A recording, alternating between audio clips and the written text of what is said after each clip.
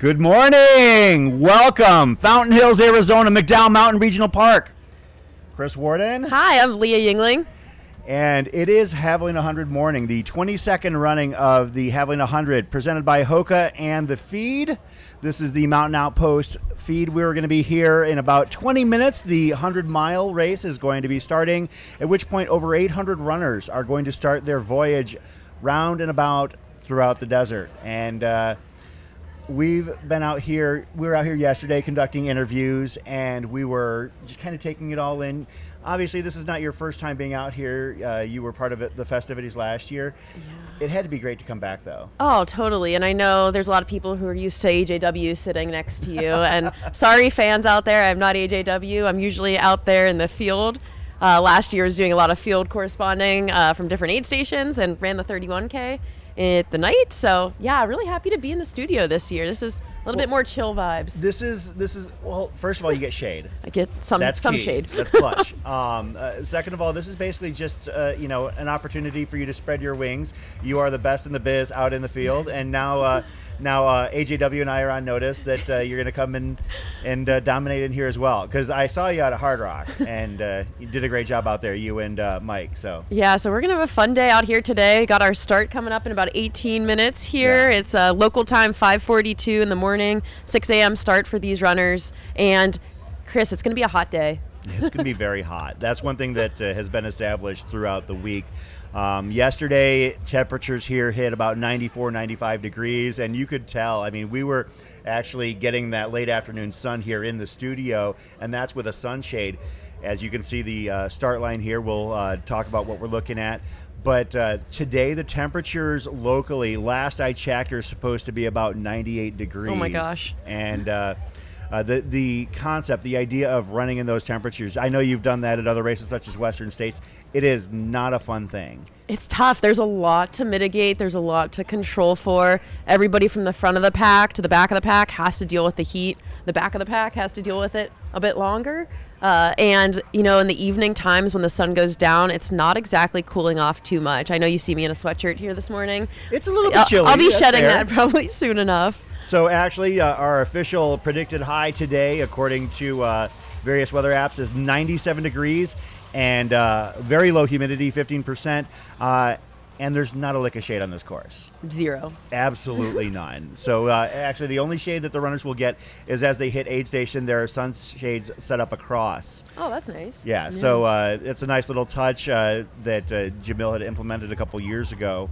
We'll give some historical context, and we'll talk about some of the favorites here as we lead up to the start of the race. But right now, what you're looking at, that is the start-finish line. That is actually a new touch there, that gigantic disco ball that was not here. You can see the fire dancer in the background. I love this is somebody, I wish I knew her name, but she has been out here doing fire dancing for the past several years. And really people are, able to take their minds off for a moment about what they're going to undertake here, and they'll, as you can see, gathering around. If we've got some floating cams out there, we'll definitely take a closer peek at that as well. Yeah, this is a vibe at the start and finish area. I think if you've ever been to Javelina, you know that it's a party. You know that there's a ton of people out there in costumes. We'll be keeping our eyes out for the best costume today. Yeah, I know, well, one of the things about costumes and having the best costumes, there will be nobody that will parallel race director Jubilee Page in terms of costumes. Every year here, typically between 20 and 25 costume changes. What? Literally every hour while she's awake. Now, she does take a little bit of a break when she gets an opportunity to step away from the start-finish line, but Jubilee will be in so many different costumes over the course of the weekend. It's absolutely something to behold. That's incredible. I don't even think I have 2 costumes at home, so to have that many in your wardrobe is pretty impressive. There's a trailer by the start-finish, which is where she sleeps and changes, everything like that, and there's literally a rack of costumes on the outside of it. Oh my God. So, that start-finish line is to the left of your screen. You can see the giant skeleton. There's several of those around the area. Obviously, like when you see them at out at Halloween displays, or I believe that it's one of the big box home retailers that carries those things. The first time, I heard that the first time that Jamil and Jubilee saw those, that they were like, we need as many of these as we can afford. So Do you know how many they have? I believe 4 or 5 Oh at my this God. point. I mean, and they're not cheap. So that's one of the things about this race is that it is an opportunity for Jamil to spare no expense, and also to for Jubilee to expand her creative horizons, because this is all her. I mean, when she first took over this race back in 2017, I believe, had just moved here the prior year. Prior to that, it had been at the Pemberton Trailhead on the other end of the park. This race outgrew Pemberton because I believe in 2015 I had actually run the 100K, and I think there were maybe about 350 starters for the 100 mile and maybe about 150 for the 100K. Obviously things have grown exponentially out here, so it needed a new home. And even as things have moved over here to the Four Peaks staging area, it has just continued to grow, and the vibe. I mean, people.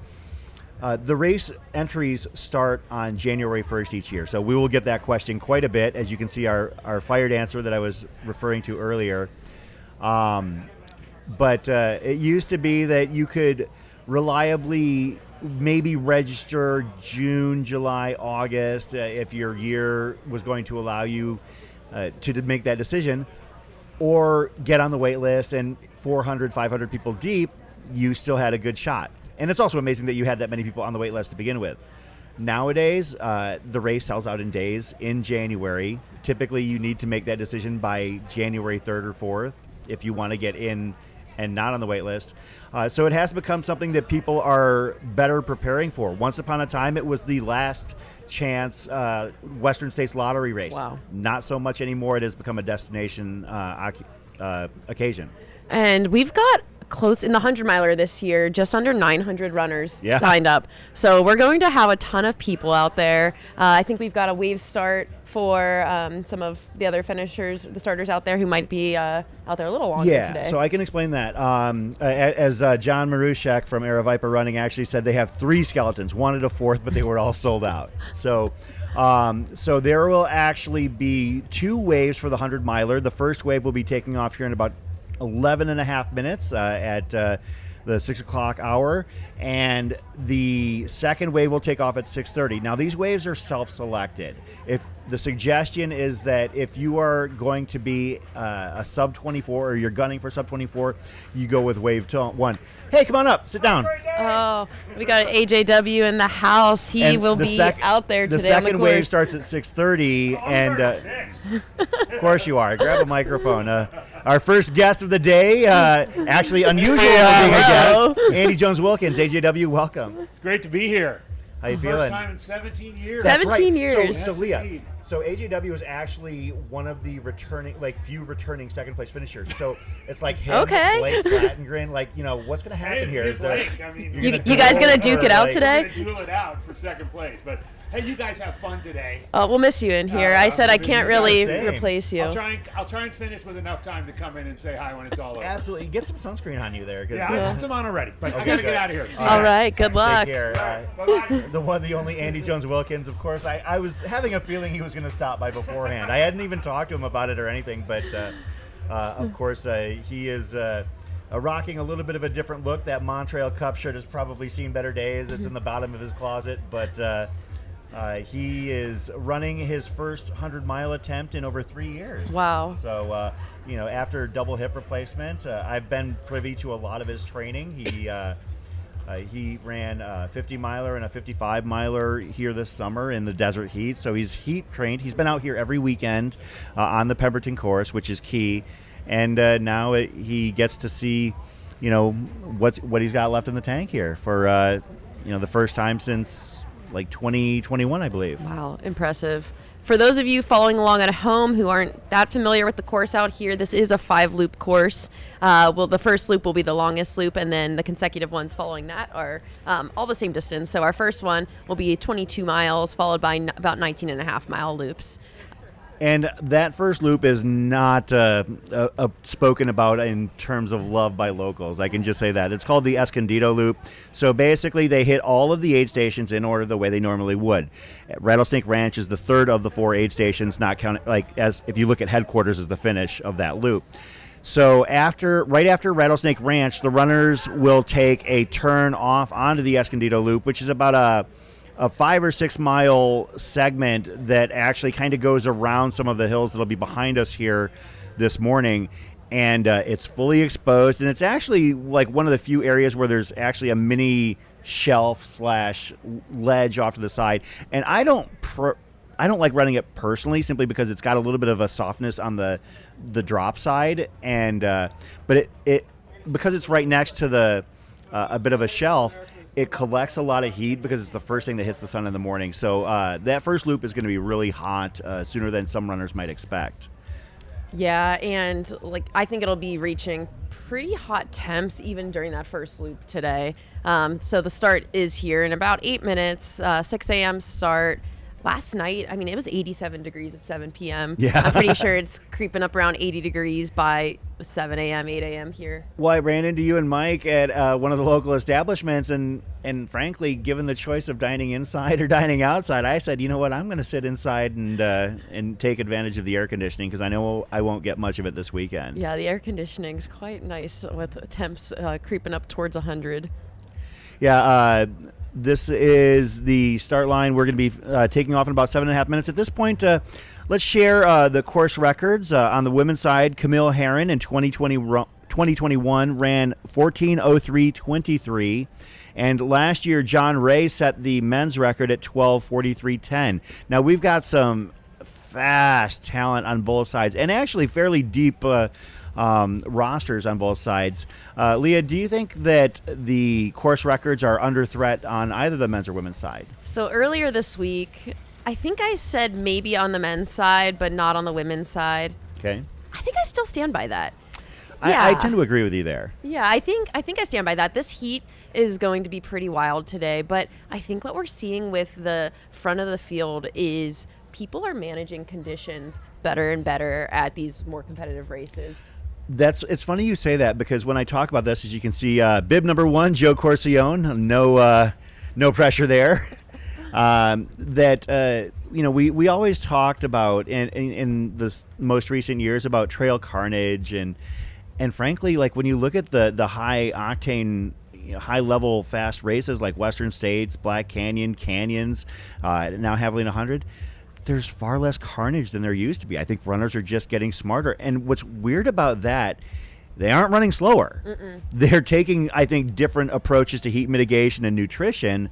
And I think that's why, even though runners are finishing in greater numbers, the record times are coming down all over the board. Yeah, and I think that was a common thread in our conversations with some of the runners yesterday in the pre-race interviews. People are telling us they're going to take their time. They're going to be smart. They're going to control things. You can see that is Jordan Camastro in the middle in that full body chupacabra costume. Jordan's a little bit shorter than everybody else in the start line, but he is a sub 16-hour 100 miler, and he has finished this race in full body costume under 20 hours multiple times. You can see Caleb Stevens on the right-hand side, one local runner here. By way of Ornery Mule Racing. That is Sierra DeGroff. We spoke with her yesterday. Sierra has big goals for this race. I think that she is somebody that is a potential breakout. Maybe not a familiar name to many, but a sub 16-hour 100 miler at Jackpot this year, and has definitely worked hard to try and prove that she belongs in the discussion about the fastest runners in the sport. Yeah, we also see Becca Wendell there on the far left of your screen. She is a golden ticket winner last year at the Black Canyon 100K, second place to Rachel Drake. Ran Western States this past year and didn't quite have the day that she was hoping for. Still finishing in the top 15 there, but I know she had higher aspirations. And I think Riley Brady next to them there as well. Also a golden ticket recipient at this race 2 years ago and had a podium finish here last year, and I think is gunning for another one of those golden tickets. Yeah, Riley Brady was my pick because they've proven, number one, that they know this course. Actually, the fastest returning runner, I believe their time was 14:45 or thereabouts. Mm-hmm.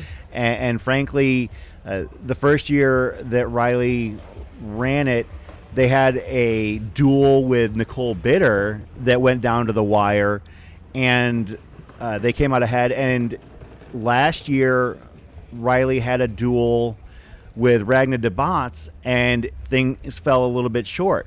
So I think Riley is somebody that we're going to have to watch really closely, as having two excellent results the last 2 years, one that they were happy with, one that they were not. So that's who I've got picked in the women's race. Yeah, and I think Riley's ran those two races slightly differently, and I'm curious to see what kind of race they kind of run tactically today. Another favorite we see on the start line there in the dinosaur shirt is David Roach. He's the recent course record holder of the Leadville 100. This will be his second 100-mile race. Curious to see how David bounces back from his amazing Leadville attempt. I think he's somebody that's been extremely dialed on every element and been very vocal about it, and has been awesome to share how he approaches things. And I think it's rare to see somebody at the front of the field who really is sharing all the trade secrets. Absolutely. One of the things that I love about David is that some pro level runners like to be a little bit sneaky and operate under the radar. David puts it all out there for you, whether you want to hear it or not. So we see another one of our pre-race favorites.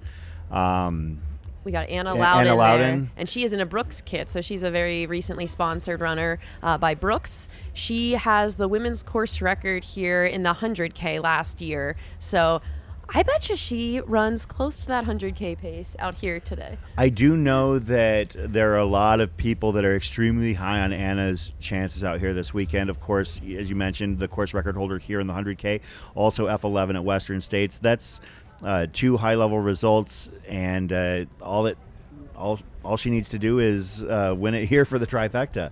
That women's course record is extremely stout here. I think we're both in agreement there that the men's course record could be under assault, actually by several men. Mm-hmm. We've talked about David Roche. I think that's entirely possible. Raj Panu has run a sub 12 hour 100 miler at Jackpot this year. Stephen Kirsch, unbelievable leg talent. Another runner who could potentially push that. Justin Grunwald, another great runner. So much talent in this field on both the men's and women's side. Yeah, and I think we're going to see different strategies from the men as well. I think this is a field on the men's side that I think will go out very fast. But I think we'll have a chase pack of people who are being a little bit more conservative, being smart. We heard from Justin Grunwald yesterday that he's going to be taking his time just out there to have fun, but I've never seen him look and feel so confident. So I think that combination of just wanting to enjoy the day, but also having this calm confidence, I got a very peaceful vibe from Justin yesterday. It was actually kind of unsettling, because usually he seems a little bit more frenetic or intense, but we're about 60 seconds out. Justin Grunwald, he seemed so calm and so reserved yesterday that I was like, something's different about him this time around. Obviously, we've seen Justin at the top, coming so close to that elusive golden ticket. This might be his chance. Leah, one of the coolest things about this race that you're going to see in under a minute here is that the runners all come right by us behind us. I just turn around and I watch and just wave, and it's such a great moment. And we'll have a drone coverage overhead here in about 30 seconds, so you can see the cameras starting to get out of the way. Yeah, and feel free to participate in the chat today. Chris and I are both engaged there, so if you've got a runner who's your favorite, you want to share some tidbits about them, please do so. Yeah, so there we go. We are off. So this is Javelina 100 miler. We're starting at 6 a.m. local time, and yeah, it's pretty nice temps right now, but it's going to be a scorcher out there today. And we got David Roach leading the group out of headquarters. To the surprise of nobody.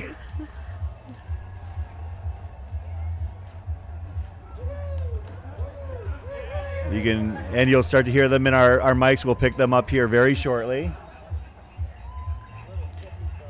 The loop inside of headquarters is about half a mile, so they actually head to the east, slashed south. And the cowbells speak for themselves. Yeah, so on our screen leading, I think I saw JP Giblin go by as well. JP Giblin, David Roach right there. Yeah, so you can see us right behind us. We have such a great vantage point here, and that's one of the things I love about The first couple years we covered this race, we covered it from Aerovipa headquarters in Phoenix proper. This is so much better. Oh my goodness, was that Jubilee's costume? Is she on stilts? I would not be surprised. So David Roche on the right. Is that JP Giblin on the left in the pinkish Yes. hat? And I want to say that's Ferdinand Clovis Arnault in that Oh, third yes. position right there. Who we spoke to yesterday. Who we spoke to yesterday, running that T8 hat. And he is coming to us from New York City, Yeah. French originally. So they're approaching. This is actually the aid station on their left, and they are going to head out in. The single track is going to begin right around this last set of tents here. And from here, they've got about 4 miles to that first aid station. I'll be honest, I think that we probably need to have somebody on Race Command put a cone in front of that water spigot because somebody will hurt themselves. So previous years where I've been out filming on this course, I've stood there literally to film and protect runners as they go by. And that's the back of the runner we see there is Caleb Bowen from West Virginia wearing the white tank top and arm sleeves and blue shorts. Course, and he's a course record, golden ticket winner Yeah. at Grindstone 100K last year. Definitely wants to get back into Western States after a tough go this past year. Yeah, I think they're going out pretty hot. So basically there's going to be a bit of a slight uphill for the first 2 miles. They're actually on what's called the Shalmo Wash Trail for the first 2 miles, leaving Javelina headquarters. As runners continue to pour out behind us, I love this. This is just so much fun. You can see that as the overhead shot can show you, they leave headquarters and filter into a bit of a conga line here for the first mile and change. Then right before the Shalmo Wash converges with the proper Pemberton trailhead, the Pemberton loop is going to be 15 plus miles of their loop. Pemberton widens out and it actually ends up slightly downhill, but out to the first aid station at Coyote Camp. Coyote Camp is about mile 4. Not a lot of runners in the front will be starting right there. That's Anna Loudon. You can see heading out. I believe that this is right where this is that the Bryce Camp possibly?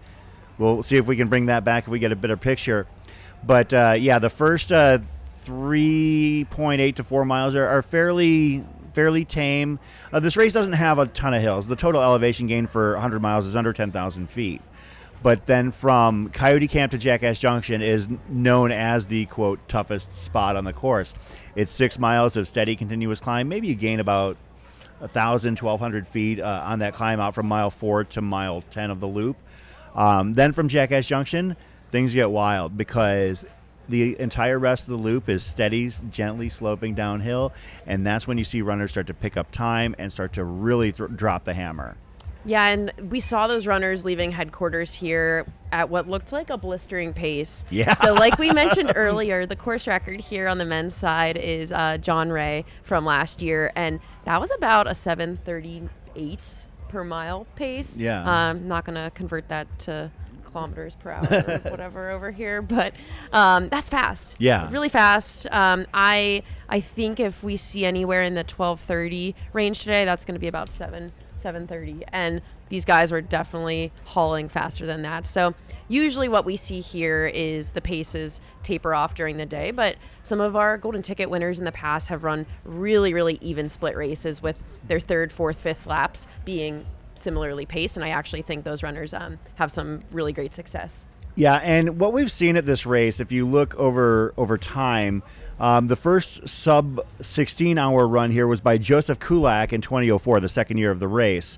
There was a bit of a time in between that and Dave James in 2009 running the first sub-15.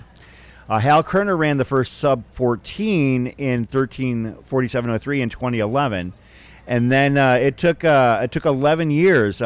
Now, Pat Regan came close. Pat Regan had the course record for several years, and I believe his time was about 13:01. 13:01:14 in 2017 was the course record. But then Dakota Jones broke the 13-hour barrier in 2022. And, of course, now John Ray has the current course record at an unbelievable, unfathomable to me, 12:43:10. Yeah, and I think that 13-hour barrier that seems to be pretty critical for these runners when they're talking about their game plans, when they're talking about what they're targeting. We heard a lot of our runners in our interviews yesterday say they want to be in the 1240s. And we'll see if that gets them a golden ticket this year. On the women's side, we've had 6 runners break 15 hours. One of them in the field this year is Riley Brady. Yes. So Riley has the fastest Javelina in the field, running 14:45, and also another top 10 last year, running 15:29. And then Nicole Bitter, she'll be out here. She's run this race several times.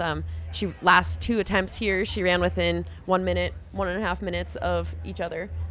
And I think she's somebody that's exceptional in the heat, exceptional in flat, faster desert conditions. And I think she's somebody that can also pick up carnage as the day goes on because she runs pretty standard the whole time. Yeah. I think that I'm really curious, and I wrestled back and forth when I was making my picks, and I did say Riley Brady was my pick for the women's race. Nicole Bitter has the second best marks of anybody in this event this year, and that was really kind of hard not to select. I've watched Nicole run this race. She and her husband Zach have both had big success here in the desert, and they know these areas well. They've trained out here. They used to live out here for a time, but it's a testimony to how fast these competitors are. Definitely. We're going to be looking at. I don't think, as we mentioned, I don't think the women's course record is under threat at 14:03. I mean, that's such tall timber, but I do believe that it wouldn't surprise me in the least to see as many as a half dozen women break 15. Yep. Yeah, and another returner in the men's field this year who got a golden ticket last year is Blake Slatengren. Yeah. And I think as we're talking about race strategy, positive splitting loops, negative splitting loops, things like that, he's somebody that ran absolutely consistent across his laps last year. I think his second, fourth, and fifth laps were all within 3 minutes of each other or so, 3 to 5 minutes, with his last lap being his fastest. And I think he had a lot of heart, was chasing down a golden ticket position. So I do think we see some runners who are able to accelerate later in the race, and I think that's a good strategy, especially when the weather is going to be the way it is. I do cop and completely admit to having taken some of that conversation that you had on the single track pod earlier this week and applying it to my analysis and my picks. And when I found out what you and also Corinne Malcolm, who's running the race, had mentioned it as well during our pre-show about what Blake had accomplished here last year. The funny thing about it is that he didn't really seem like he was in full realization of what he had done. No. He was like, oh, really? Wow, that's cool.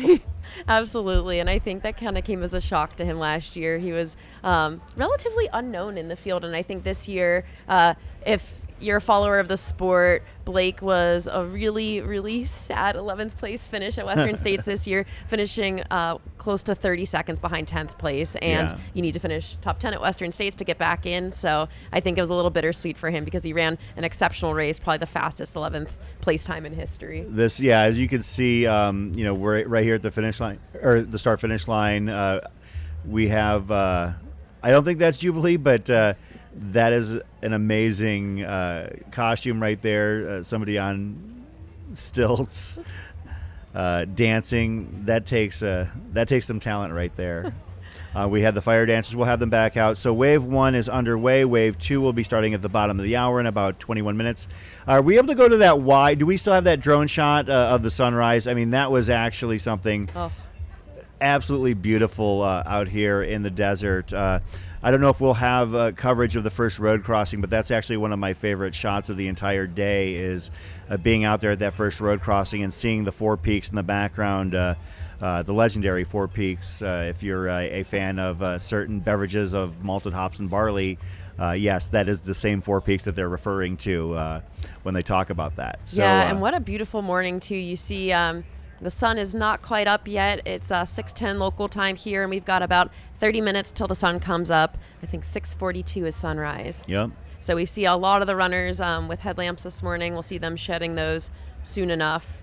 our first check-in from the field with our field correspondent this morning will be around mile 4. So that is legendary Javelina 100 competitor John Vanderpot right there.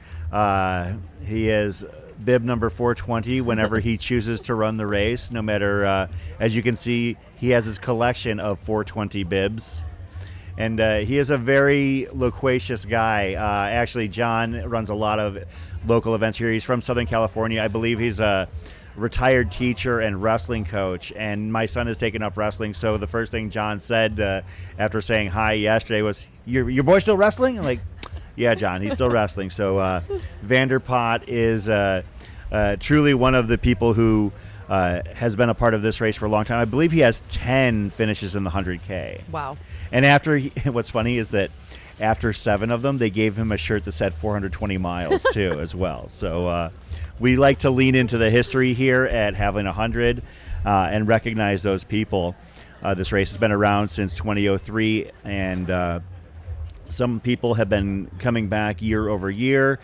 Some of the people that maybe are quote faces in the crowd. Susan Donnelly has the highest all-time number of finishes here in 15. Susan was recently injured, and so I know she wasn't able to make it.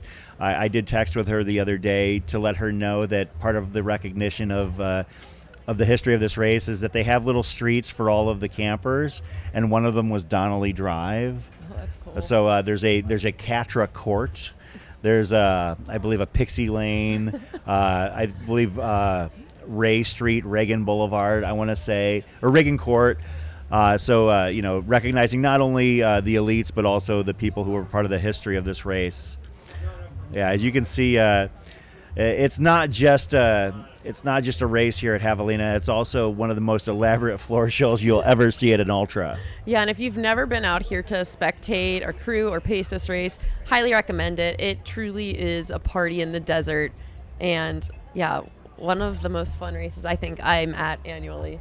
Good. I'm glad to hear you say that, Leah. And one of the most important things about this race is, we have a lot of locals that run this race, and one of the things I love about it is that I can actually sleep in my own bed while covering it.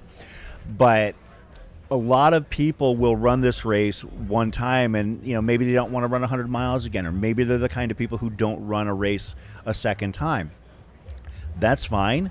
They still keep coming out here, whether to volunteer, whether to crew, to pace, to simply hang out. I mean, we've had so many people at one of the aid stations at Jackass Junction. The AZ Trail Leggers are going to be taking care of runners for the first shift here through the afternoon, and I would say probably half of those people have run this race and don't run it anymore, but just love being out here and being a part of the community. It is not unlike any other races that have had the same crews handling aid stations for many years. As you can see, the sun is continually starting to rise off to the east. I mean, you can actually see it here from the studio, Leah, if you kind of look up. It's an amazing color palette here out in the desert. And for those following along at the front of the field this morning, Javelina is a golden ticket race, which means the first 2 recipients, should they take their tickets, will get entry into the Western States 100-miler. This is the first golden ticket race on U.S. soil this year. This year, yeah. Yep. And we've had a few tickets issued prior to the summer races like CCC.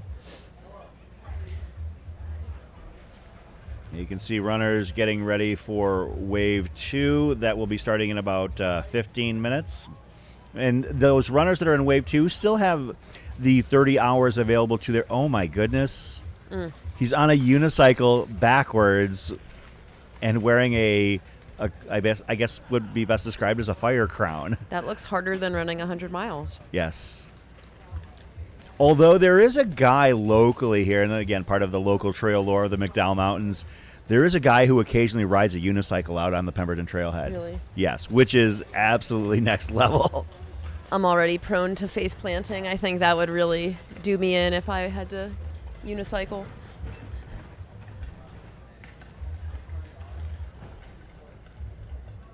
So we're about 15 minutes into the race so far. Our first check-in, I think, should be just around the 30-minute mark. Yeah. So we'll be seeing those runners hitting Coyote Camp at just under 4 miles. Actually, we'll probably see those runners sooner than the 30-minute Yeah, mark. the way that with they're the way these moving. guys are running. So we might see them in closer to about 5 or 6 minutes. If I know that our producers are keeping an eye on the available feeds that we have. Some are right here. We've got a couple out in the field that are setting up. We are limited in the locations in the park that we can do drone shots. Basically limited to the headquarters area as they have enacted some no-fly zones out in the further reaches of the park. I do believe we will have some bike cams this year, though. Yes. A lot of runner cams out there, so hopefully we're bringing you on-the-ground footage of the action as it's playing out. I see some love for Simon Gerard in the chat. I actually had gotten a text from Simon and talking about that he was going to be out here this weekend, and I told him, he said, "You want me to stop by the studio?" I said, "Yeah, whenever you're done, or if you're wanting to, like, during the day, you can stop by if you so choose." So Yeah, and anybody that's out here on course today, feel free to stop in and say hi. Our headquarters for the Mountain Outpost team is right here in the Javelina headquarters. you can see it right there, just off to the right-hand side, that tent with the big light on in the bottom. And so what you're seeing over the top are, now you're seeing the RV camping area. Those runners, the few, the proud, the lucky, who actually got RV spaces. There's not many of them. As we can see our drone coming in for a landing. There are pop-ups basically surrounding the course as it's through Javelina headquarters.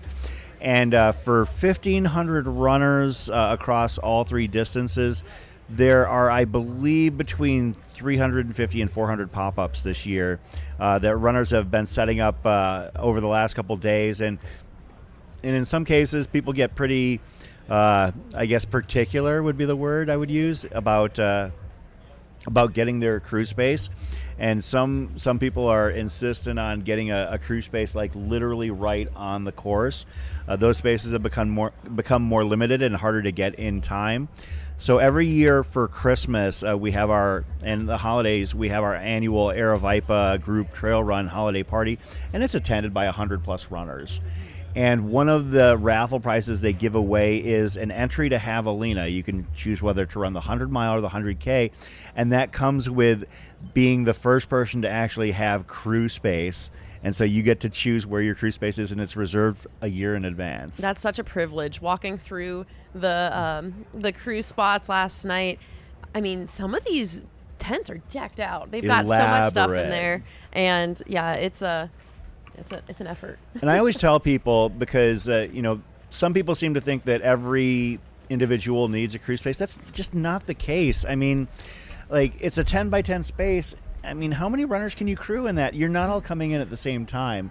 I mean, I used to actually just keep like a reservation for a crew space on a down low level because I worked for the event in various capacities, and now I've given that space up because it's so in demand. But when I did have a space, whether I was running or not, we would have 5-6 runners operating out of that 10 by 10, and it was never a want for space. And also, there's so much for crews and family to see and do here at Javelina headquarters. You're going to have, like Hoka's got their lounge set up where they've got some things you can check out and demo. You're going to have shows. There's food trucks. There's a coffee truck that is like the most popular place on earth for a couple hours. There's a coffee truck. Anybody listening who's on base here and wants to deliver Chris and I coffee at any point during the day, we will receive that. Absolutely, we're always appreciative of that. In the big top next to us yesterday, the expo was set up. Today, Soul Sports, the local running store, has moved in, and they've got their shop set up there because they were under the Hoka tent that is right behind us as well. And now the Hoka tent is actually one of the crewing areas for runners as well. There are 2 large communal crew areas here in Javelina headquarters. One is under this Hoka tent. The other one is under more permanent structuring over on the far side of Javelina headquarters, right next to the actual aid station itself. So there are 2 of those. There are roughly 380 or 370 perhaps crew space, pop-up spaces for runners set up by themselves. There are about 60 or so RVs and a whole lot of porta potties. Definitely. Yeah. And like we mentioned earlier, we've got close to 900 runners in the. He lives in Tucson, and he'll come up from the Tucson area to run this race. And I believe he's going for his 7th finish here. So you can see plenty of the runners that are decked out. And race director Jubilee Page. I do want to see, because I had heard rumors of Jubilee's opening costume being the stuff of legend here. So Yeah, she's always dressed to impress here. Not only is she a race director, but she's also costume extraordinaire. yes. And for those that are wondering, January 1st is when registration opens for next year's Javelina. And this race, it fills up. Like, Yeah. There's a wait list. It's, you need to get your name on there. I do believe that at one point the wait list had as many as over 650 people. Wow. And I do know, because I was tracking it this year, I thought it would be a fun little project. The race, the wait list did move in excess of 300 spots, which is quite a bit. But what's crazy is that some people didn't think that it moved enough. Huh.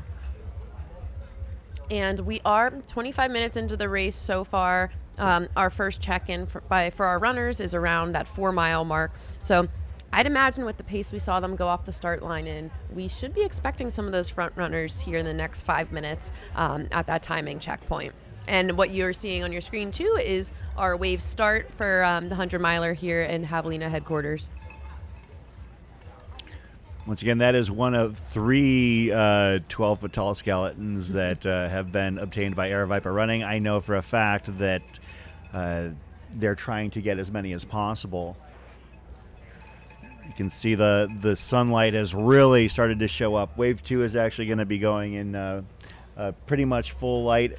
I mean, Wave 1, I don't know if I would have worn a headlamp simply because I would have needed it for such a short time, and the course itself is very smooth, very runnable in the early going, and also everybody else seemed to have a headlamp, so I Yeah. personally wouldn't, but that's a personal choice. I know that people were asking in our Q&A group on Facebook, which has, I believe, like 7,000 members from people that have joined over the years, asking if they needed a headlamp for Loop 1, like for the 100K. I said, no, it's absolutely going to be completely visible. I said, you'll probably need one for Lap 2, but for the end of Lap 2, I think that's one thing that people will forget on a race such as this.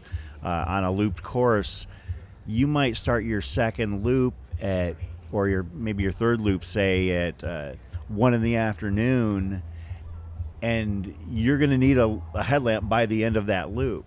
And you don't think about your headlamp at 1:30, 2 o'clock in the afternoon oftentimes. Definitely. And here we see the runners getting ready. I think they'll go off in about 3 minutes here, the second wave. And temperatures, I'm sitting here in a sweatshirt, but it's going to get warm pretty fast out there this morning. I think our high temperatures are between 95 and 100 degrees Fahrenheit this year. One of, if not the hottest Javelina on record in recent years, at the very least.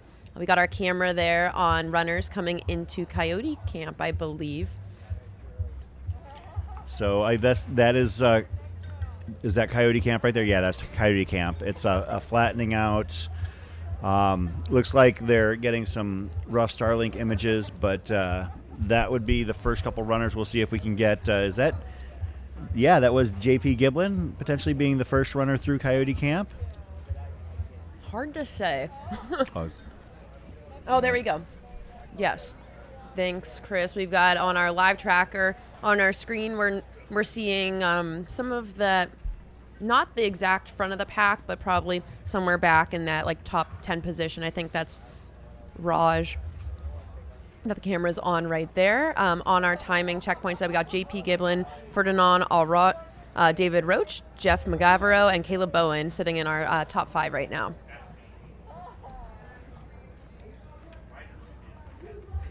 And for those of you following along in the chat, we do have our live tracking pinned at the top of the chat. Yeah, and I always like to stress that the live.airviper runner tracking is the exact same that we have for pretty much everything. Now there will be There might be a handful of times where we might get some back channel information, but I would say that 99% of the time what we're seeing is what you are able to see on the live runner tracking as well. You can see some other names have actually hit through Coyote Camp 1, and it's been fast and furious. As we mentioned, the first three earlier, Giblin, Ferdinand Errol, and David Roche, all under 27 minutes at Coyote Camp. Jeff Mogavero, Caleb Bowen, Dan Green, Tony Rodriguez, Raj Panu, Justin Grunwald, Bashis Wilo, which was actually somebody Dylan Bowman mentioned yesterday in the pre-show, Matthew Healy, all under 28 minutes, Matt Daniels, Ben Robinson, Taylor Hitt, Stephen Kirsch, Anthony Fagundes, Blake Slatengren, Cole Watson, Ethan Koza, and Eric Maya, all through in under 28 minutes, 15 seconds. You can see Wave 2 is underway. These runners will also have the same 30 hours to finish the race, but as we mentioned, self-selected for those that are expecting to take more than 24 hours. And we will be covering as many of these runners' finishes on a personal basis as possible. I have personally done a dossier on about 250 to 300 runners, so I have some race results that might be digging deeper than any live stream has ever done. All right, so we've got the second wave of starters coming through behind Chris and I here in the studio. This is the party group here.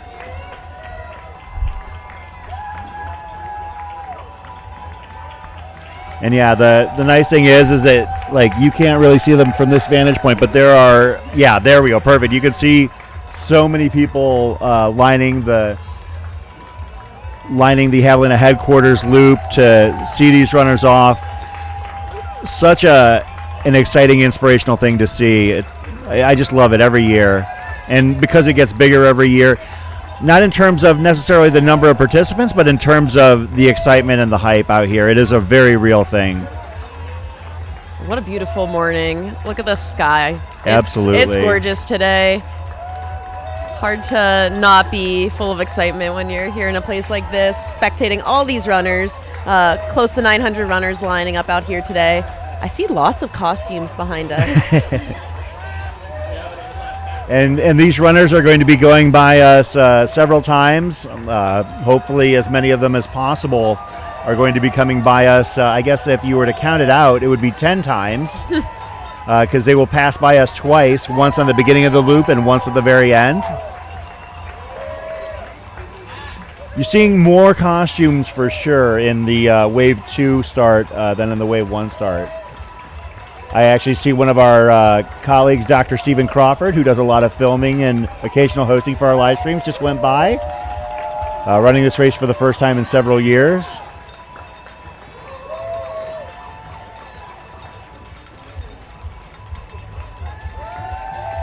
Let's see, I believe that was Alex Flores, another local who does a lot of Aravaipa races. There are people who have done over 100 Aravaipa events over the years. I'm actually one of them, and there are people that are well on their march to 200. And I believe one of them is actually running the 100K. Jeff Foote is going for, I want to say he's probably around 175 or so Aravaipa events. Wow.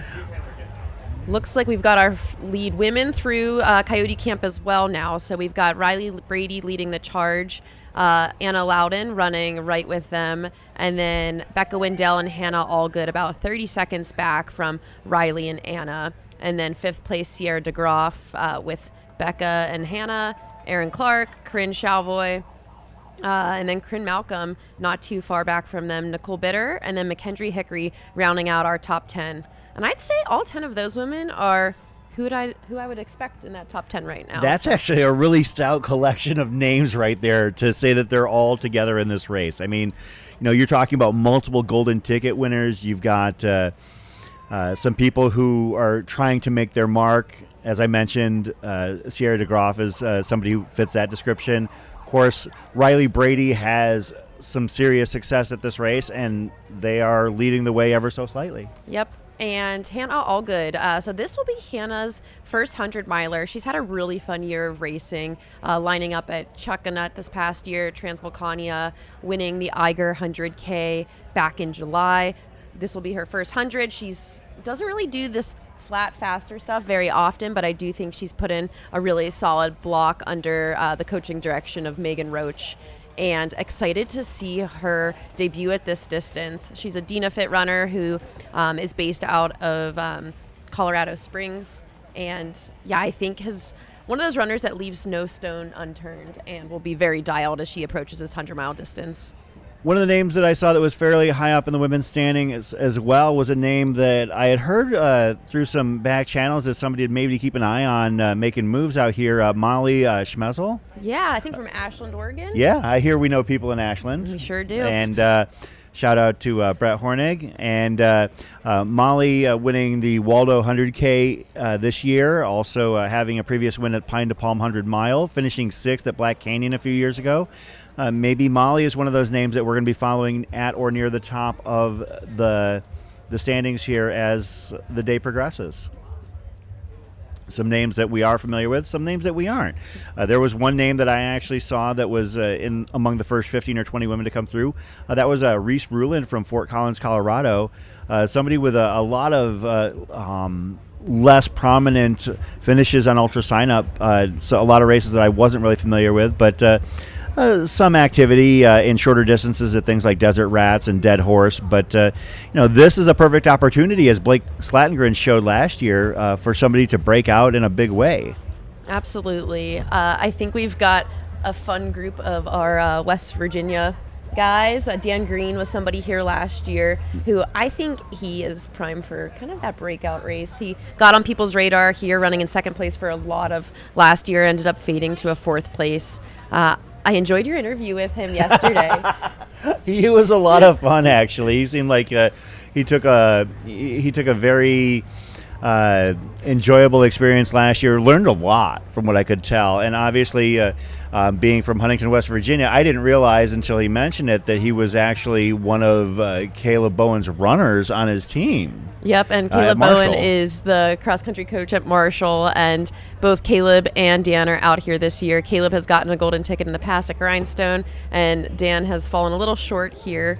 Would be really cool to see them duking it out, but would hate to see them have to make a decision between the two of them. So that's one of those little sub-battles that we'll be talking about, I'm sure, as the fastest runner from Huntington, West Virginia here in this race. But, Dan Green and Caleb Bowen, two names we're definitely going to be expecting to see a lot from here today.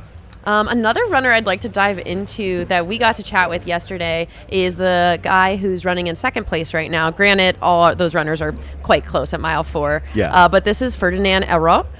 He is currently training in New York City, originally from France, has spent time in Kenya training, time in Hong Kong, seems to be quite the world traveler, moved to New York City to work in finance, and then has recently has a startup that he is working to get people in the cities involved in trail and mountain sports and training camps for running, things like that. And man, he seems pretty dialed. Well, one of the cool things about speaking with Ferdinand yesterday, and we did probably 20 athlete interviews yesterday, and they were all pretty quick hits, 10 to 12 minutes, and that was by design. We wanted to kind of keep things on a narrow focus.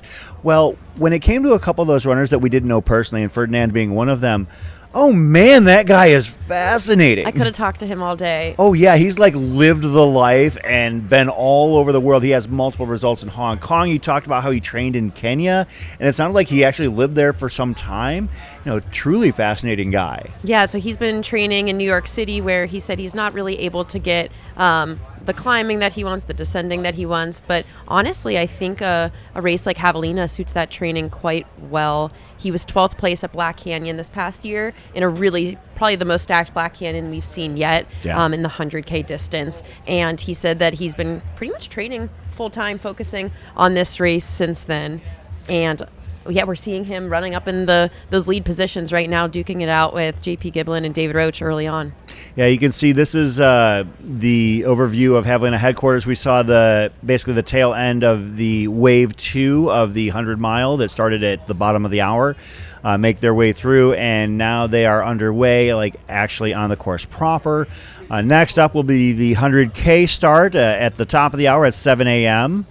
It'll be interesting to follow that race. We have talked to a couple of competitors that were in that race. It is a little bit lower profile, but the funny thing about that is we say that, but then we took two of the competitors from last year's race and were singing their praises as genuine contenders to win this year's 100-miler. Yeah, so our 100K course record holders are Raj Panu on the men's side and Anna Loudon on the women's side, both running course records in the 100K here last year and both lining up this year at the 100-miler, and they are favorites in the field. They've got experience. They both ran extremely fast on the course last year, so they kind of know what they need to do. They just need to run 2 extra laps this year. And I don't mean to discount the 100K. I mean, if you look down the top 10 historical results, you're going to see some names that you recognize. Like just going down the top 10 all-time in the women's race for the 100K, Anna Loudon 2023 holding the course record. Lottie Brinks actually had the course record prior to that. Prior to that, a woman named DeWalter, Lisa Roberts, Charlie McKee, Janelle Hazlitt, Caroline Baller, Lindsay Winter, Corinne Shalvoy, who is in the 100-miler this year, and Sarah Ostaszewski. So, those are the people at the top of the women's 100-mile historical leaderboard. On the men's side, some other very recognizable names. Raj Panu last year, Scott Traer the year before that, Christian Gehring, Andrew Bellis, Pedro Gomez, Jesus Topete, Mackay Clemens shredded this race a few years ago. I remember that very well. Tyler Andrews, Forrest Ward, and another guy who is actually racing in the 2024 iteration of the 100K, Jake Jackson. Wow, that is quite the They're list of names pretty there. solid. It's over time, but as you can see, actually, that is Scott Traer right there in the green, dressed as a Spring Energy packet. Oh, we got Scott is some awesome He is sauce. awesome sauce. Scott Traer going for that controversial. that costume award here in the early going. I know that he is here to crew and take care of his partner, Callie Vincent, who we interviewed yesterday. Callie is running the 100-miler, shooting for a sub-24. Callie is a great follow on Instagram, a very inspiring story. Basically turned herself into a runner after feeling like she had let her lifestyle get away from her, and she lost 200 pounds to begin her journey and started running 100-milers. I believe her PR is just under 25 hours, but she's looking to better that to sub-24 here. I also did see Lisa Pizzoni out there from the Running University, a local coach with several runners in the 100K. Lisa, I believe, ran the 100K last year. Scott Jurek sighting. We've got Jurek here. Of course, Jurek is going to be pacing Hella Sidibe. And one of the cool things about Scott, I actually met him for the first time, and this is exactly what I did. Like I've met pretty much everybody in the sport, and I've had the honor and the privilege of doing so. But frankly, like, this was one where I actually did have a true fanboy moment to see Scott Jurek in person and to let him know like how much his story and journey had inspired me. Oh, that's so cool to see Scott out here supporting the race, supporting runners. And yeah, Scott is going to be pacing Hella Sidibe for, I believe, the final 2 laps of the 100-miler later on. And Scott, so gracious. What a great So guy. gracious. I mean, he's going to be pressed into duty in about 12 hours from now. He's out here this early to be a part of it and to just be as gracious as he always is. Yep, and then for any of our golden ticket winners today, just a reminder, that'll be 2 on the men's side, 2 on the women's side. Scott at the one of the last aid stations of Western States. Yeah. So what a privilege. Yeah, I actually had a friend. So that gentleman right there, that one in the blue, was I can't remember his name off the top of my head, but he was the guy who got in at Western States like the day of. Greg, I believe is his name. I'll have to pull up his name, but yeah, the guy in the blue hoodie right there from San Diego is part of that San Diego contingent. He showed up at the Western States, had no idea whether or not he was going to get in, and he got in. Obviously, he's here. Dedication. Like, I believe they have 6 pop-up setups right there.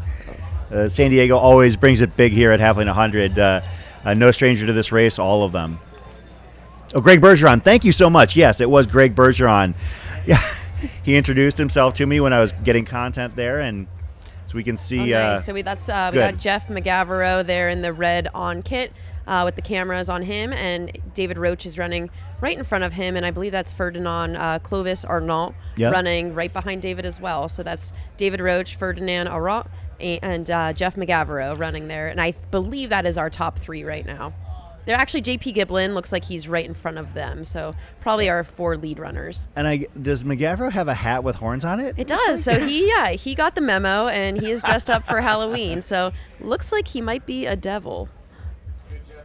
Yeah. Oh, it's Good Jeff and Bad Jeff. So nice. His pacer, Jeff McGavero, will be paced by Jeff Colt today. And I guess I'm getting correspondence from the field that Jeff Colt is Good Jeff, and Jeff McGavero, who you see there in the red on kit, is Bad Jeff. Of course, Jeff Colt will actually be here in the studio later on tonight. They'll be he and Pete's Meats himself, Pete Mortimer, will be taking the audience through the overnight, doing some heavy lifting after the sun goes way down. They will be handling Aerovipa After Dark this evening. I have passed the reins on because now I am in the Aerovipa After Dawn mode, I guess, nice. at this point. Yeah. I mean, we were up early today, Chris. We had to be here around 5 a.m.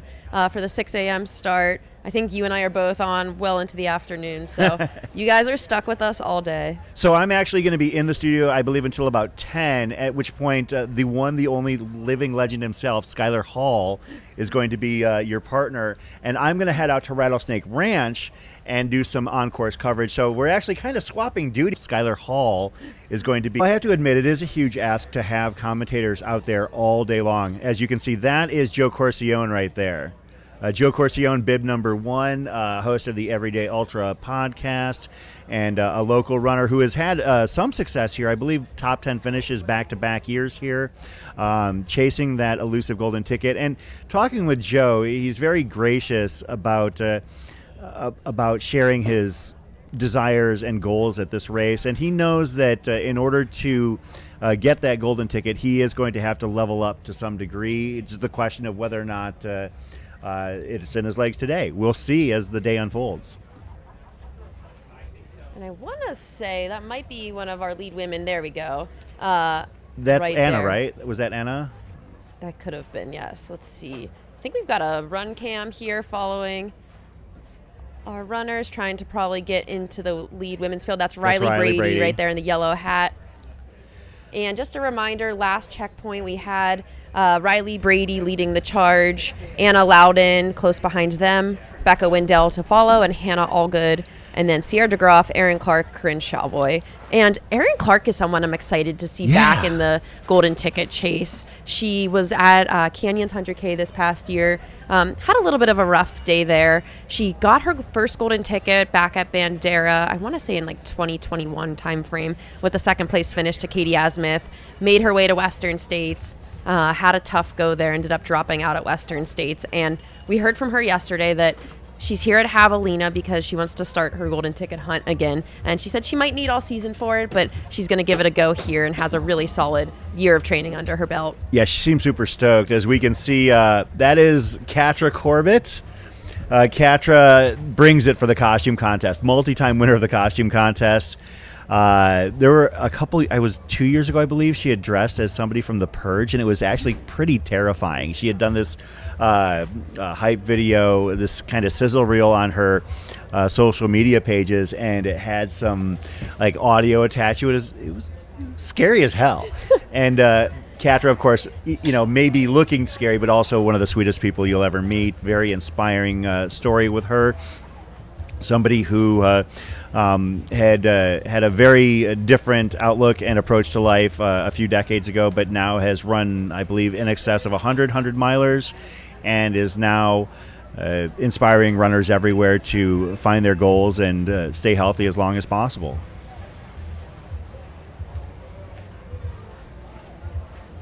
So we got our camera back at headquarters there with our awesome fire dancer, fire thrower.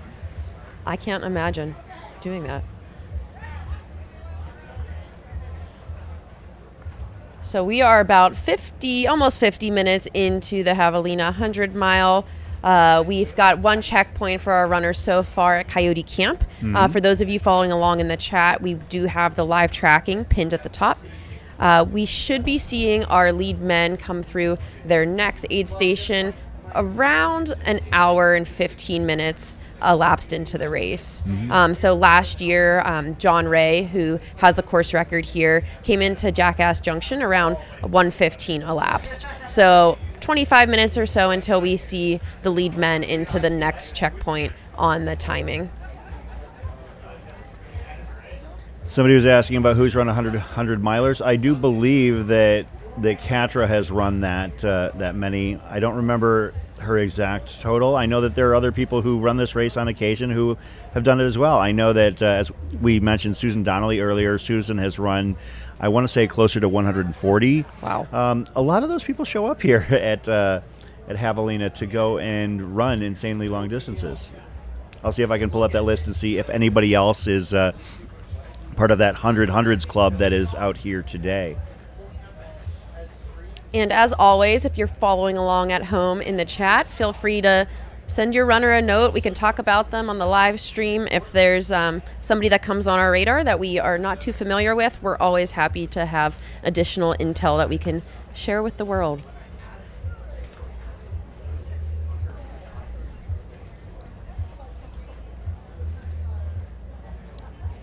And just to level set, we do have a few returners in the field, a lot of past golden ticket recipients. When I'm sitting here looking at the men's list, I see JP Giblin, who's had a past golden ticket, Caleb Bowen, Justin Grunwald has missed out on a golden ticket by one spot 2 times, Stephen Kirsch, he's gotten a golden ticket, Matt Daniels, Cole Watson, Blake Slattengren. So that's just in our top 20 men right now. I could pull off that list of names who have earned a golden ticket to Western States in the past, and they're all chasing one of those 2 elusive golden tickets down this year. Several top 10 Western States finishers in the field, including Cole Watson, Stephen Kirsch, Matt Daniels. And yeah, it's going to be a spicy race on the men's side. A lot of different skill set out there today. So looking at another historical context, Katra Corbett, has at least 140 100-mile finishes. Don't have an exact number, but apparently Davy Crockett lost count. Shout out to Davy for the ultra running history page, from which I am actually just completely pulling stuff. I figure as long as I cite the work, then I'm okay. Yeah, you can do that. As we mentioned before as well, Susan Donnelly up at that number. Pam Reed, who was out here today running. Pam has 115 or thereabouts at last count. And so Javelina is a very popular destination for a lot of those runners who are in that 100, on that chase to running 100 milers. It is not the most technical race, and it is one of the most well-supported races you'll find anywhere. Yeah, so we are able to have crew for the runners back here at headquarters. They'll visit here at the end of every lap. This first lap is the longest, just over 21 miles, and the consecutive laps to follow that are about 19 and a half miles. So for the lead men, for those first laps, we usually see them do the first lap in about 2:35 to 2 hours 40 elapsed. And then on the women's side, typically in that 3-hour range, 2:55 to 3 hours. However, last year we saw a blazing Heather Jackson out here throwing down some splits on this course that I don't know if we'll see duplicated anytime soon, especially on those first 1, 2, and 3 laps. She was in the men's top 5 last year and was on course record pace most of the day before falling off and still holding on to a fantastic finish. Yeah. And I did have an interesting split, Chris. Yeah. So Anna Loudon, who we were talking about, is a race favorite today. She has a course record in the 100K. Heather Jackson split her 3 laps last year, her 100K split, only a minute off of what Anna did in the 100K. I'm not surprised, but I'm surprised if that makes any sense because we know how Heather Jackson runs, and that actually is pretty interesting. I can see actually as we're at the start line, we'd just seen that was one of our interviews from yesterday. Whitney Dancaster was at the start line, but now we are back out in the field. Yep, and looks like we've got the camera here. We see this string of guys. We got Jeff McGavero in this lead pack, David Roach behind him, Ferdinand Alrot from New York City, originally from France. From all over, really. From all over, yeah. He is a world traveler. And Jeff McGavro, I think this is his first time at Javelina. I think in our minds we kind of equate him with the style of mountain running. He's been at UTMB.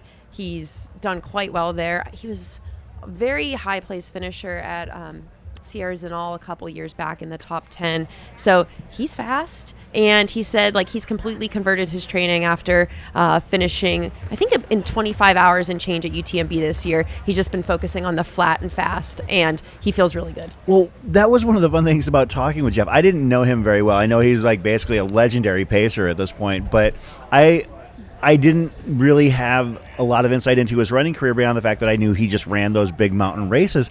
Well, the thing is that sometimes when you're trying to prognosticate and figure out what a runner can do on the Javelina 100 course, you look to maybe like flatter, faster races. You look to Western States. Not that Western States is flat, but it's a lot more similar than, say, High Lonesome or UTMB. But you look at those races that are generally a little bit more, leg speed, a little bit more turnover. Jeff didn't have any of those, so it was like trying to kind of figure out where he belonged. It reminded me a lot of trying to handicap where Annie Hughes was going to be when she ran out here the first time. And it was not the day that I know that Annie was hoping for. I believe she finished 11th or 12th a couple years ago.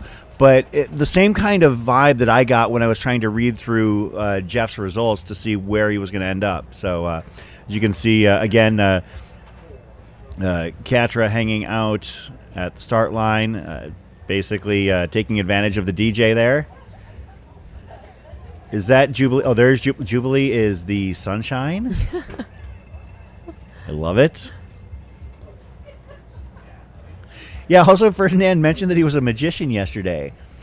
Wow, I know. Yeah, I asked him what he does for work, and he mentioned he was in finance. Then he started his startup, and he's a magician. And he just dropped that note like it was nothing. Yeah. As he was walking out, he's like, "Oh, I'm also a magician." Yeah, I would love to find out more about that. So I guess he's staying with Aravaipa's Bryce Brooks. So maybe I'll get the chance to actually meet him and talk to him a little bit more. Oh, and we do have There's Jake. One of our youngest starters in the field is a 16-year-old that we got to chat with yesterday. Yeah. Haynes. Haynes Gosens, yeah. Yes. Haynes Gosens, 16 years old, local here from the Valley, actually works for Runner's Den, a subsidiary of Soul Sports, who is our shop out here on site. Haynes going for his first 100-mile finish at the age of 16. Again, just kind of a mind-blowing thing. That's, like as we mentioned, Whitney Dancaster on the left. I believe that is Dawn Gwynn in the blue shorts. Jake Jackson was off to the right a little bit.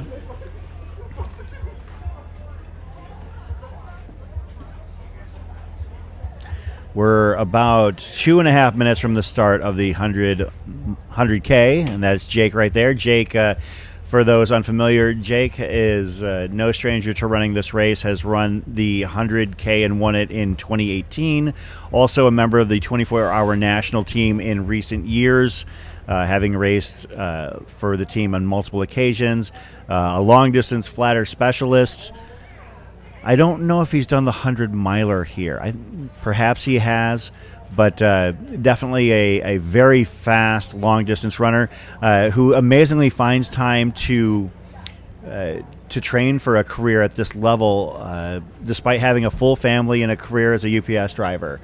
I love following Jake's Instagram because it's always something about him driving and him running somewhere. He's always on the move. That's so cool. You mentioned Whitney at the start line there, too. So if we get our cameras back at the start line, she'll be on the far left wearing some lime green shoes. She had such a funny story yesterday. She's really soft-spoken. Yes. She ran Javelina 100K last year. She's back for her second attempt. And she said because she's so soft-spoken, when she tells people she's going around them on the trail, it was wearing her out last year. So this year she recorded her voice on a little toy that she'll press a button every time she passes them that says, "On your left." I think that's honestly wonderful. Kind of genius. I'm telling you, that's the trail horn right there. Like, somebody is going to monetize that, and I don't see why it shouldn't be us. Yeah, I know from running the 31K here last year, you were saying "on your left" so much. So having a little button to press to get your voice out there is honestly pretty genius. You can see Scott Rokas taking some last-second photos of the front of the 100K start line, where there are about 455 or thereabouts, which actually means that there's more starters in this wave than the previous two, as the previous two were pretty equally split. So they will have the same conga line, although there will be a much greater mix of runners. There will be a lot more back of the packers in the 100K here. The field for the 100K generally isn't as deep. You'll still have a handful of solid runners, and they're off. And they are off. So this is our Javelina 100K starting here 7 o'clock local time. We had our 100-miler go off at 6 a.m. local time. And still a nice morning. I'm still sitting here in a sweatshirt. You're in short sleeves, Chris. But I think I'll be donning my tank top pretty soon because we're going to reach a high of about 97 degrees out here today. And I'm sure it'll be feeling quite hot in the exposed sections. Yep, you can see, not sure who the two are to the left. I see Jake Jackson actually carrying a 360 camera. And they'll be coming up here right behind us real shortly. Jake also does that. He films all of the starts of pretty much all of his races, whether it be a 5K or a Cocodona.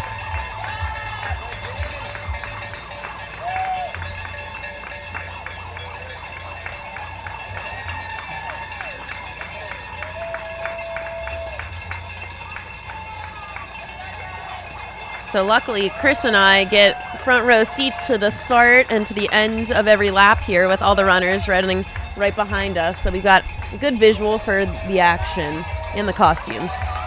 So a couple years ago, I was actually doing follow filming in headquarters, and I had to say it was the best workout I've ever had. And you'll see this, Leah, as the race progresses. After the runners are coming in from their first loop, it would be like, oh, there's Jacob Pusey, and I'd follow him. Oh, and as soon as he dropped me, there's Arlen Glick. Mm-hmm. And then, oh, there's Nicole Bitter. Oh, there's Sarah Ostaszewski. And it was just like basically having to do intervals following along these runners for, a few moments at a time. It's such a great opportunity. You can see the fastest runners coming and going. If you're cheering for family as well, you'll get to see them twice on every loop. These runners are actually going to take 3 loops out in the desert rather than 5.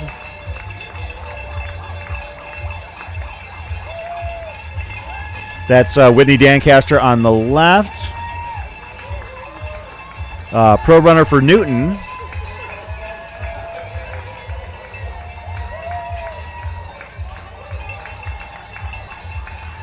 The front of the pack leaves Javelina headquarters and heads out into the desert.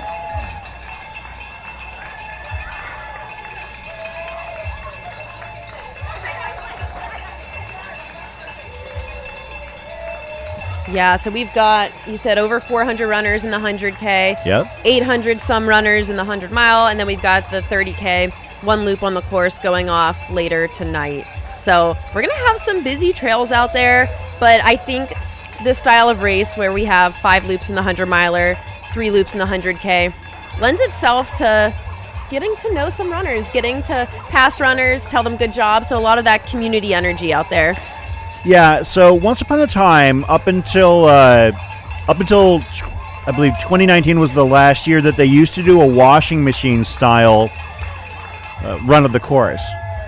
And that was great, don't get me wrong. However, it was the most confusing, chaotic thing. And I think a lot of people were under the impression that the reason that they eliminated the washing machine style was because of the bright waist lights that some manufacturers now do.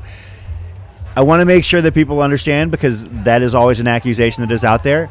That's not the case. It doesn't matter if Bright Light Company is sponsoring a race or not. That was not the impetus behind it. The reason why they switched from a washing machine style to a consecutive same loop is that it is so much pressure on the volunteers at aid stations when runners are disoriented and exhausted to make sure that they're all going the right way. Yeah. Like if you're at Jackass Junction and you're being asked, what mile are you at? And are you at mile 50? Are you at mile 70? And the runner is not able to be in a lucid state to answer, It's tough. or if you don't even know. And I think that was actually, it's shown to me when I was standing out at the intersection of Escondido to kind of course marshal runners, and Jamil Curry and I were out there, and a woman went running by, and Jamil looked at her, and he goes, "She just went by 5 minutes ago." And this was on lap 1, and she was flying. And so Jamil basically drops his camera and starts heading down the Escondido Trail to get the woman turned back around because he recognized her costume and had her going back the other direction. At that point, he realized that you don't have to be disoriented or confused or 90 miles Totally. into a race to not know which way to go. Yeah, and for those adds of to it. you listening and following along who aren't familiar with what the washing machine style is, that is when you do one lap in one direction and then flip yourself around and go the opposite direction for the next lap. Yeah. So this race does all the laps in the same direction, which definitely keeps it more clear for the runners who are losing some of their mind later on in the race. Like Cosmic Sea, I know that he has volunteered out here multiple times, and I'm sure that he has been out at, actually, I know he's volunteered out at Jackass Junction. I believe he's DJ'd out at Jackass Junction. Yes, there's a DJ at one of the aid stations, or one of the other aid stations, I should say. And yeah, having to help runners realize, especially when you're leaving Jackass Junction, because it is a little bit confusing. Yep. At Coyote Camp, you're coming from a flatter area and going up a hill, so you have different directions. If you're at Rattlesnake Ranch, there is a road to cross, but it's flat either direction. It can be a little bit more confusing. At Jackass Junction, you're actually in a little bit of a gully, and that can be incredibly disorienting if you're not 100% paying attention to what's going on. And speaking of Jackass Junction, we should be expecting our lead men through there in probably the next 6 to 10 minutes. It's way too early to say that. I know, it really is. So last year we saw John Ray, who has the course record here. He came through there in about an hour and 15 minutes. Not entirely, I think he was in the lead pack last year at this time, and I think we're going to be seeing our lead men roll through there even sooner than John did last year. We've got in the lead, last time we checked, it was David Roach, Ferdinand Arrault, and Jeff McGavero leading the charge, and JP Giblin in that mix as well. And they looked like they were moving fast. Any surprises to you there to see, who is at the lead of the men's side? Honestly, a little surprised to see JP up there. Really? Yeah, I mean, he's fast, and I think we've seen him get his golden ticket at Bandera in the past, and he's a winner of Leadville. But a little surprised to see him up there with the likes of like David Roach, who is known for kind of going out hot.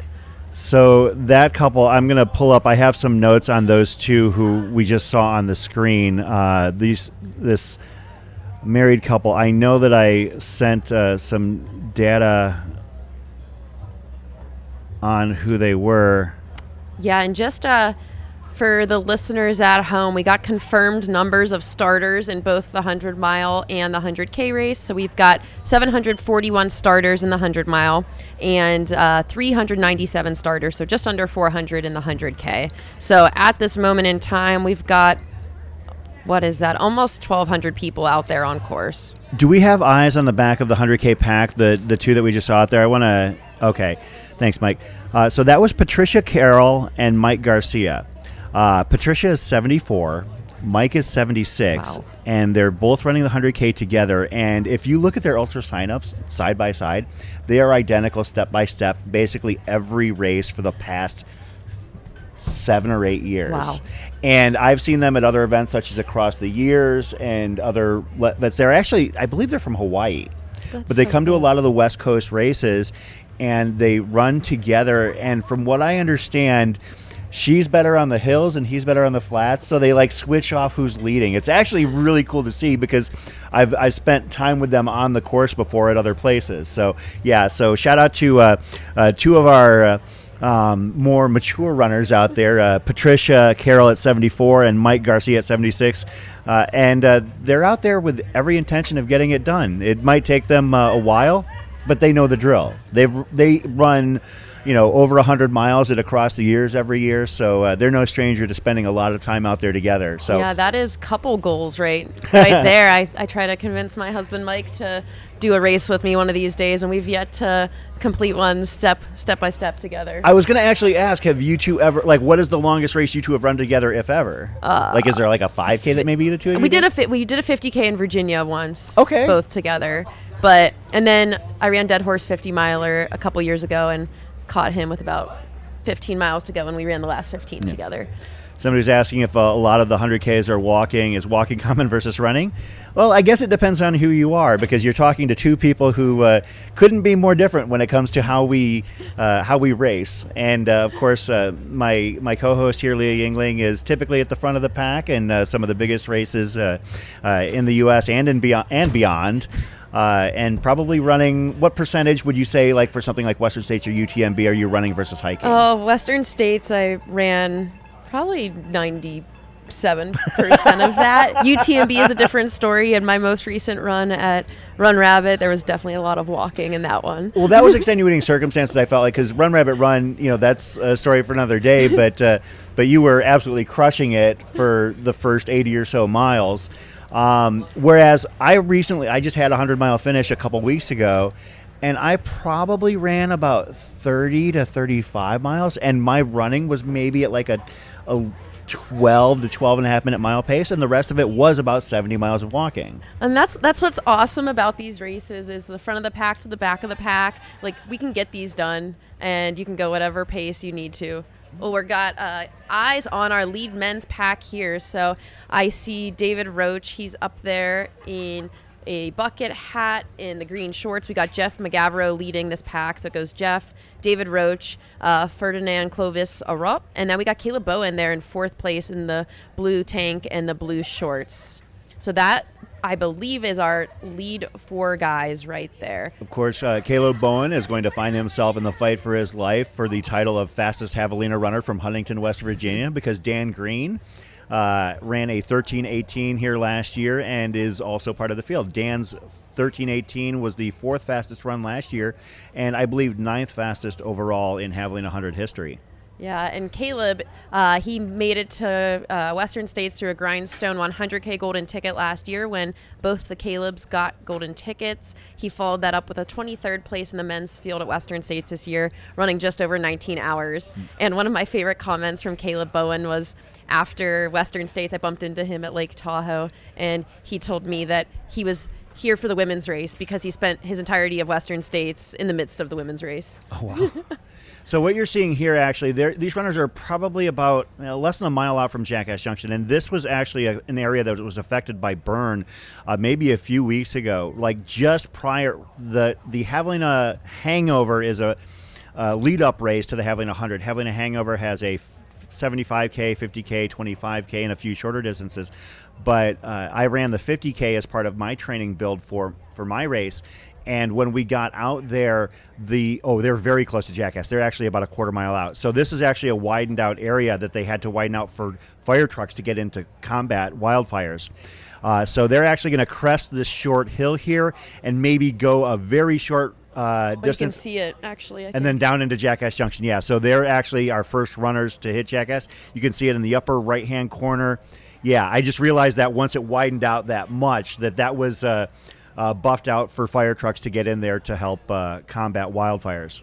Yep, and so these guys are rolling through here. I bet you they'll hit the aid station 1:13:30 elapsed about, and that's about a minute and a half to 2 minutes up on when John Ray rolled through here last year. So, yep. Unbelievable. They're exactly crossing the time 2 in that right minutes there. ahead of John Ray's split from last year. And John was in one of those lead packs last year. McGavro is hitting a...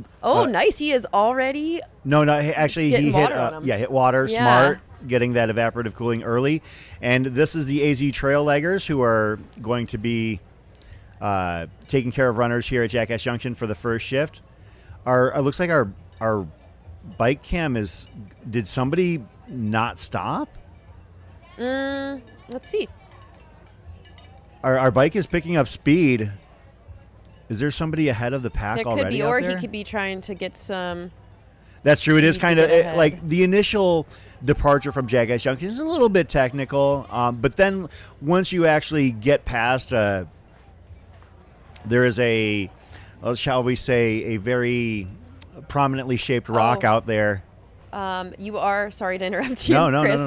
no. You're right.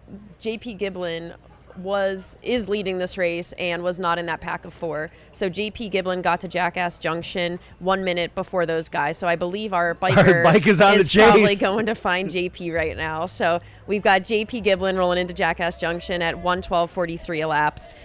Ferdinand Aurault from There he is. France in second. David Roach in third. Jeff McGavero and Caleb Bowen rounding out the top 5.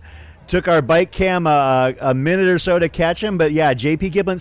See, when you actually circling back around to something you said a little bit ago that you were surprised that JP Giblin was running out front. I was actually not surprised at all because the last time I saw JP run out here was at Black Canyon 2023, and it was right after his golden ticket at Bandera, and just a few weeks later he went and ran like his hair was on fire. For the first 15 or so miles, he ended up having to pull out, I believe, at about mile 20, but he went out hot, like on course record hot there as well. So yeah, JP Giblin going at it again. I am And there's the only shocked. shade on course you'll see all the Wow. entire race. Yeah, so JP runs for Ultra. He got his golden ticket a few years back at the Bandera 100K. Ran a great race there, and I believe is trying to get his way back to Western States.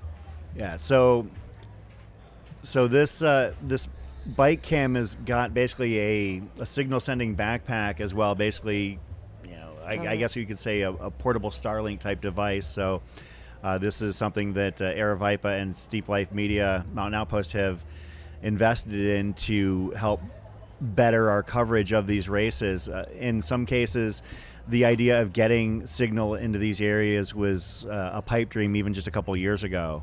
And now with the addition of the bike cams, we had to pivot because there have been some drone restrictions in these areas. So we want to make sure, which makes sense because, so I mentioned the fire that happened a couple weeks ago right before they hit Jackass. So right after they leave Jackass, there was a fire that took place right before last year's race as well. So this area gets affected by wildfires, unfortunately, on a seemingly annual basis. And you can see a little bit of that burn scar off to the side here, not as prominently as you did before Jackass Junction. Yeah. Actually, approaching Jackass, one of the things that was really depressing when I ran Hangover was the smell out there. Like you could smell the fresh burn out there. It was like you were running through a campfire or through a campground.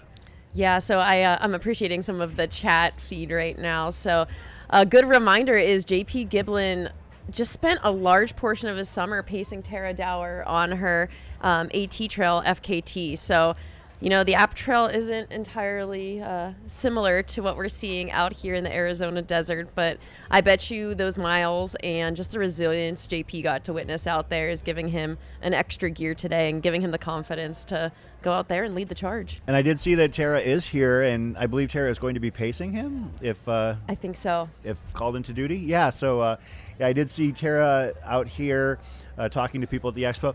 Did you see the costume of the runner that was dressed as Tara? Oh, no, that's a good one. I saw one that was also dressed as David Roach. So Oh, nice.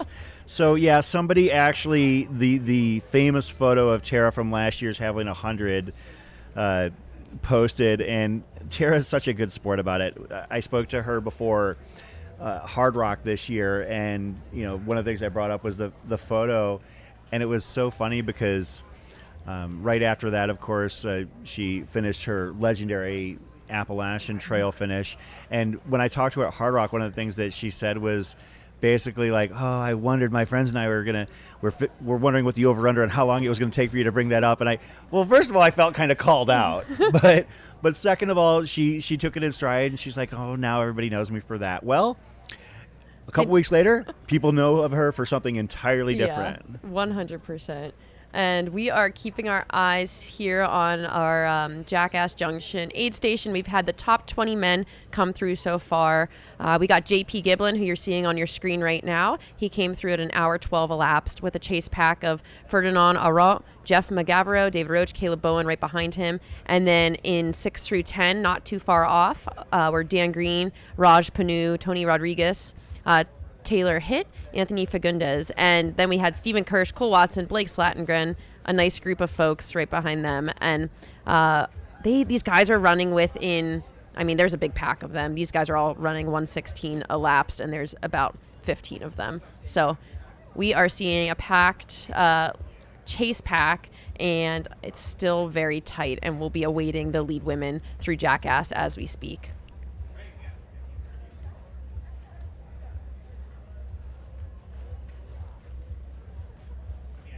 Yeah, and I thought it was interesting yesterday in our conversations, the amount of folks who are wearing road shoes out here, wearing carbon-plated shoes, definitely seeing a mix. And I'm curious to see how some of the shoes, like the Nike Alpha Fly, for example, that I heard a runner or two is wearing, how they'll fare over the 100-mile distance out here.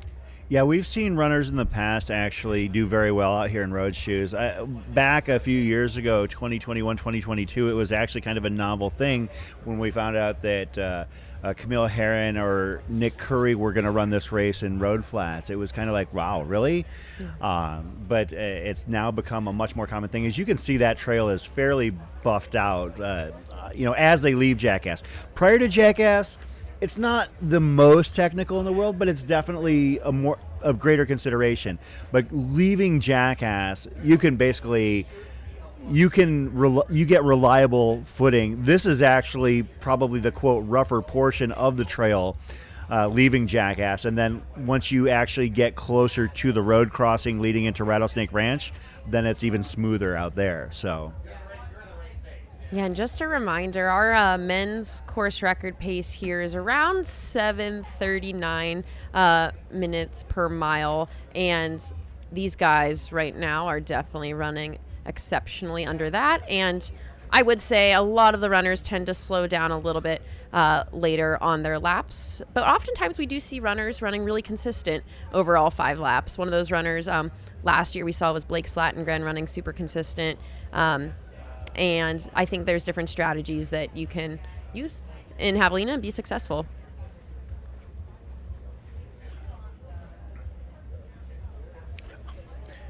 I can't share it to the rest of you, but if you go to AeroViper Running's Facebook page, that's awesome.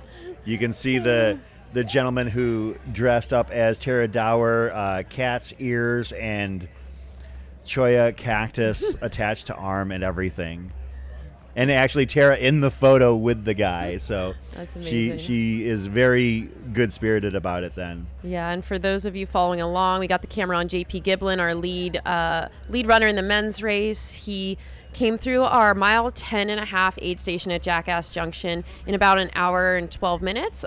He's running between like 6:50 and 7-minute pace right now, and looking pretty smooth doing it. And he's a runner for Ultra, so we'll see him out there in his Ultra kit today. You know, we talk about runners needing to conserve something for when things get hella hot out there. However, there's probably also something in the mind of these lead pack runners that are like, well, it's going to be nice and enjoyable, cooler weather for the first 2 hours or so of this race before it really starts to cook. I mean, it's probably about 70-ish degrees, give or take, and you've still got that slight morning coolness in the air. And maybe once things heat up, by design, JP and the rest of the lead runners will start to slow down considerably, not because they're fatigued, but because they're just adapting to what the weather is giving them at that particular moment in time. Definitely, and it is going to be hot out there today. Yeah, as we mentioned, I've seen high 97, high 98, and the previous high record on course was 95 degrees, I believe, and that was in 2016, and that was the last time I opted to try and run this race, and I can't say that's a coincidence. I just remember being out here in that year, and one of the most striking memories for me about that race, being a mid-packer I think I got through the 100K mark at about 15:25, 15:30 or so. So I was tracking pretty well. I was actually shooting for sub 24, but that wasn't going to happen. But one thing I noticed as I was making my way through the desert, every so often I would see people bend over to pick something up in the desert. And I was like, well, that's weird. Like maybe they're just grabbing a little pebble as a souvenir or something like that. I later found out that what the runners were picking up was ice. Oh. They were picking ice up off of the desert floor and putting it in their pockets for any hint of evaporative cooling they could get. I do believe, if I remember correctly, one of the aid stations did run short on ice, and I think that Jamil and Jubilee had to send a team of people into Fountain Hills to pretty much buy every retail bag of ice available.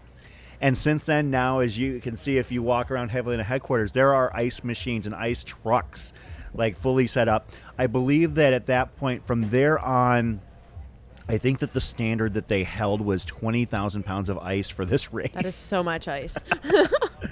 Which is pretty amazing. Yeah, no, JP looking like he's just out for a training run at this point. I mean, it's kind of underselling the fact that he's probably running at about a 6:45, 7-minute mile pace. Yeah, he looks smooth. Yeah. And a couple of those guys that we saw in those like 5 through 15 positions that I think are favorites today are the likes of Stephen Kirsch, Matt Daniels, both top 10 positions at Western States in the past, both golden ticket recipients as well.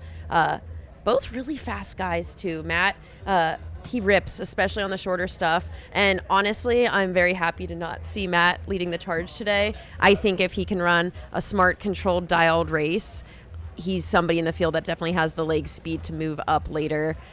Him, Steven, Justin, I think those guys are going to run really controlled, really smart, really dialed. And I would not be surprised if we saw them in the top 5 later on. Yeah. I think maybe, Jason, you're mixing up Hard Rock and Leadville. JP has not raced Hard Rock, but I know he's raced and I believe won Leadville, if I remember correctly. And we've got Katie Asmith in the field giving us reports in the chat. We've still got Riley leading at Jackass Junction. Anna's just 2 seconds behind them. And then Lauren and Becca just 10 seconds behind them. Well, and then the media race, Katie's letting us know that Corinne and Zach are both through Jackass. That is awesome. I do actually, one of the best things about the Free Trail preview show that we did was the fact that I did bring up the fact that there was a media race. I mean, you've got Zach, you've got Corinne, you've got AJW out there, and Zach actually fully copped to the notion that, yeah, I'll probably be ahead of her slightly on loop 1, but because I'm making poor decisions, I will be way behind her on loop 5. I appreciated that candor. I love that. We've also got Hannah Allgood actually is in 3rd place right behind Anna Loudon. So we've got Riley right around 122 coming through elapsed. Anna also right there, and Hannah. And this is Hannah's first 100-mile race. Really excited to see how she debuts at this distance. Riley and Anna are both veterans at the 100-mile distance. Riley's had several top 3 finishes here at Javelina, and Anna most recently running Western States and running the fastest 11th place time in Western States history, running under 18 hours, and that's still not quite cracking the top 10. That's so wild she's hoping to to me. get back. Some of the other names that have hit Jackass Junction at this point: Nicole Bitter, McKendry Hickory, Ryan Hartwig, Zach Marion, as we mentioned, Elon Lieber, Aaron Clarks, Sierra DeGroff, Matthew Hunsucker. We've got about 50 runners that are through Jackass Junction for the first time at this point. And that is in just under 90 minutes, about 88 minutes at this point. And I mean, that is still really moving even at this point. Extremely fast. Yeah, and just for reference, so Riley has run this race. This is Riley's 3rd time running Javelina. Last year came through Jackass Junction in 125 elapsed. Mm-hmm. And this year we're seeing Riley and the lead women's pack come through there at 122. So Riley was in that chase pack last year. Heather Jackson was definitely ripping off the front last year and came through Jackass in 118. So not quite running Heather Jackson splits this year, but running faster than I think the chase pack and lead pack have run in recent history. Yeah, Riley runs pretty aggressive when they're out here on this course. Yeah, One thing we have noticed over the last 2 or 3 years. Yeah, I will be pacing Riley on the 5th lap today, and they informed me that they're wearing the Nike Vaporflies. So excited to see how those work out here on this terrain. Do you know offhand what Riley wore before when they ran this? They've worn Nikes and Hokas. I'm not sure exactly. But trail tread or road flat? I think trail shoes. So, interesting. Yeah. So as they've gotten more experience out here at Javelina Jundred, chosen to switch to the road shoe. Maybe that's going to be something that we see on a regular basis. As one of the curators of the Facebook Q&A page for this race, people will ask me, oh, is this a race where I have to wear trail shoes or can I wear road shoes? And I say, you know what, dance with what brought you. Whatever you thought you needed to prepare for, don't make any changes late in the game. Just if you think you can run, and here you go, you can actually see the trail. Like I said, this section of the trail, the last 7 miles of the loop, I'll have to qualify that here in a second, but you can see that you can run this in a road shoe if you're comfortable with something like this. However, they are going to head over into the Escondido loop. It's a little bit more technical.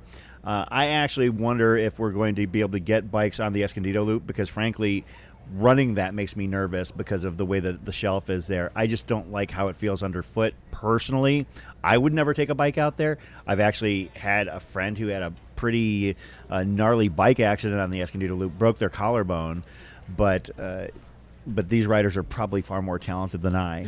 So, yeah, and I mean, this is a course that definitely lends itself nicely to the biker cams. Yeah. I'm happy we've got them out here. Hopefully we can get some eyes on the chase pack here. We're looking at JP Giblin right now, and the last checkpoint we had David Roach, Jeff McGavero, Ferdinand Arot, Caleb Bowen, and a few others chasing down JP and back behind him by about 30 seconds or so. I don't know. I see people asking about. I saw somebody posting about running in Crocs. I'm pretty sure that's happened. Oh, I bet. Yeah, that sounds. I mean, Jeff Garmire like has run this race before. That's entirely possible. Yeah, and thank you, Brett Hornig, for weighing in on the shoe conversations in the chat. They're chatting about the advantage of road carbon versus trail carbon here. So you can read Brett's chat remarks because I am no shoe expert, but definitely he is. So we mentioned we have Katie Asmuth out there at Jackass Junction. Of course, I ran into Katie last night as you were out to dinner with her. How's her voice? Yeah, Katie lost her voice, and she is one of our field correspondents today. So if we do get Katie eventually out here on the live stream, she is going to be a whisper. So I told her she should dress up as a mime, and that would be really fitting. But hopefully we get her. If you know Katie Asmuth, you know she's a ball of energy, and you always know Katie's around when you walk into a room. So Katie without a voice is pretty she's done coverage for other races, and so I was excited to hear because she is a very good verbal communicator. And then when I saw her at the restaurant, she came up and whispered and said she lost her voice. I was devastated. So hopefully she gets that voice back over the course of today, but chances are she probably won't. The next time we should be seeing, getting a live timing mark is probably just under the 2-hour mark into the race. So probably 1:45 or so, which is in like 13 minutes. So our runners will be hitting an Escondido timing mat at, the Rattlesnake Ranch timing mat at mile 15.6. So the last timing checkpoint we had was 10.5 miles. And I think our biker's probably been with JP for a mile or two now. Mm-hmm. Yeah, Josh, I know that you guys race out there. The friend who broke her collarbone actually broke her collarbone during a race out there. Ouch. Like, I'm just saying, like, those who ride Escondido, more power to you. I personally wouldn't do it. I mean, number one, I'm the most novice of mountain bike riders anyways. Like, even Pemberton makes me nervous. But I do know that yes, mountain bike races happen out there, and actually some very big events take place out here at McDowell Mountain Regional Park. It's just, I applaud those who do it. I'm just simply not one of them.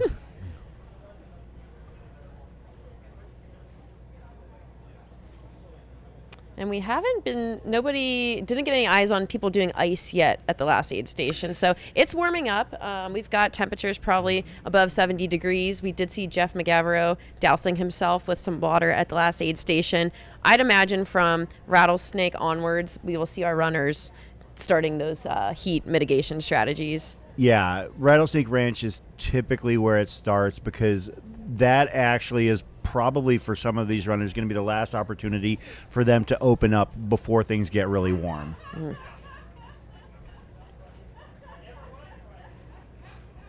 Looks like we lost our bike cam. Looks like they might need to do a recharge there. That is the scene right here at Javelina headquarters. It has gotten a little bit quiet. As soon as we have eyes out in the field, we will bring those back to you here. But yeah, this is our start-finish line static cam, where we will hopefully be greeting hundreds, if not over 1,000 runners. And I guess this would be a good time as any to talk about some of the historical aspects of this race while we have a break in our on-field camera coverage. So in the 22-year history of this race, 21 previous iterations, there have been 4,518 finishers. Wow. And so given the fact that we have 800-plus runners out there, there is a possibility that we have the 5,000th ever finisher at Javelina 100. However, the finish rate for this race is historically in the 50 to 55% range, which is pretty fascinating if you think about it, because this is a 100-mile race with perhaps 9,000 feet of climb, with a finisher rate that equates to far less than some of the most competitive races in the world. And I think there's a couple reasons for that. As you can see, that is the road into and out of the park. Park wherever you can find room. One of the things about this race, I believe that the finisher rate lags behind other comparable courses simply because of the heat. That is one thing that is very well known about Javelina. It gets hot. Like we said, we're going to be approaching 100 degrees today.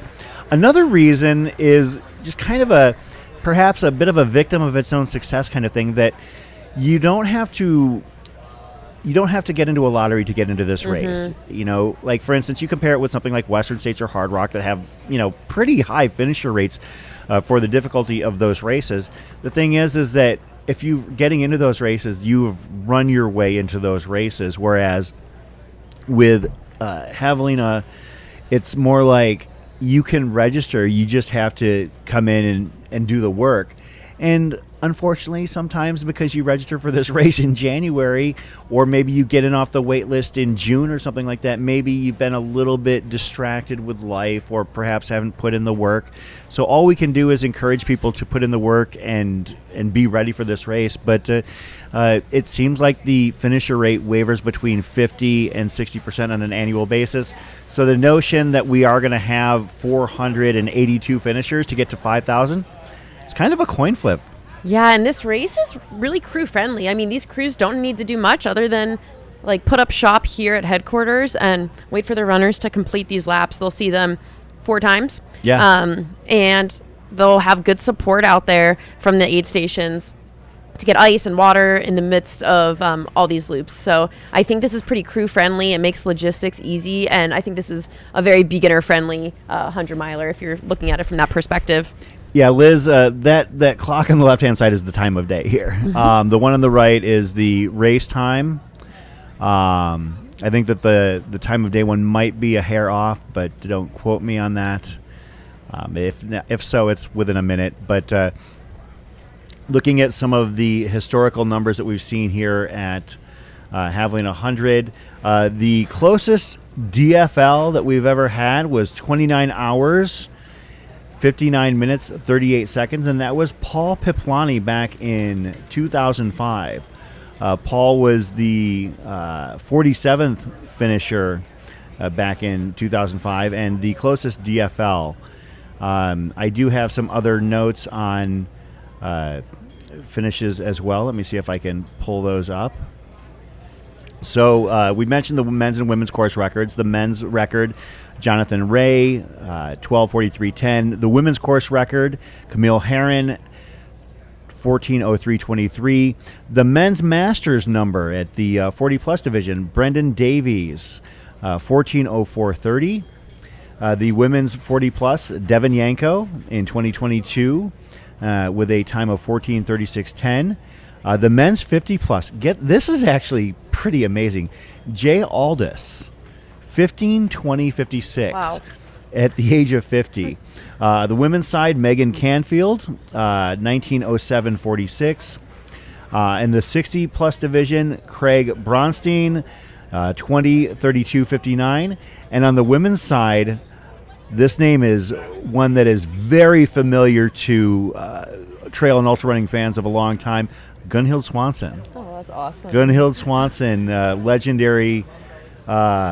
She actually finished it in 22:37:46 at age 60, and she's also the oldest female finisher overall at the age of 70, a decade later, at 27:24:15.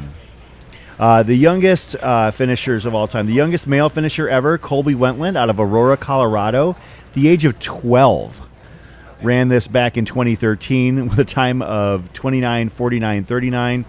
And the youngest female finisher, Millie Troop, at the age of 16, finishing in 2019 at a time of 27:14:21. So that's some historical context on what we're looking at here.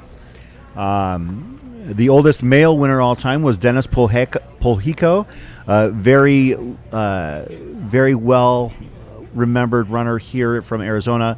Won the inaugural men's race back in 2003 with a time of 18:05:15.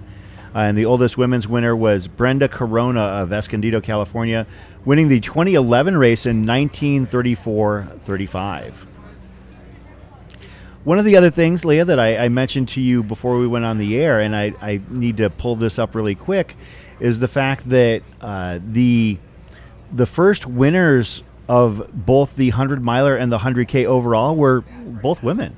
That's incredible. So the inaugural winner of the 100-miler was Stephanie Arrett in 2003, and the first winner of the 100K was Sina Goodman in 2007. So women have definitely thrown down and done very well here. That is Raj Panu. It looks like we've got on course right here. Yep, and last checkpoint we had him in 7th place, kind of behind the chase pack. So we had a chase pack that was Ferdinand, David, Jeff, Caleb Bowen, Dan Green, and then Raj was about a minute back from those guys, maybe almost 2 minutes actually. So there's looks to be some good separation between the chase pack and then Raj next. I will say it is interesting to see that Raj was perfectly content to not lead out. Yeah, I mean he looks smooth too. So Raj has the course record from the 100K last year. Ran extremely strong and even commented that he was able to close on his last loop at his road 100-mile pace. And then we saw Raj later last year then run a really fast 100-mile on a jackpot, which is on pavement. Yeah. So he's got the fastest 100-mile time in the field today, running under 12 hours, second fastest American at the distance.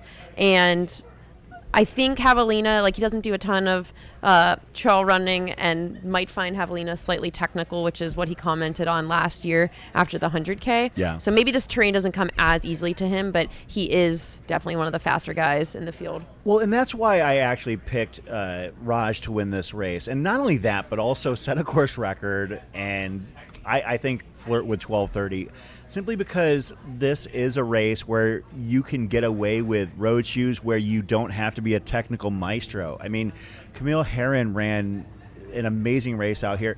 Not exactly known for being somebody who likes the grind of a technical course. She wants something that she can open up and go extremely fast on. And so I kind of looked at Raj in that vein where he's the kind of guy who, yeah, people might actually, kind of raise an eyebrow at the fact that he looks at this as a technical course, but that's what he's used to. He's used to running. I mean, I watched him run, a sub 12-hour 100-miler at Jackpot. There's no trail. There's one bit of gravel stretch, and that's all. Obviously what he did at this race last year, so he knows it. He ran Tunnel Hilly. I think he ran a 5:08. Yeah, so fast. 50 miler. But it was still second place there, which is also crazy. Yeah, that's a discussion for another day. No, I mean, but Raj is just so unbelievably fast, and I know now from having seen him at Jackpot that he has 100-mile legs. It's just a question of whether or not they can sustain, because, Loop 4 and Loop 5 are going to be pretty rough heading out to Jackass. And for somebody that's moving as well as he is, part of the front of the pack, that's going to be in the brutal heat of the afternoon. Definitely. So I'm excited to see what Raj does out here today. He wasn't really challenged in the 100K last year. I think Anna Loudon finished second place behind him, and she was a little ways back. And just for reference, last year, Raj on his first lap ran just over 2.5 hours. And when we compare that to what John Ray ran on his first lap last year, he ran only about 4 minutes slower than that. So what Raj was running for 100K last year was faster than what the 100-milers were doing, rightfully so. But honestly, not that far off. So I'm curious to see how Raj feels once he adds another 40 miles to the 100K of trail distance he got out here last year. I will say that there is a bit of unknown and risk when it comes to picking Raj for this race, because we don't know what he is going to be like on trail past mile 60. Mm-hmm. So it is kind of a unique perspective. On the other hand, and also Raj is kind of got this, I don't know, kind of almost like whimsy approach to running, it feels like. Yeah, he's really fast, and I'm sure that he is dialed in on his workouts, but at the same time, speaking to him yesterday at length for the first time, he really just seems like he's going to do what feels right to him. So I'm sure that he has certain marks and goals that he believes he needs to follow along over the course of the day. But by and large, I think he's going to be running on feel. Definitely. And we saw Raj make his trail debut in the ultra distances at JFK back in 2020. And then I think he came onto a lot of people's radar at the Hoka Carbon X event back in 2021 when he ran 6:28 100K there and was on pace for very fast times, especially early on. And he's represented Team USA on a few teams as well in those road distances. Also, arguably the best hair in the best men's hair. ultra running. Yeah. Him and Tim Tollefson. You know what? Well, here's the thing. If you're looking at two different divisions. That's true. Long and short distance hair. That's a good point. Tollefson has the best short hair in ultra running, the best short distance ultra running, whereas Raj has the best long distance. That's a good point. Just to level set, we should be expecting our lead men through Rattlesnake very soon. So for reference, in past years, we've seen them come through in about an hour 48 elapsed or so, hour 50. It's hour 46 elapsed right now for us, almost hour 47. So our lead men should be heading into Rattlesnake very, very soon.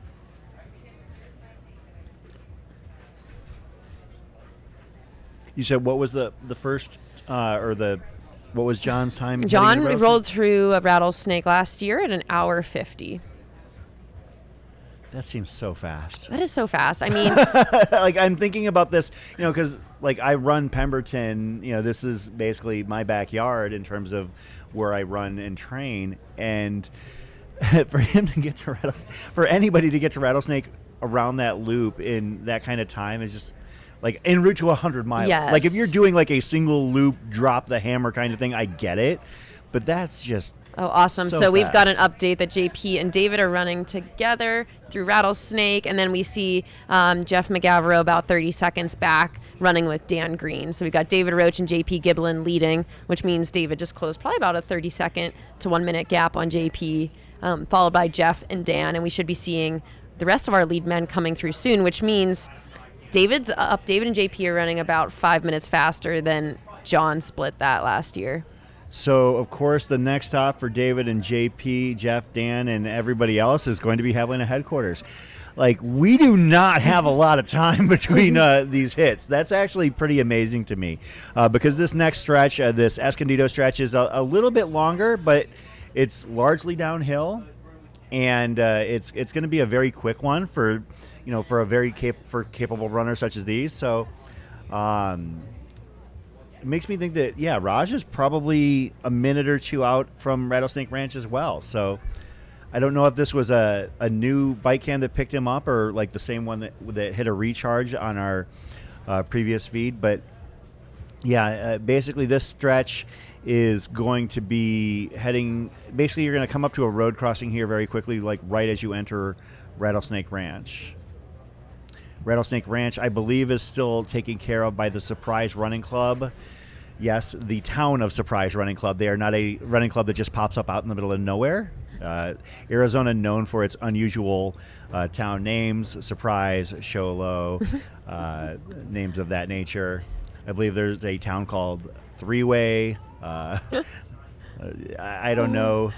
I believe that some of these names came about as a result of a poker game lost. Like, Arizona's a fascinating place and a great place to run. I can say that. I've been living here for 20 years.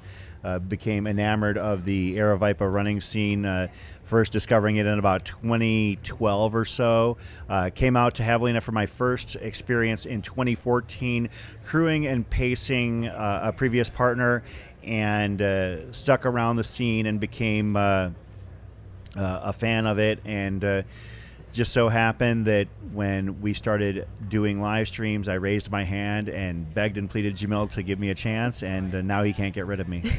He is stuck. Do you think it's still going to be a nice place to run at 3 o'clock this afternoon in Arizona here? I mean, it'll be a nice place to watch them run. Yeah. I will actually be out at Rattlesnake Ranch in a little bit. As you can see, he's coming up on Rattlesnake Ranch right now. And that's Raj Paul Panu that we see. We believe he's in 7th place coming through here at Rattlesnake Ranch. And he's coming through what John Ray split through here last year. And just as a reminder, John Ray is our course record holder here. And so we have 7 guys through Rattlesnake Ranch under what John Ray ran through here last year on course record pace. So Raj stopped for a quick water recharge. And our bike cam is heading further down the course. So basically in about less than a quarter mile, this bicyclist normally, so for laps 2 through 5, runners will go straight when there's a fork in the road. And when the cyclist actually gets to the split, they're going to take a left to head down Escondido. So do we have a Rattlesnake cam? Even if we don't have a runner in Rattlesnake, we can go to the Rattlesnake cam, kind of show people what's going on out there.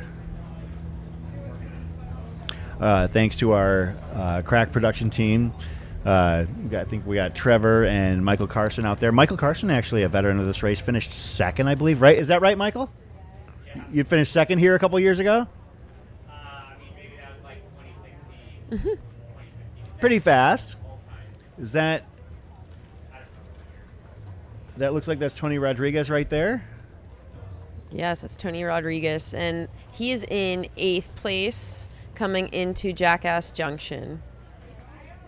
And, yeah, that's hour 52 elapsed. And that's about 15 and a half, 16 miles in, which is just, again, like kind of incomprehensible for me that the top 8, 9, oh my goodness, here we go. Oh, wow. There's Justin Grunwald, got eyes on him. That's a fun, comfortable chase pack there. Really excited about the people I see in that group. The likes of Stephen Kirsch, Cole Watson, Blake Slatengren. There's Blake right there. Justin Grunwald, Matt Daniels. I think those guys are running right where they need to be. I think we'll see a battle between a lot of those guys in the next laps. We see Justin there. There's Blake. Justin's getting cooled down with water. He told us yesterday that he is going to take his time out there today. He's feeling really calm and confident, and said he's not going to leave any stone unturned. He knows it down to the number of ice cubes. I feel like Justin just looks different than in comparison to races that I've seen him race before. I saw him out at Black Canyon a few years ago, battled through some things for a 7th place finish, just picking off runners as the day went on, including somebody right at the 50-meter mark from the finish line. And speaking with him yesterday, I was surprised at how soft-spoken and chill he was. Not that I think that he was going to be off the rails or anything like that, but he just seemed like he was really just hey, we're going to go out there and and see what happens. We're going to do things the right way. That's the feeling that I got. Yeah, So- and Justin has missed a golden ticket by 2 spots prior. Once at Canyons 100K a couple years back, and then another time at Grindstone just last fall. And he's been putting himself in the mix for a while, but he told us yesterday this is actually the first time he would take his golden ticket. And I think that speaks to where he's at in his life, where he's at in his training. He said this has been like the fittest he's ever been, the best headspace he's ever been in. And said if he were to give up a golden ticket, if he were to get one in this race, the only person he would want it to go to would be Matt Daniels. So I think those guys are buds. We see them running together out there today, and I think they're going to be working off of each other's energy really well. See, Skyler knows what's up. He says Michael Carson goated, talking about Michael's second place finish here back in 2016. Also sliding over to the dark side and being part of the broadcast team. Of course, that was also the first year of the new course, if I remember correctly. Or were you 2050? Oh, so it was prior to 2016 then. Okay. As you can see, yet another one of the 12-foot tall skeletons, welcoming runners as they hit Rattlesnake Ranch. Rattlesnake Ranch is actually on the road, so there's a little bit of I don't want to say issue, that's probably the wrong word, but so the way that Javelina 100 is set up, Javelina headquarters is a one-stop shop for all things crewing, pacing, cheering, and everything like that. So technically there are 2 spots where the runners do cross accessible roads here in McDowell Mountain Regional Park. However, it is asked that runners or that crews and other people cheering on do not go to those other spaces. And unfortunately, there are people who are apt to occasionally ignore the race command in that regard. One of the road crossings is unavoidable. It's about 1.5 miles up the road from where we're at, and you are going to probably, in some cases, people are probably parking on the other side of that. As we see Caleb Bowen, part of our lead men team out there. So you might actually see runners at that road crossing because you're parked there, but it's generally asked that fans and followers do not actually hit that section. And Rattlesnake Ranch, being right on the road, that is definitely a non-starter in terms of people going out there. Caleb moving pretty well. I think that's not Escondido, I don't think. Is he through Rattlesnake? He is through Rattlesnake, so he's sitting in fifth. Maybe this is Escondido, or it's the section of Pemberton leading up to the Escondido Spur.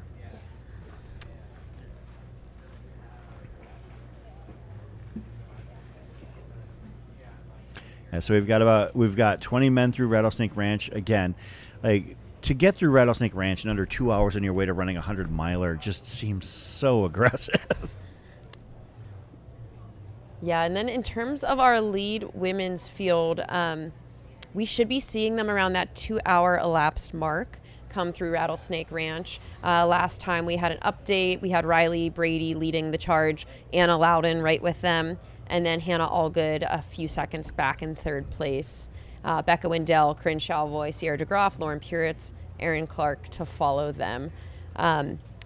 We saw last year Heather Jackson ran extremely fast splits early on. I don't think we're going to see any of the women going quite that fast this year early on. But yeah, she would have split through Rattlesnake Ranch 2 minutes ago last year. Mm-hmm. I expect our lead charge will be around the 2-hour mark. So these runners are just hitting Jackass Junction. This is going to be a lot of the middle of the pack runners. Maybe the very front of Wave 2. No, that would be too fast for the... Well, I guess it would be about 9-10 minute miles for the very beginning of Wave 2. But yeah, there's going to be a lot of mid-packers here hitting this. So, I mean, if you're hitting Jackass Junction at the 2-hour mark, you're still pacing for a sub-24. And I'm sure that's initially a lot of people's goals out there today too. Is always sub 24. Always, Leah. That's one of the things I'm guilty of it myself. You know, when I ran this in 2016, I was trying to keep aggressive, and I came into after my first loop. I believe that I was supposed to come in at about 5:15, and I came in rolling about 4:25, and my crew was like, "What are you doing here already?" Okay, looks like we got Yassine Daboon in this aid station, which means, there's Riley Brady in the yellow hat there rolling out. So Riley Brady, no stranger to this race, having finished There they second go, and third. arms up with Yassine not far behind. I do think we should be seeing Anna Loudon next. So with reference to Riley's times in the past here, so last year Riley split through this aid station in 2 hours, 3 minutes. So they are about 4 minutes up on that split from last year. Interestingly, Anna Loudon in the 100K last year also split through this aid station in 2:03. High 2:03s, right around 2:04. So if we see Anna coming through here in the next minute or so, this will be faster than her 100K split when she set the course record in that race last year. I have to admit, I don't know how I would feel about that if I'm Anna Loudon at this point where, okay, I'm going to have to run faster than I did for... Well, there's a good Oh, group. wow. We got Erin Clark there. We've got Anna Loudon, Lauren Puritz. Corinne Chalvoy. Chalvoy. I'm a little bit surprised to see Corinne Chalvoy up there. When we talked to She is going for it. her yesterday, she seemed like she was kind of like playing it cool, you know? But I do also know that she's been working really hard with her training, wanting to unlock that 100-mile distance. It's one that's kind of eluded her. I know she had a finish at Leadville a couple years ago, but and Corinne is a very fast runner. But it seems like most of her successes have been in the 50K to 100K range, and I know that she really wants to unlock the 100-mile distance. Yeah, I saw in Corinne Chalvoy's training, she just this past Monday or Tuesday, she threw down a 5:12 downhill mile in her training to get her quads ready.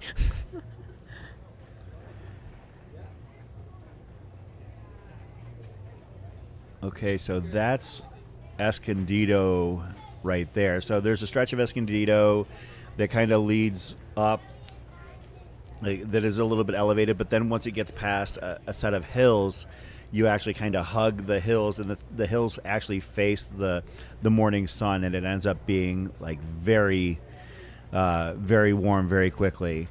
I know that when I went through there, it was closer to about maybe 9:30, so well after these runners are hitting it, but it was pretty rough. Looks like we had a freeze in our shot there. We'll see if we can grab an active shot here real quick. Perfect. Okay, we're working on audio.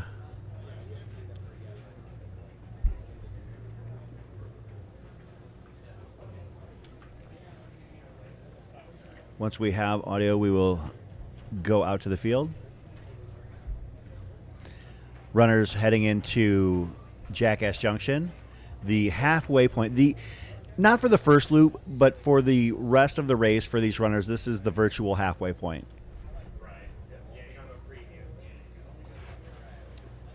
And just to recap our top 10 women so far, we've had 7 through Rattlesnake Ranch in the 2-hour time frame. So we had Riley Brady in first, Hannah Allgood about a minute back in second, Erin Clark in third, followed by Anna Loudon, Corinne Chalvoy, and then Lauren Puritz in sixth, and then Becca Wendell running in seventh, which I'm happy to see her there. That's a great spot. She's somebody that typically will take it off the front in the first 3 positions, but I think in a pretty seventh is a good spot for her. Runners just pouring into Jackass Junction at this point. This is where I have to raise my glass to those who are working out there. The Arizona Trailleggers, they're a running group that has been around for a long time. Actually, their fearless leader, David Bliss, will be out there, and we'll probably see David somewhere along the way, very easily recognizable by a long blonde wig. This wig has, I would say, about 3+ feet long blonde hair. And he's been wearing it to protect himself from the sun for, I guess, going on 15 plus years out here. David is actually also the only runner from this year's race that ran the inaugural Javelina 100 back in 2003.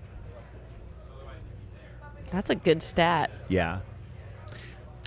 David, and he's going for finish number 10. And I spoke with him yesterday, and this is not his first time going for finish number 10, so he wants it bad. And I have to tell him, and I've told him, even when he gets frustrated about it, he knows full well that Jubilee and Jamil and everybody at Aravaipa are rooting for him. So he actually told me yesterday he is going to finish or die trying, and I'm scared that I know that he's telling the truth.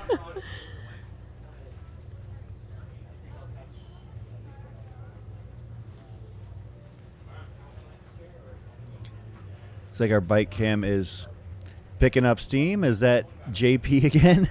Oh, that's Jeff McGavro. Oh, Jeff McGavro. Yeah. Yeah. So last time we checked, we had Jeff in a third place behind David Roach and JP McGavro. Oh, It's about 30 seconds back from those guys, and I can't really see any runners in front of Jeff here. So I'm thinking that's probably that gap is still persisting a little bit. And then Jeff is, he lives and trains in Missoula, Montana, usually known for his mountainous trail running with finishes at UTMB, Run Rabbit, a second place finish at Broken Arrow this past year with a pretty historic battle with Adam Peterman there. And he's fast. I think that's something that we don't get to see very often, but he definitely has leg speed and told us that he's going to go for it today. And I think we're seeing that with him running in podium position right now. Yeah. As you can see Jeff approaching. This is what I was talking about, how there's kind of a little bit of a shelf over on the Escondido side with a drop-off. So the shelf is going to be kind of on the right hand, or the drop-off will be on the left, and the hill will be on the right, and you can just feel that. Oh, is that Zach? We just missed Zach Marion out at Rattlesnake Ranch. He knows better than that. He's there way too quick. But if he's feeling it, might as well log those miles. And that's one of the things that's kind of tricky to look at when following this race is, yeah, there are a lot of runners who are going to go out fast, but it's not because they're planning on burning up, but they want to log as much as they can before it gets hot. It looks like we just had Corinne Malcolm come through Rattlesnake Ranch in 9th place for the women, and she is running on the splits of what Anna Loudon ran last year in the 100K race through there. So Anna came through at just under 2:04 last year, and Corinne, our 9th place female, 2:03:34. So our women are running very fast right now.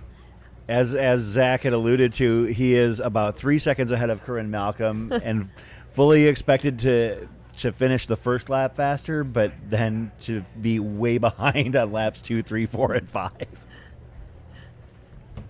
That's fun to see. Definitely a long day out there, and I think anything can happen. We've got a really fun mix of men running all within a minute of each other or so in those like 8th through 18th positions. Looks like we had a large women's chase pack as well. So that's typical to what we see early on this first loop. We see a lot of bunching up of packs working together. By laps 3, 4, and 5, we'll start to see that separation a bit more.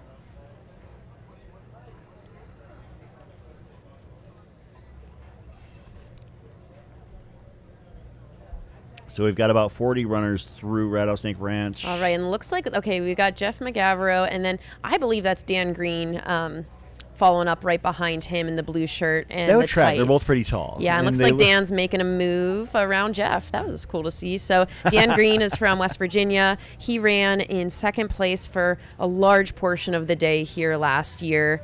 Ended up finishing in 4th after having a tough 4th lap, but ran really, really solid. Quick heads up on the 100K. We've had our first runners hit Coyote Camp, and a lot of them came through at one time. Pedro Gomez, Carlos Cordero, Charles Castonway, Sidney Noble, Joseph Reardon, all coming through basically at exactly the same moment. On the women's side, Ann Flower, Jane Mouse, Sylvie Abel, Janelle Hazlitt, and Katia Wanish are your top in that race.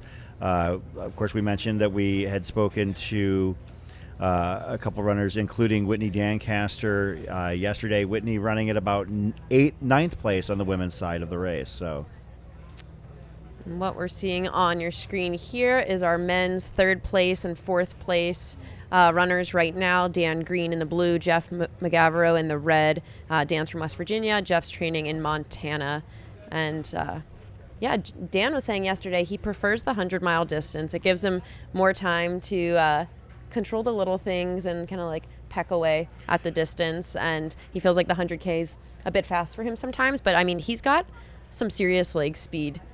He's done a lot of those faster rim-to-river 100 miles out in, I think, that's West Virginia. And, has been doing extremely well over the last couple years. Yeah, I do feel, and I actually can see where he would feel that way, because it does feel like his, like maybe it's just one of those situations where 100K just isn't quite enough for him to establish himself, and that he feels better. Although, then again, we just did see him make a pass very early in this race, so obviously it's way early to the point where there's no, I mean, a minute here, a minute there. Our camera out there at an aid station.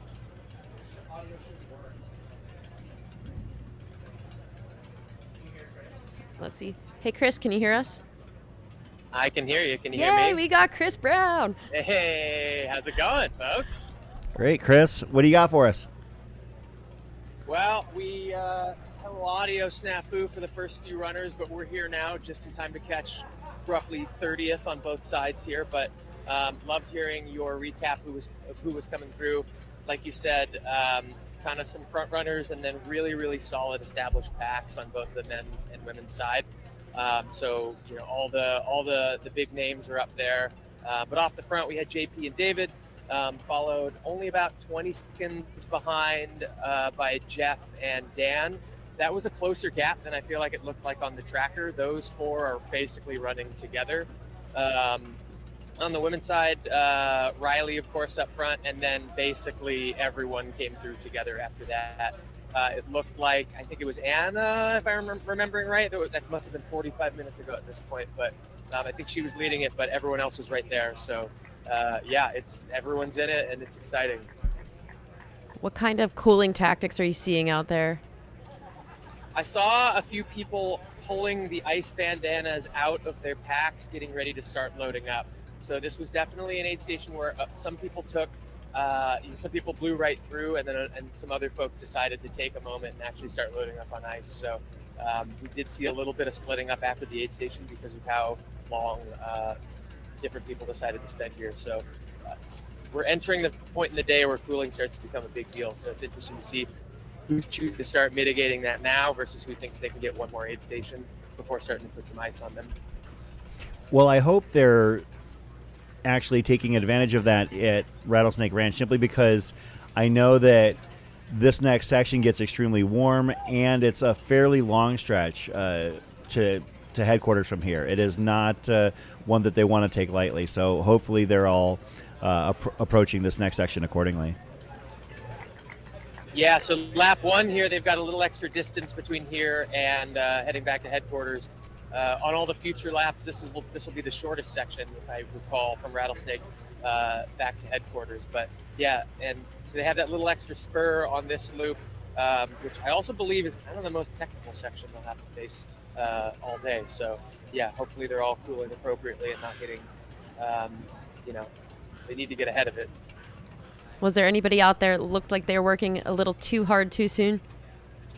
I was dreading this question, Leah, because every time I make a projection based on how somebody looks, I'm wrong. So my temptation is to say, welcome to the club. Best friends in this race. My temptation is to say, just to name my best friends who are in this race and say they look awful, because that's a surefire way to make sure that they'll finish at the front. So you know what? I'll comment on that next lap. But for now, I have some names in my head, but I'm not going to say them. It's too early for anybody to be feeling bad.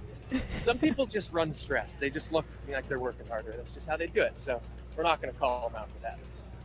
So, Chris, you've got a long day out there today. You've got some pacing duties later. How you feeling for those? Feeling great. I have actually never seen this loop in the daylight, and I probably won't tonight because I'll be heading out for loop 5. But, maybe I'll get to see a sunset out there. But, this course is magical. Daytime, nighttime, the whole thing. It's just amazing. yeah, like I said, I've never raced here. I've paced, and it's just an awesome experience. And being out in the desert at night is always a privilege. So yeah, gonna try to stay hydrated and stay cool myself and make sure that I can make it through that 5th lap with Erin Clark, because she is definitely liable to drop me. So hopefully we get to that point. So you are a training buddy of Jeff. Are you surprised to see him where he's at in the field right now? No, Jeff is definitely one of those folks who wants to keep himself in the mix from the start. We had some conversations leading into this race about strategy, and he gave me the old, I'm going to make sure to hit really precise splits while also staying in touch with the lead and running my own race based on feel. So just classic everything at once strategy. I was going to say. Yeah, those tend to be mutually exclusive, but he's going to try to do them all. Jeff, I heard you, Leah, on the podcast the other day, and I think you guys rightly called out that, and we in Missoula have been trying to convince Jeff of this for years, that he is a super underrated, flat, fast runner. He's just so emotionally committed to mountain hundreds that he's never been able to realize it. So we've been telling him for years now that he should be doing something like this, but he just keeps wanting to, go out to UTMB and just suffer out there. Not that he's not great at that stuff. It's just I think he's got a lot of untapped potential in this sort of course. It doesn't show up in his ultra sign-up results, but we're all pulling for him today, and we're really confident that he can do it because, training with him, we've seen his speed. He's just an incredible runner. So, yeah, spent a bunch of time with him. He was telling me about his big training, his key training session leading into this. He did the Taylor Swift treadmill workout, which I don't know if you've heard of that. Apparently Taylor Swift gets ready for her concerts by getting on a treadmill and running on the treadmill at different speeds while singing all the songs in her set list. So Jeff, I think, sets the treadmill at a different grade based on the speed of the song. So, if you can pull that off, if you can pull off the T Swift set list on a treadmill, then you're probably in pretty good shape for Javelina. That's his theory anyway. But yeah, we'll see how it plays out. That's the new kind of double threshold. Yeah, exactly. So some experimental technique, but I think he's been really fit, so it seems to be working.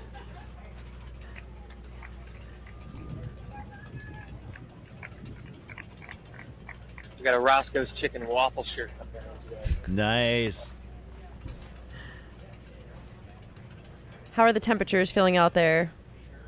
Starting to get warm. I haven't warmed up entirely yet. I'm still bundled a little bit, but give it a few minutes. I think we're going to start baking out here. I need to find some sunscreen. Yeah, runners are really trickling in at this point. Everyone's still looking, still the front end. Oh, looks like we lost Chris out there. I was actually curious. Oh, we got a follow cam here on the Escondido Loop. That's David Roach in the green shorts. Thank you, David, for wearing something so easily identifiable.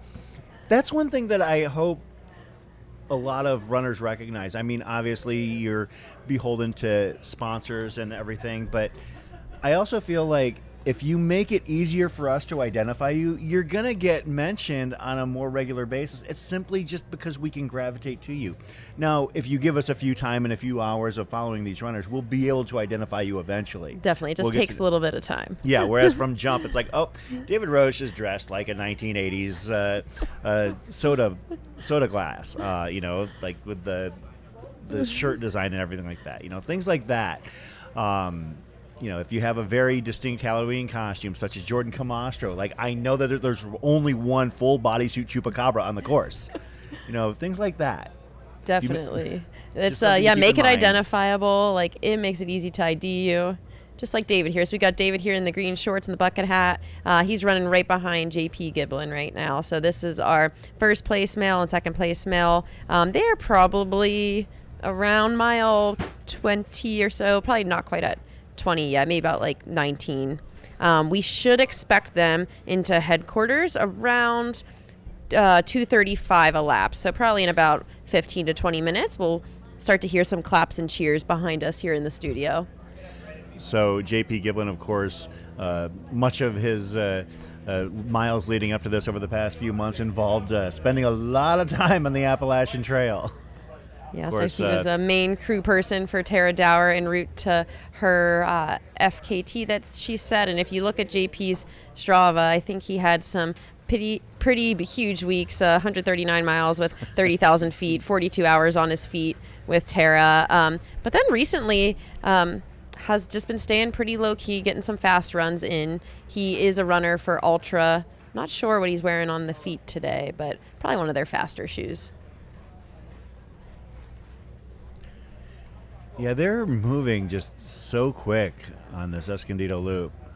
Yeah, and David Roach, I mean, I don't think he's a stranger to anybody following along today. Most recently set a pretty historic course record at the Leadville 100. That was his first 100 miles, and this is his second today. He's been talking a lot about just the curiosity with trying 200-mile distances this close together, trying to understand if how his recovery is going to go. Will he be able to put forth the same effort that he did at Leadville? He is notorious for having a pretty solid stomach and throwing back all the carbs.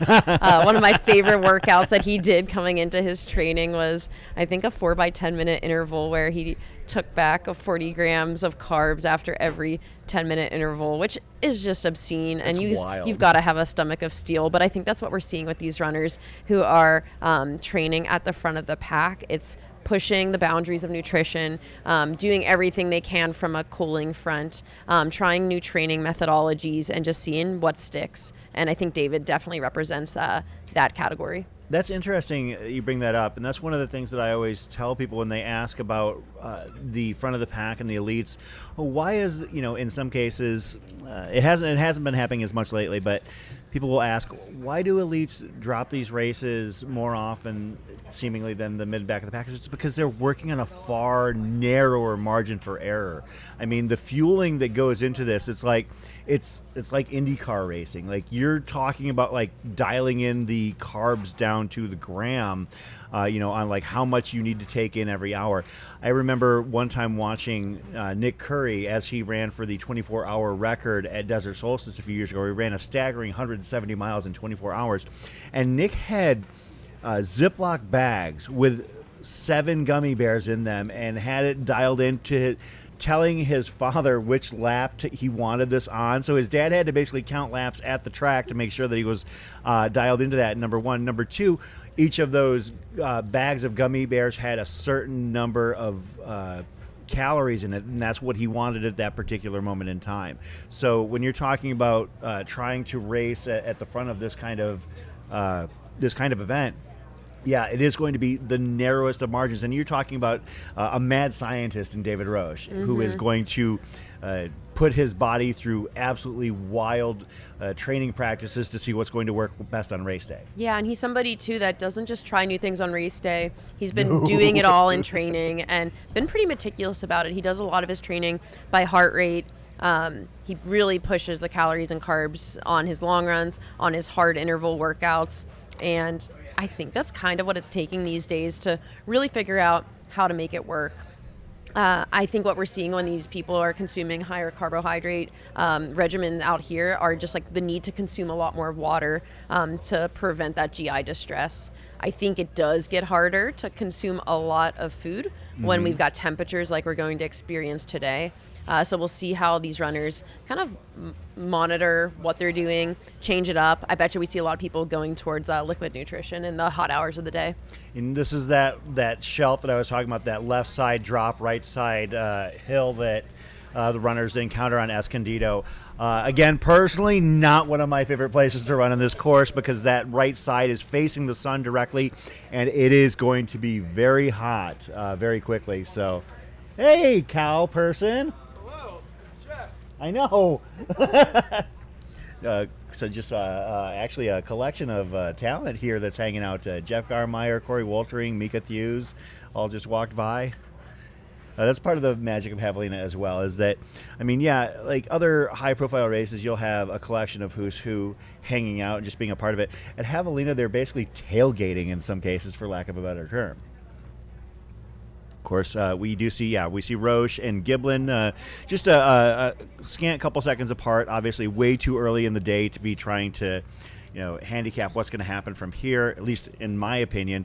But Roche, I did have at the very front of my race predictions. I had him finishing second. I do have Raj Panu winning. And while I didn't have JP Giblin up at the very top of my roster, I did readily admit that JP Giblin always just seems to get a little bit less respect than he deserves. I think partially because when you're doing your race predictions or looking at race rosters, his ultra sign-up is a little bit lower than everybody else's that runs at his level. I think it's just one of those things where he's got some great results, some not so great results. A little peek behind the camera there, behind the curtain there. Somebody's gimbal. Oh, that's a beautiful shot. Oh, we are getting close. Oh, yeah, you can see our headquarters in the far distance there. That's a beautiful shot right there of the Escondido Trail. We are about 2:24 elapsed right now, and I think our lead runners should be coming through into headquarters in the next 10 minutes or so. Last year we saw John Ray come through here at 2:37 elapsed. These guys are running at least 5 minutes up on those splits, so we might see David and JP roll through here about 2:32 elapsed. So about 8 minutes from now, and that's a little over a mile is what we can see on the screen from there. And then for reference too, Blake Slatengren is a runner that we had last year, finishing second place here, earning a golden ticket. He ran conservatively all day long, moved up in the later parts of the race. He's in that chase pack today, back in that 12th place position where Stephen Kirsch, Justin Grunwald, Tony Rodriguez, and Cole Watson are running. And Blake is running 3 minutes faster than he was at this point last year. So I think what we're seeing is this pack mindset. A lot of faster splits this year early on. I think people are kind of realizing that they need to stick with the group if they want to have a shot. Some other names of note out there in the course: Diarra Cropper, Hella Sidibe, Porter Burgess, all through Rattlesnake Ranch. Looking a little bit further down, Jordan Camastro, the Chupacabra himself, bib number 69, is through Jackass Junction and on his way to Rattlesnake Ranch. Ryan Van Duzer, who we spoke with yesterday, content creator, YouTuber, is on his way to Rattlesnake Ranch as well.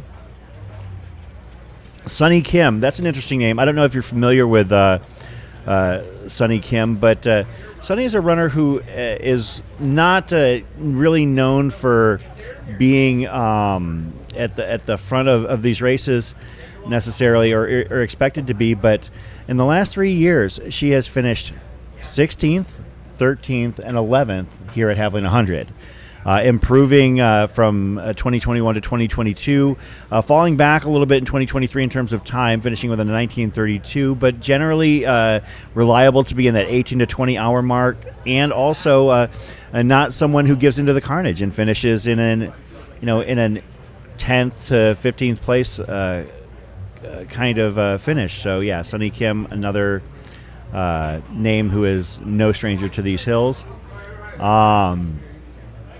Looking further back, I'm not used to, for those who are fans of Andy Jones-Wilkins, not used to scrolling this far down to find his name, usually right at the top of those Western State standings when he was running at the front of the pack. But, oh, wow. So they're actually off of the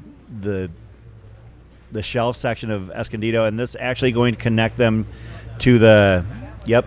So they're actually going to be combining, actually. They're on, I guess technically that's still Escondido, but you're going to see right here there's actually an intersection with the Cinch Trail. So for laps 2 through 5, they're actually going to be coming back on the Cinch Trail that's just on the right-hand side, and then taking that hard right and join the trail right where they're at. So they're less than half a mile out, moving really well. When there has been a beverage mile here in the past, I do believe that is like I think it might be just short of the turnaround. I can neither confirm nor deny when those happen. Oh, somebody in the chat said they saw a rattlesnake on Escondido 3 weeks ago. So I've seen it. Yeah, I would not be surprised if our runners come across a couple today, especially I as it starts remember heating up. running the Adrenaline 10K, which is essentially the Escondido loop from in reverse. And I remember one time encountering a rattlesnake coming across the trail. I completely just stopped, and a few people just like went right by me, and all they did was irritate the rattlesnake, and I was not grateful for that. This looks like a nice stretch of trail right there coming Very into fast. headquarters. This is a cruiser, and I think if anybody is wearing one of those carbon-plated shoes out there, you could probably really move on a section like this. And as anybody who was trying to set a pop-up this weekend, the ground here in Javelina headquarters is hard. Like, it is basically one step short of being pavement. And so you will see these runners coming in and out. And I can speak as a follow filmer through through Javelina headquarters that the runners are moving fast as hell. Absolutely. And keep the eye on the clock here. We've got our runners coming into Javelina headquarters just about now. The timing map will be on kind of the far end, the right side of all those tents that you see. Another quarter mile at least. Yep. And Loop 1 for John Ray, last year's winner and course record holder, was 2:37.39 elapsed through here. And we are almost at 2:30 on the clock right now. And we've got JP Giblin. That's the camera on JP here, dousing himself. You got Tara Dower and the skeleton next to him. She looks fully recovered. Looks like JP's doing some things to stay cool. He is flying. Yeah, that's just such an aggressive looking pace right there. That looks so fast. Yeah. Oh, that looks way too fast. Not a bit of hesitation to just full send here through Javelina headquarters. He's on the far side. Now he is actually hitting the very first cruise spots. We'll be coming up behind us here in probably about 15 seconds, 20 seconds.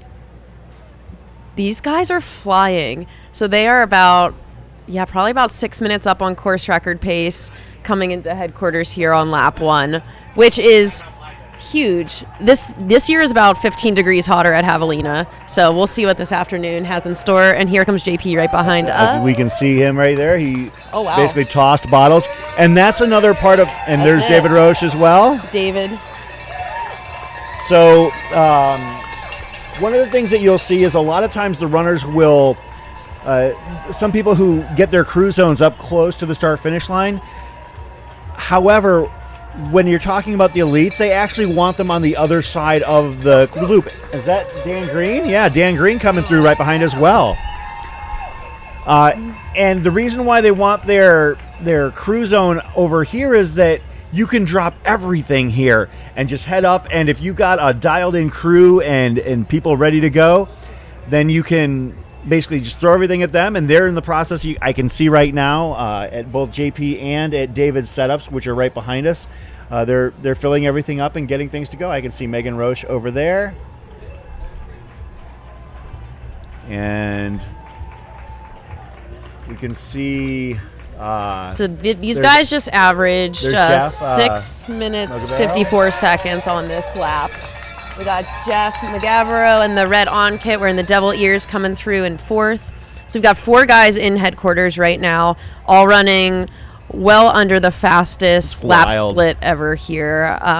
Running probably 2 minutes under that, and running 5 minutes under what our course record holder ran last year. This is extremely aggressive. This reminds me, I mean, looking at JP, looks like he's putting some serious effort out there, and I think that it reminds me actually of what Jacob Puzzi did here a couple years ago when he led out for lap 1, or was like either M1 or M2 early on. So you can see David Roche here coming through. David looks very controlled. I would say JP just behind us grabbing. Looks like I want to see what they do here. Yeah, JP is behind us. JP grabbing. Crew. He's doing arm sleeves. Sunscreen. Right in front of us, David Roche getting doused with water. You can see Megan tying a bandana around him. This is actually the perfect setup. Thank you to them for actually setting up right here. Yeah. Dan Green with the pass on the 2 of them, but I don't know where his setup is. He's probably going to be actually pausing there, as we can see David getting completely covered with ice.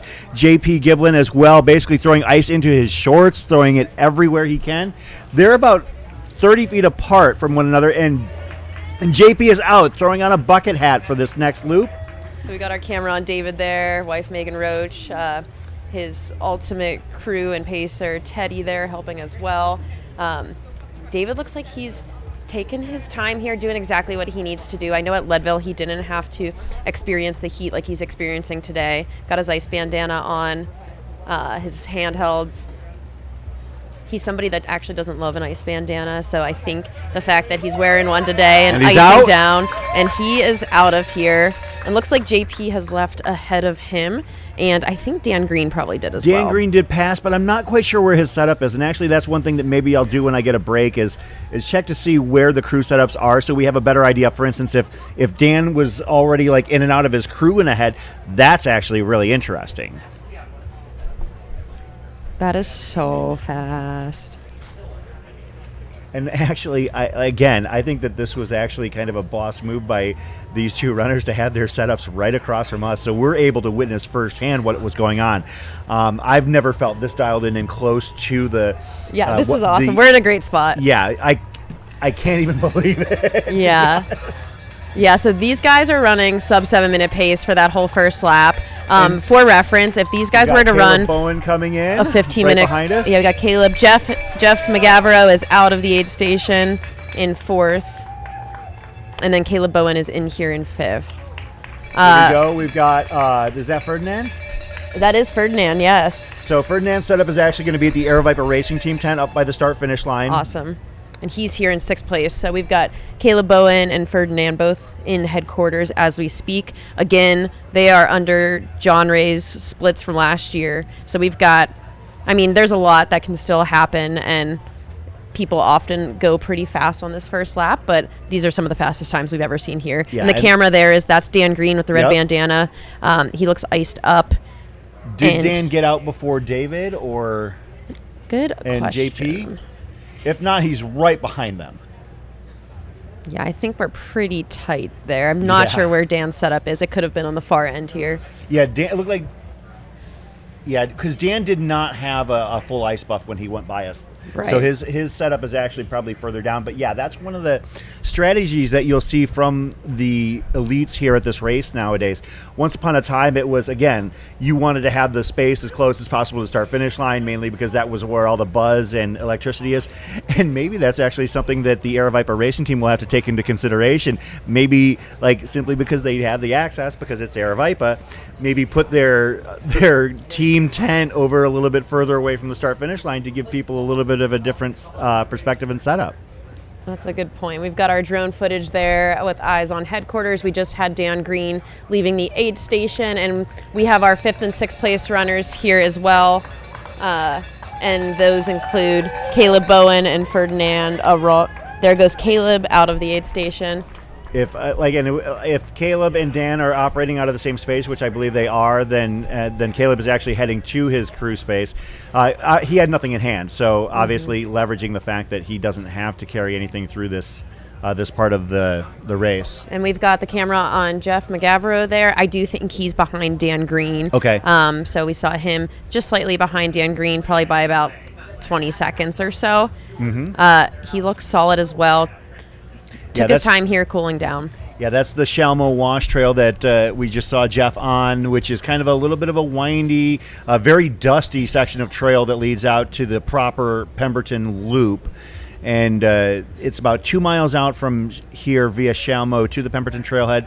Pemberton, you take all the way around, and from now on, the runners are actually going to be heading down the Cinch Trail rather than Escondido. And I know, at least I can speak from personal experience, if I were them, I would be thrilled by the fact that no more Escondido. So we've got, this is a follow cam leading into headquarters. I don't know if they're just following or recharging coming in. We just see that was Ferdinand actually already having left his crew aid and heading out. Might see if we can grab somebody, either maybe like Tara Dower or Megan Roach, to come in on the couch and give us a heads up on what's going on here. Figure once we get our top women through here, we might try and give that a shot. So we've had, about 6. We've got Blake Slatengren coming. Oh, this is Cole Watson coming in right now. So Cole is in a Brooks Very kit. bright. We've got Raj coming in as well. And I think that was Taylor Hitt, bib 716, coming through with those guys as well. Raj's stride did not look 100% comfortable there for a moment. I don't know if I'm seeing things, but he didn't look like he was moving quite as smoothly. A little bit concerned about that. Going to kind of have to follow that for a little bit. I'm not saying that he's hurt, but he looked like he was moving a little bit different than he was earlier on the course. Not as smooth. You're right.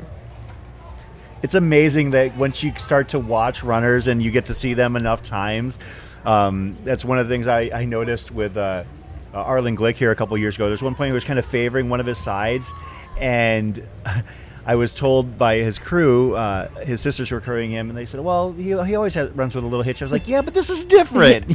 Sometimes you watch somebody for a couple hundred miles and you get to recognize them very well. So that we just had the camera there. The drone shot is on Ferdinand.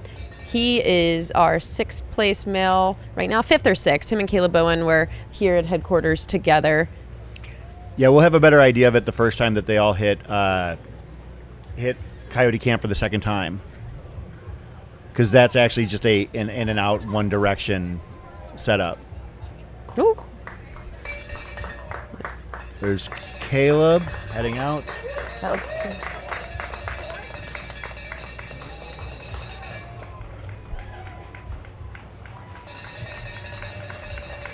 All right, we got Stephen Kirsch into headquarters as well. Matt Daniels, Tony Rodriguez. Big group of guys coming in now. Camera's on Caleb Bowen leaving headquarters there. He's got a big old ice bandana down the back.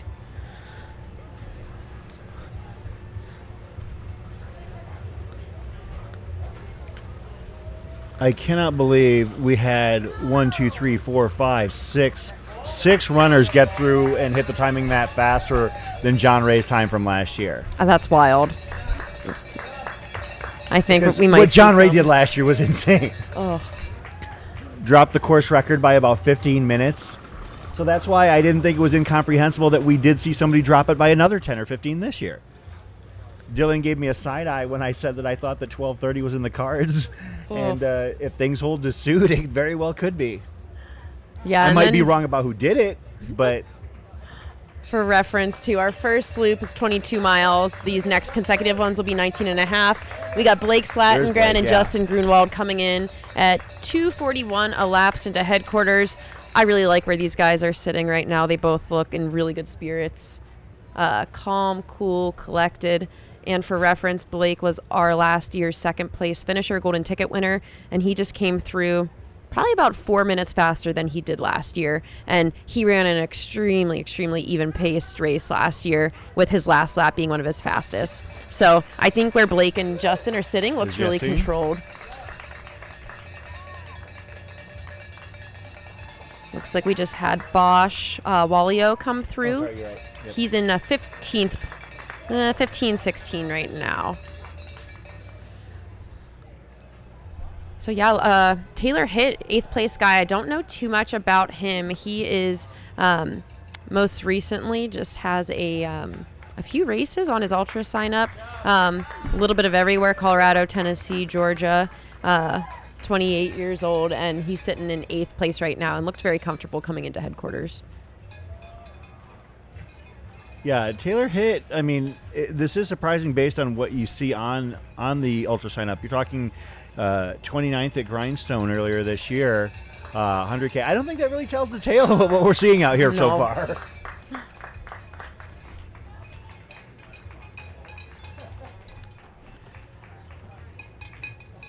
And this is the point of the day where the temperature is really going to start to influence, I think, what we see from the runners in terms of moves. I mean, I'm getting a temperature reading of 74. Let me double check that and refresh that really quick.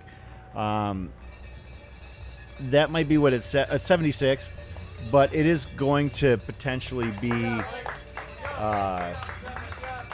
very spicy out there. Blake, Matt Daniels. Yeah, we've got Blake, Slatengren, Matt Daniels, and I bet Justin Grunwald leaving headquarters here in a second. Justin took a quick pause there and now heading back out on the course. And we do have our women's bike cam getting ready to capture the women coming into headquarters here pretty soon. And we got a female bike cam doing that as well. Now Raj which looks is awesome. fine. Yeah, Raj looks good. It's just like for a moment there, for a momentary stretch here as he went behind us, he looked a little bit uncomfortable. And I don't know if maybe I was seeing things, but he looks like his stride, maybe he just shortened up while he was in here or something. But that was just something that I thought that I saw. But he looks fine now. Yeah, so we've got about 18 guys out of headquarters here. Riley Brady is sitting in 21st overall, so we should be seeing them in the next few minutes. And for reference, last year here, Riley's first loop was 2:58 elapsed. We're currently 2:44 elapsed. I do think they're running faster this year, so I bet you we see Riley come through in about the next 5 to 10 we've minutes. got David and I would assume JP leading out. This is the section of Shelmo Wash, probably about a mile out of headquarters at this point, maybe about a mile and a half. And at this point, they're going to take a hard left coming up shortly onto the Pemberton Trailhead and join the longest stretch of course on a single trail.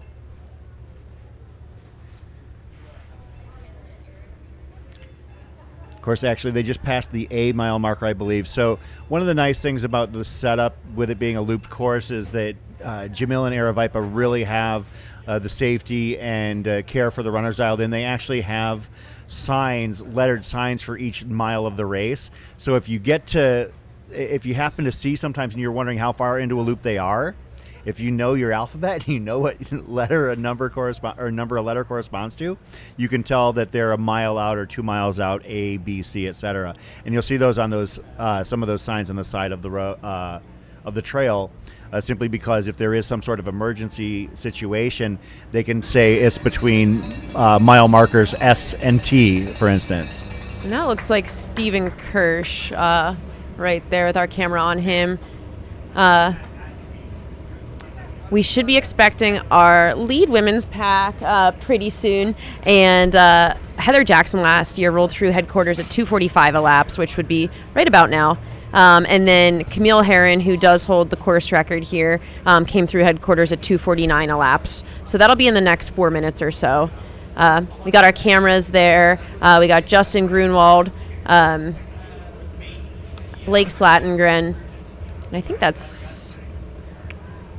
might be Tony Rodriguez with them.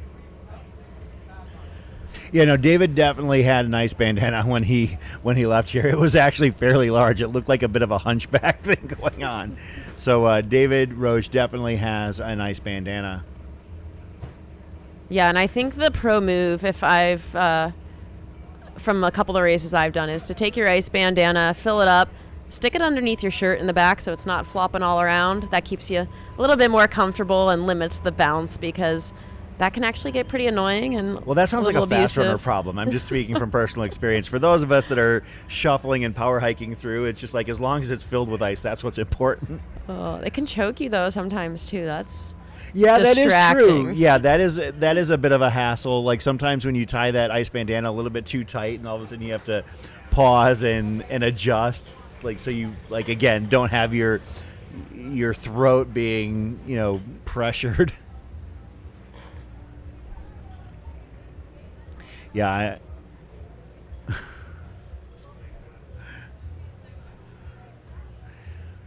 Oh, you people have jokes for days in the chat, don't you?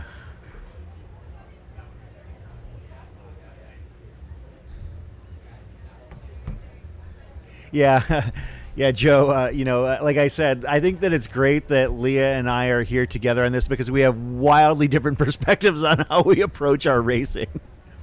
Right now, of course, we can see our bike cam following David. Again, just continuing to cook out there. And David will take a left here very shortly onto the, that critical turn. makes that left onto the Pemberton Trail proper.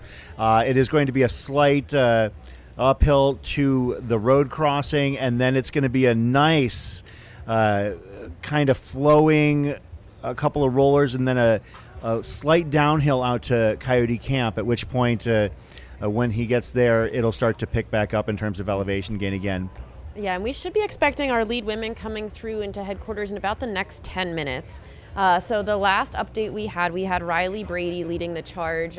Riley's no stranger to this race, podiuming the last 2 times they ran it here. And the chase pack behind Riley was Hannah Allgood, Erin Clark, Anna Loudon, Corinne Chauvoy, and Lauren Puritz. And of that group, we've had a lot of prior golden ticket winners. Riley's gotten a golden ticket, Erin Clark, Anna Loudon, Lauren Puritz. So these are a lot of women who want to make their way back to Western States. And actually, none of these women have ever been the first winner of a golden ticket at a race. They've always been second or third. So I think they're all in good company, and really excited to see what that chase pack looks like when they roll through here, because I think they're working together quite a bit. And a lot of those names that you mentioned, like when they got to the Western States, were in the F11 to F17 or so range. So just right on the cusp of punching their ticket with everybody else back in June, but didn't quite get there. So this is their opportunity.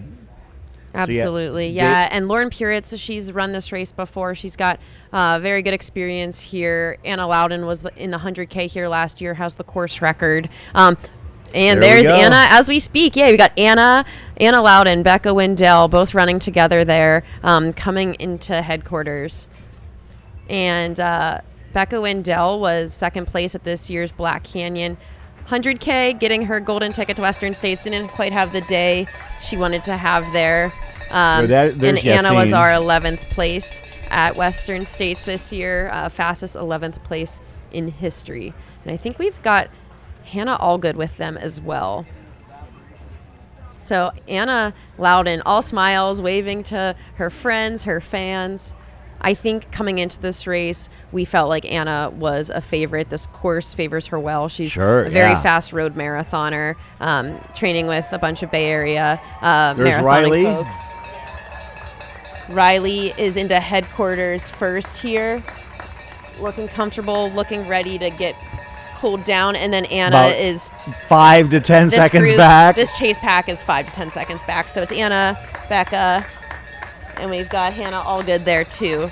So this is the Jam Cam himself, Jamil Curry, following Anna and Becca. And then Corinne Chauvoy is here too, running in 5th place. Lauren Puritz here in 6th. Erin Clark in 7th with a big bottle of water that she's pouring all over herself. Wow, this is intense. I didn't even think about the fact that maybe Corinne and we've got 7 women in headquarters at the exact same time right now. 2:51 elapsed. Corinne and Lauren both being Colorado members of the Air Viper racing team, perhaps maybe running in tandem. I didn't even give that much thought. What a squad. I love to see this. Absolutely. These women are running about 2 minutes slower than Camille Herron's course record pace through here. You see Anna Loudon and Hannah Allgood here. Hannah Allgood is in the light pink, the white bucket hat. This is her first 100-miler, and we see all those ladies working together. I think they're probably running right where they need to be. Quite fast. Riley last year split 2:58 through here, and they are running probably 7 minutes, 6 or 7 minutes faster than that split. Even Anna Loudon last year in the 100K course record pace, she still wouldn't have come through here for another 7 minutes. So this is just speaking to how the women are leveling up this year and really pushing each other to get the best out of themselves. See Anna's pit crew completely dialed in right there. Yeah, looks like she's doing arm sleeves, big ice bandana. She's wearing a whole Brooks kit today, recently sponsored by Brooks. I think she's wearing one of their trail shoes. We got Erin Clark on the camera now. She's wearing a Nike ice vest, all white, arm sleeves. Got a bottle of water to chug down while she's through headquarters.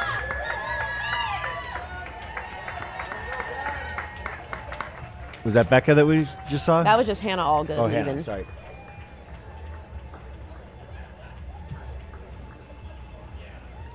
Need to get dialed in on the kits here by the end of lap 1 here. I'm loving this Erin Clark technique. She's doing it all. This is exactly what she said she was going to do yesterday, which just run her own race, control all the things. And for those asking about the shadow, yeah, that's exactly whose hair you think it is. Oh, did Erin take a fall? Or is Oh, yeah. Maybe. Looks like Erin might have a little bit of trail carnage on her left leg there, perhaps. That or it might just be the shadows playing tricks. Yeah, so Erin Clark, she's out of Lauren Missoula, Pierce Montana. heading by behind us. She is no stranger to the distance, though it's been a few years since she's completed 100 miles. She has a 100-mile finish at the Run Rabbit 100 a few years back, had a golden ticket at Bandera. She's a really versatile runner, has done it all. She's made a world's team back in 2022. That is a huge ice bandana. Oh, my God. But unfortunately wasn't able to race at the World Trail and Mountain Running Championships due to injury. She has a top 10 at CCC and is just stellar. We see Lauren Puritz on the camera now too. Last year's third place finisher at the Black Canyon 100K, top 15 at Western States this year. Just saw Anna Loudon heading out.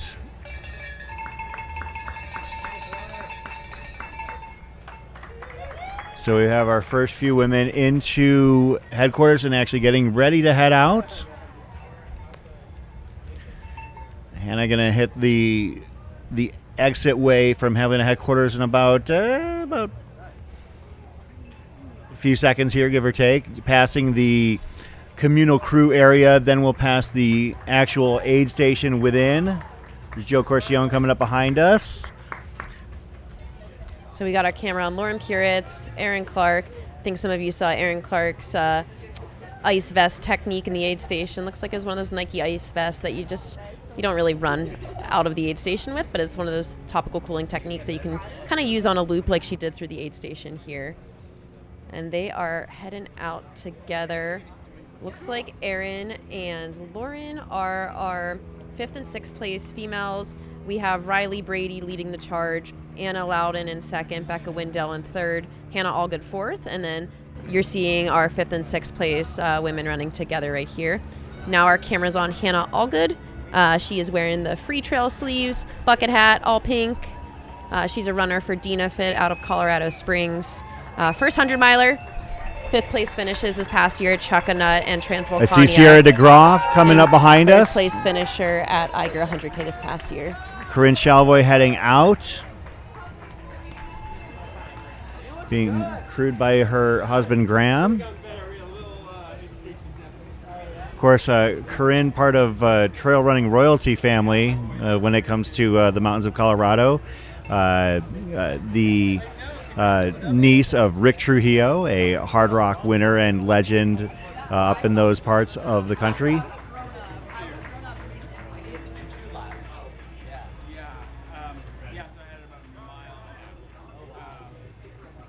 Of course, we've had the first few runners getting through Javelina headquarters here. As we can see, is that Lauren and still Erin just ahead of her?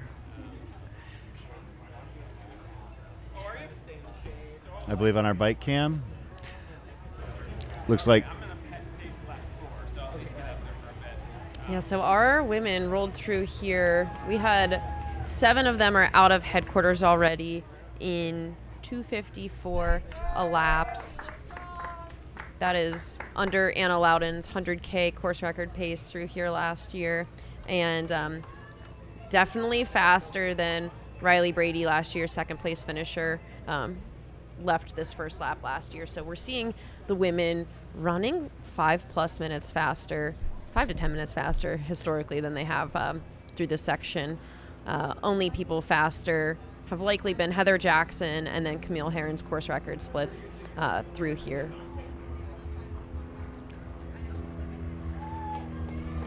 We're about 3 hours into the race here. This is the Javelina 100 at McDowell Mountain Regional Park. The Mountain Outpost YouTube channel. Our presenting sponsors are Hoka and The Feed. Special thanks to them for sponsoring this live stream. We've got some other sponsors I'd like to recognize as well. I know that CTS Coaching, Squirrels Nut Butter are part of it. Soul Sports here in town. We'll see if I can get a more proper sponsor list because we want to give our propers out to those who help support and make this coverage possible. It is amazing to be a part of this stuff. Goo, Rabbit, Runner, Novel Ice Cream, Tannery Sunscreen. Tannery Sunscreen getting a workout today. Oh my God. Yeah, it's a scorcher. It's I probably should take my sweatshirt off soon, but it's warm out there today. It's going to be reaching close to 100 degrees Fahrenheit. And as you can see on our feed, there is no shade. No shade at all. We've got Lauren Puritz with the bike cam there.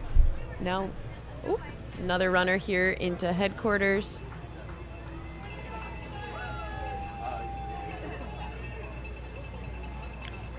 Yeah, fully leveraging the crew zone. Smart work right there. That's one of the things that basically there is a range where you can do this. You don't. We've got Corinne Malcolm coming right behind us here, looking smiley.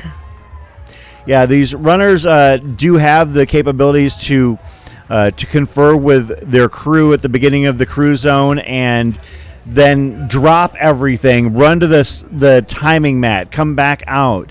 It's a very unique thing that we have here. So, want to come on and talk for us for a few minutes?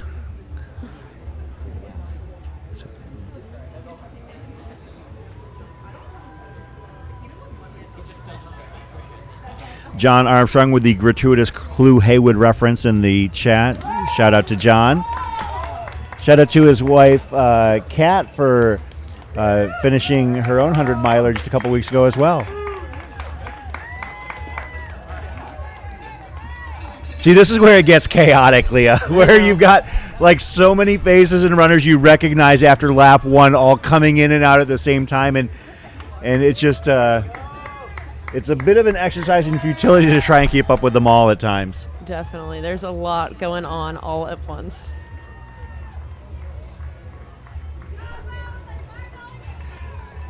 Tara, I was a broadcaster in a previous life. Here we got Nicole Bitter. Nice.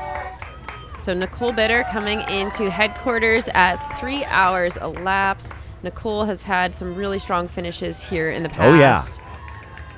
And she is amazing. Her last 2 times racing this, she came through here in 3 hours elapsed as well. So I think Nicole knows exactly what she's got to do. Absolutely.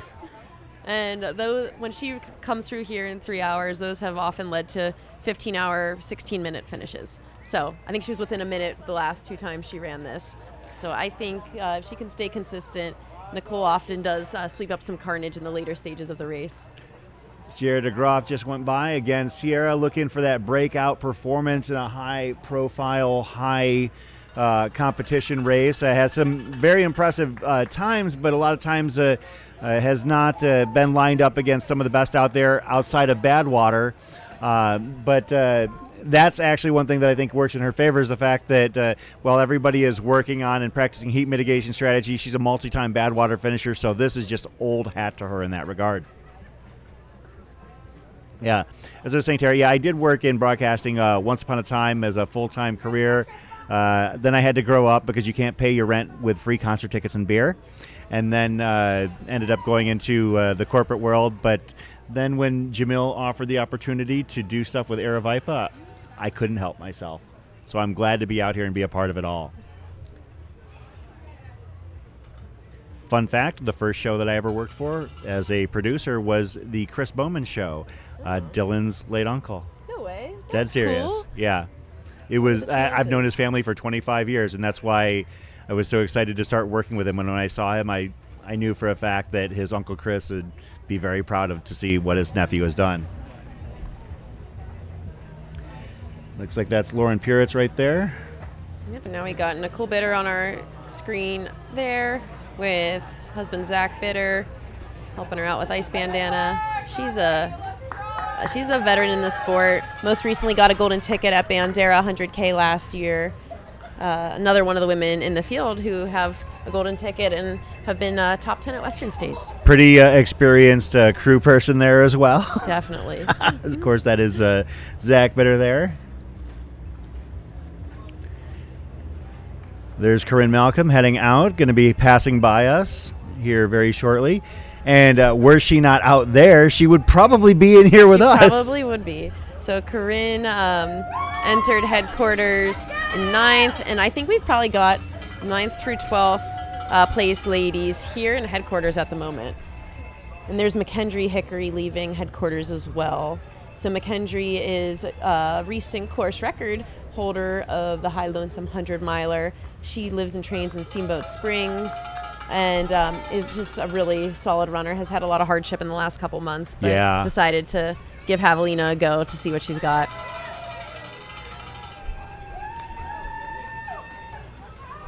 Yeah, McKendry Hickory, we spoke with her yesterday talking about the fact that she and her husband had lost their home in a fire. And before we went on the air, I actually did ask her, I said, whatever you're comfortable with talking about and sharing, obviously you've gone through a lot. And she's like, let's talk.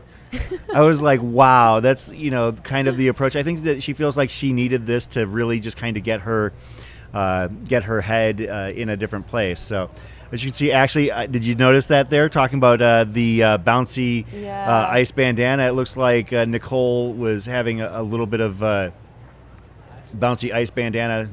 Might have to tuck that in the back of her singlet there. But then again, in a race like this, steps matter. So she also doesn't want to pause. She's going right behind us here. I will say I do love follow filming this section because you can see her, Tara Dower, helping get her. Nice. Oh, that's. She removed the ice bandana entirely. That actually makes me intrigued because I can't imagine a veteran like Nicole going out on lap 2 without an ice bandana. No. But we'll see.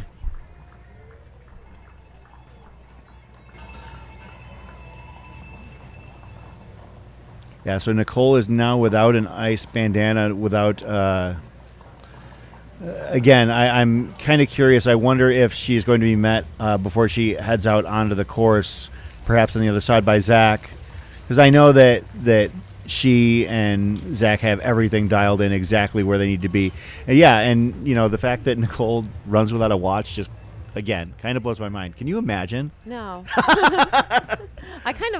I look at it, I have the elapsed time on my watch when I'm doing races. Mm-hmm. I don't really look at miles or anything, but it's nice to be able to glance down. I usually use it to tell me when to eat. Yeah, and I know we had a few people asking questions regarding where the timing mat is as they come into headquarters. It is literally at the midsection. They have to come in, hit it, and then head out. Yeah, so what they usually do and what we're seeing these runners do is they go hit it, and then they spend time with their crew. So those times aren't often, some of that crew stop time isn't actually reflected in that split. And we're seeing a lot of people kind of hit their crew after they've hit that timing mat. Actually, Keith Jackson was not my first mentor. However, my first mentors included the names Doug Buffone, former Chicago Bears middle linebacker, or outside linebacker, rather, former Chicago Bulls player and coach Norm Van Leer, and Steve Kerr. No way. Yeah, I did. That's where I interned for my very first job in radio in Chicago. I wonder if we could possibly get Megan or Tara to talk about what. Well, that's a good idea. Maybe I'll try and slide over and see if she would be, or one of them would be interested.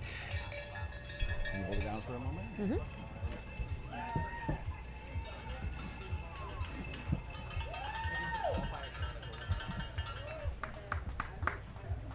Way to go.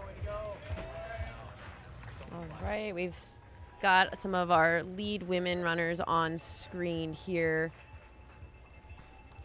Follow cam. Our next split for the men should be Coyote Camp. So we should be expecting Coyote Camp. That's about the marathon mark for these runners. So when they left headquarters previously, we had JP Giblin leading on the men's side, David Roach right there with him. They should be getting there pretty soon.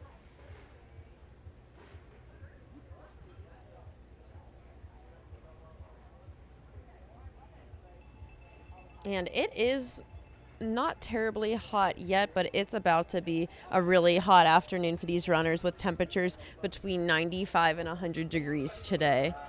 So we see a lot of the runners implementing cooling techniques early on in the race, and I believe we will be seeing those continue on through the afternoon. Oh, yay, we've got a special guest in the studio. We've got Megan Roach coming to sit down with us. Megan is not only David Roach's coach, she's a crew extraordinaire. She's several months pregnant, and I saw her doing sprints through headquarters here. So we're excited to chat with Megan about crewing experience out there so far today. How's it going?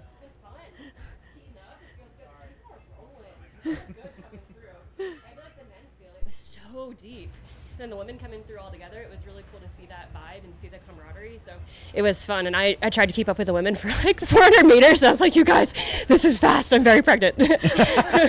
Yeah, Megan, can you talk us through what David was experiencing on his first pit stop here? Like, it looked like he was great and he was dialed in and everything. I mean, obviously he's been flying out there, but we felt fortunate to have a bird's eye view of everything going. You set up right across the way. I don't know if that was by design, but again, thank you. Yes. Actually, I felt bad. We were screaming so hard. I was like, are we in the background of the live feed? I should really be careful with what I say and what language I use as I drop some like excited F-bombs out there. No, David looked awesome coming through. He said his heart rate under 150 the entire time. He paces a lot of these by heart rate, and I think especially in the heat, that's super helpful. He hasn't done like a ton of hot races, so cooling. This is the first time he's ever worn an ice bandana, and he kept it on. I've been watching the feed. I'm like, keep it on, keep it on, keep it on. So the goal is just to douse him down, check on him, see how he's feeling, and he seemed great going out. It's good spirits. Saw him make a pass on JP, so it's exciting to see the race play out. He looked really controlled, and I actually commented when you put an ice bandana on him. I said, I think David hates ice bandanas. He hates ice bandanas. Actually, he was not planning to wear one. We did like a fit check on Tuesday, and he's like, I'm not wearing this. And then come Wednesday, as he started to see the weather evolve, he's like, I think we're going to have to do it. That's good. He might even have arm sleeves later, too, which is also not his favorite thing. So pulling it all out. We saw him even take a tube of his electrolyte tablets with him, so seems really dialed, like doing very all the controllables. Yeah, it's interesting actually. He dialed back his fueling just a little bit. I think flexible fueling in these temps is really important. And he took his bottle without scratch. He just went pure water, and I think with an electrolyte tab. So I think just dialing back the fueling slightly and making sure to keep a good eye on the GI system. Yeah, I've been commenting that I think he's got the best stomach of anybody in the field. It's insane. I'm like, how does this happen? I mean, Leadville, it was like counting the gels coming out. I'm like, these are all empty. This is 500 plus calories an hour. So it's really cool to see. I think his background as a football player and just like guzzling protein shakes comes in handy for this kind of thing. I do love the fact that prior to last year at McDowell Mountain Frenzy, you and David had not come and raced in Arizona before, and now it's less than a year later. You've come out here 3 times. I think that David is finding that he loves the desert. You do as well. Yeah, we love the desert. I think we love Aravaipa too. It's like this community is so special. Like showing up to this race, it's like a festival more than anything else. And I feel like it's the vibes of racing here just kind of fit with what we love, which is just like low-key community, people in costumes, like throwing down. And so when we landed in Phoenix, we were like, it feels like home to race here. Like this is like our home airport to come race. And so I think we're going to be here a lot more in the future. Good. Yeah. And I was going to ask about that. Like, what were your first impressions of Javelina as a whole for you and David? Oh my gosh, walking in here yesterday is like, I've never seen anything like this in trail running history. It's just like a totally different vibe in terms of tents everywhere, like people, hype. But it's the kind of vibe that I love too. Like I think I gravitate more towards just like, we're out here having fun, like being ridiculous. And I feel like that's the kind of vibe here is let's just cheer everyone on, be in costumes, have a lot of carbs, and have a party. So it's really cool. And you have a lot of other runners out there. I was just looking at the women's field, and I think between you and David, I was just rattled, like Lauren Puritz, Becca Wendell, Hannah Allgood, Aaron Clark. What's Riley the advice? Brady. Riley Yes. Brady. Oh my God, literally everybody. Yeah, Corinne what's- Chauvoy. Yeah. What is advice that you're giving those ladies coming into today with strategy, with racing each other? That's probably got to be tough when you coach multiple athletes like that. Yeah, also it's really nice to like lean into the camaraderie out there. Like Hannah and Aaron are sharing a tent, which I thought was so cool. Also made it very hard with coaching when they like come in together. I'm like, whoa, what do we do here? But it's really cool. I think for the women's field, it's cool to see them all running together and kind of utilizing that energy together. I think the heat makes it interesting because these races now go out fast, and so you have to, it's a delicate balance of, you know, making sure you're smart, but also making sure you're not 10-20 minutes behind where it's hard to make that up later in the race, especially with heat. And so it's kind of striking that balance of effort and going for it and keeping tabs on the golden ticket too, because with the women's race, it's really fun to think about how this race in the heat translates to Western states and like the preparedness that it gives athletes. Totally. Well, Megan, thank you for joining us. We don't want to keep you. Like, maybe we'll ask you to come back on a little this bit. is fun. But David is moving so damn fast that I know you need all the time you can to prepare for his next time when he gets back into headquarters. Thank you. Oh, it's so wonderful. What a good vibe in here. Oh, we got good I love vibes. it. Also, is it air conditioned in here too? I don't know, it feels kind of nice. No, I'm but- wearing my sweatshirt. Feels cooler in here. It's great. We I do know. have- Look at Leo. You're so heat adapted. Yeah, she's still wearing a sweatshirt.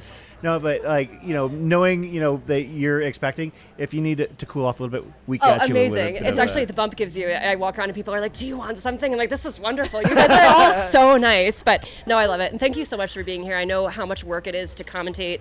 And Leah's pacing later. It's like the ultimate life ultra of a day. So thank you for being here. It's such a good vibe. Thank you yeah, very Big much. cheers to David out there. Thank you. Yeah, we could use it.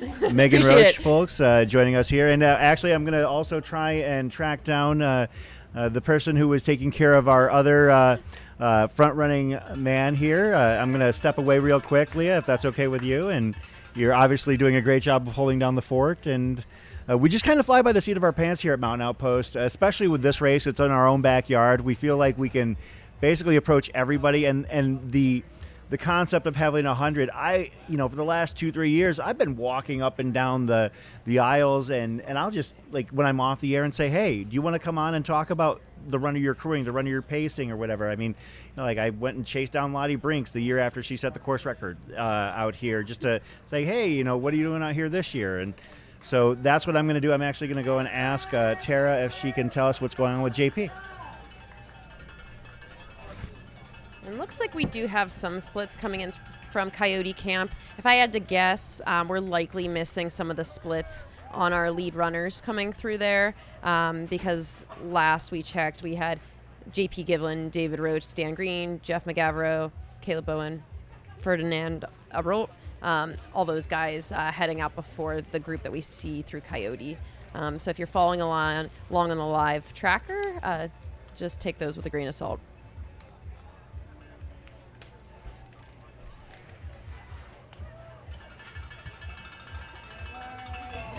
And right now we are about 3 hours, 15 minutes elapsed into the Javelina 100 mile. We've had probably the top 15 or so women in the race through headquarters here, top 20. And a large portion of the men's field. We're hitting that second aid station after the headquarters here.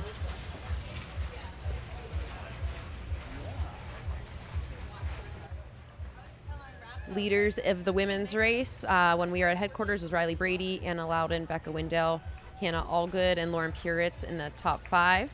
And for the men's race, we had JP Giblin, David Roach, Dan Green, Jeff McGavro, and Caleb Bowen. And looks like we've just acquired Tara Dower for this in-studio conversation here. And we will be chatting with her about JP Giblin out there today. So JP Giblin is currently leading the men's race, maybe in second now, according to what we heard from Give or take. Megan. Probably within 5 seconds of one another. But yeah, guys, welcome to the studio. Introduce yourselves and tell us a little bit about your day so far. Yeah, I'm Tara, Hi, and my day is good. It was cold at first this morning, and now it's hot, which was expected. And then this is I'm Rascal, I'm another crew member. So you're JP. taking care of JP Giblin out here today. yeah, we're taking care of JP. He took Also care of. providing the assist to Nicole there for a moment. Oh yeah. Absolutely. Yeah. So I had to bring her bandana back to Zach. I think it was a little too full. But JP's doing really well. He came through and he was really positive, which was encouraging. Good. Yeah, he was like really positive. And me being like a worrywart, I was like so nervous that like something went wrong or something. I don't know. I'm just like worrying all the time. I thought being a crew member would be like less pressure, but it's not. No, absolutely I not. feel like Rascal's just been through the ringer this summer. She's like, I have so much anxiety. I'm like, yeah, I know. Kid. I know. Welcome. Let it go. It's gonna be fine. Yeah, so she's here supporting me, and I'm supporting JP. She made me this oatmeal. Amazing. She's like, I have was you like, eaten? yet? But that's how it works. Yeah. Old habits die hard for sure. This is the rest of our lives, folks.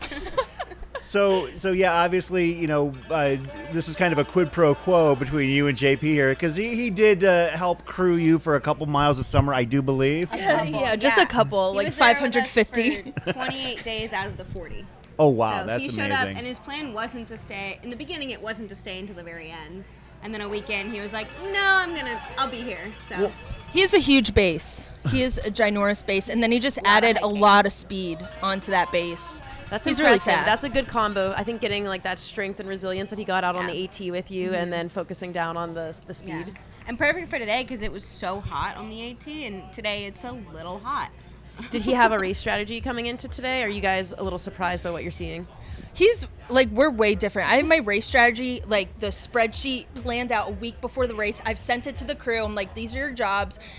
I had to construct it for him last night, and he's just really chill, and he does well. Like when he did Bandera, he showed up by himself, crewed himself, and got second. And he's like, this is how I thrive. And I'm like, if that works for you, I have a lot of anxiety though. So I'm going to write this all down in a spreadsheet for you. Just stay cool. Yeah. I think that's the. Well, I'll be honest, I was not surprised because we saw after Bandera, JP went out here at Black Canyon the following month and ran like his hair was on fire for the first few miles.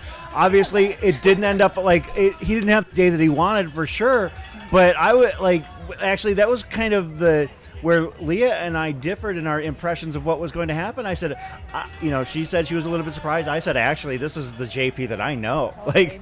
Yeah. So. And I feel like that's what's already happening today. I mean, he went out fast, and he's doing well, and he's still going fast. Yeah, he was like, for this second loop, I'm just going to like hold back just a little bit That's good. and just like kind of ease Smart. into the race. Smart. But The JP easing into the race. As somebody who has come out here and run this race before, were you able to give him some intel with regards to your experiences out here? Obviously, being out here. I told him it's going to be hot. And believe me. and to watch out for And the then we cactus. got here. He's like, oh yeah, watch out for the cactus. Just Yep. be careful about Hey, it. this time it wasn't me.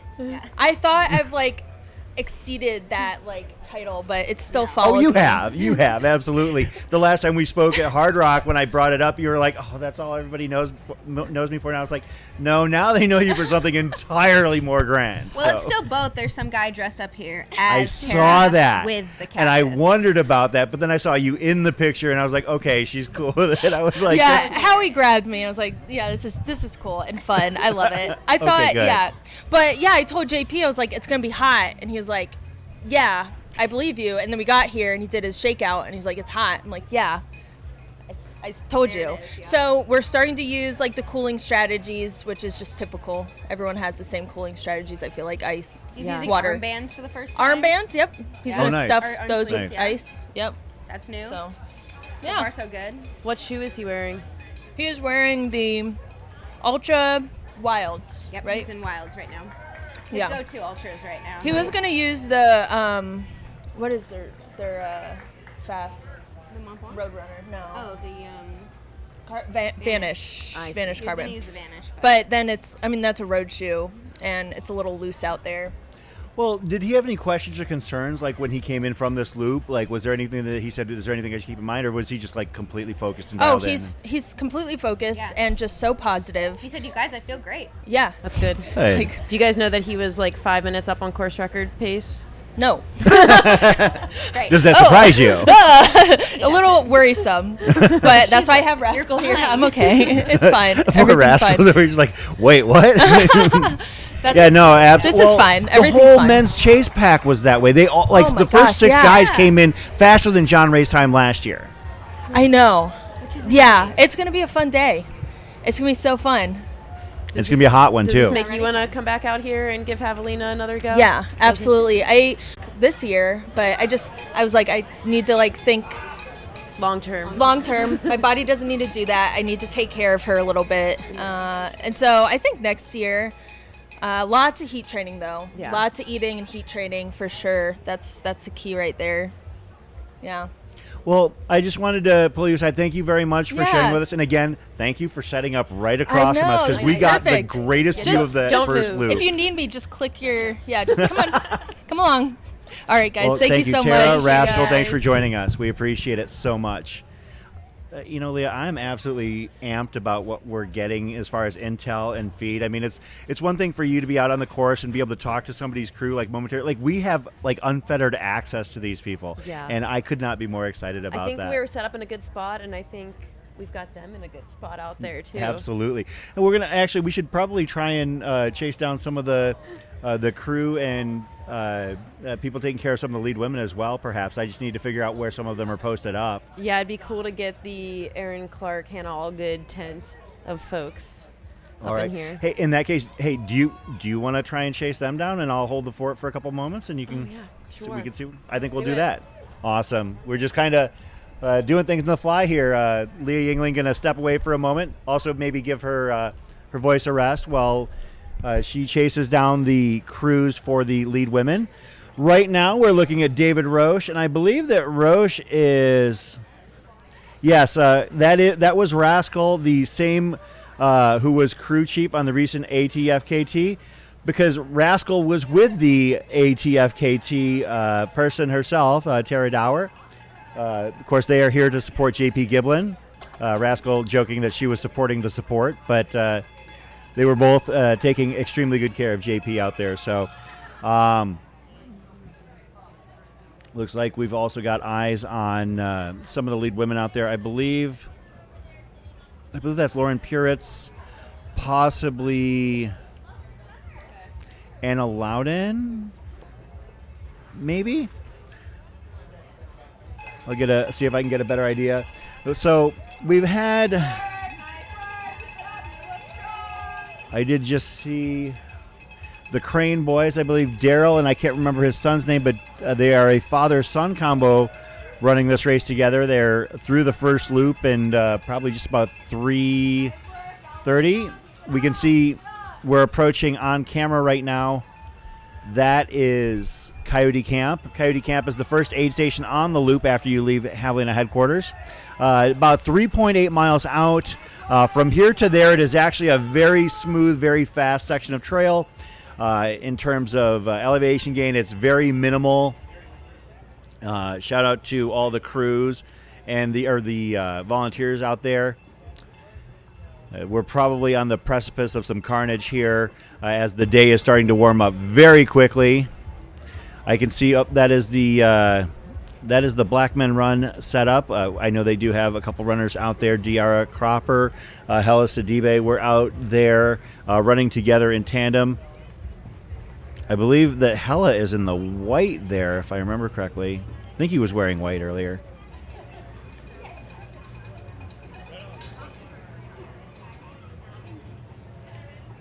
Got some crews.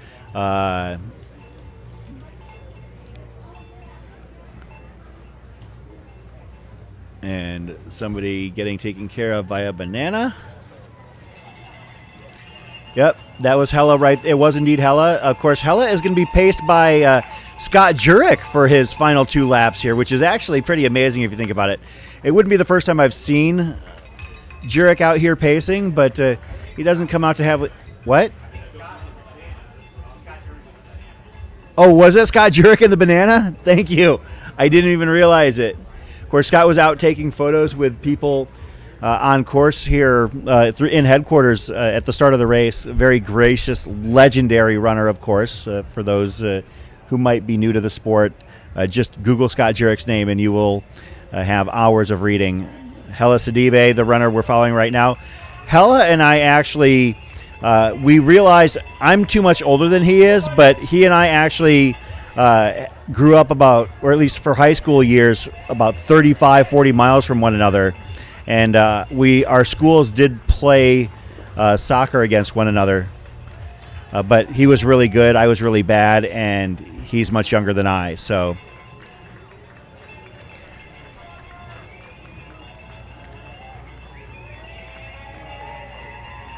Of course, that is the jam cam on the bike going by as well with Hella.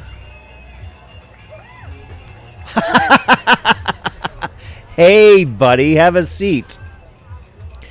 We got a quick little studio guest, if we can pop in maybe in the picture-in-picture.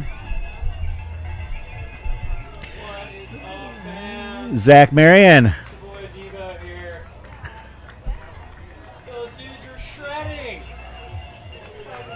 Bunks out front, just crushing it, having a day. It's hot. Your boy's wrecked. Hashtag dad life.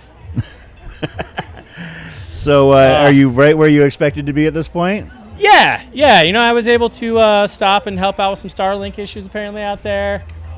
You know, sending off some emails and last-minute texts on the for the live stream, but it's great. Well, you were, I know, basically in lockstep with Corinne Malcolm out there, and we talked about this on the pre-show. You know, there is the media championship that we do have to take into account here. I'm gonna let her take that one, at least laps 1 through 4. I might be able to reel her in lap 5, but she was looking strong. She played a perfect game. She led me out. She, she strung me along and roasted my legs, and then she took off when I stopped at the aid station. So credit to her. She ran a good race. She beat me handily on lap 1. Well, when was the last time you ran a 100-miler, Zach? It's been a hot minute. Leadville 23. Okay. So it's been over a year just trying to get slightly different temperatures and absolutely. elements. No, this is my first trip on that first lap that Escondido section there, and man, that is a hot, rough section. I'm not a fan of it, to be honest. It's not my favorite. Race director is a total jerk. But we'll have to see if we can find out what inspired her to add that part of it. You know, one thing that's kind of fun about this race is so Corinne and I got stuck in no man's land for a while, and there was just no one in front of us, no one behind us, but I think everyone was within a very short distance.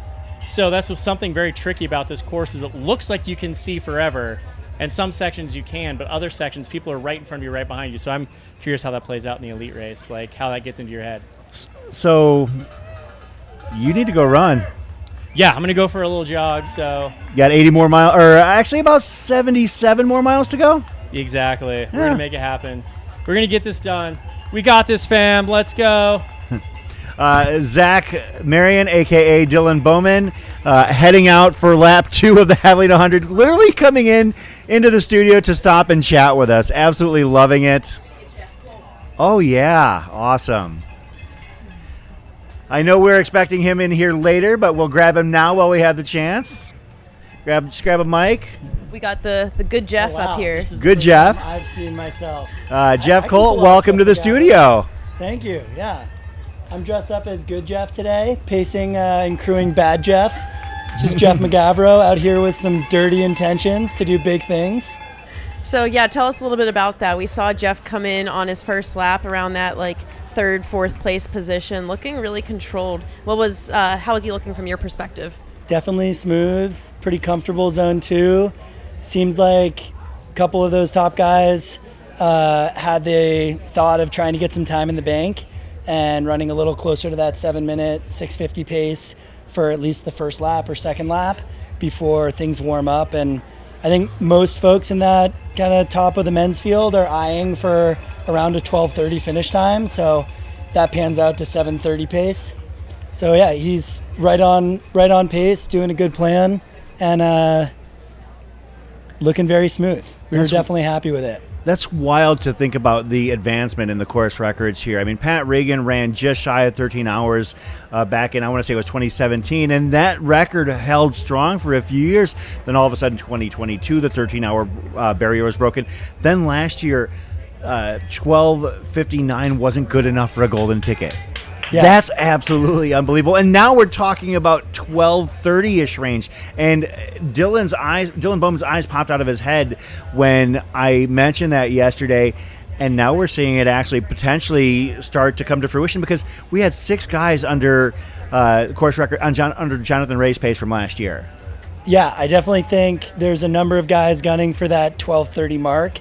It is a pretty convenient one for pacing. And 7:30, I think at the kind of elite end of men's ultra running, 7:30 is kind of that cruise control pace. So if there's not too much vert, it's attainable and controllable. I think the huge element today is just the weather. So Jeff has paced you at Western States before, right? Yeah, Jeff has paced me at Western States twice. I'm here to return the favor and ideally get him to Western States to be able to pace him there. What lap are you going out on with him? Just doing lap 5, Okay. which with how things are lining up is going to be the hot part of the day. Totally. But you're under deadline to get back here by a certain time. I've got to pay. It's a flexible deadline. I think I start here in the booth at like 1 a.m. Yeah, So you got time. I mean, got if things some go to time. plan, you got time. But yeah, of course, you're going to be joining the live stream, and I believe your co-host is Pete Mortimer. Yeah. Oh man, that's going to be so much fun. You guys are going to have a blast. It's gonna be I great. can't wait to see what you guys bring to the table as you guys handle the overnight here at Javelina 100. The beautiful thing about covering this race, I can tell you this, is that it does sound like, oh my goodness, middle of the night, graveyard shift, but there's always so much energy and activity going on here. So you're never going to be at a want for discussion. I've wanted to get down to this race for a number of years. In 2018, I was able to be the tequila sponsor through Suerte Tequila. Yeah. And send Jubilee a bunch of cases of tequila. But I wasn't- remember that year. I wasn't Not able to everybody make it. does. I wasn't able to make it myself, so I've always wanted to come and at least see the atmosphere. So actually, as a follow-up, I was the aid station captain at Jackass Junction for Shift 3 that year. So some of what happened out there was kind of life-altering for me. As in, I am never being an aid station captain out at Jackass Junction ever again. But yeah, it was a lot of fun, I will say that. So, but yeah, so you've been involved, in an indirect level with this race. Is this your first time actually being on site? First time here, yeah. What's your impression? Oh, it's amazing. I mean, it's cultivated and built out in just such a brilliant way. You know, this whole aid station you guys are seeing behind us, the JED quarters, it's a half a mile of running. So Yeah.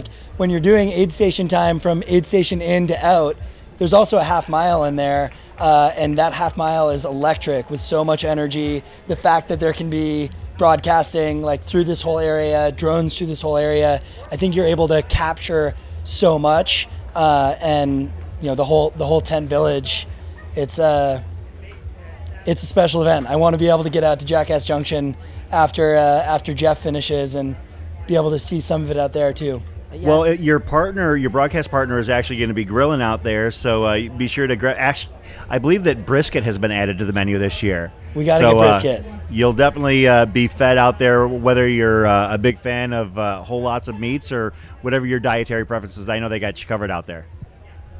How are things shaking out in the race? It's been interesting so far. We just for those who are following along, we do think that there was a timing error out of Coyote Camp, so we're missing the first through 12 to 15 runners. But I think we have David Roach leading, and then we've got JP. He made a move on JP Giblin that we were able to see on the drones earlier. And then our cameras right now, that's Hannah Allgood and passing Riley Brady there. So that's not sure if that's a move into first place, but I think we still got that tight group of women racing out front. But it's been fun. It's electric, like you said. Yeah, Coyote Camp, and for those in the audience who are not familiar, Coyote Camp is not far from a direct line of sight standpoint from headquarters. On the course, it's 3.8 miles, and maybe in a straight line, it's probably closer to 3. But the thing is that it's in a little bit of a weird spot from a landmass standpoint, because it actually takes about 40 minutes to drive out there. So it's a bit of a tricky place to get to. So maybe some of the reception out there, some of the timing mats are not quite firing off as we'd hoped. But we are definitely doing our best to try and keep aware of where we're at in terms of the front of the race, and hopefully we'll have more accurate timing when the runners hit Jackass Junction for the second time. A question for you, Jeff. Are you wearing those jean shorts out there today? The jean shorts are just utility for crewing here with all the pockets, but I'll swap into ideally the exact same race outfit that Jeff McGavro is wearing, so that we're truly indistinguishable. And you're a good Jeff, a bad Jeff. Yeah. I love that whole concept. I think that is a wonderful, because I didn't put it together when he did mention when we talked to him yesterday, good Jeff, bad Jeff, okay, and then we noticed out from the follow him, like, wait a minute, does he have horns on his hat? Oh, yeah, that's actually part of the costume. Like, oh, my goodness, now I get it. It took me a little bit of time, but I got it. I think the last 2 years pacing me at Western States, like on all of our documentation, I've been Jeff and he's been secondary Jeff. And so it's fun to have a role reversal and have him as the primary Jeff for today. And, you know, he can hold on to primary Jeff for as long as he wants. It's fun supporting him. Maybe he'll be primary Jeff crossing the finish line today. Ideally, yeah. Yeah. Well, Jeff, thank you for joining us here in studio. Really excited to follow Bad Jeff's Bad Jeff's day out there. And I think you guys are bringing the good energy. Yeah, and we're seeing first and second. So first and second female. So running in tandem. Hannah Allgood closed a pretty good gap there. Yeah, so we've got, luckily at Coyote Camp, we are capturing the women's race well. We've got Riley Brady in first, Hannah Allgood in second, Corinne Chauvoy in third. We might be missing our group of Anna Loud and Becca Wendell, Lauren Puritz, and Erin Clark, if I had to guess, through there. So just keep an eye on that. We'll let you know what we see as we get some cameras on them too, and I'll try to ID the order the best we can in studio. And is that temperature 76? Is that here or is that? It's here. Okay. But I mean, it's a shade reading, Yeah. so obviously, It like, definitely feels a bit hotter out there. yeah, it does. It's going to start to feel warmer in here for sure. Yeah, it's Amazing. It's not cool. Thank you both for doing everything you're doing. It's so Hey, fun to thanks follow for along. Excited. coming in and being I hope you enjoy being a part of it here yeah. tonight. We're So. excited to see you later on camera. With how hard the Mountain Outpost team works, like it's the least you can do to show up and try to help in some way. We appreciate it. Jeff Cole, appreciate folks, you. thank you so much for joining us. As we mentioned, we've got our F1, F2 basically in a virtual dead heat at this point. Having left Coyote Camp, that is Hannah Allgood and Riley Brady. Yep. And then our timing mat has Corinne Chauvoy in third. Once we get some more footage from our bike cam, we will confirm that with you guys as well. I do think Corinne very well could be in third, but I think we have more ladies between third and fourth place than is being captured on the tracker. Yeah, based on, I mean, I know that Corinne was one of the first 8 or so women here into headquarters. I know that Reese Ruland was moving very well earlier. I think we actually name dropped her as somebody we were not familiar with initially. Had some smaller, shorter distance results on Ultra Sign Up that were pretty quick, but again, somebody we weren't familiar with. But I think that there were probably some other names that we expected to see sooner, such as Erin Clark and several other women that had been part of that initial women's chase pack. So.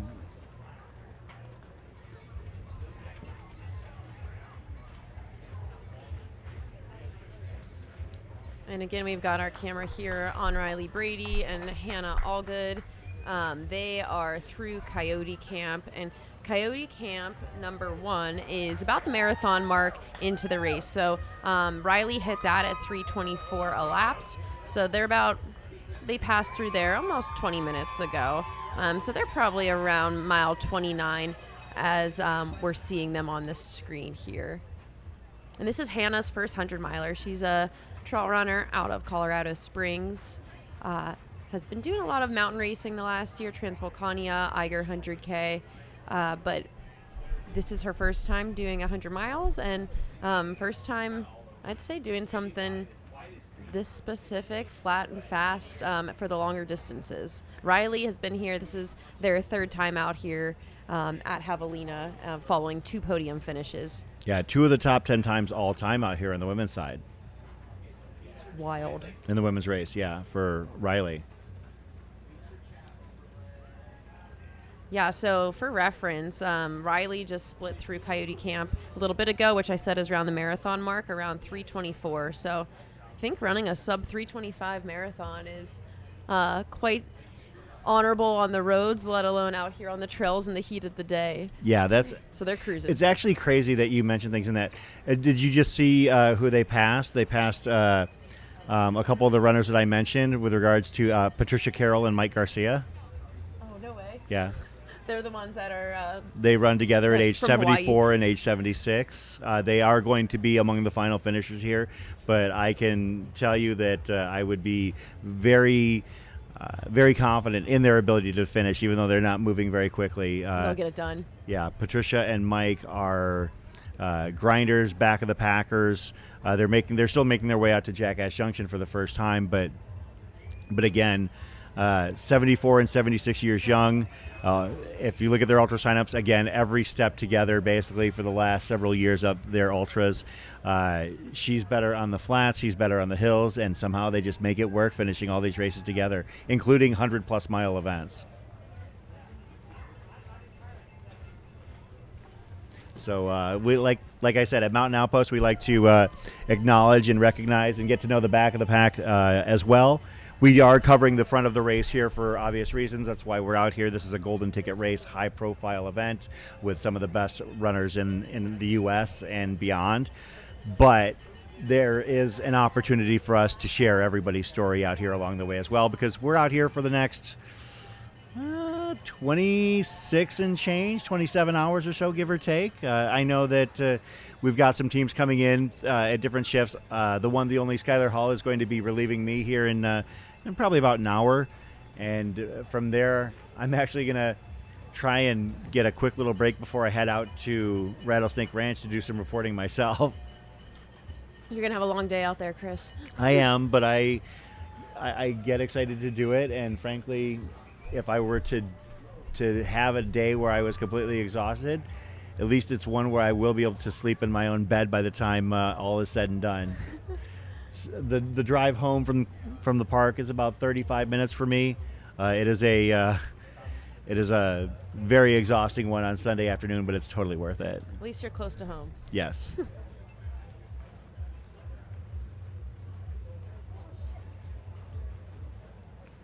Yeah, folks, the runner tracking that we have is exactly what we are sharing at the top of the feed. We don't have any insider info beyond that, but if you're curious about specific runners, we are doing our best to keep things updated. We do know that there was a bit of a timing mat issue at Coyote Camp.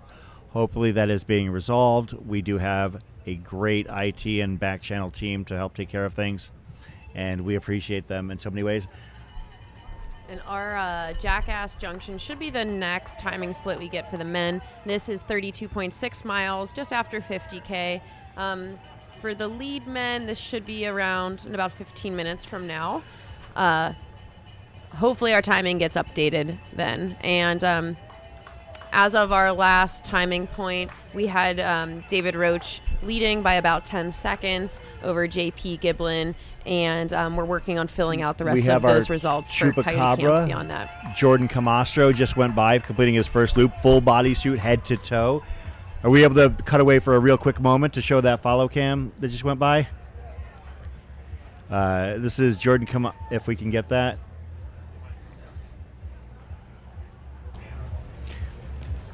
Do we have Jordan? Oh, okay. Well, maybe we'll catch him on the way back around. It's kind of hard to miss him. He's in a full body head-to-toe blue costume. So we'll go back out to the field here really quick if we can. But I do want to acknowledge Jordan's effort to commit to being dressed at Javelina Jundred. Of course, Riley Brady with basically a few steps on Hannah at this point, currently leading the women's race. Riley having obtained a golden ticket here in 2022 and just missing a second consecutive one in 2023. And it is 9:45 in the morning local time here, and our runners have been icing themselves down for the last 2 hours. So Yeah. it's pretty hot out there. I think this will be one of the hottest javelinas on record. Our runners are prepared for 95 to 100 degrees, and the first lap paces were about as hot as they get in terms of pacing. So we'll see if we've got some carnage out there today. We had both men's field and the women's field running extremely fast. Men's a bit faster than course record pace, about 5 minutes under that, and women running probably 3 through 10 of the fastest times ever on that lap. It was quite fast.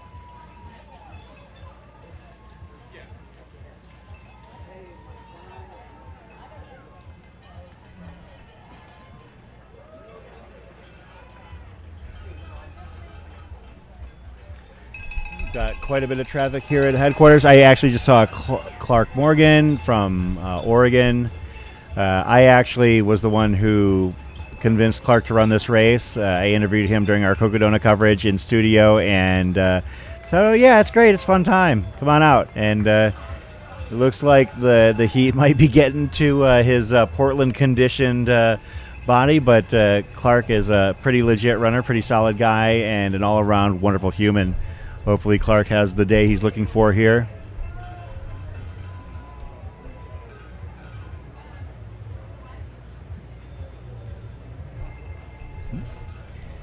Yeah, I have a thermometer here that I actually want to prop up someplace that we can see it. Actually, I bought 2 thermometers on smart. one of those major sites out there. I actually was wearing one during the pre-show yesterday until the string fell apart. And I noticed that in the shade it was still registering in the 90s. Mercy.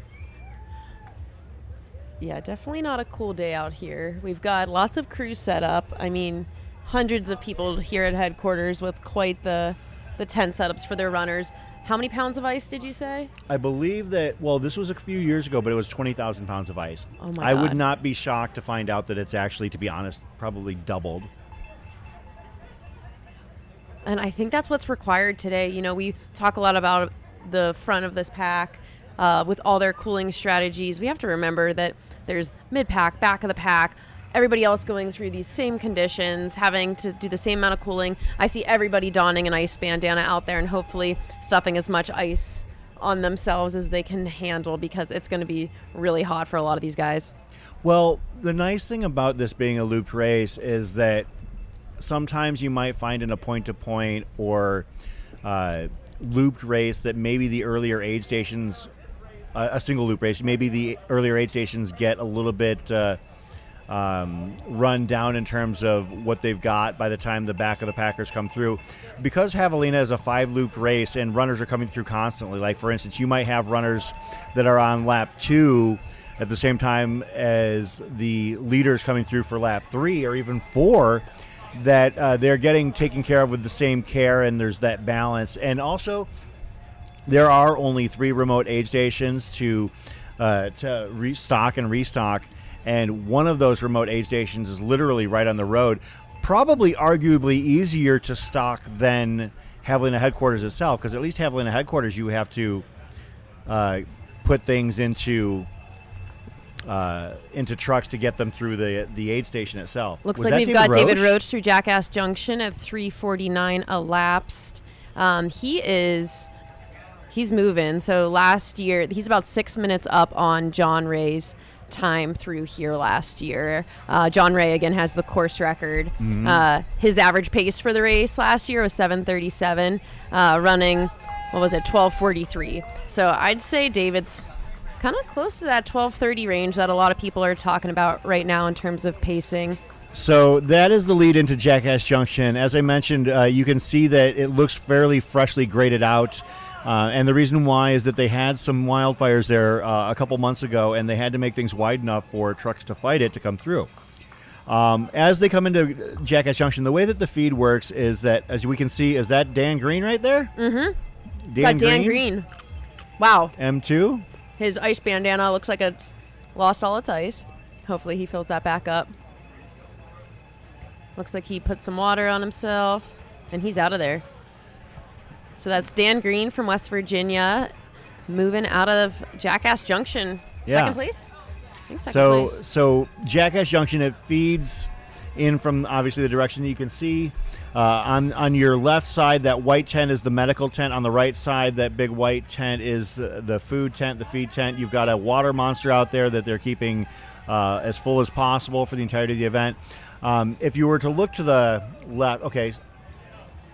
Oh, Katie. Do we have Katie? Do we have audio for Katie?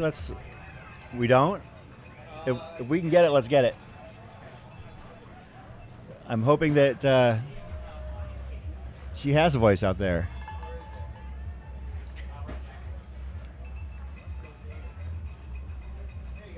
Katie, can you hear us? We got you. So I can hear you, and that makes me so happy based on the conversation we had last night. Yeah, Yep. you're good.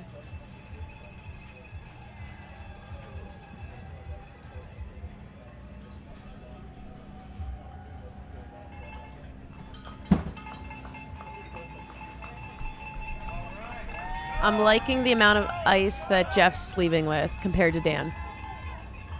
Wow. Smart. That is a kiddie pool filled with ice water. That was the move.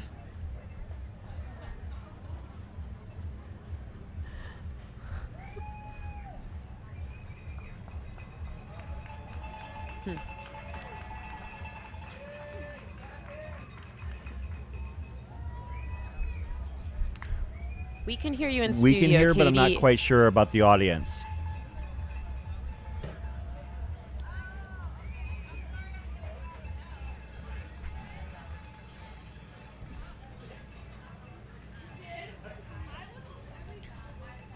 F or M4 coming through.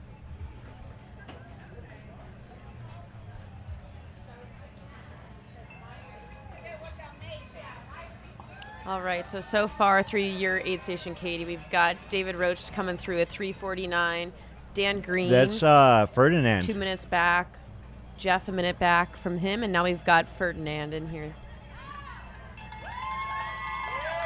Nice. So that you've got 5 people through there.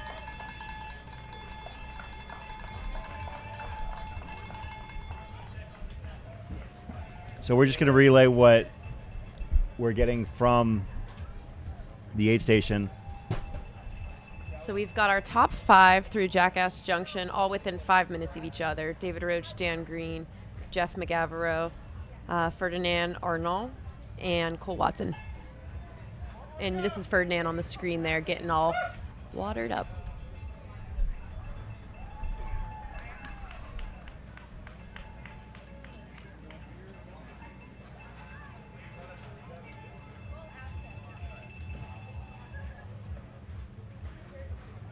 M4.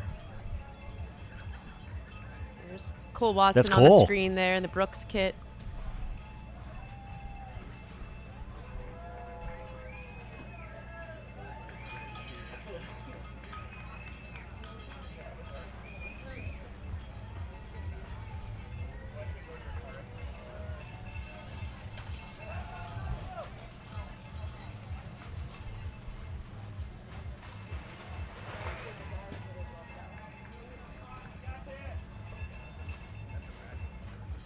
Yes.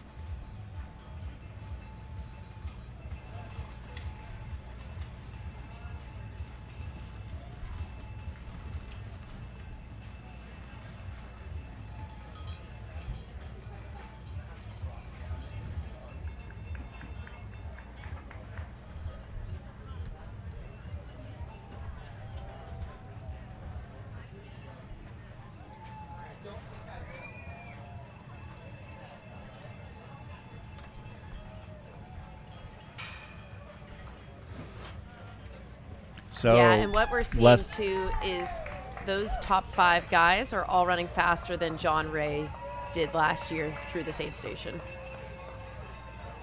Yeah, we're still struggling with Katie's audio out at Jackass. We're not getting it.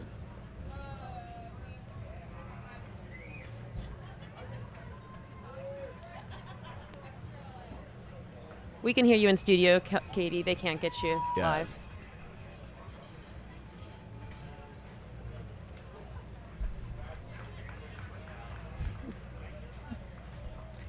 Yeah, we're just trying to relay what you're sharing.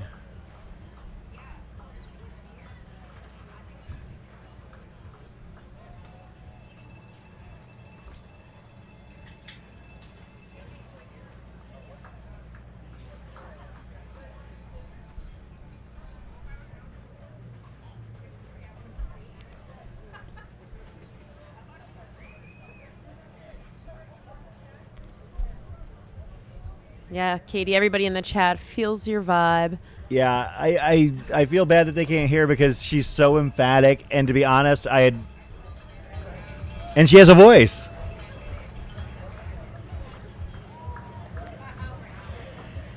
So right now we're back at headquarters. Runners coming in from that first loop. If they're coming in at the 4-hour mark from the first 23 miles, they're still moving extremely fast. I mean, these are all people that are well under the benchmark for a sub-24 type of finish. They are going to experience some absolutely hellacious temperatures here for lap 2, though. That is something to consider. A lot of people are going to be slowing down pretty substantially here for lap 2, and that's the right thing to do. Yeah, and speaking of slowing down, I think we haven't seen JP Giblin come through Jackass Junction yet, and we saw JP storm that first lap, and him and David Roach were running together. It's now been almost 10 minutes since David Roach came through Jackass Junction, and we still don't have a JP Giblin split. Yeah. So JP's either pulling it back to be a little bit more conservative, like Tara was talking about, or that hot pace might have hurt him a little bit.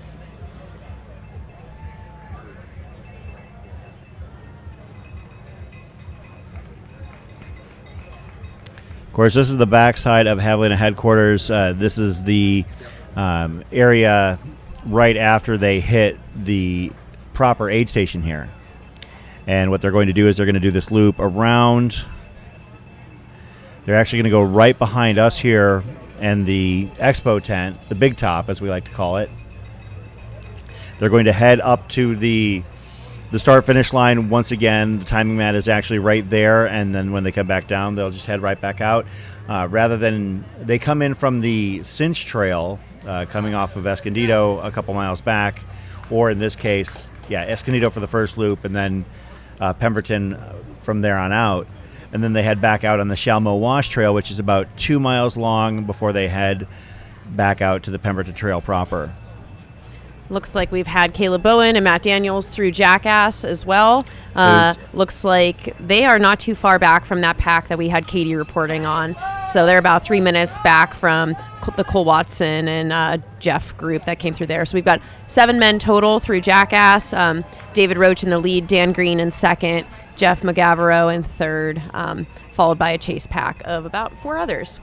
Yeah, we spoke with Megan Roche actually just a little bit ago. She was gracious enough to join us here in the studio, and she talked about how David looked. And he, despite the fact that he absolutely cannot stand the idea of having to wear an ice buff or carrying more weight as part of his evaporative cooling, it sounds like she said he was surprisingly at peace with it. So that's not surprising given what he's running in right now.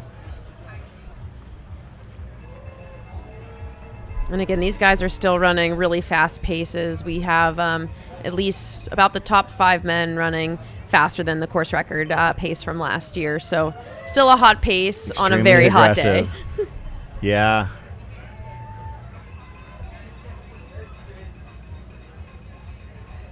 So that's actually right behind us where we're sitting right now.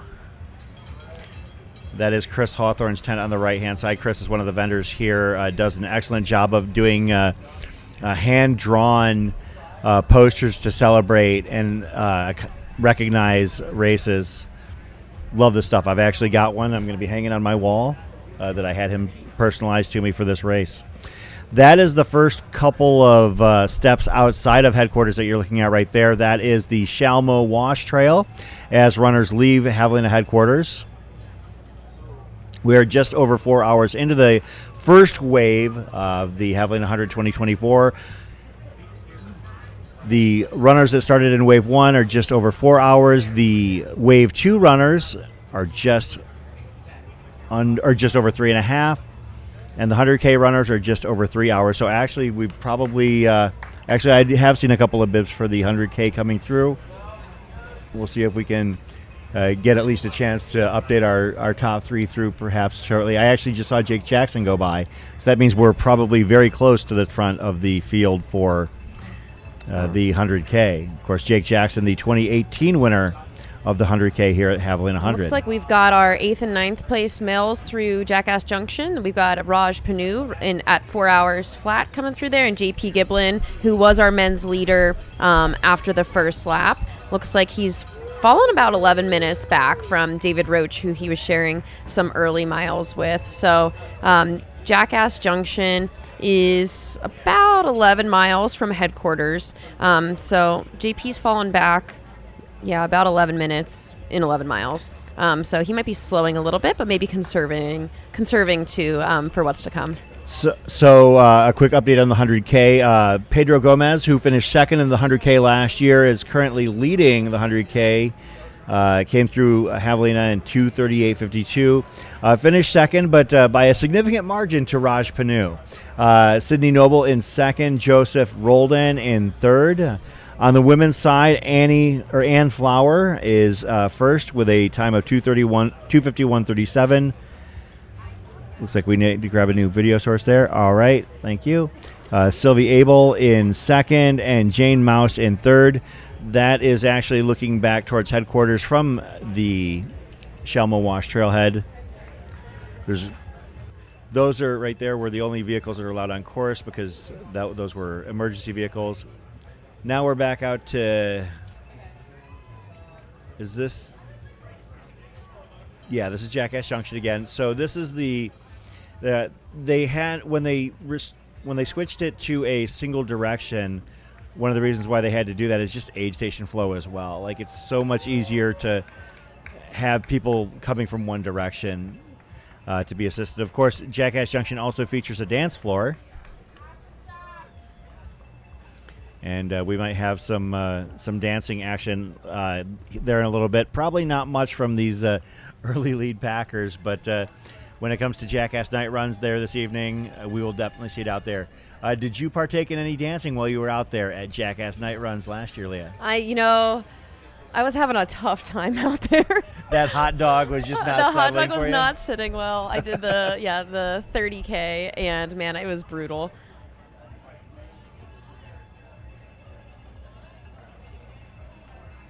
Of course, we have some pretty heavy hitters in the 31K out there tonight. I mean, you talk about the front of the field. On the men's side, Ryan Montgomery, who is top 10 at Western States and top 3 here We've multiple got times. Steven Kirsch coming into Jackass Junction there. Steven runs for Adidas, no stranger to the Arizona trails. Absolutely. Also, no stranger to Western States. He's out here chasing down a golden ticket. He's had several top 10 finishes there. I think this course suits him well, and he seems to be somebody that's running pretty conservative today. And reflecting on splits from last year, he's running similarly to how Blake Slattengren was running last year. Blake came through this aid station right about this time last year and ended up finishing in second place after being able to really push on that last lap. So Steven takes me as somebody that's likely running a conservative race out there and looks good here. Looks like he's taking his time.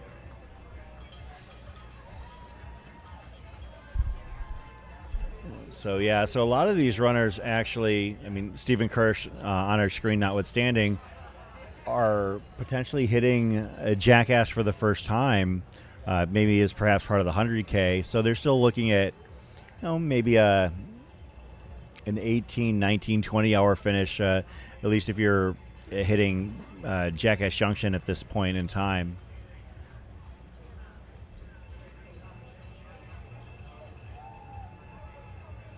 Yeah, so we've had 15 men through Jackass Junction. Our leaders in the women's field are around that 18th to 20th overall. So we should be seeing our lead ladies coming through Jackass Junction pretty soon.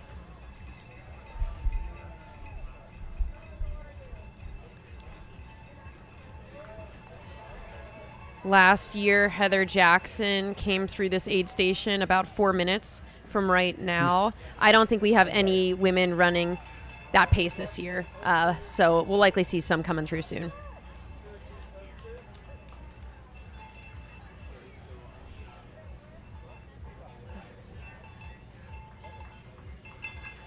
Youngest runner at Jackass Junction? I don't know. Do we have Troy's audio on the actual broadcast?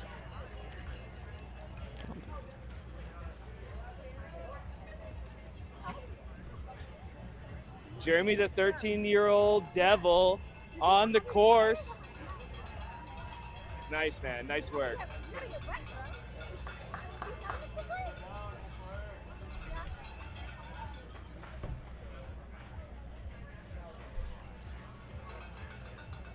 So we are currently a little over 4 hours elapsed into the 100 miler. As a reminder, our men's course record out here is John Ray. He's run 12:43, and our women's course record is held by Camille Herron, and she has run 14:03.23. So who we just saw on camera there at Jackass Junction a few moments ago was Jeremy Remillard Jr. Jeremy is 13 years old and running the 100K. So I think, again, we spoke with Haynes Gosens, who's running the 100 miler at age 16. I just absolutely mind-blowing in that we've got somebody that young out there in the 13-year-old range running the 100K. That is actually not the youngest runner in history to run the 100K. I do believe that the youngest runner to complete the 100K was 8 years old. What? Oh. Yeah. So that was Tegan Redden. And what's funny about that is that I remember, I want to say it was in 2018 perhaps, somebody was actually noting that a 9-year-old had finished Javelina 100 that year. And they said, I can't believe they let somebody run that race. And I said, really? A 9-year-old ran it this year? What a coincidence. An 8-year-old ran it last year because it was the same person. So Tegan used to run the Javelina 100 at the ages of 8 and 9 doing the 100K. And Katie as part of that, it one wasn't man, Jeremy, like Tegan was out there 13-year-old trying to running go the for a 100K, 12-hour finish or a 14-hour finish. Tegan was Says- out there doing one you loop, have to be wet going and to leave this sleeping station. like an entire night's sleep, Leave it and then to the going out and pro, doing another help loop out the if next day. Get it That's done impressive. here at Yeah. Javelina. So that would It's kind be of a nice way of doing things, though. Yeah. When my son wanted to start doing ultras, first of all, we didn't do Javelina. We did fixed time stuff that was a lot more easily controlled environment. And I think that he did his first 100 or his first 50K at age 10, and then by the age of 12, he had completely lost interest in running entirely. And now he actually did send me a text asking if he thought I could actually, if he could do 100 miles across the years at the age of 17. Oh, we got the aid station audio. Is that real, Jamil? Do we know? Okay, looks like we've got aid station audio, and that is Katie out there. Does she know we have her audio?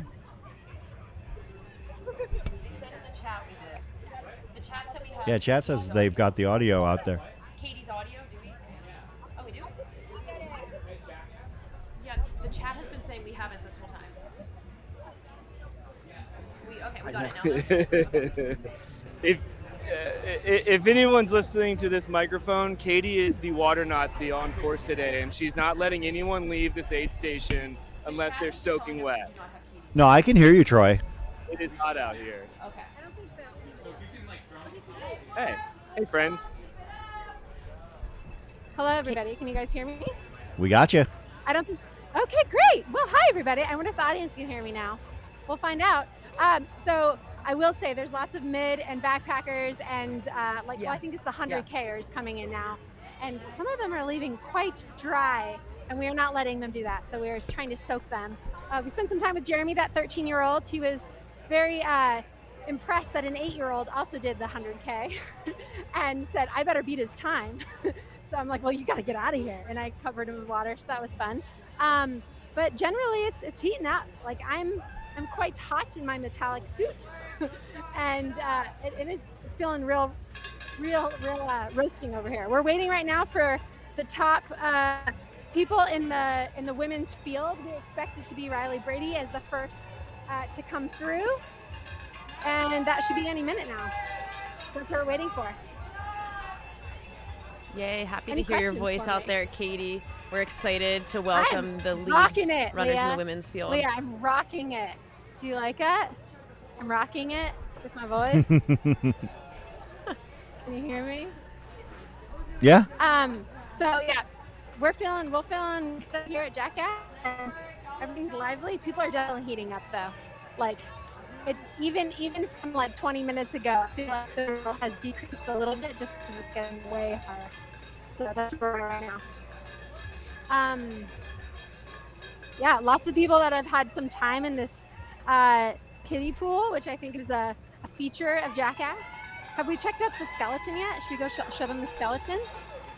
We'll find Let's the see it. skeleton for you. We're gonna a little tour. Why don't look at me, look at the aid station. Let's check it out. Get a little tour of what's going on at Jackass aid station. So right now we're at what, like 32 miles for this loop.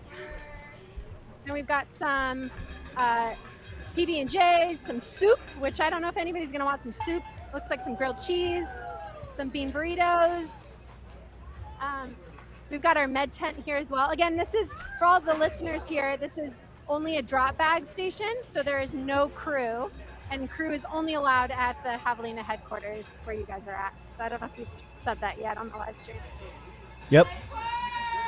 You guys want to So Katie, it seems to be that there's a good gap between the last runner you saw through there for the 100-mile leaders.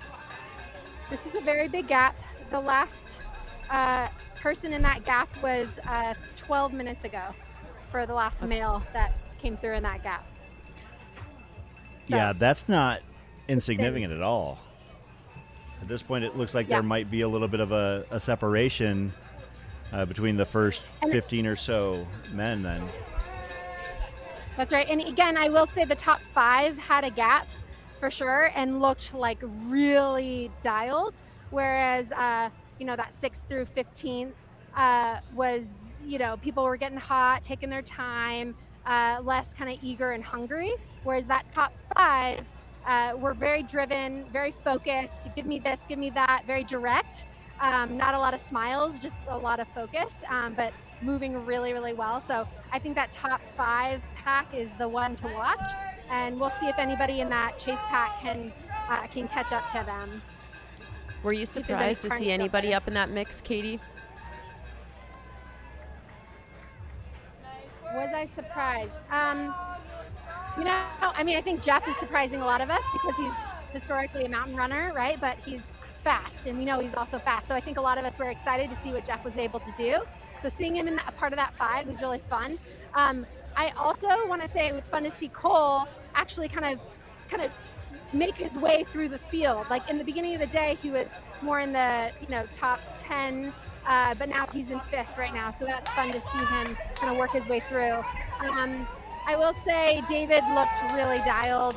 I guess a big surprise at Jackass right now is that JP fell back. So he was not a part of that top 5, lead pack and is now part of that chase group. So everybody looks really hot coming in here. And I think that's going to affect, just like it will always, like we expect that at Javelina, but we'll see how everybody's stomach holds up and how people can really handle this heat, because I'm telling you guys, it's like, I need, like, it's hot. You need a hat or an umbrella. Yeah, I need to get out of this skeleton sunshine. But yeah, I'm excited. I'm ready for the next, I'm ready for Riley. Let's go, Riley. I think Riley's going to be coming in. It sounds like any minute. We'll see. So I'll keep you guys posted. Katie, we saw Matt Daniels move his way up from around 15th place up to 7th.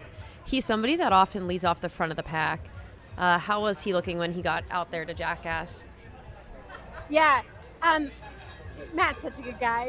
He was smiling, kind of came in, looked really in control. He didn't have the death eyes that I've seen in Matt before. He looked really happy, honestly. I did tell him, I said, hey, you're 9 minutes back. No, I said 8 minutes back from first. And he looks back, he goes, 8? Like, surprised by that. So yeah, he kind of turned to look at me like shocked. So I think that kind of took him off a little bit. But honestly, 8 minutes is nothing right now. We're only at the 32-mile mark, so we've got a long way to go. So I think he's actually in a really good place. He looks happy and controlled, and I don't know. This kind of Matt Daniels is the Matt we always want to see. So we'll see if we can have it hold up. But it's good to see him out here. Everybody got doused. Nobody left here without being completely soaked. And I think it's just going to be a time will tell sort of situation. Okay, Katie, we've got eyes on some footage of Hannah coming probably. Yeah, they're coming in real close. That's the burn area. That's a mile out or less. So they're actually going to head down into a little bit of a drop. And then when they come back out of it, it's one last hill before Jackass. So, Leah, interestingly, Tony Rodriguez, one of the names that we've been seeing at the top, no ultra sign-up. Runner from Mexico. Huh. We're going to have to do some digging here. Yeah, if there's anybody in the chat that wants to give us some intel on Tony Rodriguez, he's currently running in the top 10, I believe. Yeah. We're very close to it. Top 16, 15. yeah. And I do think this is Riley Brady and Hannah Allgood.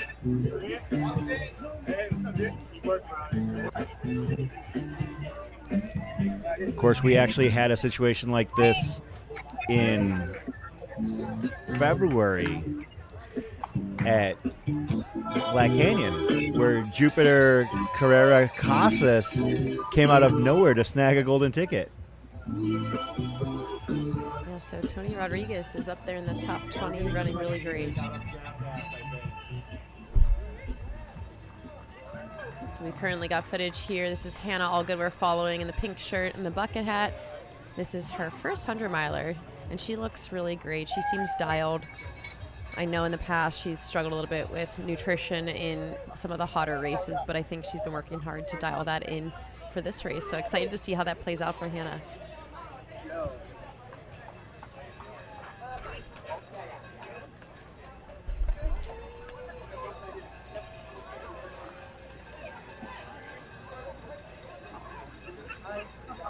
Hi, honey. I think Riley and Hannah should be. Yeah, they're coming in real close. Corinne Chavoy looks like she's in third. Yes, last we checked. Is what we Corinne. got here. Let's go, Corinne. Okay, this is Riley. This is Riley coming in now. Riley's got their hands up, airplane arms. Let's go, Riley. Awesome. Yep, that's that last little bump. It's going to level off, and then they're going to head right down into Jackass Junction. I will say this is hard not to be helping right now.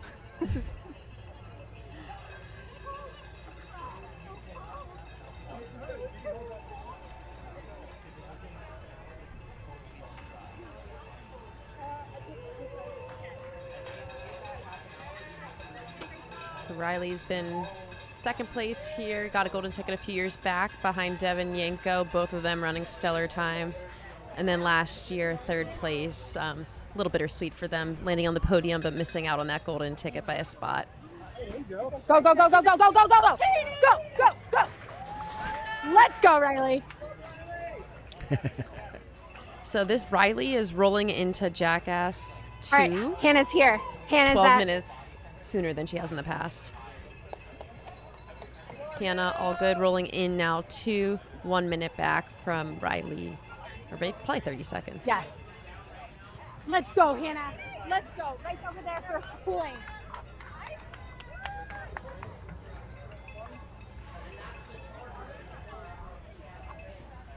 Aaron Clark's also here at Jackass.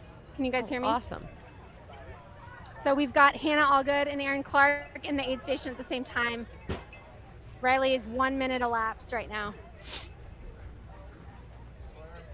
This is cool. Megan Roach was in the studio earlier saying how Hannah and Aaron are sharing a crew tent here at headquarters and likely working together out there. Let's go. Come on, Aaron.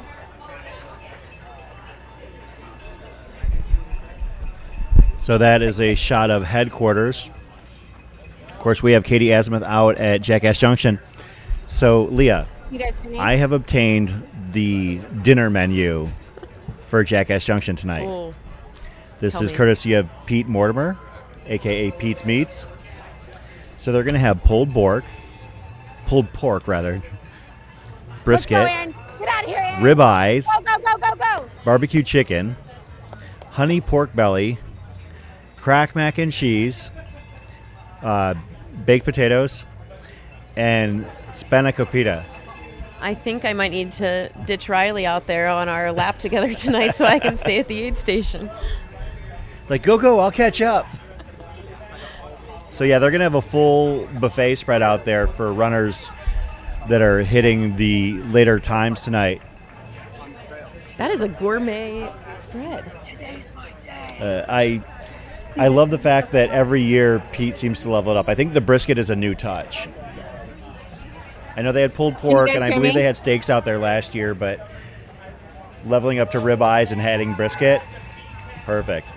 Beautiful shot there. That's Javelina headquarters here at McDowell Mountain Regional Park. This is the Javelina 100. We're about 4 hours, 20 minutes in. And now we've pivoted over. That is Hannah Allgood. We believe currently F2.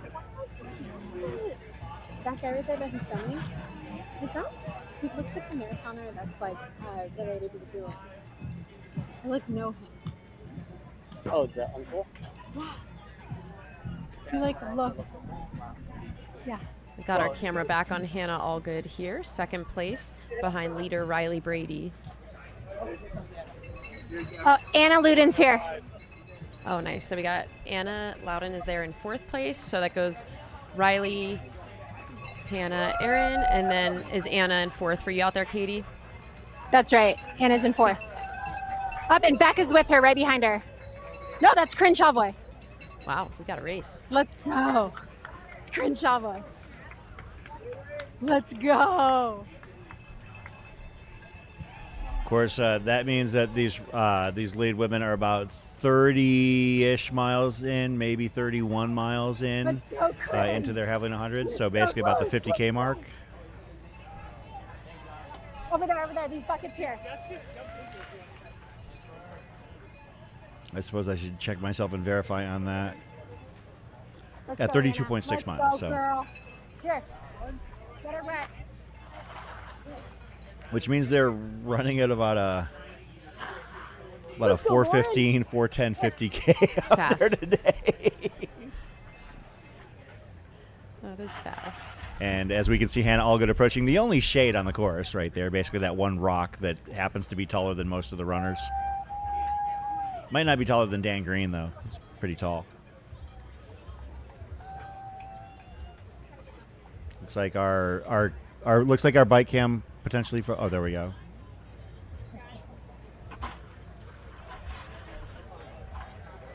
Yep, that one rock that's taller than. Okay, now we're back out at. Oh, that's David Roche. Is he at Rattlesnake Ranch? He must be. Yes. Yeah, that's Rattlesnake Ranch. That's looking east towards Four Peaks, towards the Matazals. Yep, He's David out. Roche in and out. Rattlesnake Ranch on Loop 2. Wow, moving really 4:25 fast. elapsed.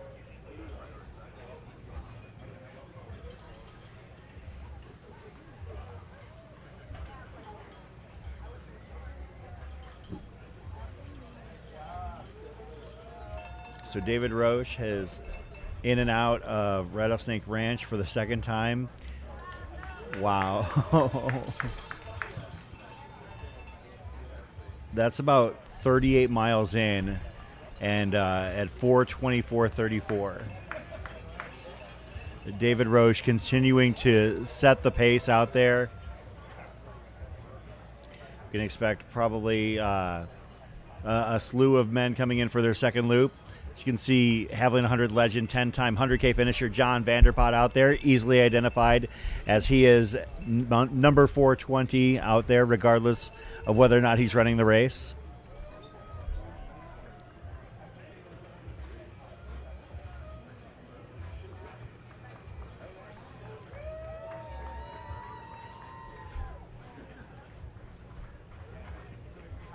Yeah, we're getting to the point now where a lot of those runners that are on that first loop are still well within the capabilities to finish sub 30 hours.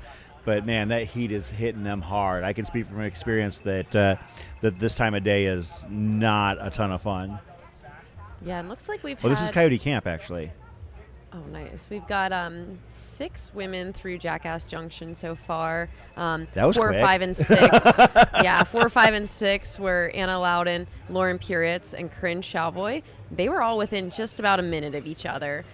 So it looks like we've got Riley Brady up front, Hannah Allgood about a minute back, Erin Clark a minute back, about a minute and a half back from her, and then another chase pack about minute back from them. So a really tight women's race from first through 6th. We've got 6 minutes right now. I mean, yeah, 6 women running basically at what equates to maybe a 4:15, 4:20, 50K. That's wild. And that's Hannah Allgood on the screen right now. She is running in second place.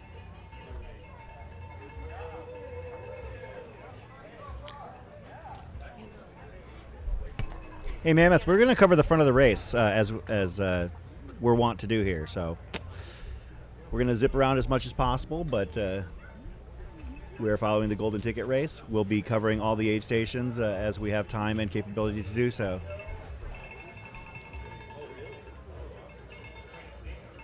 And you can see some fun details on the screen about Hannah Allgood, Colorado Springs. She runs for Dina Fit.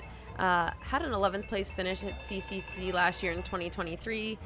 Forewent competing at this year's CCC and did the Eiger 100K out in Switzerland and had a phenomenal race there.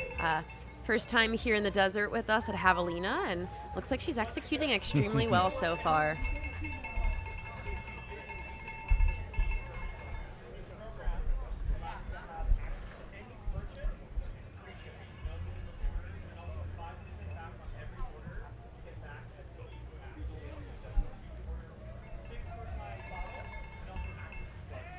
I see Andy Jones. I hear Andy Jones Wilkins coming in from Loop 1. Go AJW! You can hear him before you can see him. Yeah. Somebody's asking if this is Corinne Shalvoy's first 100 miler. No, she's completed Leadville. That much I know. And I do think she started Run Rabbit last year as well. That's right. But I think that might have ended in a DNF. So in the media division, AJW has made his way into Javelina headquarters after finishing lap 1. In that division, Corinne Shalvoy out ahead, followed by Corinne Malcolm, Zach Marion, and AJW. Translation, the people who would be relieving us here if it were a normal day.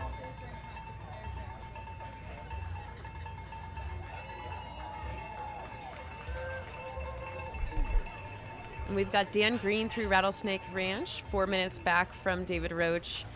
Funny to see Dan Green in another second place position early on this year. This is exactly what we saw from him last year here as well. So hoping he can hang on.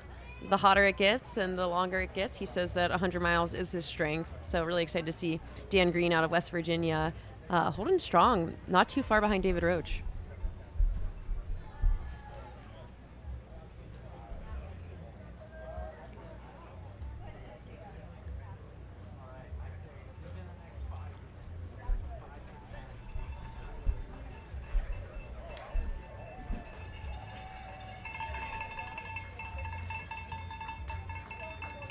A lot of traffic coming in here. You can probably hear in the background a whole lot of cowbell. Love the energy, love the vibe here at Javelina headquarters. It is one of my favorite shifts, if not my favorite shift of the year to cover the first few hours here of Javelina 100. I feel like setting the table is so important, kind of trying to get people to understand what the vibe is like here. And that's one of the things I love about asking people, talking to Jeff Colt a little bit earlier, talking to Megan Roche about how, is this your first time here? What are your impressions? I love getting those reactions because when people come here for the first time, they're a little bit overwhelmed at how wild the atmosphere is here.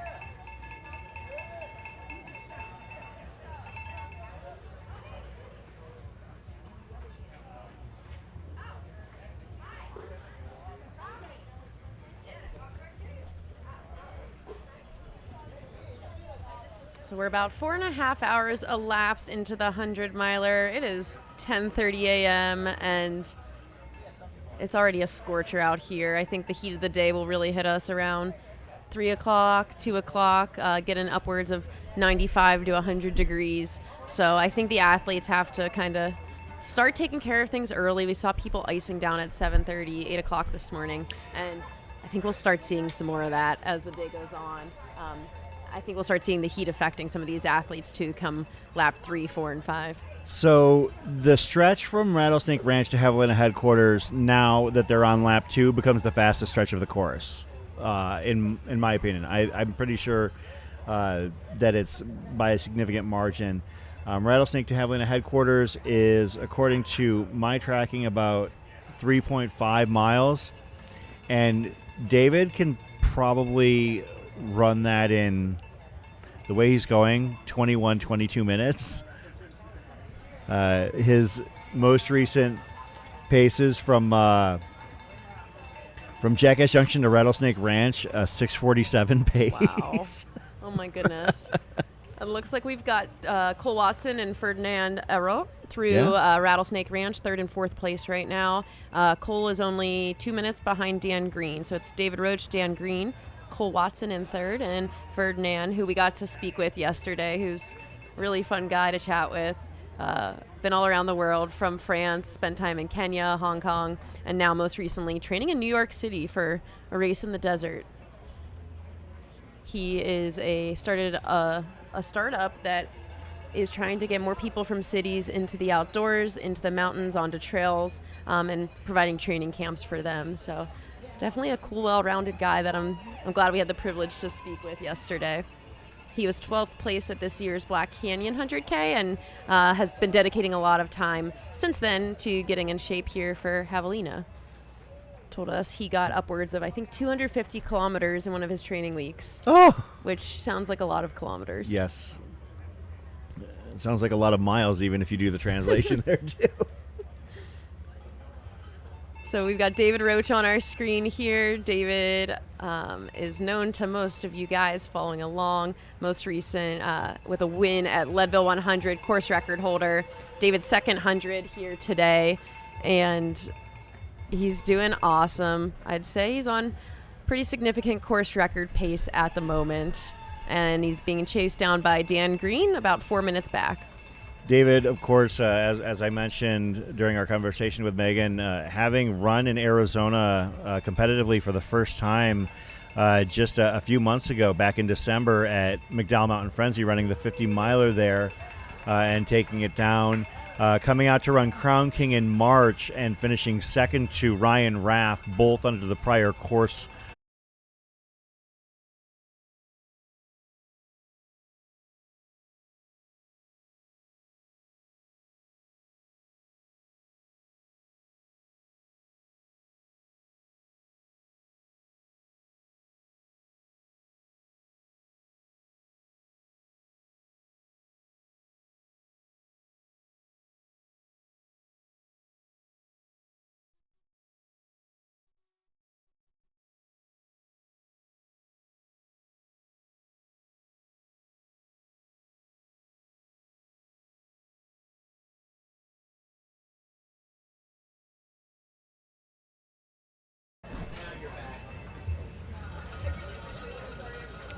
Hello. Okay, fam. now we're back. We are back.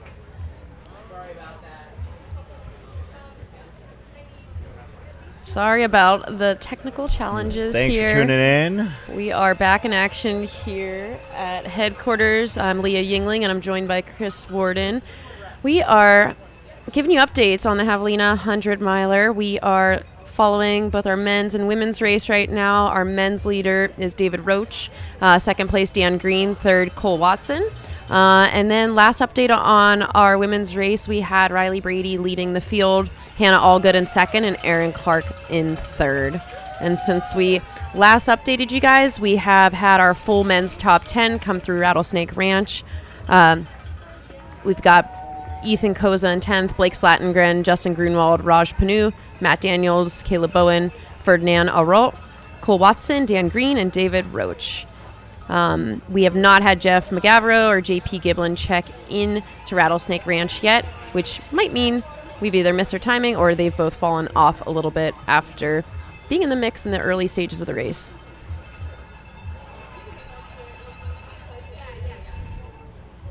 Looks like our shot right now is of the Javelina 100 start-finish line area. Of course, we have volunteers there. Basically, I see that they just added a canopy for them. I think that is absolutely reasonable. Looks like we've got Vic Johnson in the chat. So Vic, I know, is helping a few of the athletes out there in those lead packs with their nutrition today. Oh. Riley Brady, Hannah Allgood. I think, of course, like Javelina, with the heat and the weather, you definitely need to figure out different plans for your nutrition. And I think a lot of people are starting to work with professionals in this realm.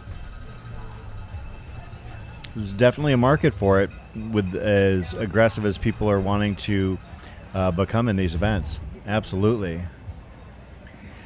So I'm expecting, as crazy as it feels to say, I would not be shocked to see David Roche coming. Oh, okay, so he's on Escondido. Nice. A little bit tricky for me, or not Escondido. He's on. I'm mistaken. No, he's on the Pemberton Trailhead. Nope, he's not on that either. I am 0 for 2. He is on Cinch. He's on Cinch Trail. So Cinch Trail actually runs between two fairly elongated hills, and it is flat, fast, downhill, runs through a couple washes, as you can see here. But David is going to be able to fly through here, and the Cinch spur is about 2 miles long, and it looks like, unless I miss my guess, he's probably about 2/3 of the way through it.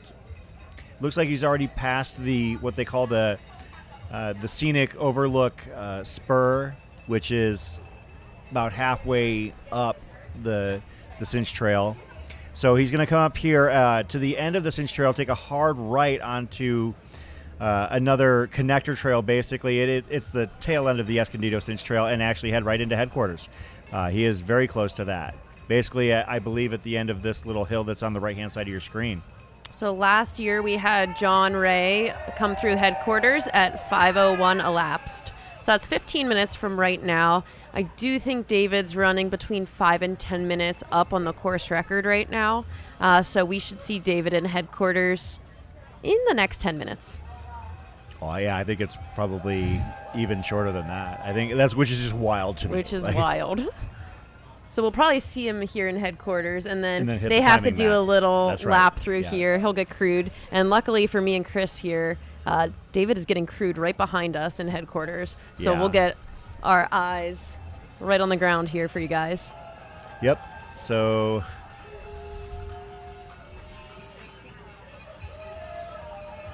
do we have eyes in the sky potentially able to get out there? Oh, there we go. We gained our follow cam back.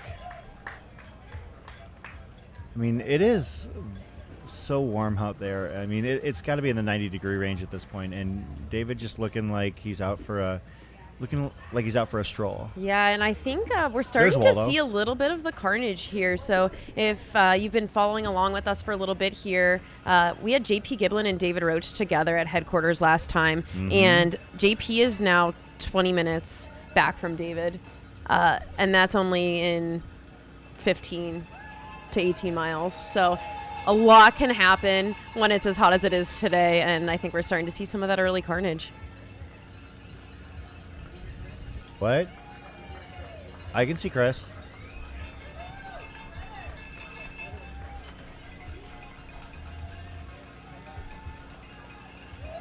Do we have Roche's feet? Okay. So we've got the overhead shot. We need to keep eyes on Roche potentially coming in here fairly quickly.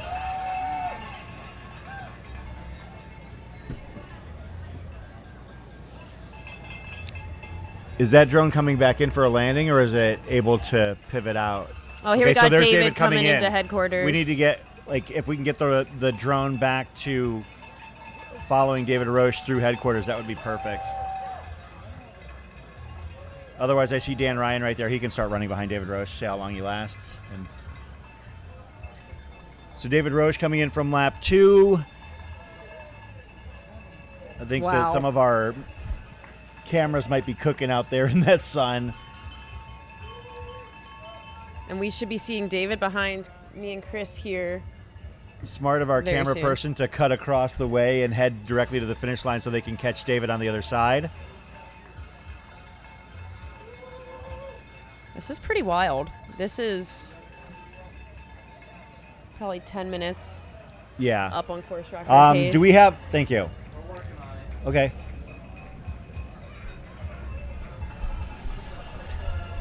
So I'm assuming we're going to see David actually come up behind us in just a few moments. Yes.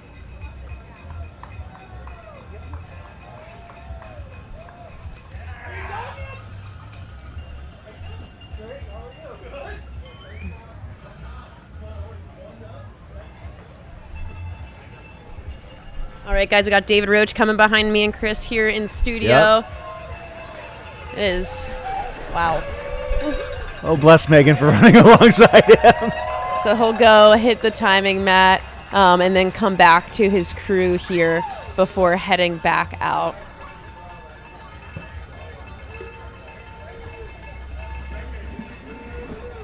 So is that David at the top of the screen?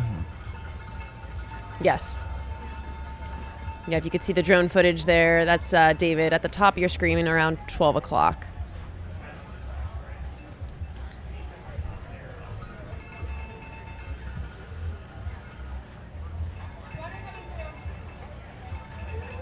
Yep, David flying through the last stretches of the pop-up zone.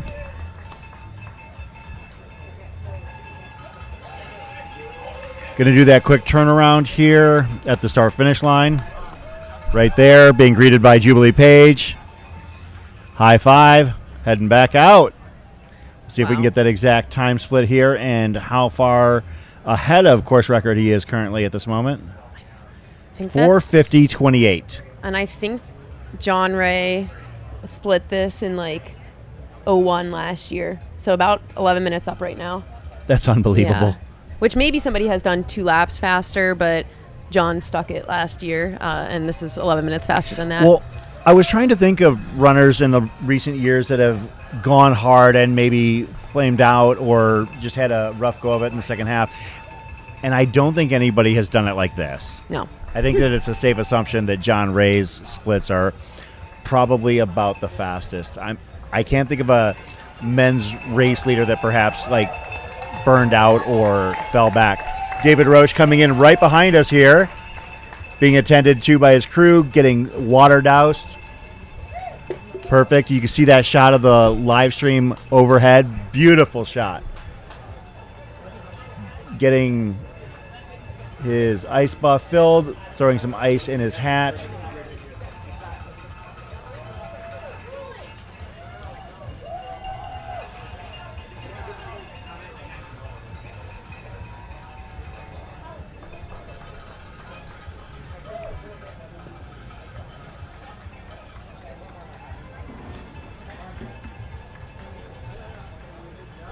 Once again, David about 11 minutes under course record pace at this point. Slapping ice everywhere.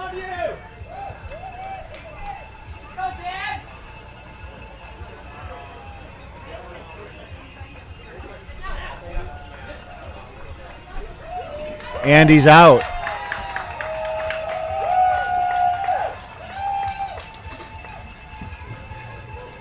Yeah, David is flying. He looks really good, too. He looks really controlled. He took a second there to get iced up, get a lot of water doused on him. He's looking pretty dialed and focused. Yeah. We should be expecting Dan Green then here any minute.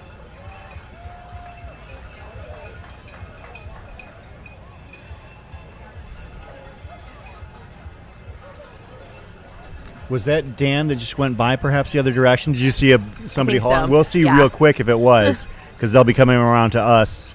Any second. We've got a lot of things to look at here, folks. It's actually pretty overwhelming.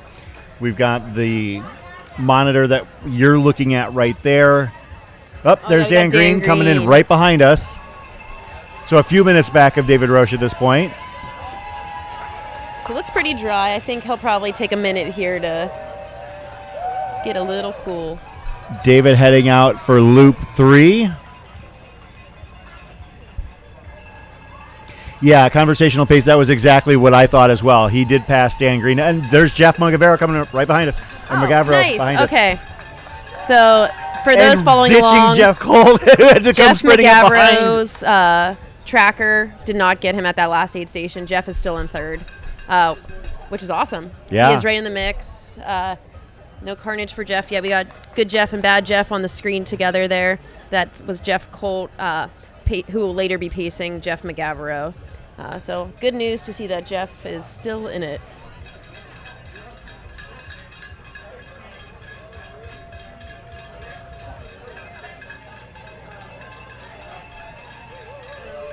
So Dan should be registering a time here shortly. I can see Cole Watson coming up behind us. Wow. I think Cole took a quick moment to drop everything and get a little bit of cooling because he's carrying nothing as he heads through. No pack, no bottles, no nothing. So he's just has dropped everything off with his crew and then going to get that covered while he crosses the finish line. Timing, Matt? So we've got Dan Green, Jeff McGavero, and Cole Watson all here at headquarters at the same time together. And then we've got David Roach on your screen there. He is leading the Javelina Jundred at this point, and he's probably got 3 or 4 minutes on this chase pack here. You can see David Roche actually doing what he can to increase his gap at this point, which is, again, kind of unbelievable to watch. Very impressive running from David right now. I think this is his bread and butter when it comes to racing. He trains on terrain a lot like this. Okay, we got Dan Green heading towards his crew. His crew is on the far end here right before he heads out of the aid station. I'm not showing a... Oh, here we go. Headquarters 2, Dan Green, 4:54:38.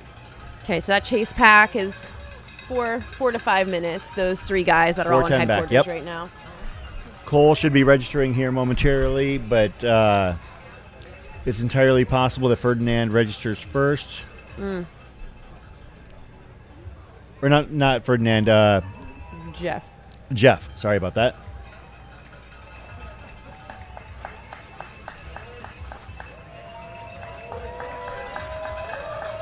So there might be an issue with Jeff's timer because he actually just passed behind us. Yeah, so we've got Jeff McGavero. He is leaving the aid station. I'd imagine he is leaving before Dan Green here because Dan Green is on the camera in front of us, still with his crew, and we might be seeing Jeff come behind him in a second, leaving the aid station here. Yeah, so Jeff actually hit the timing mat 16 seconds after Dan Green. Nice. Did he register? Sweet. Yeah.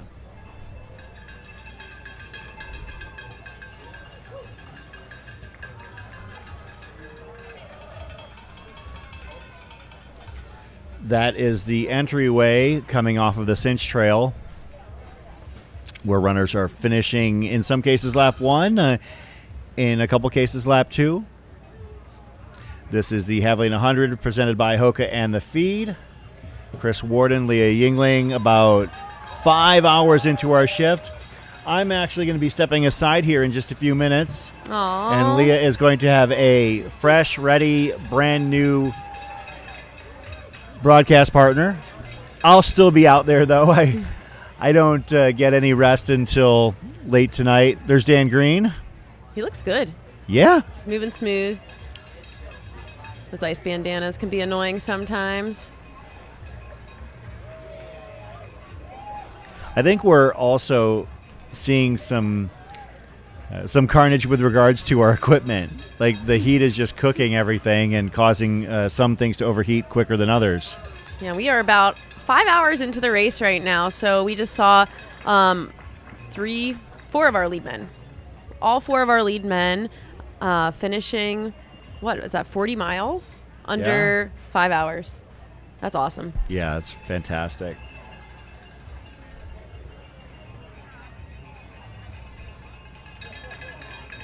Oh, actually, you know what? It isn't Skylar. Skylar will be on later. I think I got David Lamb with David me. Lamb, yeah.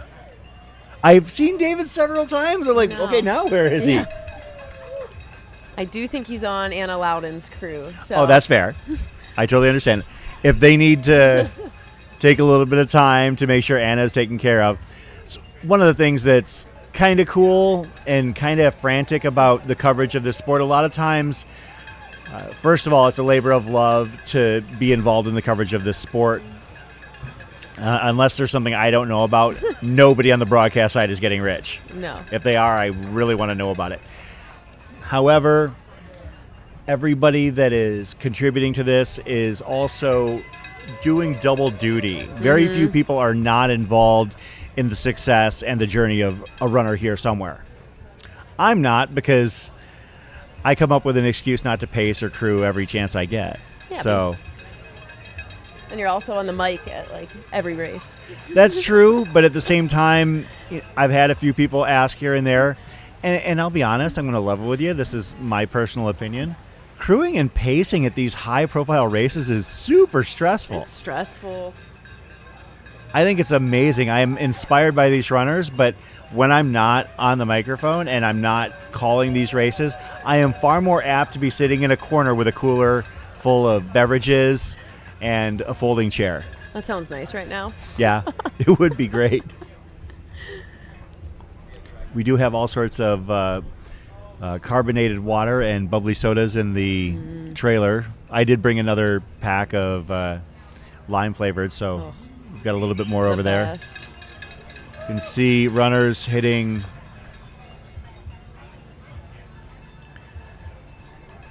Javelina headquarters. Everybody we've decked had, out. Ferdinand came through here as well. He's our 5th place male. So far we've had 5 people through headquarters, all under 5 hours. Everybody looks good so far. Nobody is looking like they're struggling much. We saw Dan Green, Jeff McGavero, Cole Watson all kind of come through together. And looks like we've got Riley Brady is through Rattlesnake Ranch, and that's our first athlete in the women's race. And we should be keeping an eye on Hannah Allgood, who last we checked, we had Hannah Allgood in 2nd place. So Riley just rolled through there 3 minutes ago.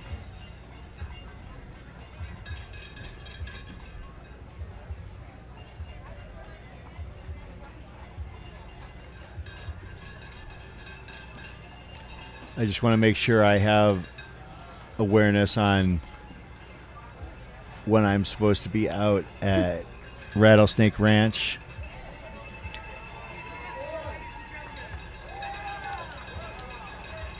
So for reference, too, for those following along at home, we just had 5 guys come through under 5 hours. And John Ray, who set the course record last year, on a much cooler day, he would be coming through the aid station at headquarters right now.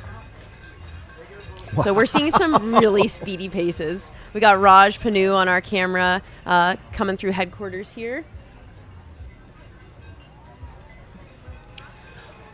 I'll admit I'm a little bit surprised to see Raj not out as a pace setter here. Yeah. But it's very intriguing because we know how fast he is.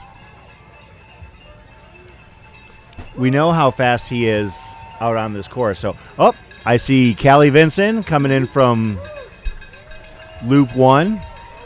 Callie just over 5 hours. All right, we got Caleb Bowen coming into headquarters here. I think he's our 6th place male coming in right now. He just came behind me and Chris here, and we should be seeing Raj then coming through soon. And then Matt Daniels was in that little pack earlier as well.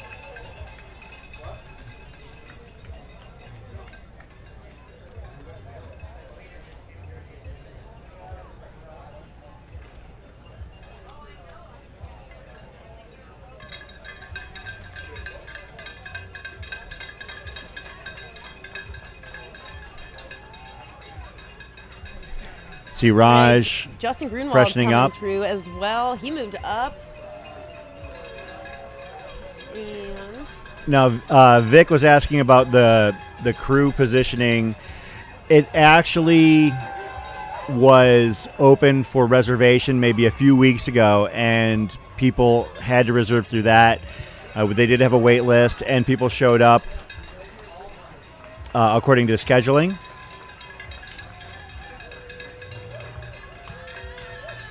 Just saw Callie Vinson go by. We had Callie in here yesterday to talk about her journey as a runner, having lost 200 pounds and going from a very inactive lifestyle to now shooting for her first sub 24-hour 100-miler. Very inspiring follow on Instagram. I would encourage anybody to check out Callie on Instagram.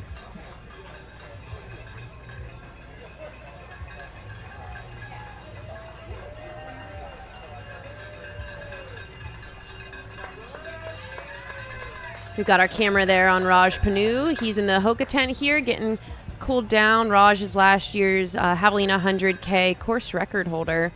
So Raj is coming through here, 5:04 elapsed. Last year, he came through here in his 100K in 4:56 elapsed. So definitely running more of a 100-mile pace and doing really well today. This is his second 100-mile distance. He holds the second fastest American time over the distance of 100 miles, running under 12 hours, only second to Zach Bitter. Yeah, a couple people noting in the chat that the idea of seeing Raj in any sleeves at all is a new thing.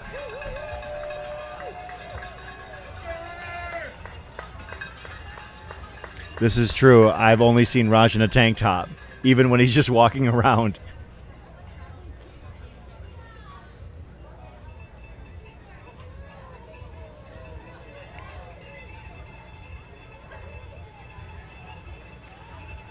Raj is out. So he actually stopped in before crossing the timing mat. Oh. Nope. He did cross the timing mat already. And is coming back this direction.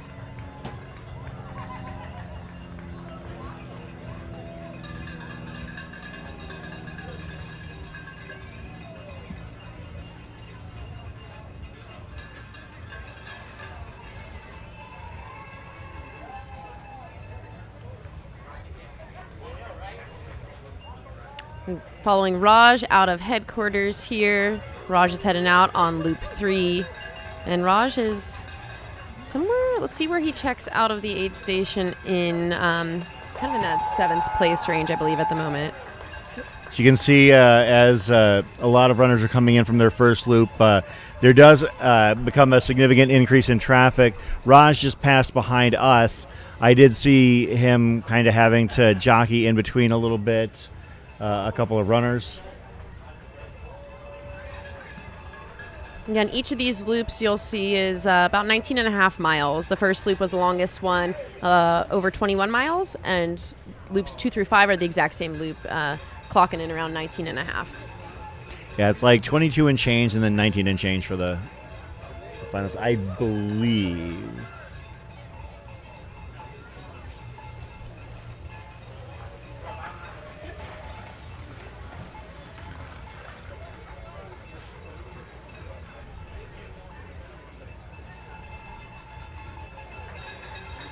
So that is actually just right behind us right now. You can see that live stream feed.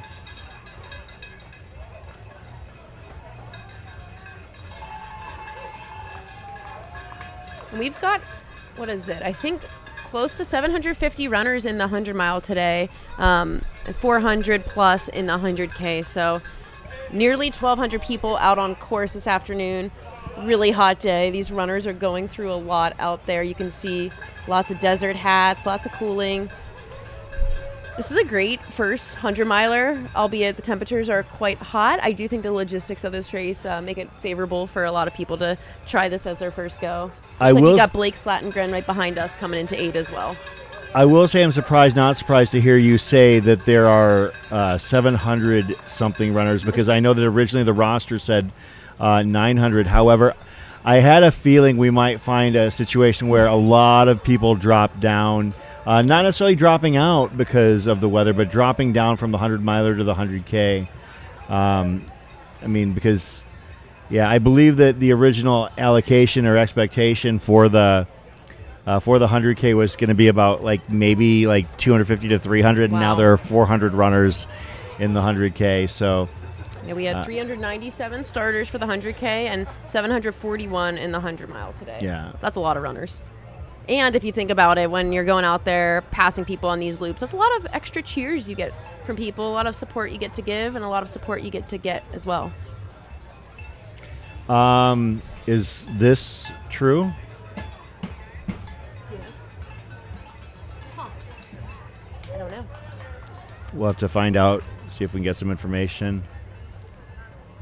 We got Blake Slatengren coming in your screen there, and that Brooks kick, getting water on his sleeves. Gonna keep rolling here. One of the few guys in that top 10 wearing a pack, actually. A lot of guys doing the handheld route today.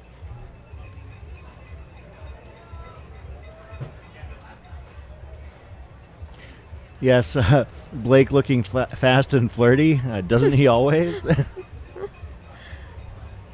I had a great time talking with him yesterday, talking about his race expectations. And also, Blake, one of those people, I mean, people in the know knew who he was. However, he has definitely had his role change here at Javelina Jundred from a dark horse to one of the people that is going to be targeted by those looking to run and make their own name out here today. Definitely, and he's somebody, if you were following along last year, he ran just a really smart race, kind of kept it within his limits for those first few loops and kept every loop really really consistent, with his last loop actually being one of his fastest. So I think he'll be employing a similar strategy this year. Hasn't done a ton of racing between Western states, and now I think respecting that recovery after a really close 11th place finish at Western states this year, just missing out on that return top 10 spot.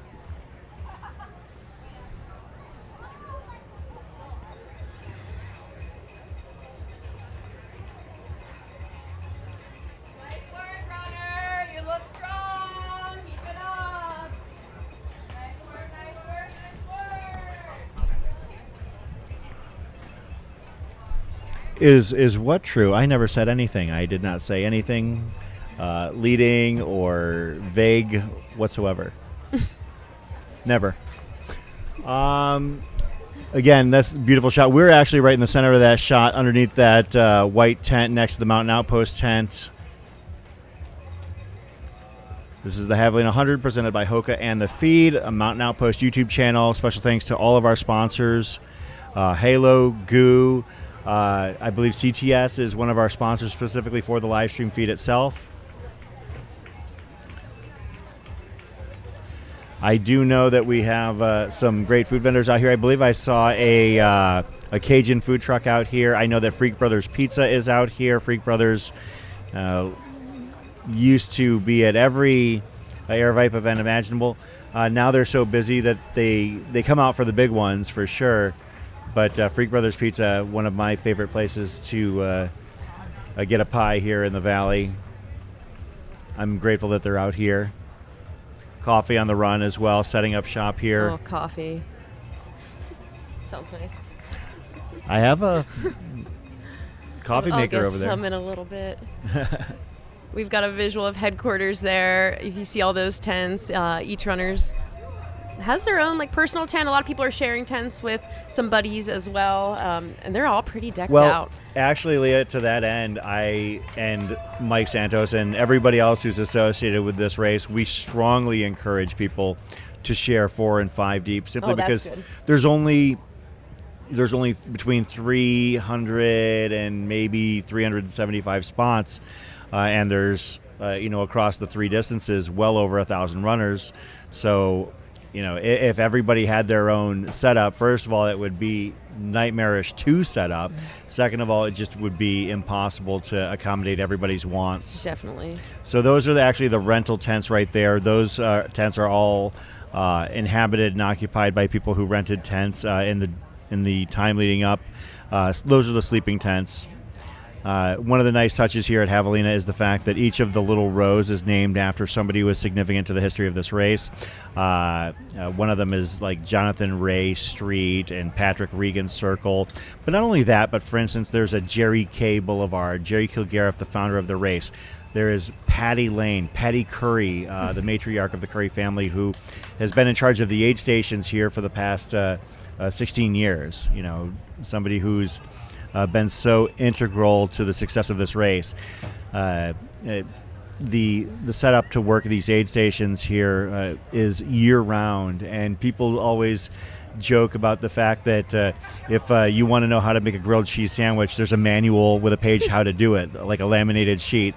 They're not kidding. They're absolutely meticulous in their care for the runners out here at this and all Air Viper races. The volume of food, the volume of supplies that they have to get out here, multiple trips to Costco in the back of box trucks. No expenses spared in making sure that everything is available. I do remember we talked about ice a few years ago. The number was 20,000 pounds of ice. Wow. So, do the math. That at the time was about 20 pounds per runner, and I would assume that number has jumped because we went from actually having to have the ice like delivered, by Air Viper itself to having ice machine or an ice truck out here. So it's completely grown.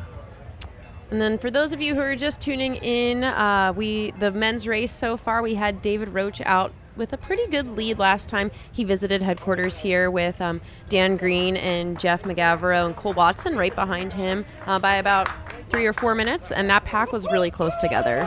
And we'll be awaiting the lead women in the race here in headquarters soon. Last we checked, we had Riley Brady in the lead, Hannah Allgood, and Erin Clark in second and third place. So we'll let you guys know how that is shaking up next time we see them here at headquarters. Yeah. No, Scott Jurek's not in the lead. He's out here to pace, not to race. I love name dropping that. I think it's so cool that he's out here.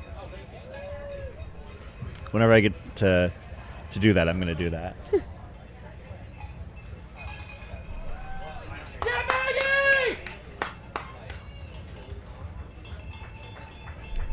You can see runners still moving through. Some of them finishing up their first lap and still looking good. I mean, just because we're hearing about the lead runners like on their, starting their third loop, these runners finishing their first are in no danger in most cases of not finishing. I mean, if they're doing the 100K, they're in great shape.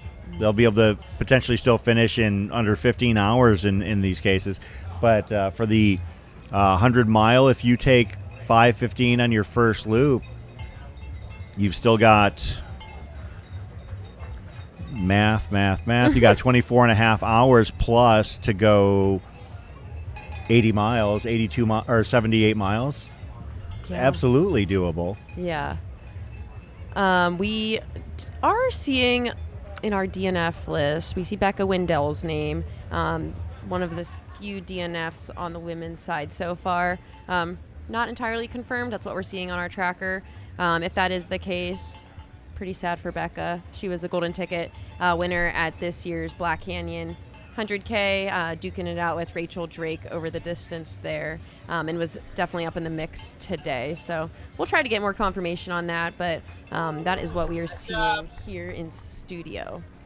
Do we have Chris Brown out on course? Chris, what you got for us?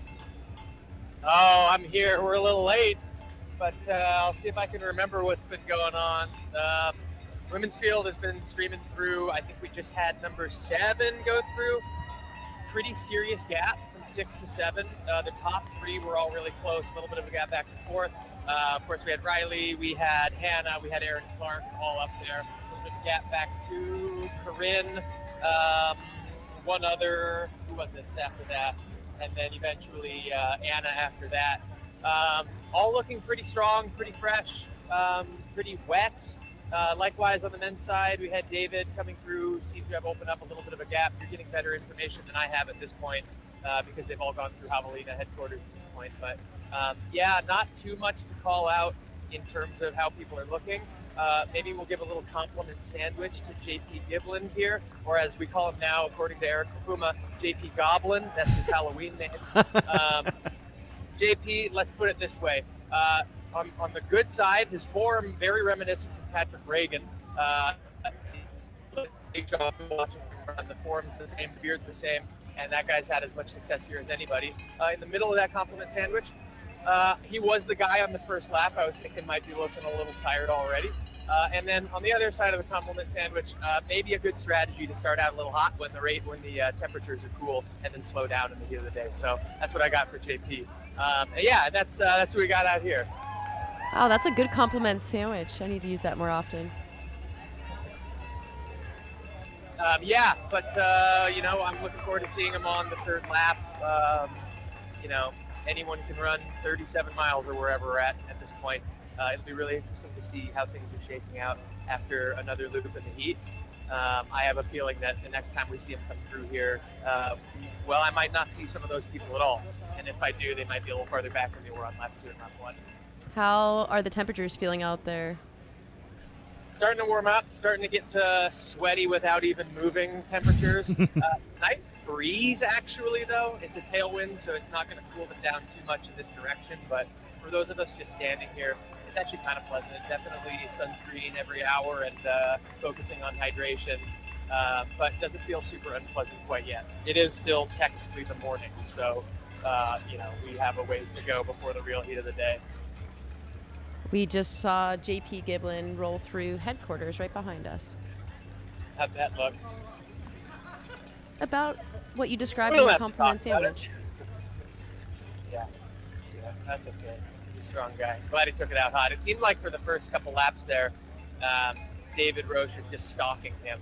It really looked like it didn't really matter who was out front. David was going to put himself right behind whoever that was.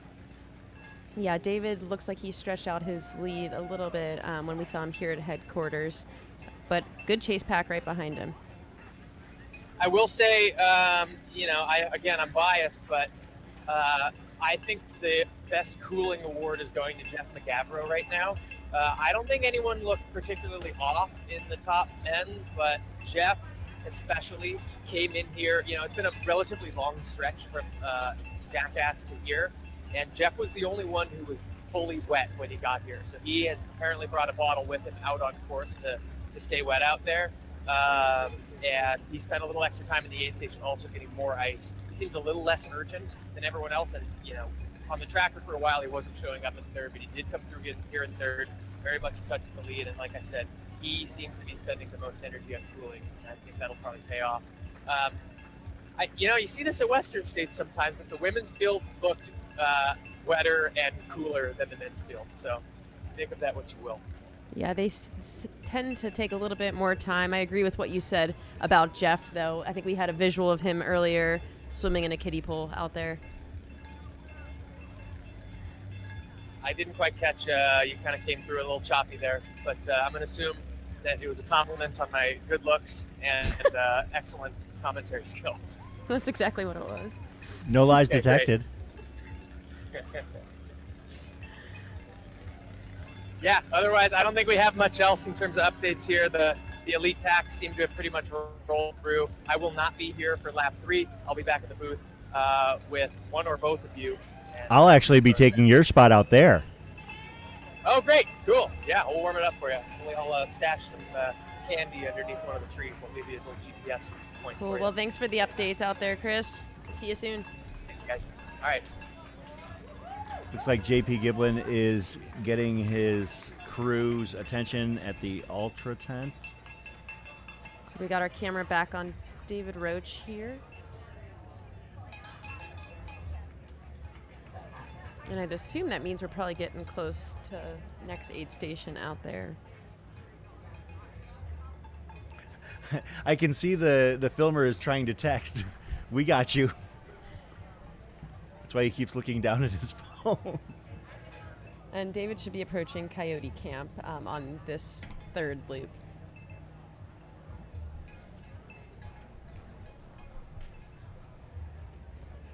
And at Rattlesnake Ranch, our women's field is about 15 minutes back from JP Giblin, who just came through headquarters here. So I'd imagine we'll see them in the next 10 to 15 minutes here.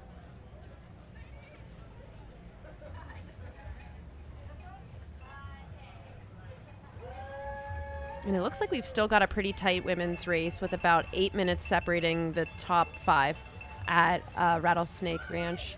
Surprisingly, Anna Loudon is back in 6th place right now. About 10 minutes off of the lead, who is Riley Brady. Yeah, I'm expecting to see Riley here real soon. I actually just made an inquiry about potentially having eyes in the sky ready for when they get in here after lap 2. Shout out to Ellie Beer. I saw Ellie just finish lap 1 coming in behind us. Ellie was actually part of our filming crew out at Hard Rock. Ellie was the one that captured the Grant Swamp Pass downhill video shots. Oh, that was sick footage. It was amazing. So shout out to Ellie running her first 100-miler here today, getting it done. Lap 1 down, 4 to go.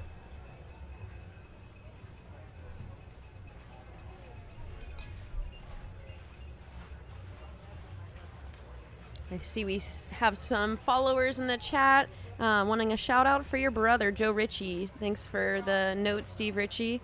Joe Ritchie's number 58 out there today. Go, Joe. I will say that since I ran this race last, which was the first year it was at Javelina headquarters as it is now in 2016, the leveraging of the space has gotten so much smarter. Like people meet, and it's not just the elites, like people meeting their runners as they're coming in and heading over to get whatever they need. They're really optimizing all that crewable space that they Absolutely. get out here. I'm which a I big think is fan of the smart. crew space concept, not just having a crew like an aid station, like a crew zone. The closest thing I can think of at another big race would be Forest Hill, where you've got that whole expanse where you can take care of your runner. Same kind of thing here. Got our cameras on David Roach here. This section of trail is slightly uphill. These loops don't climb a ton. It's about 1,500 feet or so per loop. If that, yeah. Yeah, and the first half of the loop is the more uphill portion. So I think that's where we're seeing David here is definitely a slight uphill grade, even though it might not look that way from the camera too much.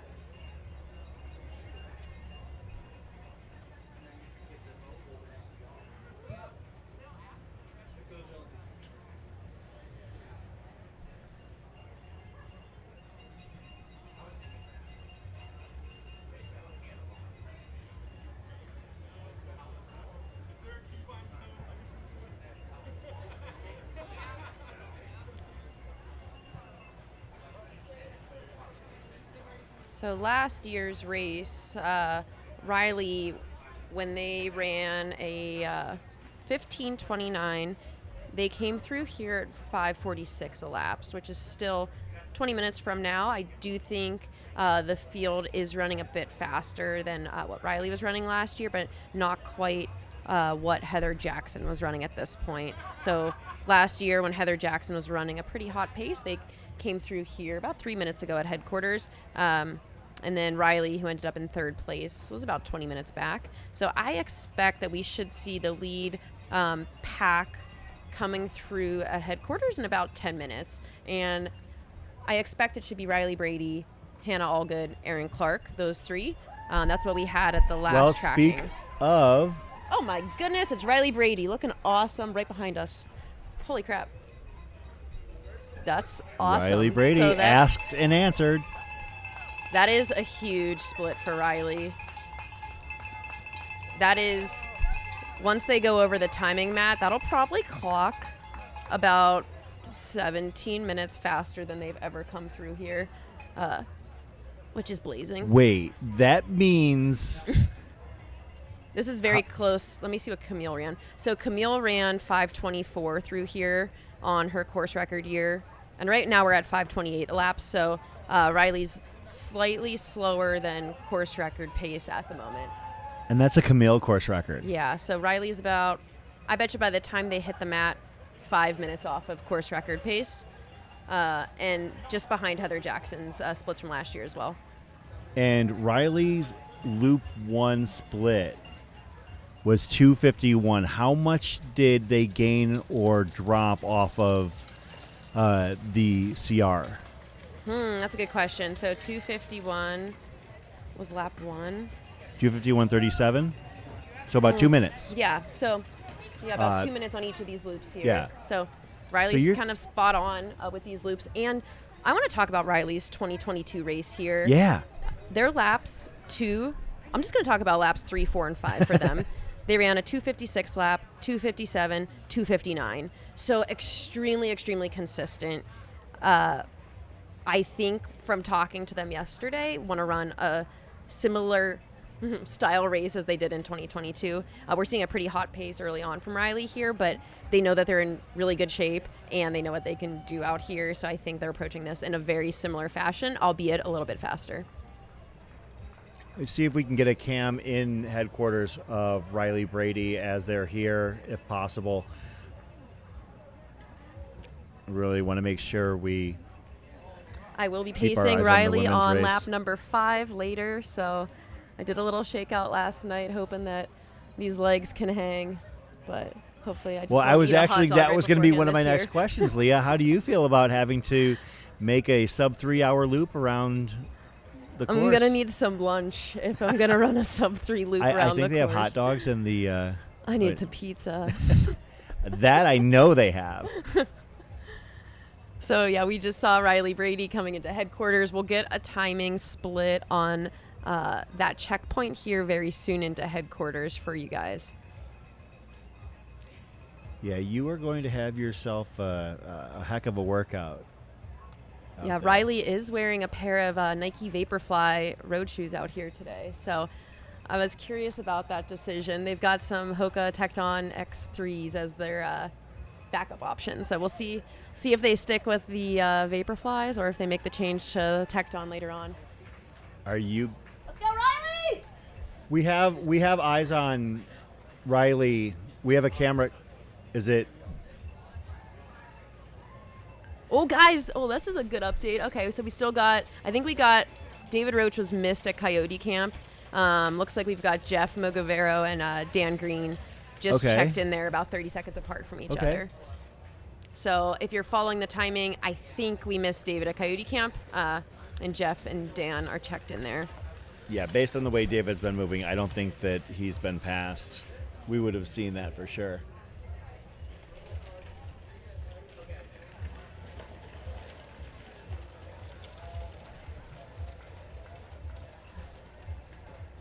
And we got our camera again on David Roach. David Roach, we believe, is leading the men's race right now. Okay, we got Hannah Allgood coming into headquarters right now. 5:31. Looks like Hannah dropped pretty much everything with the crew and is just going to cross the timing mat, everything, when she comes back around. I see somebody has coined a phrase that I'm going to steal in the chat, Ryling. The Riley for the combo. tandem. Oh, we got Erin Clark. Erin Clark's coming through right Very behind close. Hannah Allgood between us. She's got the same strategy she had earlier. She's got her ice vest on. She's got a bottle of water in her hand. She looks really chill, actually. She looks a little bit less stressed than Hannah, I think. Yeah, Hannah did look like she was working a little bit. Yeah. More so.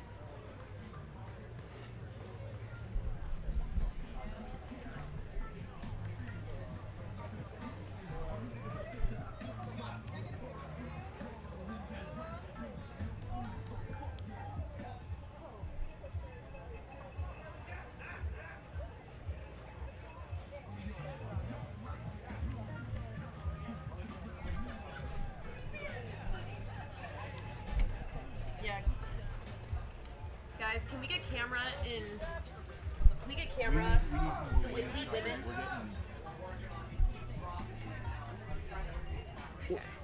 Even if they're hitting the timing mat, we need to be cognizant of that. And we are trying to troubleshoot our cameras here in headquarters so we can get the action of the lead women for you guys all following along at home.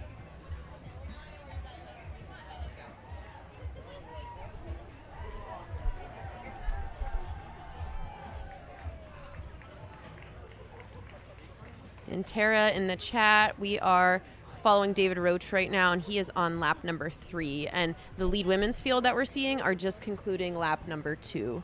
And right now in headquarters, we had Riley Brady leave here a few minutes ago, and Hannah Allgood and Erin Clark are both at headquarters right now.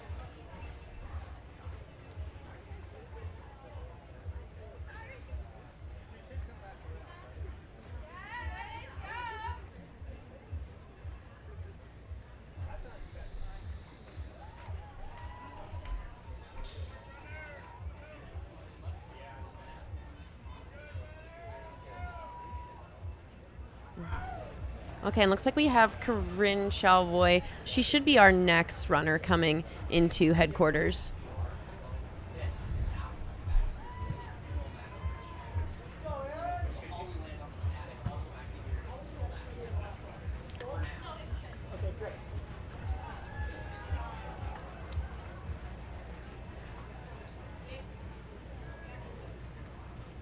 We've got Erin Clark heading out of headquarters right now.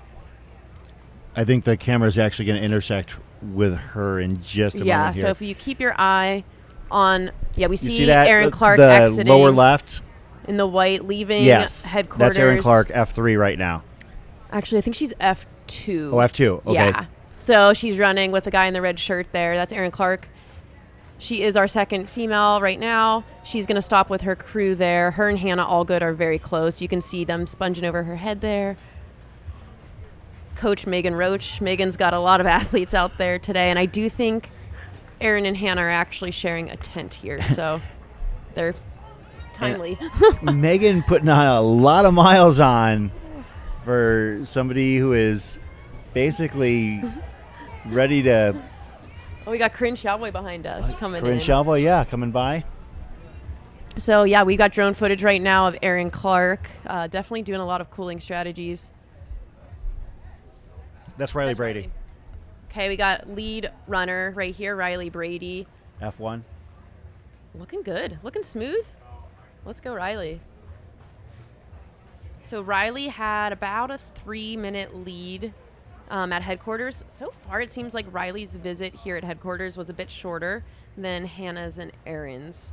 We'll try to get a camera on Hannah, too, once we get moving here to see what that gap looks like. But right now, we've got Riley Brady on your feed.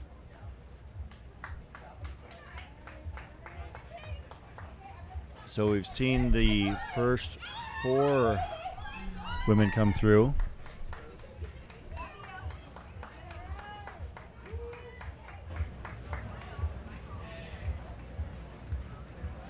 Are we going to see Corinne Chalvoy come in here? Yeah, we're going to see our 4th place lady, Corinne Chalvoy. Yeah, I recognize that stride. Right there, coming through headquarters. So that's what they do when they cross the timing mat, for those of you following at home. They do this little loop here, and they might visit their crew before that. A lot of the runners are visiting their crew after they go through that little loop right there. Of course, Corinne is part of the Air Viper racing team, so her setup is actually very close to the start-finish line. As I mentioned earlier, that's something that we might actually see less of as time goes on, simply because we're looking at crews leverage the entirety of the space of Javelina headquarters. Yes. Although then again, her husband Graham, also a very talented runner, and able to keep up with her through headquarters as well. So. Yeah, and I think these runners can get pacers starting on that 4th lap. So yes. With 40 miles to go, 2 laps to go, runners can pick up a pacer. Some pacers might go 2 laps, some might just go 1. The key is, though, there's no other crewing spots out there, so you pretty much need to do a full lap of, and these laps are 19.5 miles. The first lap they did out here was about 21.5. Everything else from there on is 19.5. And for those who aren't in the front, the way the rule works is if you are running the 100-miler, you get pacers for lap 4 and lap 5, no matter how long it takes you to do the first 3. If you come in after 5 p.m. from lap 2, you can have a pacer for lap 3. That's nice. So just a thing to keep track of as runners come in from lap 2, some of the mid-packers.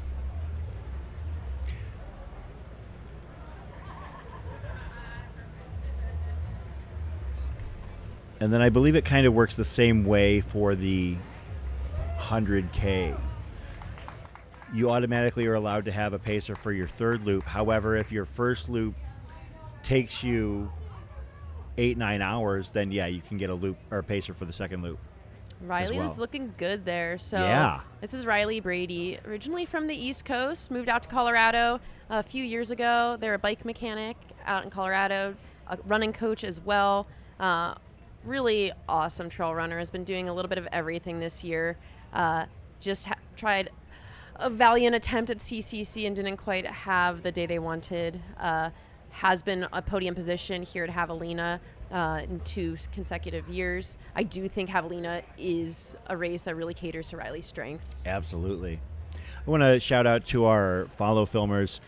It's a very delicate thing to want to follow the lead runners up close and personal. However, you're dealing with 1,000 other runners that are trying to write their own story. And one of the things that the runners or the follow cams have to do is make sure that they respect the space and the pace of those who are not being followed closely at this point in the day. Yeah, and we've got our cameras there following Riley. You can see some of the stats on them there. Hopefully can cool that pace for the 5th lap that I'll be doing with them later. Just kidding. Keep it up, Riley. If you guys have any runners you want us to give a shout out to, we are here all day in studio. We'd love to tell different stories. Right now we are following a bit of the lead pack, but also want to share the stories for your friends, your family that you're following along at home. So send us some messages. We'll shout them out. Ooh, I don't know how reliant our Coyote Camp timing is. I do believe David Roach is leading, so if you are following our timing there, he's not into Coyote Camp, but I believe he is. We've had Jeff McGavero, Dan Green, and Justin Grunwald all come in together, or Jeff and Dan come in together, and Justin back from them. So not sure how consistent and reliable those Coyote Camp splits are, but we'll keep an eye out and try to get you updates as we have them. Yeah, I think we're definitely missing a David Roche crossing and maybe even a Cole Watson crossing as well. It's not just the fact that Justin's came in 3rd, but it's also the gap in between that leads me to believe that there might have been some issues there. And these timing mats and the power sources are right out in the middle of the sun. The Starlinks are probably just as well. There is no, as you can tell, this is actually probably the perfect video to encapsulate what the course is like for the most part. Just gently rolling desert vistas, bone dry, no shade. What Riley is giving us is a tour of the Javelina 100 course if it were to be encapsulated in a very short clip. And I see a shout out for Cody Jackson in the chat. Cody, last check-in we had from him was Coyote Camp number 2. Bib 1257, if you see Cody out there, tell him to keep it up. I remember heading out for my second loop and immediately going into a full walk. Just power hiked. Oh, okay, so that on the right there, in the long hair, that is David Bliss. Oh, I remember him from last year. Yes. He was going for his 10th finish. And he did not get it last year. Correct. So now he's trying again. Oh, so David Bliss, who we just saw past, is the only runner in the 2024 field who ran the inaugural Javelina 100 back in 2003. Oh, wow, we got lots of fans at home. So shout out to Greg and Steph doing their first Javelina 100. Who else do we got? We got Sophia Harnedy and Emily Jeffries. Emily's first 100K. Oh, started in the OCR side of running. That's a nice transition. Linda and Lizzie from Pennsylvania on their first 100K. I'm originally from Pennsylvania, so I've got a lot of love for my PA folks. Somebody asking about... Oh, Jeff's from Pennsylvania, too. That's cool. About why David Bliss would wear a wig that looks like it would be more of a burden. I think he actually believes it protects him from the sun. Huh. And I don't know if he approaches it the same way Ed, the Jester Eddinghausen, does, but people ask about Ed's hat, and he is constantly dousing it with water. He's been on the evaporative cooling clip for a long time. And David actually is no stranger to running out here. As we mentioned, he's a local, 9 Javelina 100 finishes, going for number 10 this year. Also a leader of the local group AZ Trail Leggers, who are the first shift help out at Jackass Junction.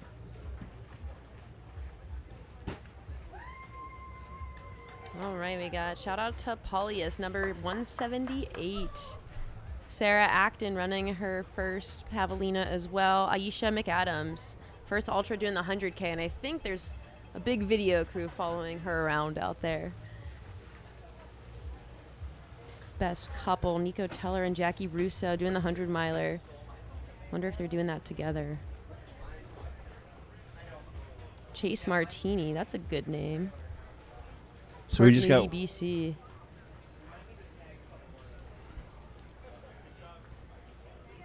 We got word that Raj was out of Coyote at 11:27. So if that's the case, then Raj was right with Dan. There's some We'll movement. get some eyes. I think we have a very reliable rattlesnake timing mat out there, so I think once they roll through there.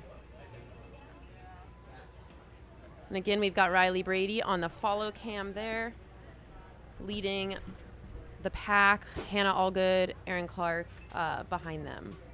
And I do think we had Lauren Puritz through headquarters a while ago, right around when Corinne Chavoy came through here. So if you've got any Lauren Puritz fans out there, Lauren is an OBGYN, a mom, does it all. She's always training in the early hours out in Colorado Springs. Got a golden ticket at Black Canyon this past spring, and then had a top 15 finish there and is trying to get back in. And she's been here at Javelina several times now and knows what she's doing.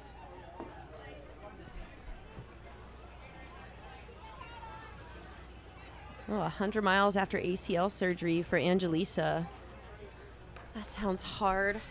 Go Angelisa. Riley is just moving so smooth, so chill.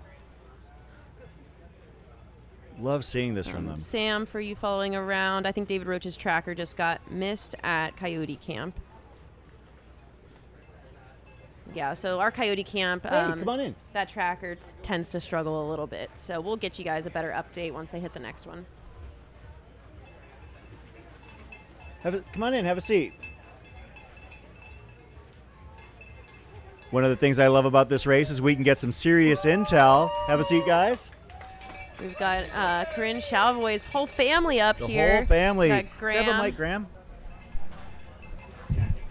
Hey, how's it going? Hey, how's it going? Not too bad. How are you guys holding in there today? Good. We just had probably our best 8-station stop for Corinne. It went really, really well. Our first one was a little chancy, but it was good to get the second one done. And yeah, it was awesome. I have to admit, based on our conversation with Corinne yesterday, did not expect her to come out of the gate screaming like this. No, me neither. I was actually a little nervous after her lap one. Sure. And then after she just came in now, she was like, I'm dialed. I'm like, let's go. Nice. Yeah, so it's pretty exciting. I know fired that up. that's been a big thing for Corinne to try and unlock the mysteries and the secrets of the 100-mile distance. Totally. Yeah, so it's still early on in the race, but I'm pretty excited where she's at and what she's doing out there. I saw she threw down like a 5:12 mile this week in her training. So I was impressed by that. I was like, that is a ballsy race week workout. Yeah, so Jackson Creek is a hill near us, and she went real fast down it unplanned, and yeah, it was a good sharpener for this, I Yeah, think. that's good for the quads. Totally. So which one of you paced her on her most recent 10K? That was you? me. Yep. How did that go? You take She care more of- paced me. Are you sure? Yeah. Are you sure? Okay, I just want to make sure that you weren't practicing for pacer duty later today or anything like that. Nah, not quite ready for this distance. I think I saw did one of you tape your nipples and prep for the chafing that you were going to experience? Yes, I did. Nice. You're learning real Learning quick. from the best. Yeah. So, based on, I honestly, I don't know how to approach what she's doing here today, because she made it sound like she was just going to be out there to see how it goes, and all of a sudden she finds herself approaching the midpoint of this race fully in golden ticket contention. Totally. It sounds like she has actually now kind of pivoted her mind to thinking that way. I would say that's right on. She's close, and I think if she feels like it stays within distance, she'll go for it on lap 4 and 5. So yeah, I can't. She didn't tell me the strategy or anything. I think she's just going to stay up there and see what happens. But I think she's going to go for it. Yeah, you could tell as she was coming by, her stride looked very comfortable, very relaxed. She looked like all smiles as she was coming in. We actually got a great shot of her coming around the the start-finish line when she checked in. Having your setup right there it's actually kind of funny. We were talking about how, and you've been out here, obviously, as a runner and as a crew person.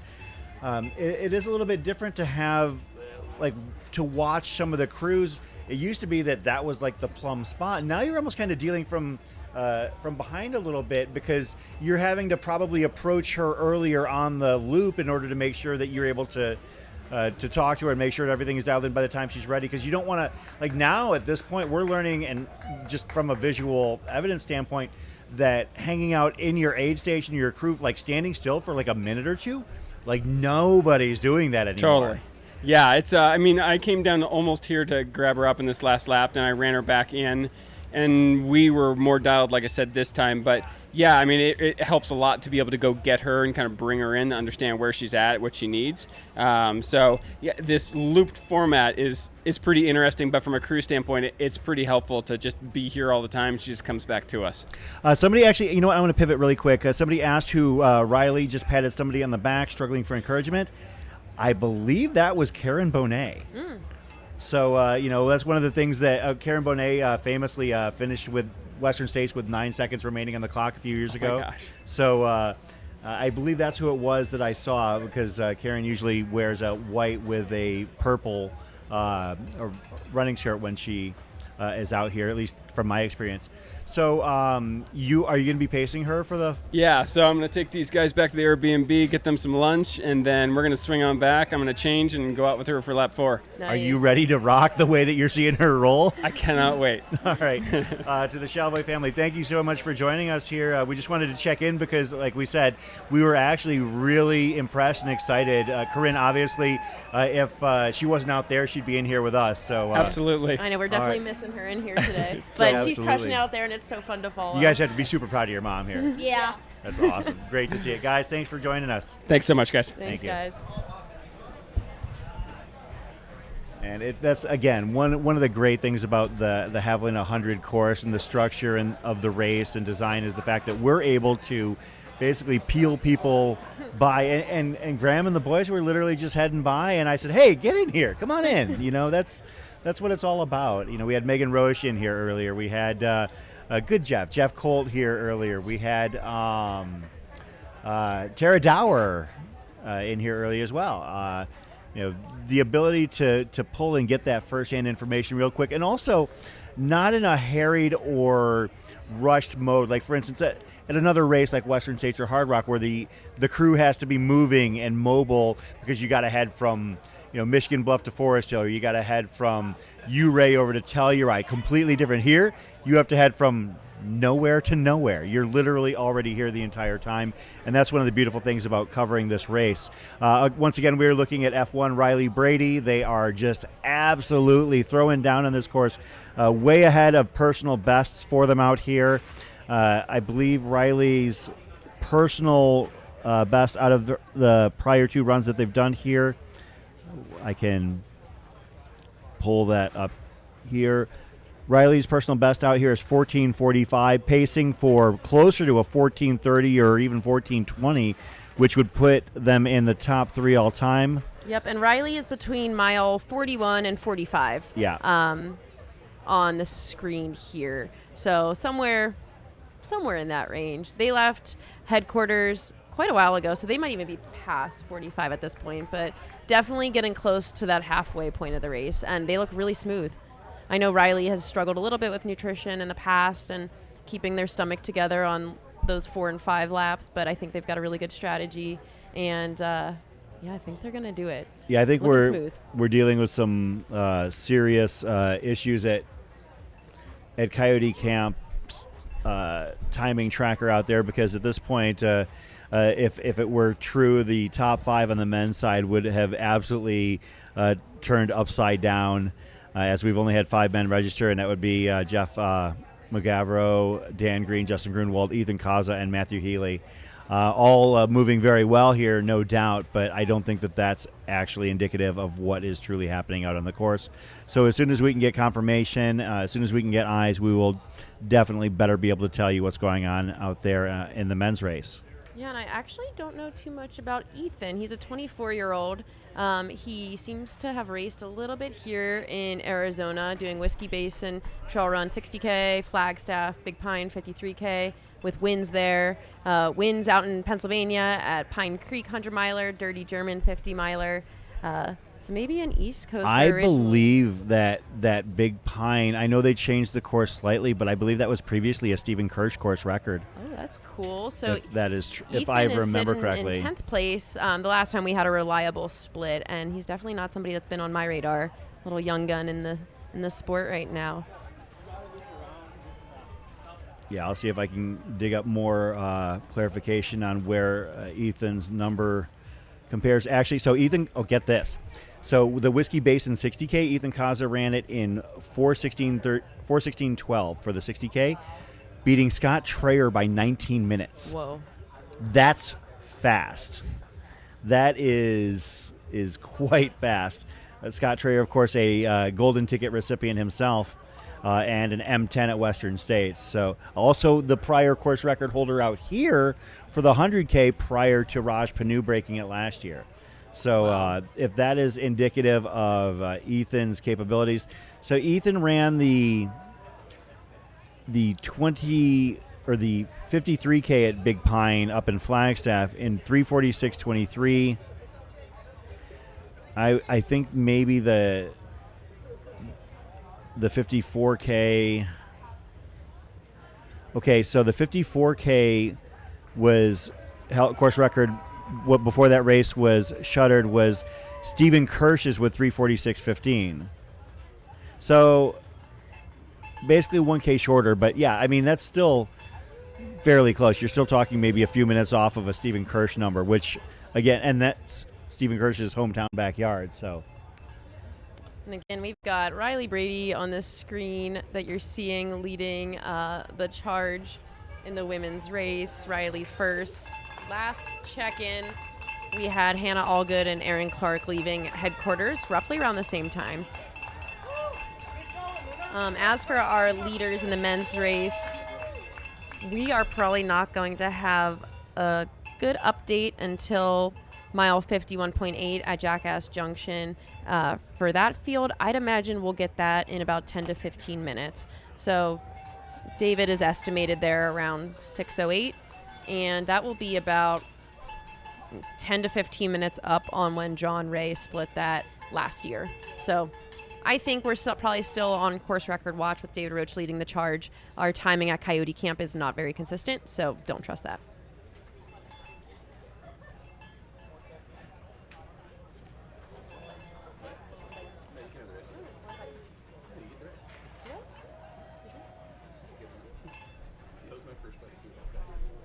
You know what? Shout out to this follow cam. I don't know who it is, but they're doing it's a bike cam. I was going to say, can you imagine keeping this big? Well, you're going to have to. I'm going to have to. Can you imagine, Chris? Yes, you can. Are those the rewards that were brought to us by our friends at Bachelor Pad Barbecue? Oh, I hope so. They're very good. So, yeah. So shout out to Bachelor Pad Barbecue. They actually hosted our Thursday night cocktail hour. And just as a thank you to us for doing this for 3 years in a row where they host our cocktail hour, they donated 50 breakfast burritos to the staff to make sure everybody is fed. So it looks like it's working out. Legit. I'm going to take the nodding as a yes, that everything is all good. That was not a pun on Hannah's name. That was just me asking if everything was all good. And yeah, I wanna find out. And I guess people were asking me for details on when I was being a little bit vague earlier, and I'm trying to get confirmation on this. But our tracker is reading that Becca Wendell had withdrawn after her first loop here at Javelina headquarters. I don't have that confirmed on my end. I always like to make sure, because I've seen it at other races being covered where it has not been confirmed before going live with a detail. And it's always my biggest nightmare to not be accurate in that regard. So if if that is the case, that would be pretty big news, simply because Becca was one of our pre-race favorites to be a golden ticket contender.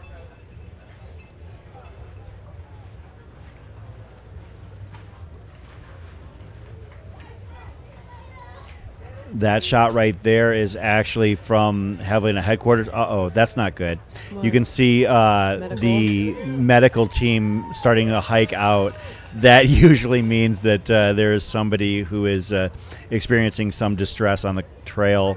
Of course, with 1,000 runners out here, it's kind of an inevitability. Shout out to our med team for being ready and willing to go out and hike to take care. We have a ton of safety sweep volunteers out there, though.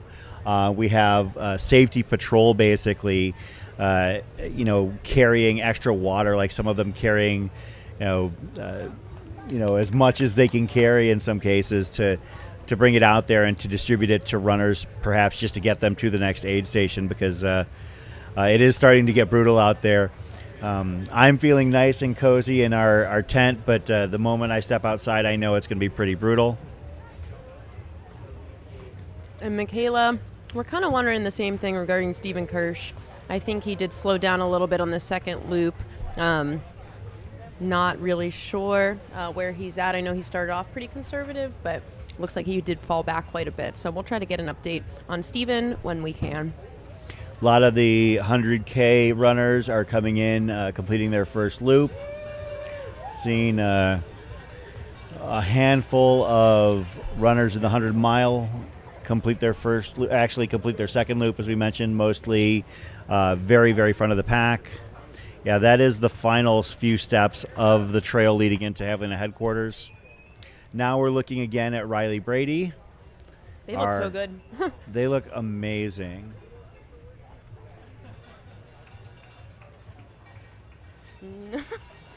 Got some intel from the field saying that JP Giblin was complaining a little bit about his psoas out there, and Matt Daniels and Blake both threw up, maybe together. So we'll keep our eyes on that. I mean, nothing's better than having a buddy to throw up with, at the very least. That was before they finished lap 2, so hopefully they got that out of their system, got cooled down. But throwing up before 40 miles is as it's concerning. Getting hotter and hotter and hotter as the day goes on. Yeah, that's it's a pretty worrisome thing to be having that happen. Reversal of fortune in the stomach is pretty brutal. Let's see, one of our locals here, Alex Flores, just went by. Alex is a great grandfather out here getting it done. Yeah. That's cool. So I don't remember how old he is. I believe he's in his 60s, but Alex is no stranger to running AeroViper races. I believe he's run the 100K in the past and out here getting it done again.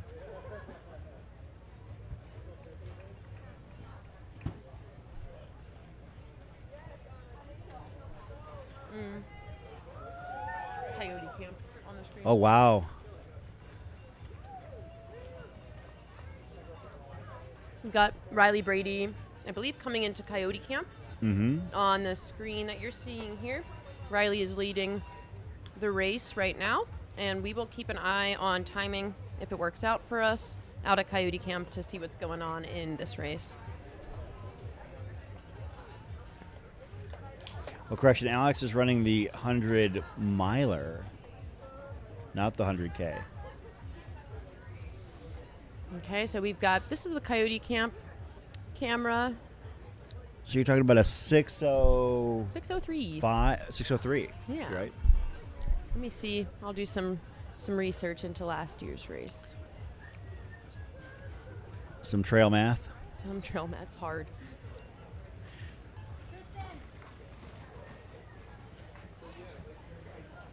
I wonder if the forecasted high has changed, because it feels like it's gotten a lot warmer. Yeah. Okay. Actually, it's pipped down a degree. The projected high is now 96. It was originally 97. Oh, how nice! I think we're just getting warmer faster. That's all. That's all. Is Is that Jackass Junction right there, or is that Coyote? Well, actually, it could be any of them based on this perspective. That's Rattlesnake Ranch. Yes. Like I can't and I can tell as soon as like I get like any kind of vantage point of the field itself, because I've done hundreds, if not thousands, of miles on this course, but yeah, I just need to be like pivoted correctly. Okay. Yeah, so that's Rattlesnake Ranch, and from here, after the first loop, the runners had to head down the Escondido Trail, which meant they had a longer gap before they got to headquarters. Just over 6, but in this case now, for those that are heading down for the second time, they're looking at about a 3.8 to 4 mile very fun downhill.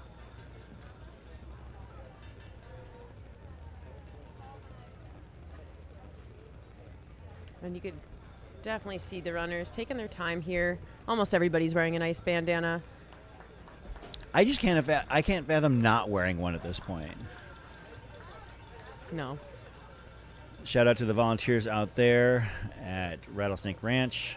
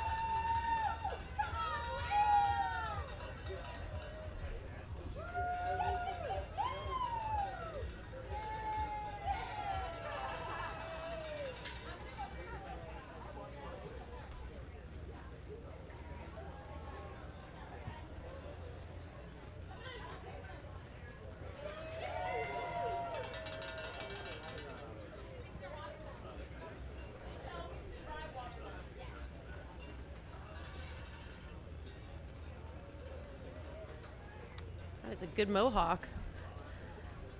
Probably a hot mohawk, too. Whenever you want to jump in, just let me know. Oh, my Lord. He's wearing tights. All right. Well, I am actually going to take leave of my chair. Oh, yeah, we do need to do an ad break? All right, actually, that's perfect. You know what? I am actually going to bounce out from here, and I am going to take a quick break, grab a bite to eat, and then make my way out to Rattlesnake Ranch, because I am the relief out there for the man who is my relief here. It's funny how that works. Chris Brown, welcome to the studio. So we're going to take a quick ad break and do some shifting around here. And thank you for tuning in. This is the Javelina Jundred on Mountain Outpost, presented by Hoka and The Feed. And we'll be back in just a moment.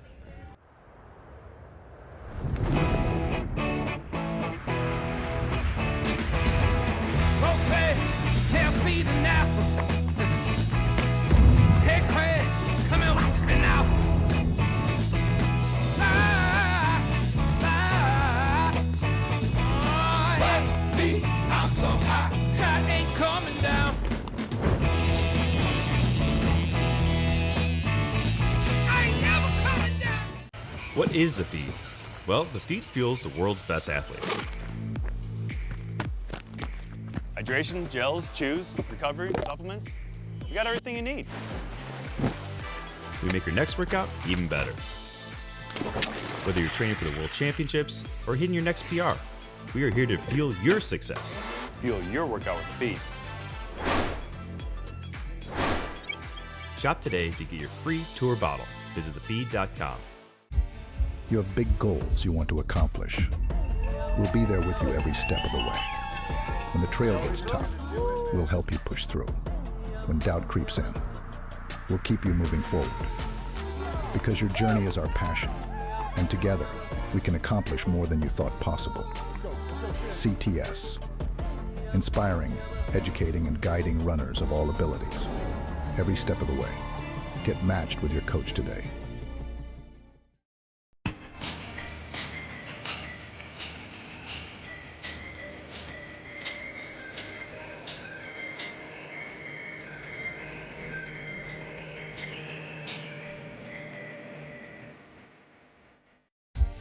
You have big goals you want to accomplish.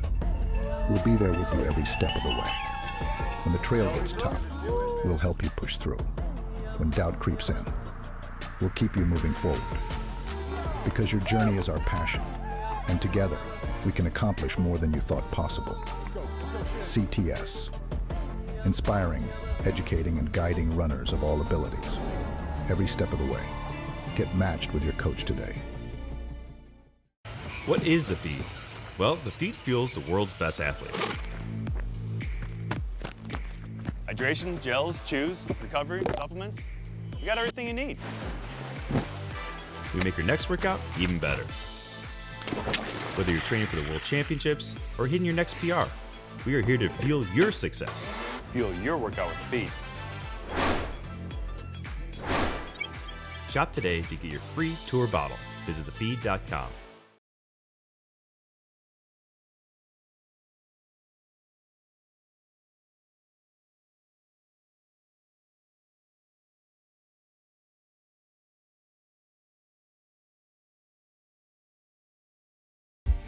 You have big goals you want to accomplish.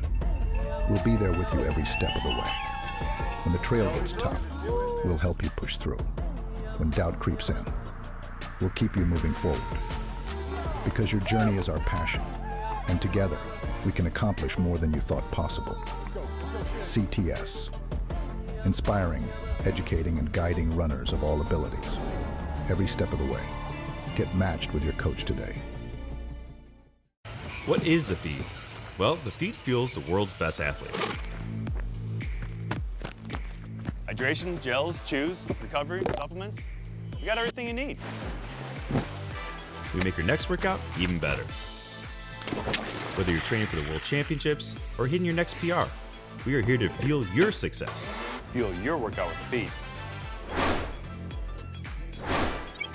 Shop today to get your free tour bottle. Visit thefeed.com.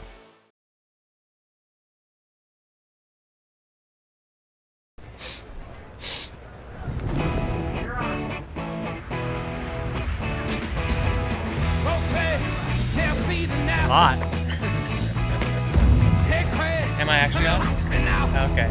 Well, then I'm going to avoid giving too many detailed thoughts about Eric Sensman and his potential as a pacer tonight, but... Hello, welcome back to the studio. I am Leah Yingling, and I'm now joined by Chris Brown, who's Hey, coming Leah. from the field. Yeah, I'm coming back in from Rattlesnake, back into the shade. Happy to be back. The action was pretty exciting out there, but now I get to look at it on a big screen, which is pretty cool. Yeah, so our big screen is currently showing you headquarters. So this is where all of our people are rolling through between laps. We will get you guys an update for what's going on. Yeah, get me an update. Where should we be seeing both fields coming through next, and about how long do you think it'll be until we see the first ones? I bet you we have David Roach through our next section right now. Riley Brady recently rolled through Coyote Camp, and I do think we likely have the rest of our women's pack through there as well. Okay. Through Coyote, and then into Hack-Ass, as we call it. Yes. Pretty soon.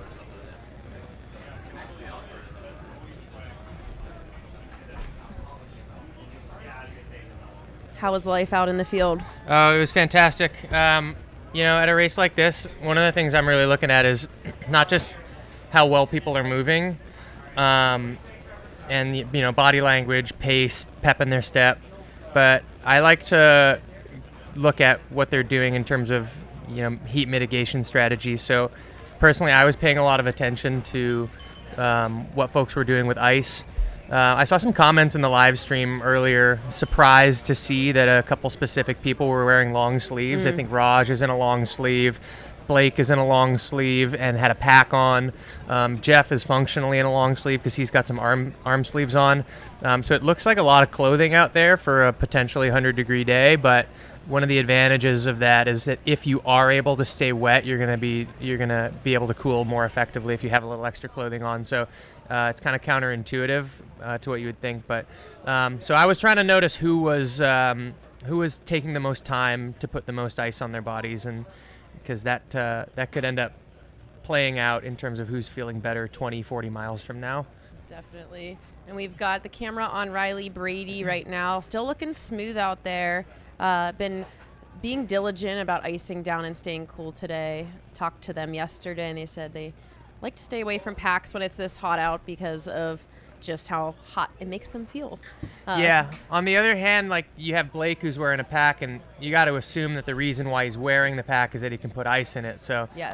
I'm kind of in the Riley camp here. When I put on a pack, it makes me feel constricted and hotter. But I I'm in guess the Blake camp. You're in the Blake camp? Yeah. Okay, yeah. So tell me about, did Riley tell you anything about, lessons learned from prior experience here that might get implemented today? Yes, Riley's got some big plans today. Honestly told me that they wanted to run a 13:45, which Okay. would be a course record. Yeah. Has struggled with nutrition in the past, so I know has recently started working with Vic Johnson on their nutrition, has been converting to a liquid nutrition plan. Okay. So I think has recognized that gels are a little tough whenever it gets this hot, and I think the liquid nutritions are kind of what keeps them a little bit more dialed. Do you think lower calories, or just trying to keep the calorie count consistent with prior efforts? I And think consistent. Okay, that's interesting. I've definitely heard of that before. One of the most incredible things I remember in terms of a nutrition strategy in all my years of watching and following along with ultras is Magda Boulay winning Western States All with off of goo Roctane. only Roctane, no water, no gels, only Roctane. It's so impressive. Yeah.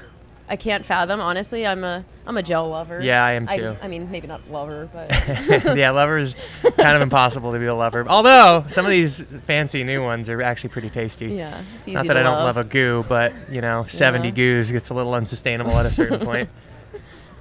the limit does not exist when it comes to goo. So where was Riley during that last section? Heading That towards was Jackass? after Coyote Camp. Okay, Yeah, so cool. heading to Jackass.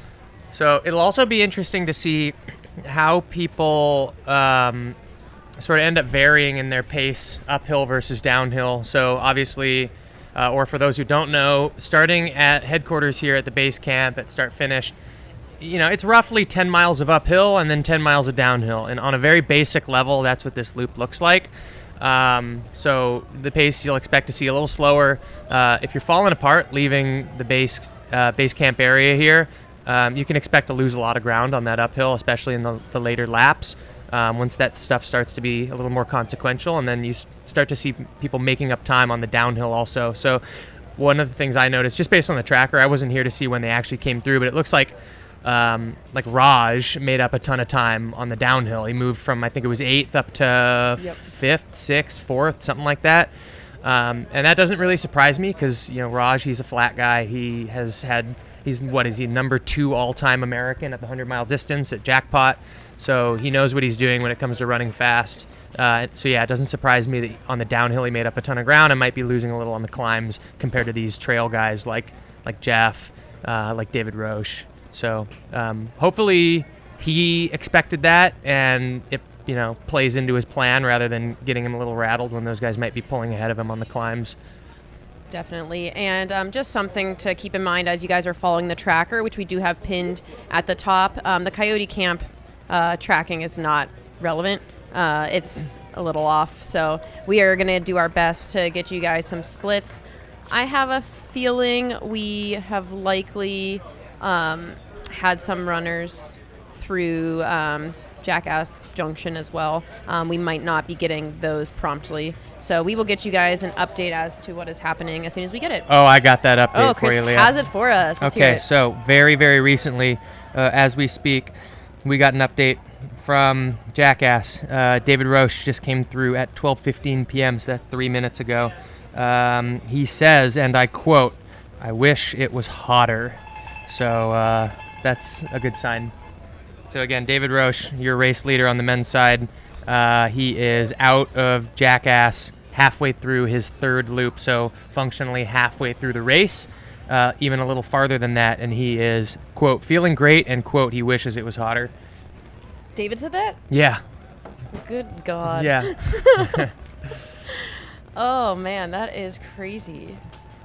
Yeah, that reminds me of what the late great Pat Reagan would say leading into this race as he would see the temperature.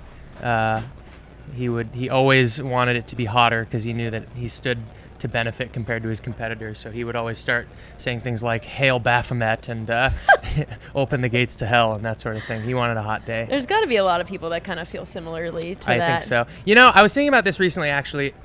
I think any given racer would probably prefer that it's hotter because there's going to be more attrition, but odds are that attrition doesn't happen to you, right? Mhm. So you can expect that the field's going to fall apart a little bit, but as long as you're not one of those people, which is more likely that you won't be than that you will be.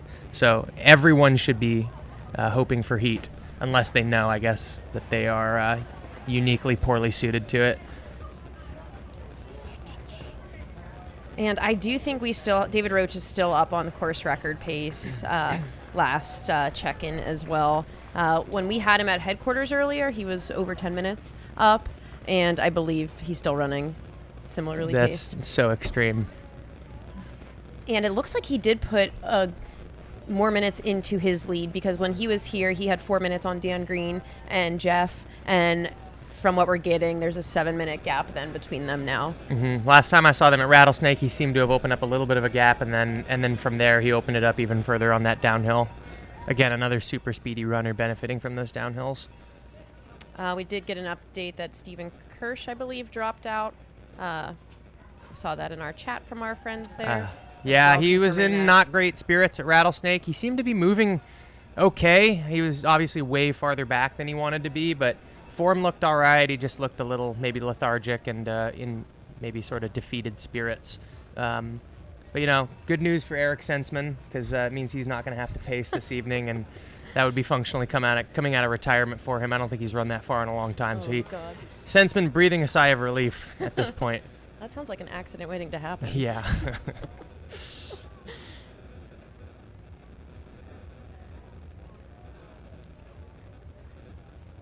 And looks like, okay, we've got Jackass Junction, David Roach. We got that updated on the timing right now. So if you guys take a peek at that one is up to date. And I'm hoping our future splits of the guys that are rolling through there next will update as well.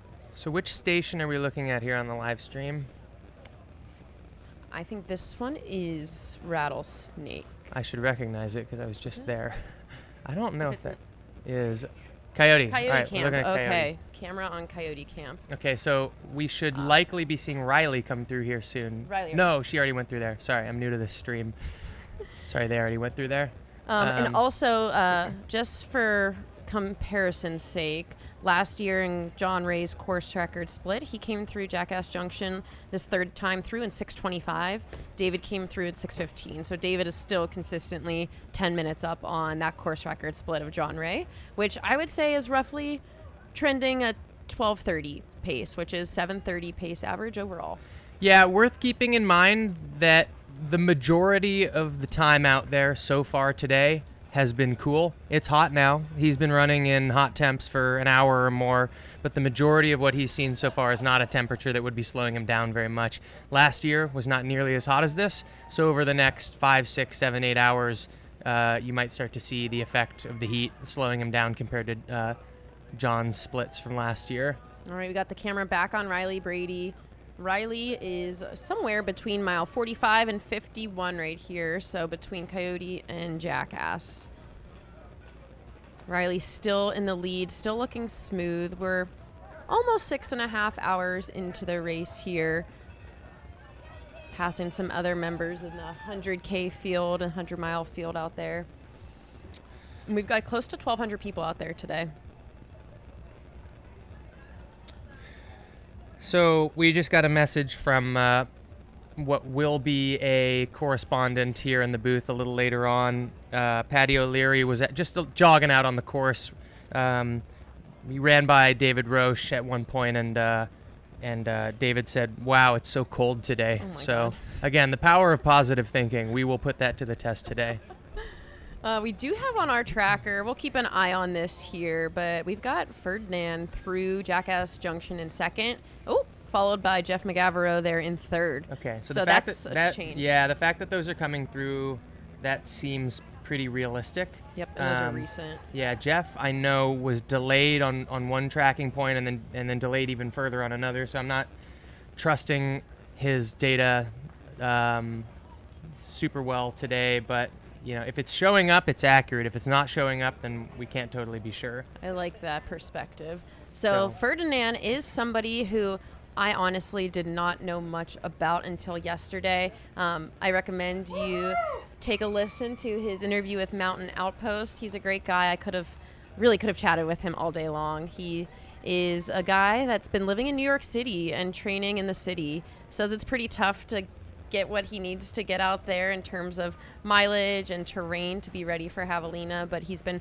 coupling that with a lot of cycling and kind of like these brick workouts to get ready for the 100-mile distance. Was 12th place at Black Canyon this past spring, and that was a really stacked Black Canyon if you followed along there, and felt like he had a lot more to give and a lot more potential if he just dedicated himself a little bit more intently to the sport. So I actually think he quit his job between now and then. He was working in finance in New York and started a startup to get people out into the mountains and trail camps, especially those people who live in cities.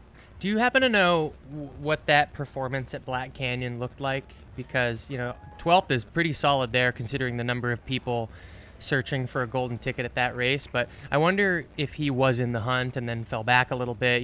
If he made it 50 plus miles in and then just fell back to 12th, that's potentially a little different than sitting way back and then hunting. I mean, either way is, I think, defensible and potentially a sign of an up-and-coming athlete. But yeah, I'd be interested to hear how he went about getting that 12th place. That is a good question. I'd have to do my research to find out. He did just come on my radar for the first time this weekend, so I'm assuming he probably wasn't in that early mix of guys that we had our eyes on all day at Black Canyon, but maybe came into it later. So technically speaking, are we looking at a random baller here?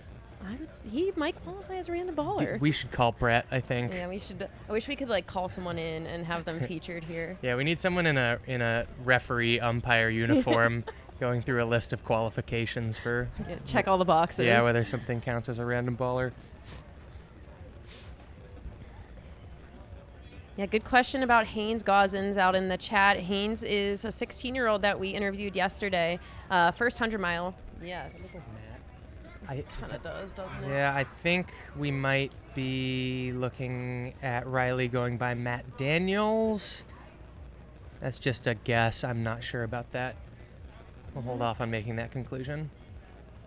It does look like the stature. Anyway, as you see Riley moving through the field here, you can see that all the fast runners are starting to start passing a lot more people. So in these later laps, 3, 4, 5, it's a lot of passing you have to do. Especially lap 3, you're going to be yelling out on your left quite a bit. And then I think the rule here is generally understood that your pacer's responsible for yelling on your left for those 4th and 5th laps. Don't tell me that. I have to warm up the voice for lap number 5 with Riley later. Yeah, it's a lot. Thank you for the update from the field, Katie. So it does look like our timing missed Cole Watson being in second place. Wow. At the last check-in. So we've got David Roach in first. Cole Watson is 5 minutes back from him. Ferdinand is just 1 minute back from Cole. Jeff McGavero right there with Ferdinand, a minute back. And then Dan Green is 3 minutes back from Jeff. So we've got 10-minute spread for those top 5. So yeah, a bit of a shakeup, but that's not, considering the how short that gap is, how small that gap is between 1st and 5th. We've seen those guys in different order throughout the day, but really, if you were to think about putting those splits onto, say, a mountainous course, this sort of shakeup would be, these guys would practically be considered a pack at that point. Yeah. So yeah, these guys are very much still together. Yeah, and I will say, really anything can happen on some of these late laps. I was looking back at Dan Green's splits from last year. He was in second place a lot of the day last year and ended up running his last few laps in 2 hours, 44 minutes, which is still really impressive. But Blake Slattengren ran those in 2:33 and 2:28, so putting 10 to 15 minutes on Dan in those last 2 laps. So a 5-minute gap right now really could mean absolutely nothing later on when people are putting 10 to 15 minutes on each other in these last laps. Yeah, both Blake and Dan had really incredibly consistent lap splits from last year, and it kind of just goes to show that that's how this race is run at this point. And I think, one thing that does help with that is the fact that the first lap is cool and the last lap is cool. Well, especially that last lap is cool, right? Because you might see a little more fall off for that fifth lap if it remained hot, but the second, third, and fourth laps, you're suffering from the heat. Fifth lap, it cools down a little bit, so maybe you're able to hang on to your pace a little better. Yeah, Katie's chatting with us from the field, and she said, quoted what David had said earlier, that he wishes it was hotter, but and Cole Watson was looking very, very hot. Oh, yeah. So hopefully Cole took a little bit of time to cool himself down. I know he often has a really strong 60 miles, and then sometimes the stomach comes to get him in the last 40. So I think him and his coach, Brett, are working on some strategies to navigate that going into this race. Yeah, he did seem to be putting a pretty solid amount of attention on cooling. He's got layers. I think he had a bucket hat on when I saw him. So as we look at David Roche on the screen now, speaking of bucket hats and speaking of staying wet and cool, you can see that fully loaded ice bandana as he hits that downhill section, really cruising through here and looking great. Chris, have you run this before? I've paced twice, so I was commenting earlier that I've never seen this loop in the daylight. But no, I paced Pat Reagan here once, and then I paced my wife for her first 100 miler. Shout out Katrina Miller here last year. Hey, shout out. Yeah. You guys are going to be parents soon. We are going to be parents soon. Yeah, it's incredible. What's the countdown like? End of the year. So, yeah, give or take, however long you usually give or take on those dates. I'm not a statistician, but yeah, we are losing our minds with excitement. Well, Let the real ultra begin. One of the things I was thinking coming into this race that applies to a few of the people here, because we do have a lot of experienced people in the race this year. Some newcomers. We're looking at one of the newcomers on the screen right now, David Roche. But when Ryan Montgomery was still signed up for this 100, I was thinking about him and Blake Slatengren a lot, because both of those guys, let's face it, had the race of their lives last year. Now, there's no flukes in ultra running. You can't run faster than you can run. So I'm not saying that they ran a performance that they weren't capable of, but it's certainly an outlier for both of them. It was an incredible A+ day for both of those guys. And I got to thinking what it would be like mentally to come back to a race like this, having hit it out of the park the year before. What happens after lap 1 when you're 30 seconds off of where you were the year before? What happens when you come through lap 2? It's starting to get hot. You're starting to get a little tired, and you're running super well, but you're getting that little bit of negative feedback from the data that you're just a tiny bit off of where you were before. Like, how do you manage the fact that you're not right on what was your A+? You can still be running an A race or a B+ race, something that's perfectly great, and potentially even putting you in golden ticket contention. But what would it be like to try to run up against the best version of yourself as a ghost from the year before? It's got to be tough, because I think if we're considering last year's race, it was probably 15 degrees cooler. Yep. Honestly, it was probably low 80s for that, maybe 85 degrees as the high. And you're going to want to compare yourself to like a day where you had a perfect day. But yeah, impossible. You honestly have to consider the heat and being able to have no ego when it comes to dialing it back, recognizing that this is a different year, this is a different race, and running what's true to you, and recognizing that there's a lot that can happen with other people's races out there as well. Yeah. It's always, this one especially. To your point first, I think honestly having it be a little extra hot this year is probably good for that mental battle and trying not to compete against yourself from a prior year, because the conditions are different. It's probably easier to get it through your head that you can't compare yourself to the prior year. But this is also a race where it's just, you get so much data about the people around you. You just know where everyone is at all times. You know when you fall off by 30 seconds. You know when you gain 30 seconds. And in ultra running, the first third of the race, when you're out there, it feels like it matters. It feels like every step, every second counts in terms of your relationship to your competitors. And then when the race is over, you realize that first third of the race meant nothing. It meant absolutely nothing. And you were battling over seconds that ended up not mattering in the grand scheme of the day. So Well, it's interesting to think about the moves that can be made in those early second and third laps, for example, and the mental energy that takes out of you at times if you are truly like battling it out at that point of the race. Like, that's kind of exhausting. Yeah.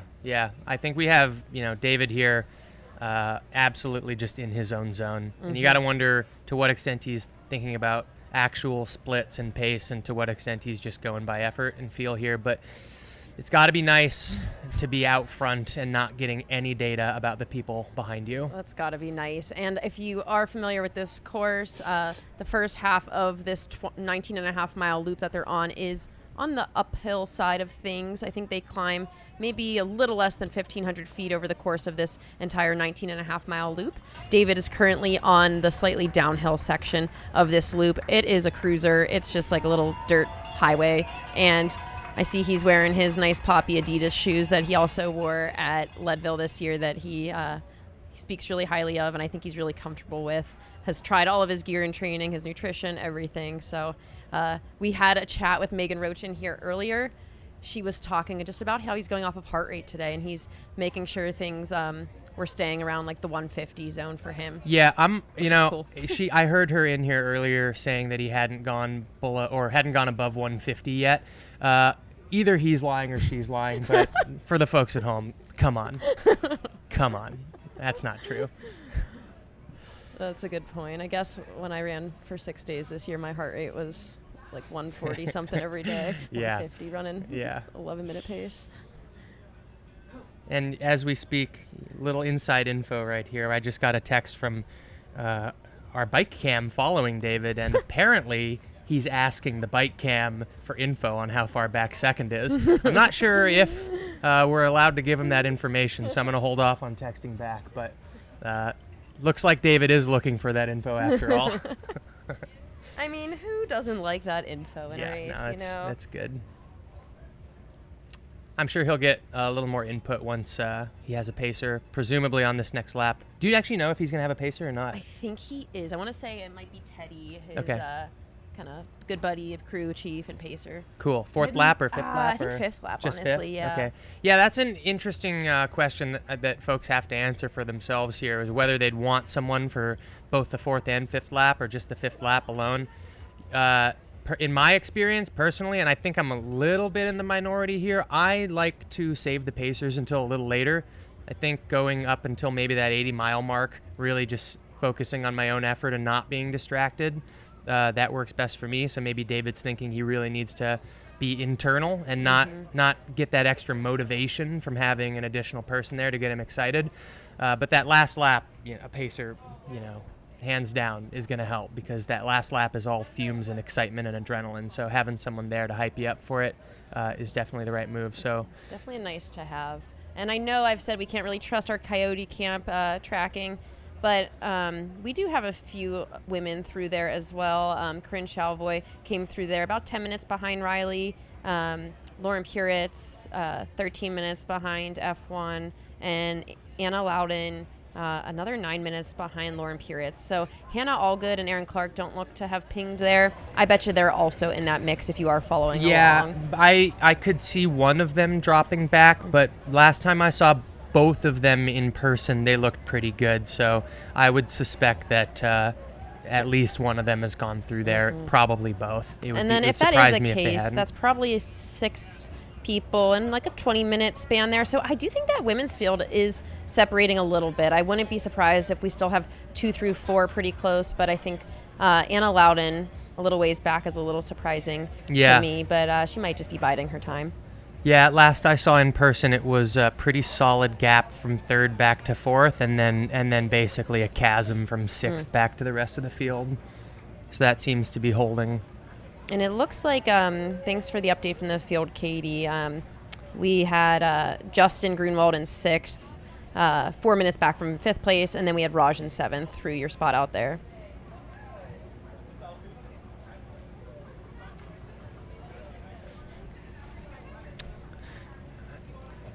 Is this Randy Taylor coming through as a pacer there on the right? I think that's Randy.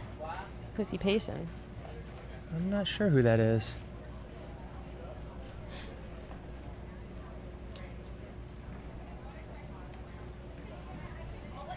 Okay, so our tracking is relatively up to date. The only person we're missing in there on the men's side right now is second place Cole Watson. The women's field probably won't be completely accurate until we get to Jackass Junction here pretty soon for them.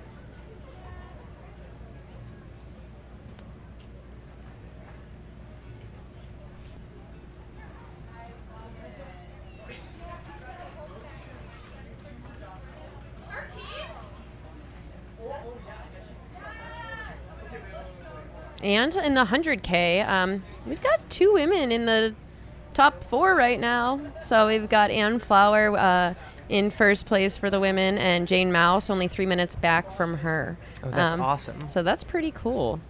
And Yeah. I think those are fast times. I should Yeah, check being out at Rattlesnake, I got to see the 100K folks coming through on their first, and then a few of them coming through on the second lap, and they are flying. They were packed up too. There were men and women grouped together right up front, so people are pushing each other. They're not just time trialing out there. It's going to be a competitive field on both sides. Yeah, and it looks like Ann Flower is spot on Anna Loudon's course record split from last year on that second loop. So Anna came through there last year in 5:33, and it looks like Ann Flower is 5:33 as well. So right on that's course amazing. record pace in the 100K for the women. That's exciting. Let's see if Raj's. And then Raj's looks safe so far. Okay. Yeah, I feel like if you win the 100K, you should win auto entry to the 100 miler the next year. That's a good idea.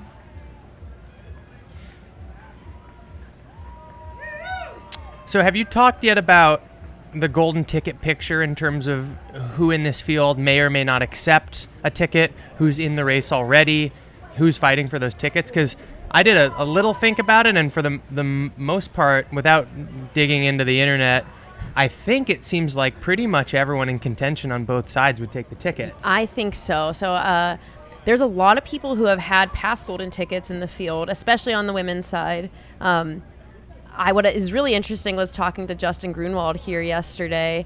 He said this is the first time he's ever been truly ready to take a golden ticket if he were to get it. Yeah. He said the only person he would let it roll to he would turn down a ticket for Matt Daniels. He would. He said that. If I were him, I wouldn't have said that out loud, because the feeling of getting a golden ticket in your hands might have, I've known many a person who said they weren't going to take the ticket, and then once the moment hit them, they took it. So, Justin, we'll try to delete that footage. Yeah, it never existed. Yeah. And that is interesting because him and Matt were running together for quite a bit of time earlier today. Oh, they were? I didn't see that. I did see Matt Daniels basically stalking Caleb Bowen. It almost looked to the point where he waited at the aid station for Caleb to get his stuff together and leave, because they really seemed to be working together. If not Matt letting Caleb do the work for him. That too. But yeah, they were running together, and it seemed like they were doing so intentionally. So. Yeah, we don't have Matt checking into Jackass Junction just yet. Hopefully we can get some eyes on that soon. He might have fallen back, or he just might not have split there. Yeah, he was up there earlier. He looked like he was taking care of himself, running slow enough, running smooth. So yeah, I wouldn't be surprised if he was still up there and just wasn't getting chip reads. On the other hand, we did see him drop pretty early in last year's race, so Matt's a guy who, has the potential to run as well or better than anyone else in this field. And I think because he knows that, he tries to hit it out of the park. With the information that he's one of the fastest guys here, he kind of feels a responsibility to nail it. And what happens when you try to hit it out of the park is that you more often strike out than someone who runs more conservatively. So, Matt's had his share of struggles and occasions for falling back, but when he does hit it out of the park, it's pretty much impossible to stay with him. Yeah, and I think I was interested to see that Matt wasn't trying to lead the race from the gun today. He wasn't really even up in that second and third position. He was sitting back, which I'm hoping was a conservative strategy for him. Hoping we can see him ping soon through Jackass Junction. Yeah, I wonder. It was pretty bunched. It obviously feels different for someone there standing at an aid station watching them go by like I was, compared to if you're in the field. But the top 10 guys at least were all basically within sight of each other. So I don't know if Matt could see the front, but I think he knew that even though he might have been back in that pack that stretched from like 6th to 12th or whatever it was, he was still very much in touch and functionally in the lead, as everyone was at that point. So if we haven't seen any other women come through Jackass, then it seems like maybe Riley's opened a bit of a lead on that field. I think so. Let's peek there. And maybe we should try to see if we can get a camera to go to Jackass, because we will be having some of the women coming through there soon at least. As we're seeing a lot of the runners coming through the headquarters area. Mm-hmm. I hope my hair looks okay because they're approaching where we're Oh, sitting. God. Luckily, we can see out really nicely. They can't see Oh, in, good. so you're safe. Good, thank you. There's the Goo tent, as always, next to the Squirrel's Nut Butter tent and the Start Arch. Shout out Chris Thornley.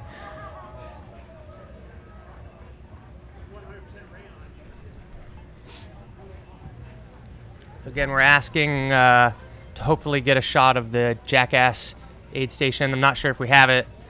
We'll do it if we can. We can't be everywhere at once, and we're out in the wilderness, so getting camera angles on demand can be a little bit of a challenge, but everyone here is working to get you the best shot at any given moment, so bear with us. I know you guys aren't here for the gratuitous pizza shots. They're here for our voices, Chris. And it is quite hot out there. Hey, Adam Peterman sighting. Hey, nice. We should get him in the studio after he crews Aaron on this next lap. So yeah, last check-in at Jackass Junction was 6:40. So 5 minutes ago was our M8, well, M9 probably, Blake Slatengren through there. Camera's back on David Roach here. David is, let's see here. We should see him at Rattlesnake in about a mile. So he checked into Jackass Junction, which was mile 51. Rattlesnake Ranch is 56.9. And David was 10 minutes up on course record pace when we saw him at Jackass Junction. Okay, I believe we've made a little progress on getting a camera at Jackass. Katie says she's ready. Hamil, as he's called this weekend, says that they're ready, so hopefully we can switch over to that camera. A shot of one of the leaders is pretty good, but we'll aim for even better and get you the shot of where the most of the action is right now at Jackass.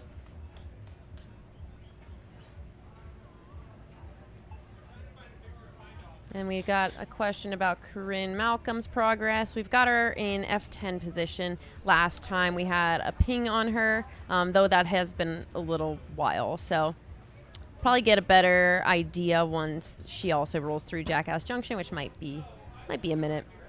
I saw her right before I left Rattlesnake. Spoke to her a little bit. I'll spare you the details, but it's not looking great. Having a tough day, but hopefully it's one of those journeys that ends up in a finish, even if it's a little bit of a march. But yeah, having a little bit of a tough time out there.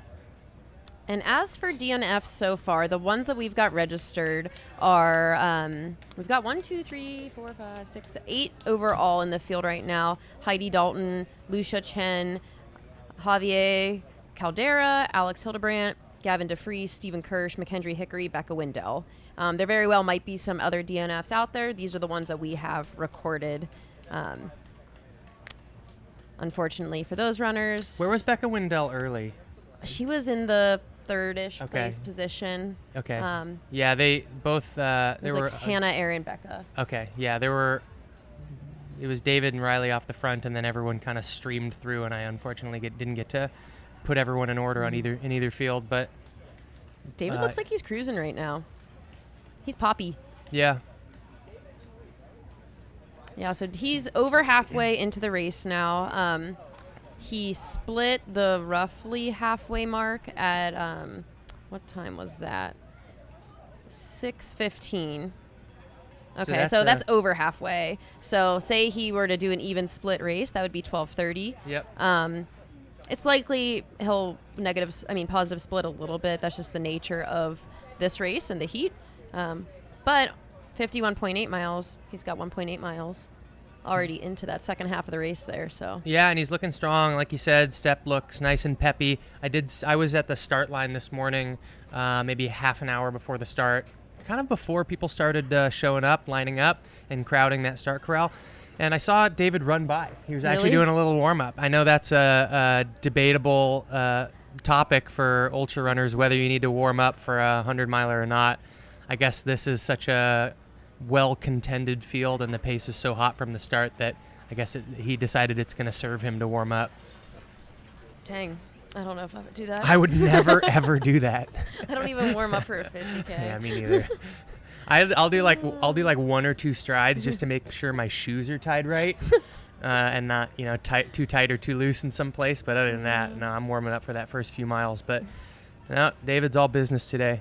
Let's just hope that he doesn't fall apart in the last mile specifically, so that he could blame that warm up mile for it. That would be terrible if it was the last mile. David did look quite prepared out there. He had his little tube of electrolyte tabs in his belt going out there. He had, I think he was doing water and some electrolyte drink. He's a guzzler of gels, so I know he's getting his nutrition down today too. One thing we haven't seen so far today is a Walmsley shirt change. Oh, I heard Caleb Bowen was doing that strategy. Oh, really? Mm-hmm. Okay. All right. I stand corrected. Caleb's been running great today. He's been running great. Him and Dan Green both. I really want to see them have a good day. And wouldn't even mind if they got to work together a little bit soon. I think that would require Dan to fall back and Caleb to move forward. Yeah. Well, they're still close enough that might not feel like too much of a surge or a falling back for either of them. They're both still right up there. Like we said, it's, what'd you say, 10 minutes from first to fifth still? That's just not much. That's... if you have to walk 1 mile, you just went from first to fifth. That's just, on this flat pass course, that's not that much time at all.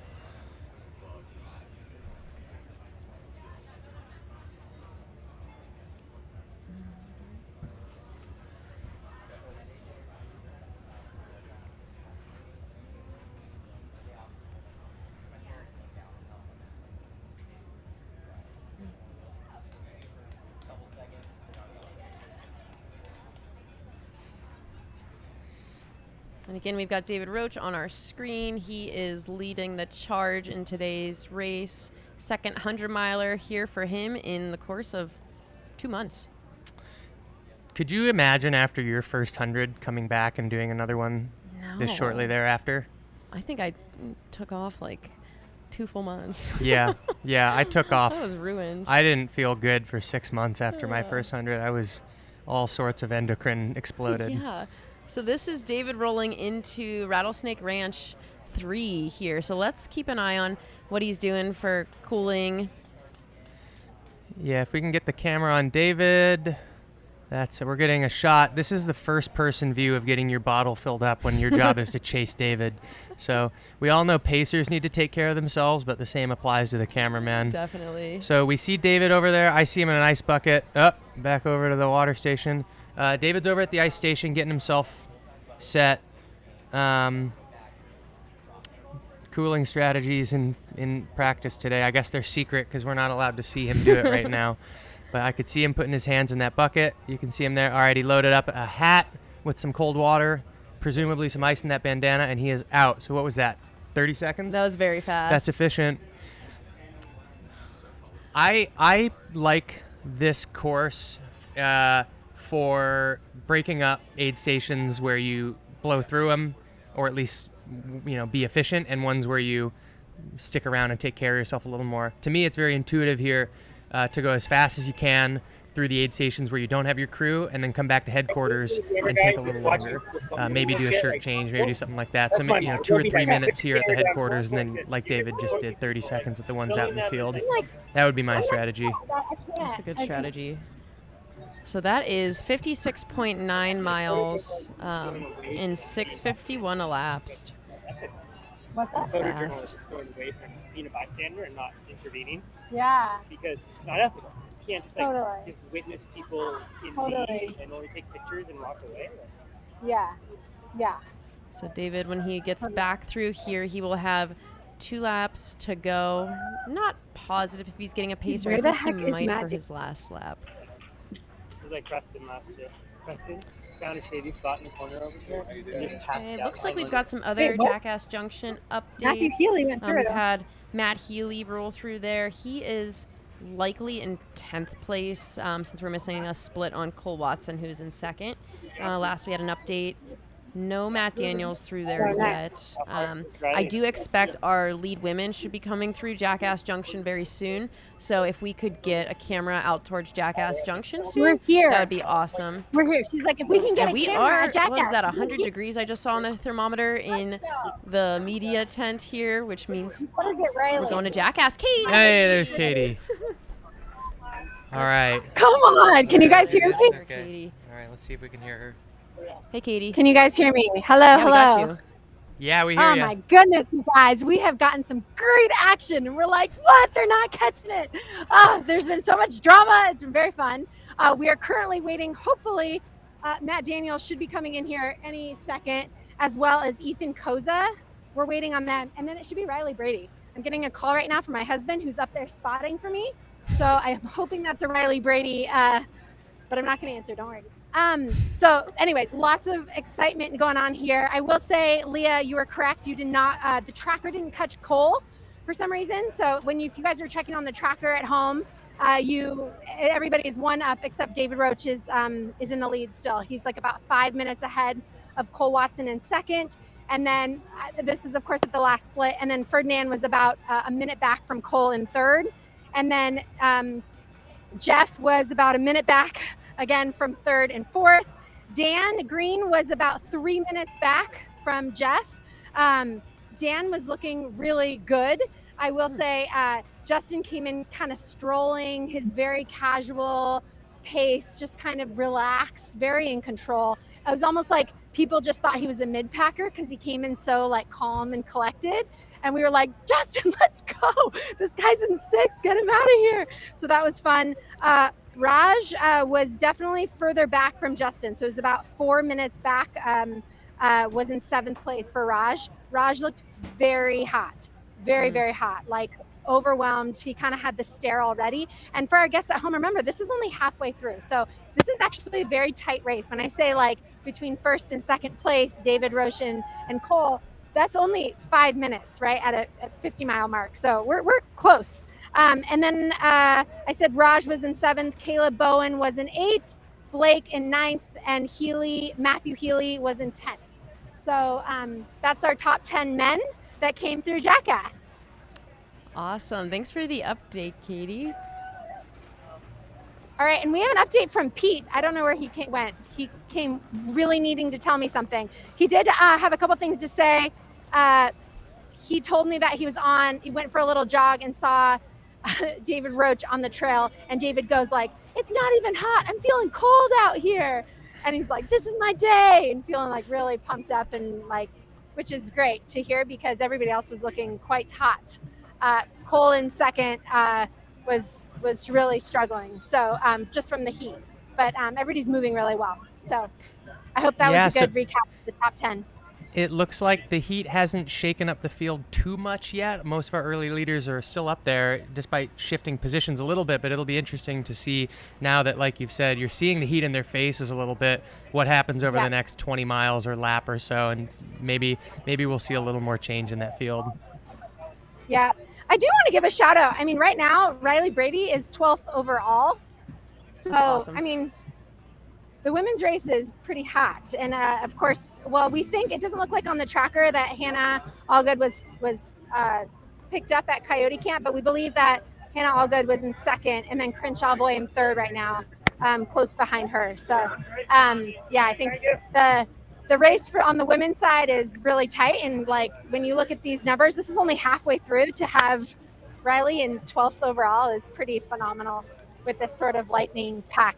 And just the speed of the men, to have the women's race so tight is really exciting. So here for the women's race. Yeah, that's great. And hopefully now that we're in touch with you, we can stay in touch and watch some of them come through. in real time. I have another unrelated question. How's the dance floor looking out there? Is it set up? Is it pumping yet, or? We don't have I think we have a lot of very tired people. Let's do a little pan around. They want to see the dance floor. Let's check out some of these runners over here. You guys on the live stream, they're asking how the dance floor is going. How are you feeling? Is this the dance floor? Dance floor. The dance floor is amazing. Yeah, I love it. There's no dance. No dancing. We've got lots of hot people who need some shade. We've got some cramping over here. How are you feeling on the dance floor? Don't. Not feeling it. Okay. All right. We are having some definitely hot. It's hot here. People are feeling that heat and trying to stay cool as much as they can. Generally it's the heat of the day, right? Like this is tough. So Cramping runners are is a working really version hard. of dancing, I think. I don't think you wanted to talk with me. Yeah. So I hear later tonight though they're gonna have a full menu, dinner menu, and full cocktail menu. So we'll see. It's gonna be quite the scene later tonight, which I hope we get that on the live stream. Yeah, we'll look forward to that, and both Leah and I will theoretically be out there to experience it as we pace some folks later this evening. Have you guys gotten any update? Hannah, all good? No, we do I'm worried just about her believe right that now. Hannah and Aaron likely are holding their positions where they were Oh, in earlier, there, yep. but we have Okay. no confirmation on that. I think you will be our Yep. confirmation. Okay, perfect. And then just for reference, David is he's running 7:13 pace right now for his nearly 60 miles into this race. Let's go. I think we have a 100K runner coming in here, but she's looking real good. Let's go. Let's go. Wow, she came in hot.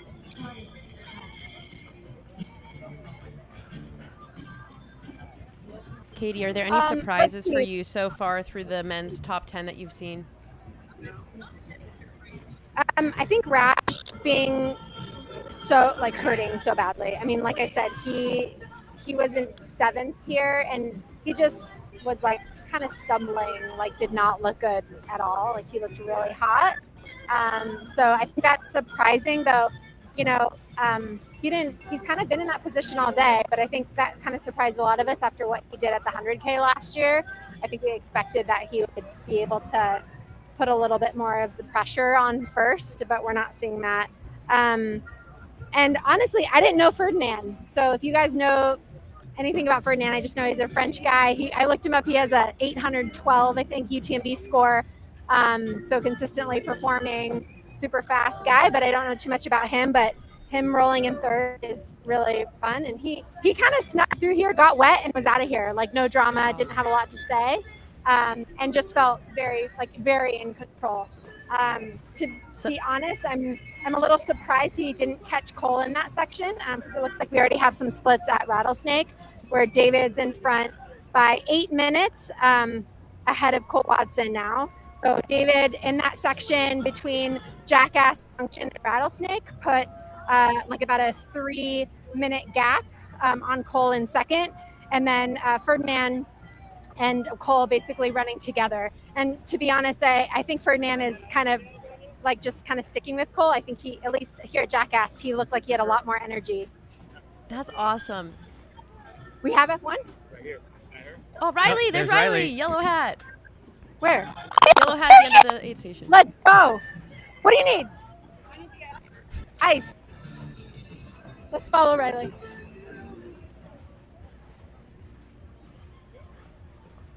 So here we We've see been Riley. told not to help the runners. It's a Let's little go, Riley. grainy on Yeah, the Katie, you feed, gotta but resist. you can see she's got a nice bandana on there. I don't see any ice in it yet, though. She's getting wet. Riley's taking time there to cool off. I know that's an area where they've definitely been Ice focusing bandana, on ice this year, bandana, is ice bandana. focusing Can we get on help? staying cool Oh, there and we go. taking care of all those little things.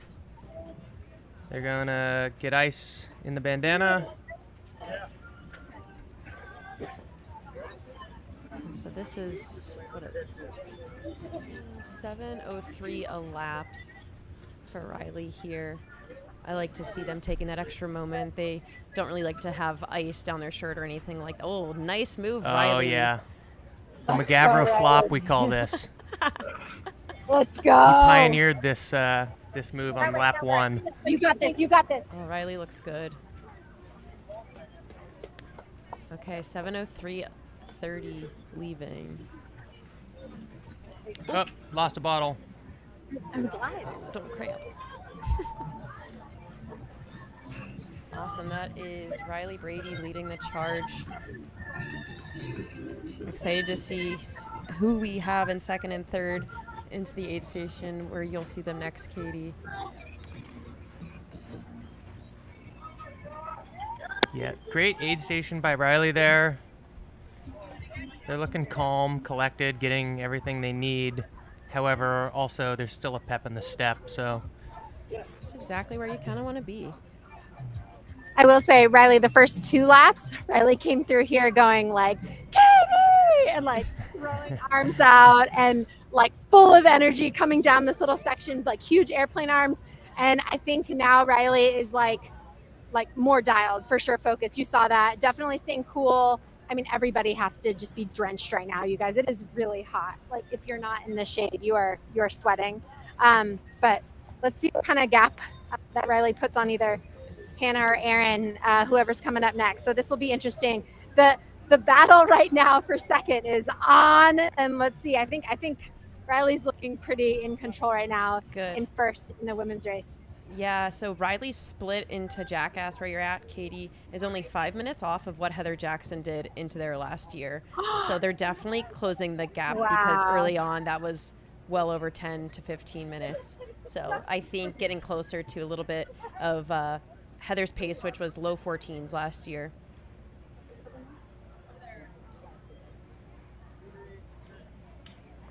That's really impressive because I think last year was cooler as well, right?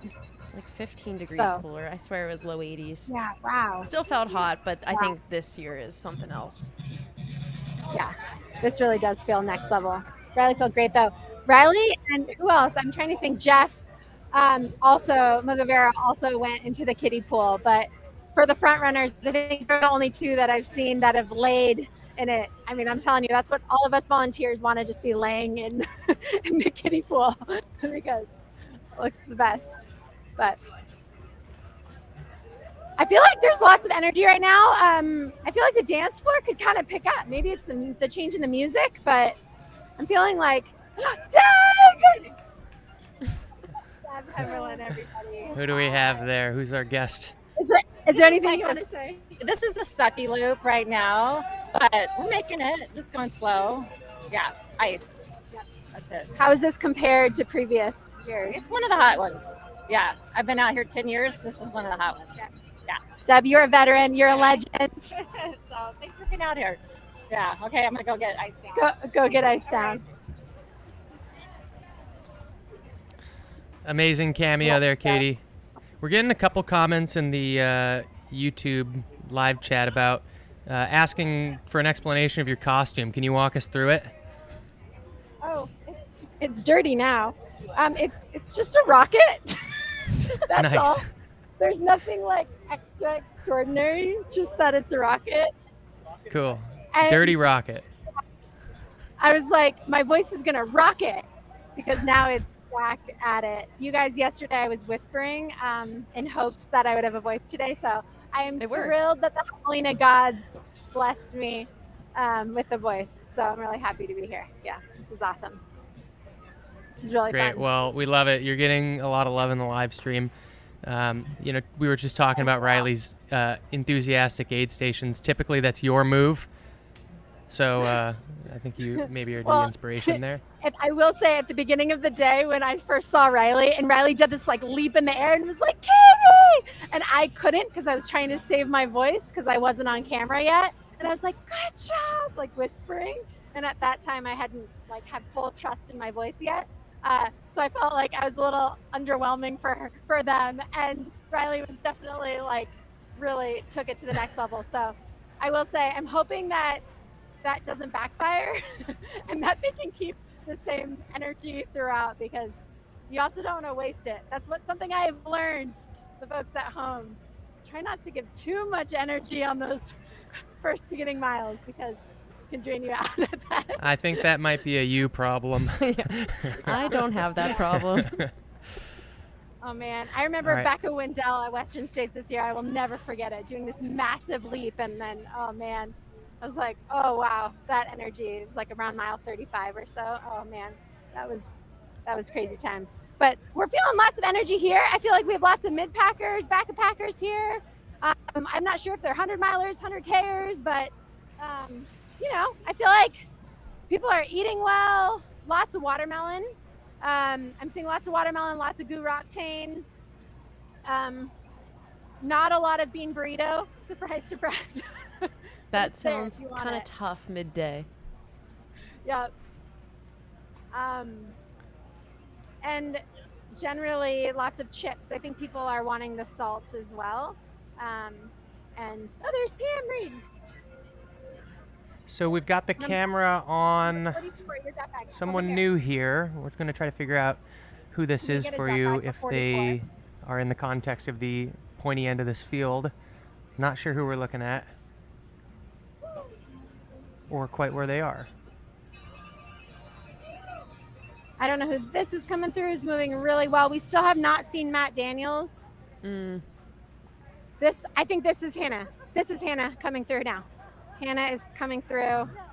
So that's 7 minutes behind when Riley left. So Hannah, all good, is F2 right now. She's looking All right. great. She's smiling big. Can So we was- get a Smiling camera in really the aid well. station? Was Hannah one of the ones that we were missing there? Yes. Okay, so it turns out Hannah, we missed her at the last aid station, at least on the live tracker, and at least for a while. But yes, she is still up in F2, which is not surprising, but it's always good to get confirmation when the live tracker misses a ping. Let's help her out, F2. Do we have a camera in Jackass Junction that we can go to see the Yep. lead women coming through? We're on Hannah right Yeah, now. in the meantime, we've got a shot of one of our camera people wearing a large backpack and carrying an even larger camera, chasing someone who's... That's probably Aisha. Thanks, Drew. Okay. So this is Aisha's first 100K. Got some major documentary crew out there documenting it, getting eyes on her story. Impressive camera work from just a sheer strength perspective. Totally. And Aisha herself is a world-renowned photographer. Follow her on Instagram, AI.shoots, I think. All right, got some aid station footage. This is Raj. And this will be Rattlesnake, right? Yep.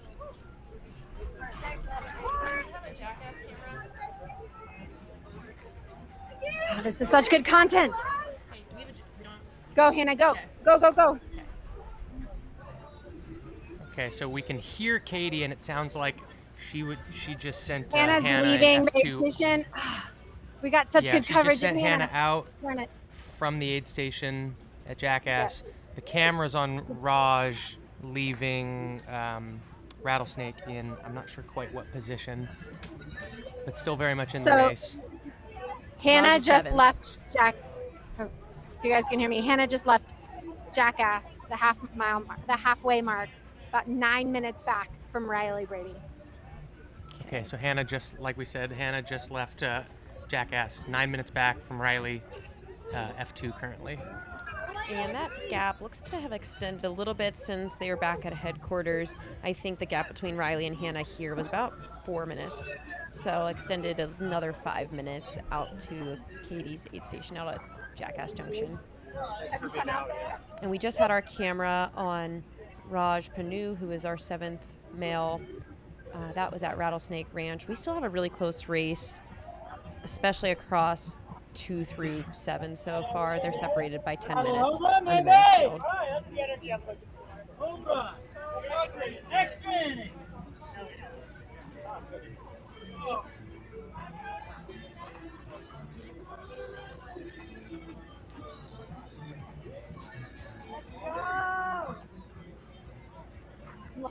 If I can't help, I hate that because I can't help.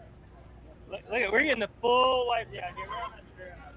You got another bottle still? Say what? You got another bottle still? Katie, how was Hannah looking when she came through? Oh, great. I didn't know you could hear me still. Sorry. Yeah. Hannah looked great. Smiling, super calm. She goes, I said to her, how are you feeling? And she said, she goes, Riley's on a tear. I'm like, I know. I told her that, where she was. And she's like, oh, yeah, I'm not closing that. So I think she's feeling really happy where she is. I think she's feeling in control.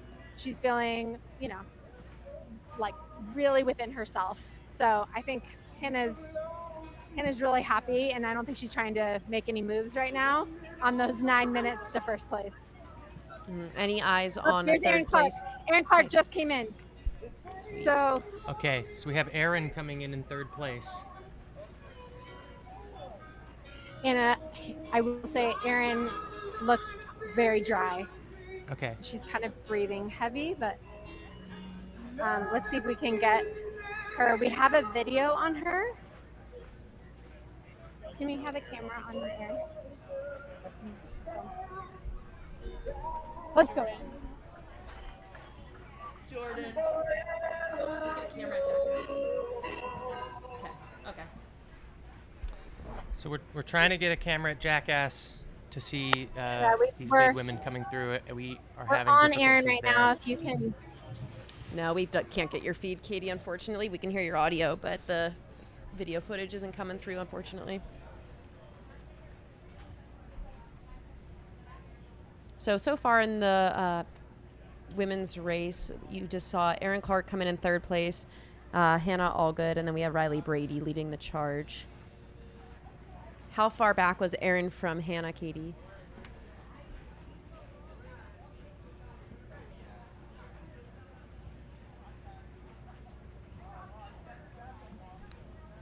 Might have lost Katie's audio too. Okay, so in a little bit of a dark spot here in terms of connection to our aid stations, but we did just get some vital info on those top three in the women's race coming through Jackass, and we are through at least 7 of the men through Rattlesnake. And looks like that's our camera on David Roach here, leading the charge, coming into headquarters. All right. All right, so let's start taking a look, and by let's, of course, I mean you. Take a look at his splits as they compare to prior years to see if maybe this third hot loop, to see how that compares to what John Ray, the course record holder here, ran last year. See if that heat's having an effect on David or if he's able to maintain despite it. Nope, it looks good. So David, by the time he really comes into the aid station here, hits the timing mat, and probably gets that time, it'll be another few minutes, maybe around 7:19, 7:20 elapsed. John Ray came through here in 7:32 elapsed last year. So David's still 10 plus minutes up on the course record here. Okay, how far up was he after the first or the second lap? 10 minutes. Okay. So he's probably about 13 up now. So he's holding strong. We'll see what that split looks like when he heads out, but I'd imagine it'll be somewhere around 12 to 15. All right, and as we see him heading into the horseshoe here, you'll probably start to hear some cheering in the background from us because we are about to see him come right by our little booth here. We'll try to get you an assessment of the body language, but from what you can see as well as we can on the drone shot here, he seems to be moving super well still. We'll try to get you that close-up perspective. And luckily for me and Chris here, David's crew is set up immediately across from us. So we'll be able to give you the play-by-play. So what David's been doing on his last couple laps is going through the horseshoe, hitting the timing mat, coming back with his crew and spending about a minute or so here getting cooled down.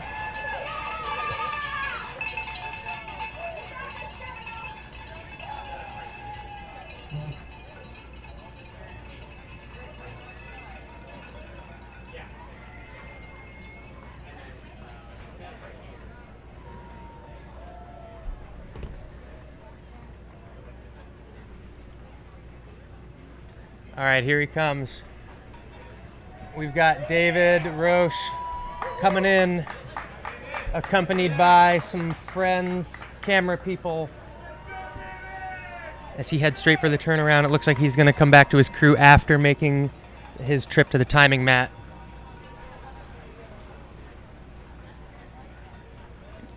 And for those following the women's race at home, it doesn't look like we got a split from Erin Clark out of Jackass Junction, but she is our third place female. We've got Riley Brady, Hannah Allgood, Erin Clark.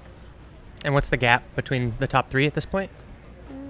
Riley to Hannah is 8 minutes. Erin, there we go, got one there, 5 minutes back from Hannah. Okay. And still waiting on 4 and 5 out there. So in both fields here, you see it just sort of gently stretching apart, those top 1 through 5, but all of them still seeming to be running really well. Not a lot of actual pure carnage yet.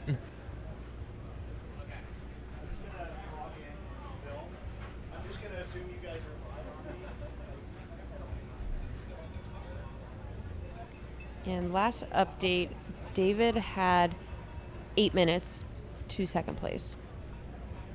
So Cole Watson is who we should be expecting next, but I'd imagine some combo of Cole Watson, Ferdinand Aurol, and Jeff McGavro.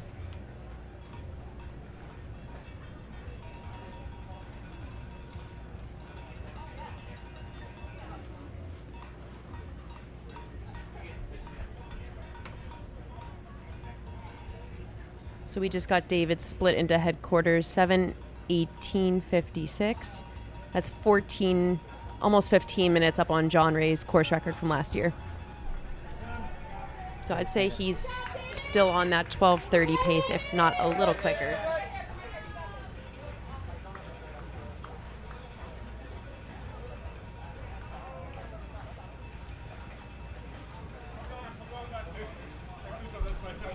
So we got David getting crewed behind us here. Ice everywhere, new ice bandana. Lots of lube on his legs.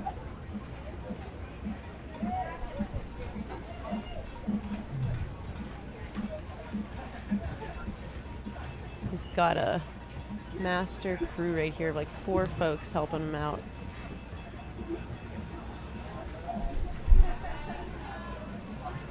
I don't think we can.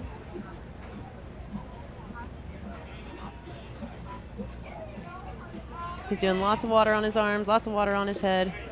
Big dousing. Oh, a little fist bump for Leo. Can't leave without the fist bump from All right. Leo. So David is drenched, iced up, and on his way. You know what I didn't see there? Anything other than cooling and nutrition. Yeah. No taping, no muscle rubs, no, what do you call those things? Percussive massagers. Just a pure and simple old school aid station there. He was in and out as quickly as he could, getting all the things that he needed and icing down properly. But yeah, just simple and straightforward. Nothing fancy there. Yeah, and it's like no seat, just kind of keeps it standing. Less than a minute there, and just taking care of all the necessary things. Yeah, super efficient, but also super patient. No rush, but no seconds wasted either. It helps when you've got what appeared to be 50 different people, each doing a tiny little specified task. But yeah, just a classic NASCAR. Yeah, and aid again, that station. is about 14, close to 15 minutes up on John Ray's course record split through here last year when John ran 12:43. So at this very moment in time, if David were to split the same next 2 laps that John did, he'd be looking at like a 12:30-ish finish elapsed. He very well might speed up. Who knows? We'll see. A little bit of a hotter day today, but David looks really, really smooth. So this is probably, I didn't get to watch it last time, but this is probably his first time through the horseshoe without seeing somebody else in his race. I Yeah. don't know if he got out before his next competitor arrived last time, but it's got to be a little bit of a mental relief to do the entire horseshoe, do your whole crew stop, and get out of there before anyone has a chance to see you. Because that horseshoe, it's a quarter mile. It takes a little bit of time to run. Definitely. He's probably in there running for 3+ minutes plus whatever time he spends with crew. So being out of there before number 2 comes in means he's got a pretty solid gap, and that's got to feel nice at this point. Looks like we've had F4 roll into Jackass Junction. That's Corinne Chalvoy. So we've had Riley Brady, Hannah Allgood, Erin Clark, and Corinne Chalvoy is only about a minute and a half to 2 minutes back from Erin Clark. So That looks to have closed a little bit since the last time. Okay, it sounds like we're going to get... Oh, we are at Yay. Jackass. Okay, Sweet. so we have a shot of Jackass here, and we have Unknown Runner coming in. Unknown runner number 1. But we should be expecting F5 here pretty soon. Yes. That Leah should be some combo of Lauren Puritz, Anna Loudon. Probably one of those two ladies rolling through. Yeah, again, not much of a shakeup there. Just kind of minor little stretches here and there of the gaps in between everyone in those top 5 to 10. And we've got eyes at Jackass Junction right now. Chris and I have our ears on the ground here at headquarters, where we should be seeing Ferdinand, Cole, or Jeff McGavero here in probably the next 5 minutes.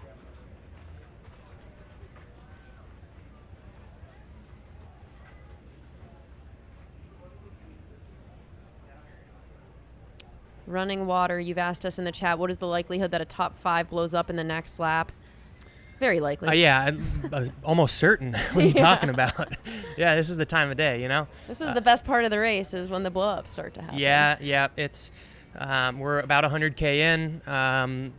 The peak of the heat, and it's not just the fact that it's approaching the hottest time of the day now. It's the fact that they've been running in heat for hours up until this point. So when it's hot, you know, your body has to do different things with its resources. So it's sending a lot of blood to your skin, away from your stomach. Digestion stops working. Your muscles stop working. So sometimes it takes a while for all those factors to add up, but we're going to start seeing that pretty soon. So we never root for carnage, right? We love to watch it. We love to watch it, yeah. It's always fun to see the shakeups on these laps 4 and 5.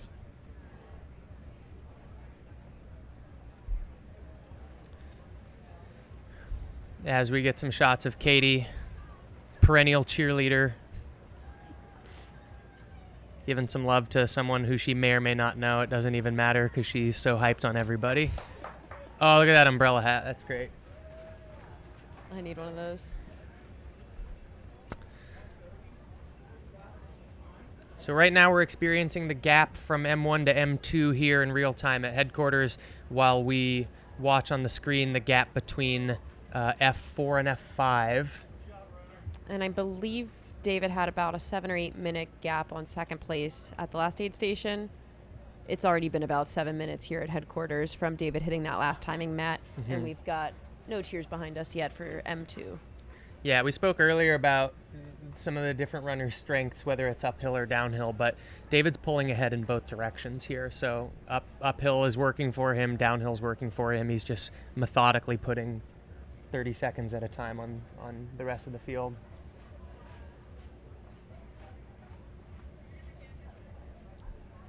And so one of our expected next runners through headquarters here is Ferdinand Arol, French runner, living in New York City right now. And I found myself on his LinkedIn page earlier, and he's an engineer, entrepreneur, and magician. Oh. So Ferdinand's a pretty cool guy. Yeah, well, let's see if he can do some trick to get himself in the lead here. I don't know. Some magic pun.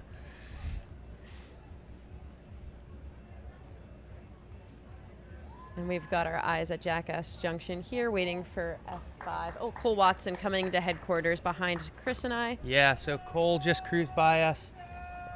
He's got another Brooks supporter with him, some crew member, discussing some important tactical issues. He looks smooth to me. Oh, and there is Ferdinand right behind him. All right, so 2-3 just went by about 10 seconds apart. So we have Cole Watson and Ferdinand. We'll see who heads out of here first based on how quickly they can get through their crew stations. And they'll probably split about 10 minutes behind David here into the aid station.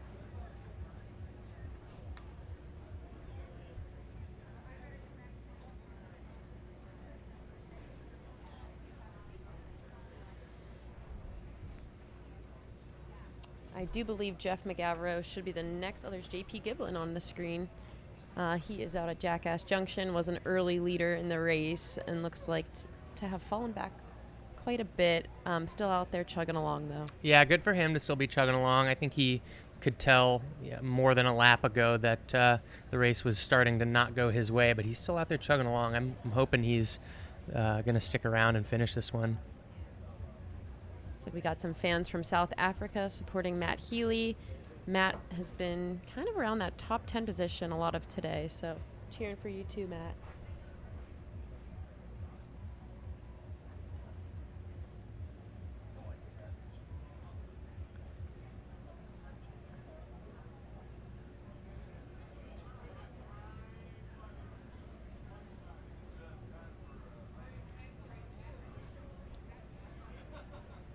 So we had a question from the chat saying our M1 through M3 all technically on course record pace, and that is correct. Oh, wow. All 3 of them are here before John Ray got here last year. And it looks like we've got Jeff coming through right now too, so that makes M1 through M4 all on course record pace.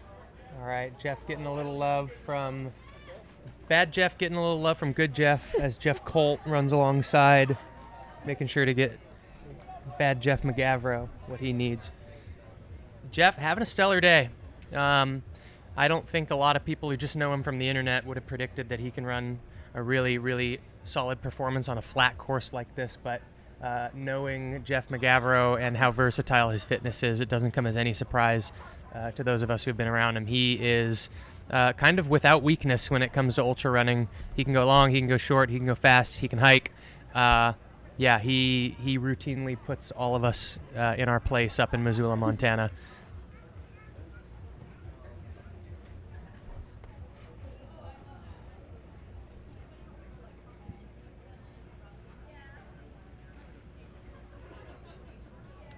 One of the other things I'm excited about with regard to Jeff McGavro's race here is in his last few 100-mile efforts, he has some problems at nighttime. I heard about some that. challenges.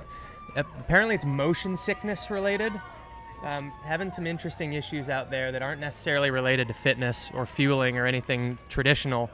And so to see him focus on a race that's primarily in daylight and doesn't really involve sleep deprivation. Oh no. Gosh. Hold that thought. Yeah. We just had a collapsed athlete at Jackass Junction.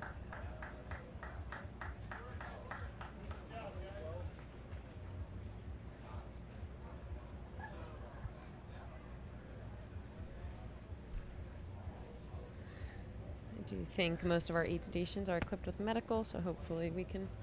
Yeah, there they are. Yeah, we got medical to attend to this person, Jackass. Luckily, they were pretty crouched already when they fell down.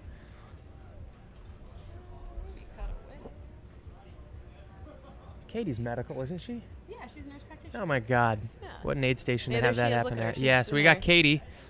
Katie's a nurse practitioner. Not only is she a commentator, but also helping on any medical needs right there. So. Yeah, maybe we can get you a camera on an active racer here.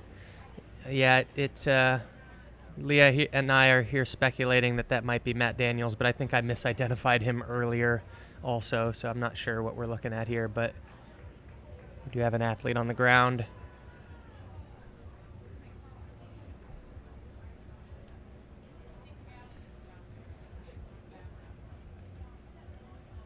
I think that would make sense.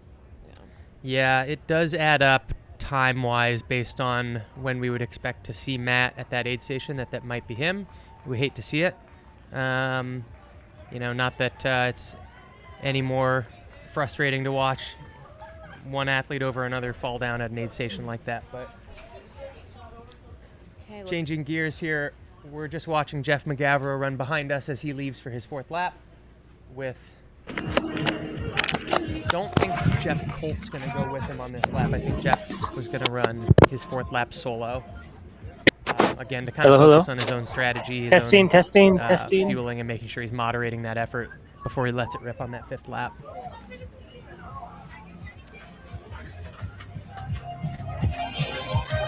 So maybe as we give that fallen runner a little bit of space here, we can find another camera. Trying to. It's tough.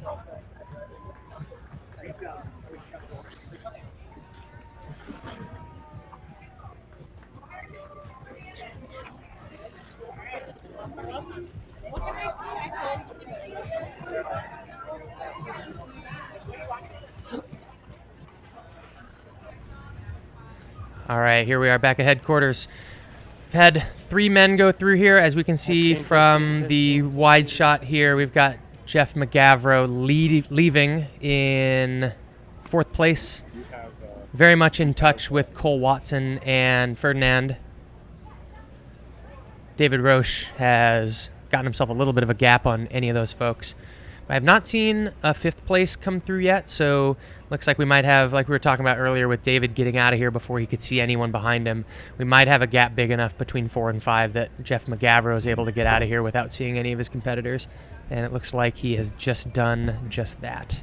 Yeah, and it seems like Dan Green has fallen back a little ways. He was definitely in the mix with Cole and Ferdinand and Jeff earlier on. Was looking good, but I think Katie did give us reports that he was pretty dry coming into the aid station. So hopefully Dan can stick it out, and maybe him and Caleb Bowen can start to work together somewhere in there. But yeah, Dan's finished really strong here before. We were just talking about his splits from prior years, and he knows how to finish this race. So I wouldn't be surprised if he's just having a little momentary lapse and then gets right back into it.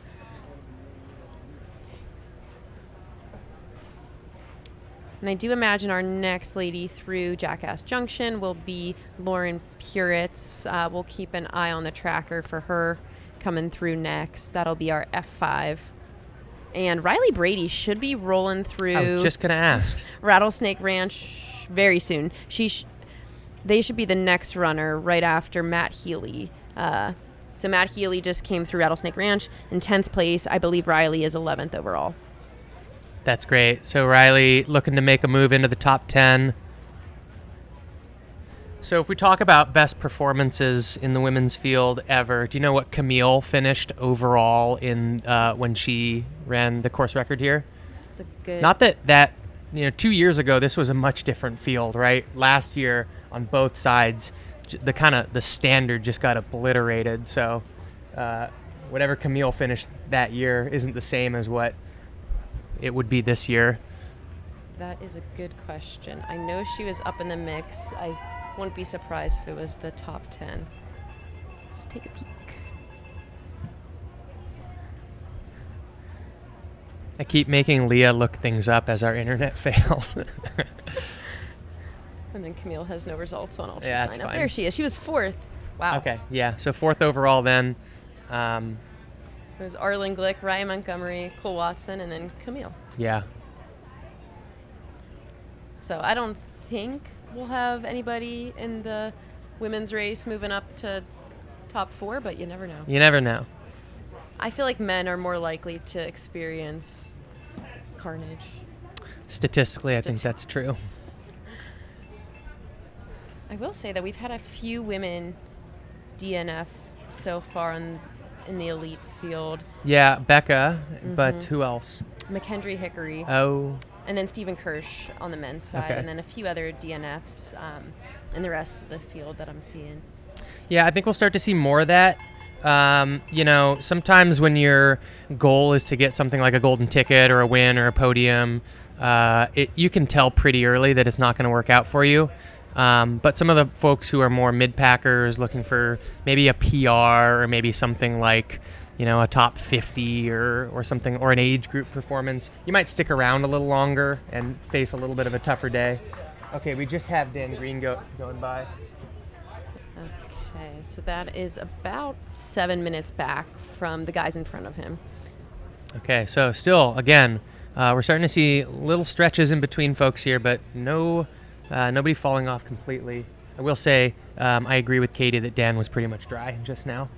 Yeah, and we just got reports from Katie that Anna Loudon is coming into Jackass Junction. Oh, great. So that'll put her, I believe, in 5th place overall. So did she pass somebody? I think she probably passed Lauren Puritz, unless Lauren's just not getting captured there. Okay, Anna is 5th for the women. No Okay. Lauren yet.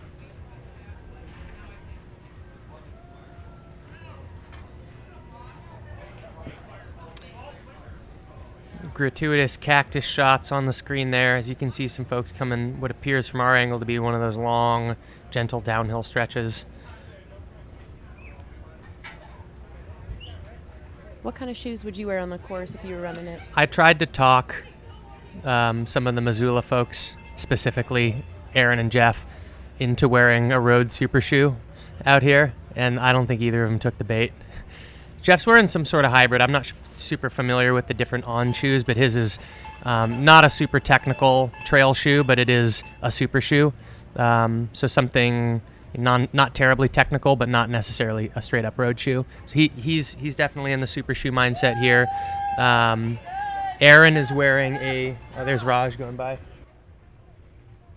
Okay, we got Anna Loudon Yeah. here at Jackass. She is our 5th place female, getting cooled down. So I'm going to try to get a look at Raj's shoes as he goes by, because I think I could tell the difference between a road and trail Hoka from a distance. Anna's getting a lot of water on her. She's using that insulated Hydro Pack bottle, which keeps your water a little cooler longer. Big ol' ice bandana. That's a big ice bandana. Oh no, that's going to be a problem. I think she notices that too. Yep, yeah. My guess is she got an ice bandana filled up a little too far earlier in this race and had to deal with it, and now she's giving some more clear instructions to the person filling it up. An ice bandana too full is just about as bad as no ice bandana at all. I agree with that. You get this combo of choked and then a big pat on the back every step you take. Yeah. A choking brain freeze sort of deal. Oh, here you go. You can see her tucking it into that shirt. That's nice. You mentioned this earlier. This is the move. Yep. Okay, so Anna's probably not exactly where she wants to be right now. I think she's 20 minutes back from that. Actually, probably 25 minutes back from that chase pack of Hannah, Aaron, and Corinne Chauvoy. Another dropped bottle. That's the same spot as Riley dropped a bottle. There must be some sort of root on the ground there. I bet you Ferdinand and his magic. Oh my God. Casting He spells. cursed that area. Okay, so again, we have Anna Loudon going through. You know, I think you're right that she's a little farther off that chase pack than she wants to be, but hey, let's face it. You know, they're less than 60 miles in. 40 to go. The heat ahead of them. Anything can happen.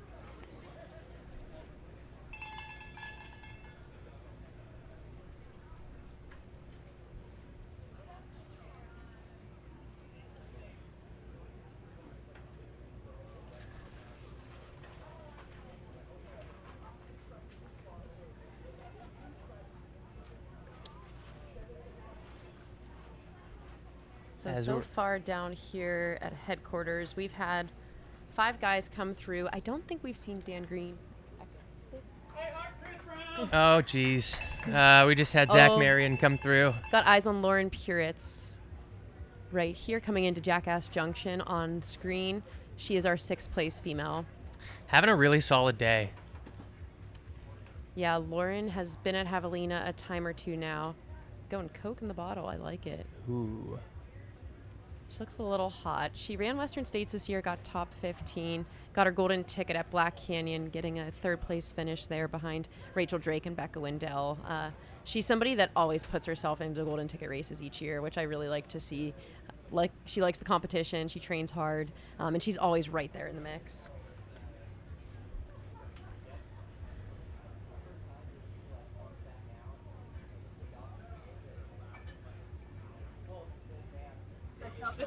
Yeah, right here. What flavor? Yeah, so she was here last year and ran a 16:12 on Those this are the course, ones you which just is eat, and they have the ones you go in the pretty water. Exceptional time. Obviously hoping to improve on that because I don't think that would get her a golden ticket this year. She ran 16:19 also in 2022, so 2 results. Oh, that's in right. that. I did see that. That's super consistent. So maybe we'll see another result out of her similar to that this year. Curious what kind of pace she's on. She's probably a little faster than that right now.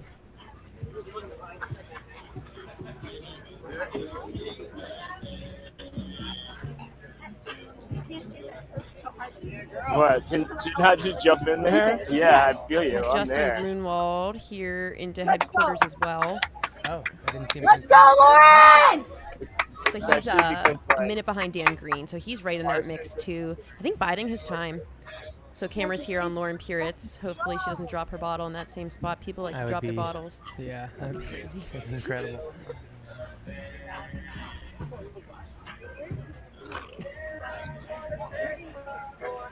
I feel like I'm gonna cramp up out there tonight. I don't know Yeah. about Well, you, you Chris. stay hydrated. Did you get a lunch break? I got half a burrito Oh, for that's me. plenty. You don't need any more than that. Chris, we might be duking it out as pacing. I sincerely hope so. I That'd be know. really fun.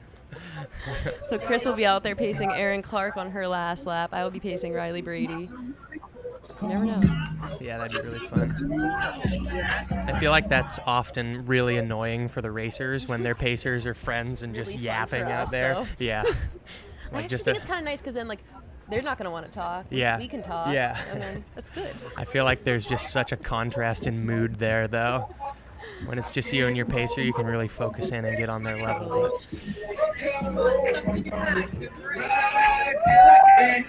All right, so far here at headquarters, we've had 7 guys through. Next guy we're expecting is Caleb Bowen, followed by Blake Slattengren, and then Matt Healy. That'll round out our top 10 here at headquarters. We should anticipate Riley Brady at Rattlesnake Ranch pretty soon. They should be the next runner rolling through there, and perhaps Ethan Kuza on the men's side. Water here, please. Right here. Do you know much about Ethan? I know nothing. I was learning about him earlier. Yeah, I he wasn't think on my preview. He's from the East Coast. From what I Okay. he's done some Pennsylvania races and then recently some Arizona races. He's 24 years old. Maybe he's got a LinkedIn too. I can go find it. Yeah, also a magician. Yeah, really, so far, pretty solid showing from the East Coasters. Sometimes we see folks from out there who are used to just running on a very different type of trail, regardless of the talent, come out. They're just in kind of a different rhythm here, and it sometimes doesn't work out for them. But I believe behind us we just had Caleb Bowen run by. Was that correct? That was Caleb Bowen. Cool. So Caleb Unicorn Bowen, as we in the speak, house! an East Coaster coming out and running super well in a stacked field today. So him and Dan are really showing up, which is just great to see. Yeah, little training buddies. They're not too far off of each other right now. Dan's only about 7 minutes up on Caleb. Caleb was his cross-country coach in college. Caleb's a cross-country coach at Marshall University out in West Virginia. And Oh, that's cool. Dan was one of his athletes. Nice. So yeah, you see both of them coming out a little bit to the West Coast to run races here. Caleb was at States last year after winning a golden ticket at Grindstone out on the East Coast.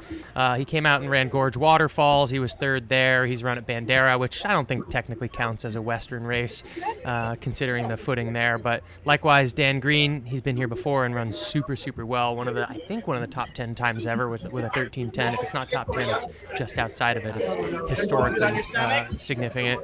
And then he's run Black Canyon 3 times. Never gotten a golden ticket, but put himself in the mix for a few years there. He ran in 2022, 23, 24, and was 10th, 12th, and 22nd in reverse order there. But yeah, he's been out here. He knows what these Arizona trails are like. A little less techy here at Javelina than at Black Canyon, but yeah, he's accruing some airline miles coming out to these Arizona races.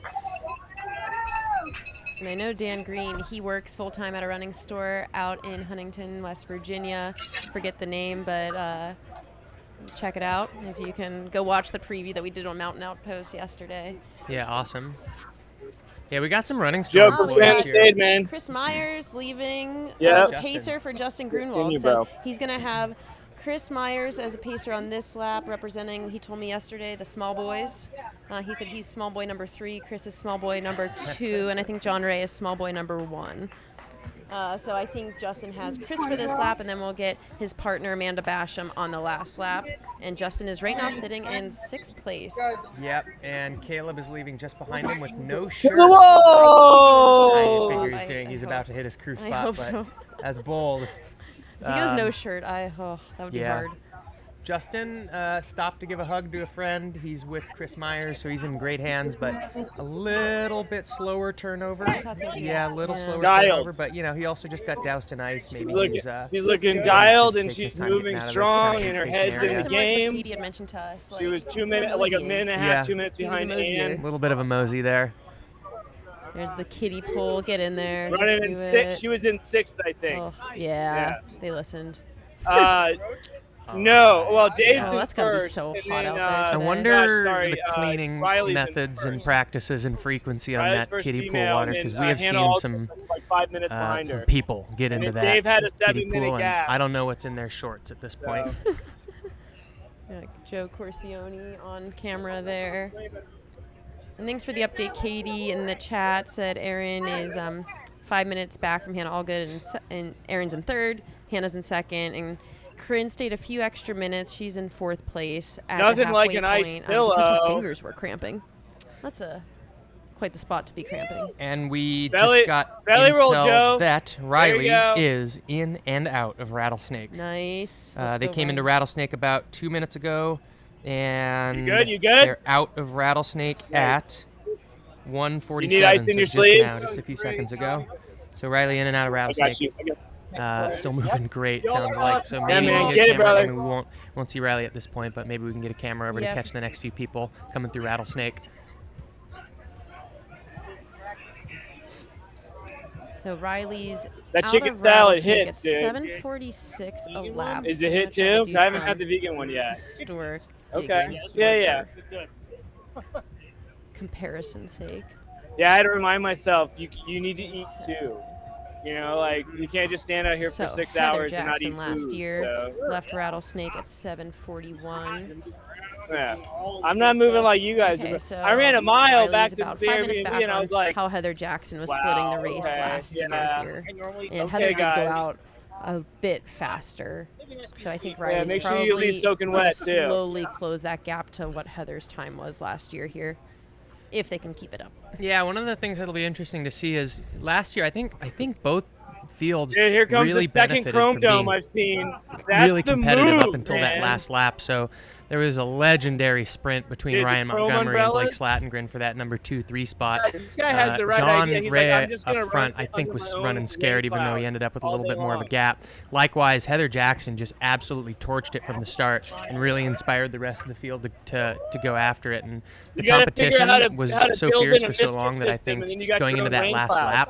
lap, everyone had incentive to push. So it wasn't one of those situations where someone had a gap either ahead or behind or both, such that it would let them kind of slow down and run their own race. Nice work, Everyone was really engaged the whole time. So runners! hopefully what we can see today is something like that, so we can keep these folks Welcome on to course the record pace by keeping the junction. races competitive all the way We through. got water and Roctane, ice in the back, real food on the line.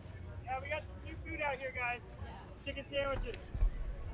Can you guys, Yeah, and the chicken salad sandwiches slap, y'all. can we cut the Jackass audio? All right, all right.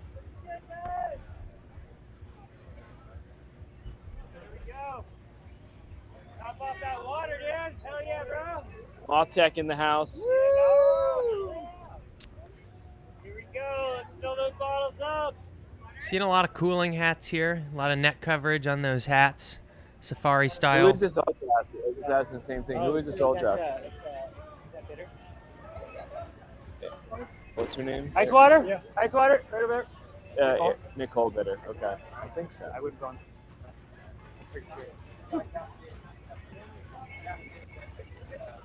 All right. You. How we doing? Just one bottle of water? That's all you're carrying? Let's fill that out. Okay, What do you need? Okay, water. You got the water carrier right here. We're going to top it off after the And we have the legend, Nicole Bitter, on the screen. How many people in this elite field have run this more times than Nicole has? Hey! How are you doing? What was the question? I was just saying Nicole has probably more experience than the rest of the elite field here combined. You need salt tabs, ice. Two of the fastest Yes, just top salt 10 tabs. times. Yes, yeah, ice. absolutely. She's been here a bunch of times. She's also paced Zach Bitter a bunch of times here. This is definitely her stomping grounds. It's great to see her out here again. And I think she's kind of moving up through the field here. She was a little far back early, but I think she's kind of moving up based on where we're seeing her now. Okay. Yeah, and I think Nicole's You're welcome. somebody I can always see moving up to like that 5th place position later on. There's a few like DNFs up in the Yeah, field, yeah. a couple people dying from the carnage, but she just seems to be Old really school. solid in that like 16 Old school. something range. Yeah. So And I think a couple of her finishes have been in the 15-hour range here too. So I think this course really plays to her strengths, the flatter, faster terrain. We're not going with this. I mean, they're doing the video. Good. But, I mean, I'll send them a note. Like, they're on Nicole right now.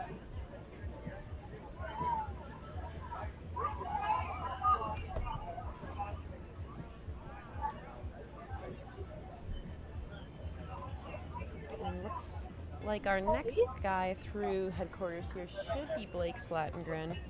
Yeah, it looks like Blake's fallen back just a smidge.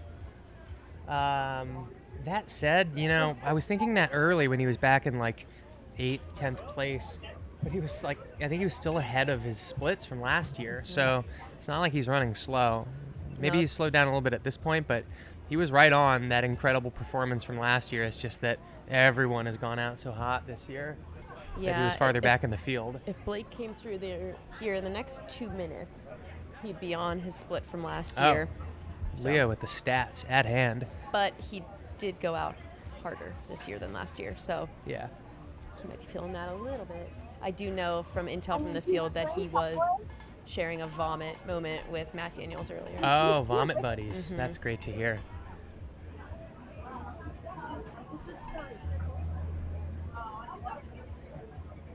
Let's go. Let's go. Woo! Come on, Anna. Let's go. Cool.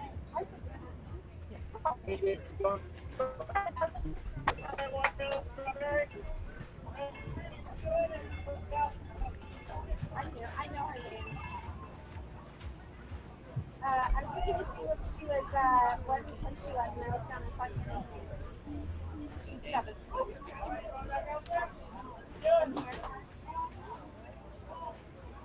So I'd be not in trouble. Stop.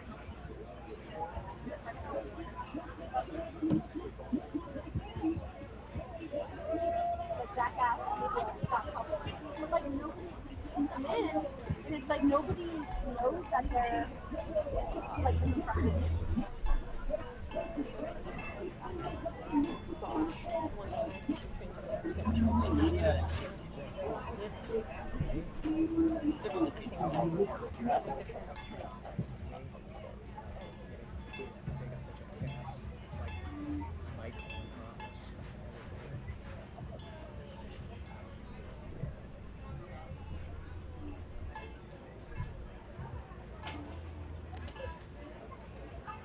Ladies and gentlemen, we are going to go to a quick commercial break. We will be back with more Mountain Outpost coverage of the Javelina 100 after this. Hey, good morning. Let's go.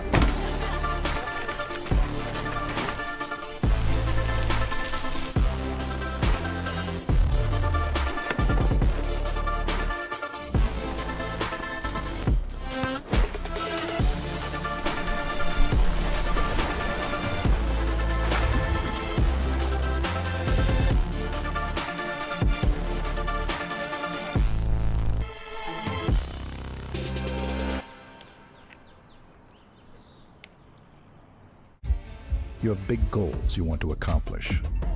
We'll be there with you every step of the way. When the trail gets tough, we'll help you push through. When doubt creeps in, we'll keep you moving forward.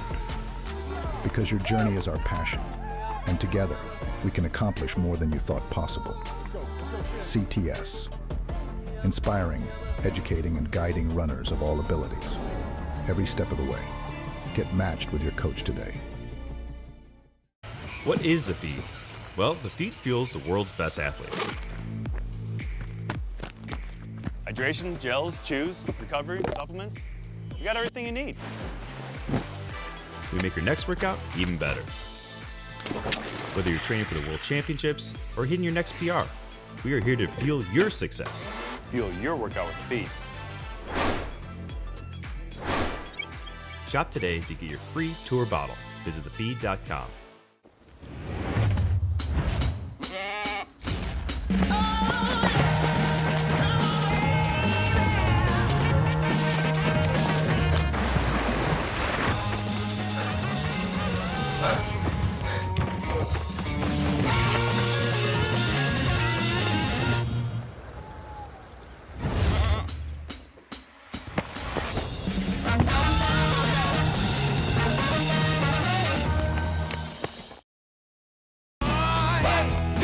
I'm so hot, I ain't coming down. I ain't never coming down. What is the feed? Well, the feed fuels the world's best athletes.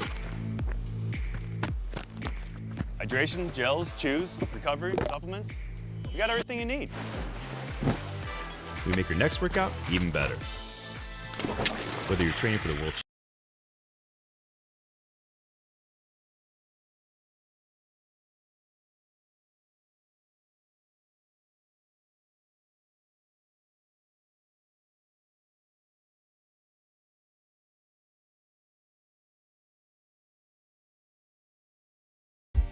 You have big goals you want to accomplish. We'll be there with you every step of the way. When the trail gets tough, we'll help you push through. When doubt creeps in, we'll keep you moving forward. Because your journey is our passion, and together, we can accomplish more than you thought possible. CTS.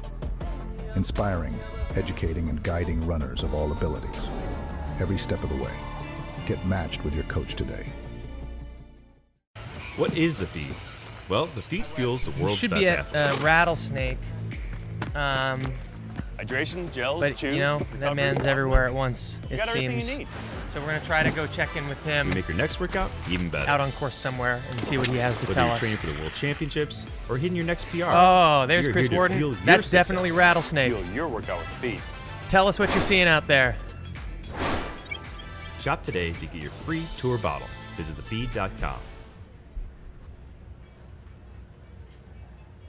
One, the only Andy Jones-Wilkins. Andy looking fantastic out here. Of course, for those that are unfamiliar, AJW, not only, I know he only likes to talk about Western States, but he was a second place finisher out here in 2007. And this is his first return back here, and also his first 100-mile attempt since double hip replacement. And he's looking and feeling great. Basically, a few miles from finishing his second loop out here at the 2024 edition of the Javelina 100. And his spirits seemed so upbeat. He was smiling, he was laughing, and as usual, very loud. That's I can't imagine that his doctor necessarily signed off on running 100 after a double hip replacement, but that is absolutely incredible to hear. Yeah, speaking of Western States legends, I saw Scotty Mills out there as well, who had an incredible attitude, seemed just overjoyed to be out there. Yeah, I hadn't seen Scotty out here yet, but I did talk to him yesterday. We had him in the studio, and Scotty just has this feeling like he's so excited no matter what happens out here. He just wants to finish, whether it be a 24-hour finish, a 29:30 finish. He doesn't care. He wants to come out here. He wants to be a part of it. He even kind of alluded to the fact that he doesn't know how many more hundreds he has left in him, and he didn't have this one checked off his list, so he wanted to get it done now. Did we just have Aaron Clark go by? Oh, Aaron that Clark would check F3. out. Yeah, Aaron we Clark thought just she went might have by. gone through already, but it wouldn't surprise me if she just went through. That looked like her outfit. Yep, that was Aaron Clark right there. Want to give a note on the women's race right there that she just went by. I apologize. I don't know where she's at because I actually did believe it or not, I took a break. So I have no idea where everybody is at until I get caught up to speed. But yeah, I did just see her, so I wanted to make a note of that. So Okay, so that would put her in F3 through Rattlesnake? F3, Okay. and I believe probably about 6 minutes back from Hannah Allgood, who's in second place. Which that okay. does that line Do we up know who with- left here behind that? We are Or expecting left, Corinne Jackass behind? Cowboy behind her. Okay. So Corinne was 2 minutes back from Aaron, leaving the last aid station. So I'd imagine Corinne should be next. I heard her fingers were cramping. She might be there right there if you hold on. I think Corinne. Yeah, I do believe that's her. Yep, that's Corinne Shalboy coming up on the I trail like here. the shot of you staring wistfully into the desert. It's how I spend most of my life, sir. I do think there's a big gap Yep, between that's- Corinne and our next Corinne female Shalboy, runner coming through. F4. I think we just got an unpaid ad for Red Bull as that truck drove into view. Looking All good. right, got F4, Corinne Shalvoy. She looks good. Yep, you can fantastic. see definitely moving well, but you can start to see that kind of a little more robotic step as everything starts to stiffen up a little bit. This is lap 3. Things are starting to get a little challenging, but she's still moving super well. And like we said, that gap, up to F3 has not changed. In fact, it might have shrunk by a second or two. So she is still keeping up with the ones in front of her. Absolutely. And Corinne has a 100-mile finish at Leadville. I don't believe it's the finish she exactly wanted there. So I know she's coming out here to be competitive today and has been putting in a lot of training. Loves running in the desert. And I think it's surprising a few And people. I actually saw Graham and the boys heading back to headquarters as I was leaving to head out here. And of course, the way the Corinne's moving, Graham's in for a heck of a workout. Hope he's ready. Yeah, this could be a racers drop their pacers sort of night if these fields stay intact the way they are.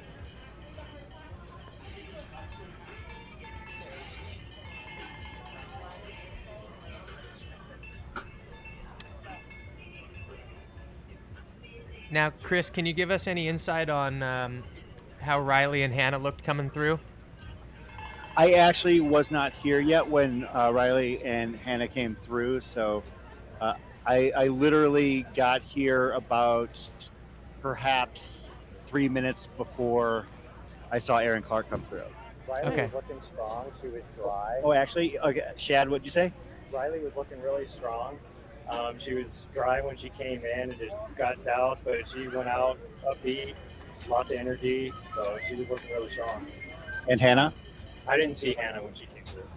Okay. That was from Shad Burkholz, our man with the cam. Obviously, always doing a great job. I love working with Shad. I've spent many hours at several different races, and when it comes to unsung heroes whose praises I'm going to sing right now, Shad Burkholz is right at the top of that list. So yeah, just to recap, because I think the mic was a little far from him, so I'm not sure if everyone can hear. I have an earpiece, so it's a little distorted here, but it sounds like Riley came in dry, but cooled herself off, or themselves off, and kept going and was looking good. That's not surprising at this point in the race. There's really no amount of ice and water you can put on yourself that's going to keep you cool until the next aid station. So it's a matter of how many miles of that next section you can get before it melts, and then just doing, holding on until you can get cool again. So that's that may end up affecting the fields going forward here for the next few hours. Yeah, and for somebody in the field where Riley is, they're never really going more than an hour right now without getting ice and water on them. So I think the longest stretch I've seen is exactly 1 hour for Riley. So from Coyote Camp to Jackass Junction took exactly 1 hour. So this ice is melting in an hour. It's really requiring a lot to keep these runners cool. So definitely not surprising.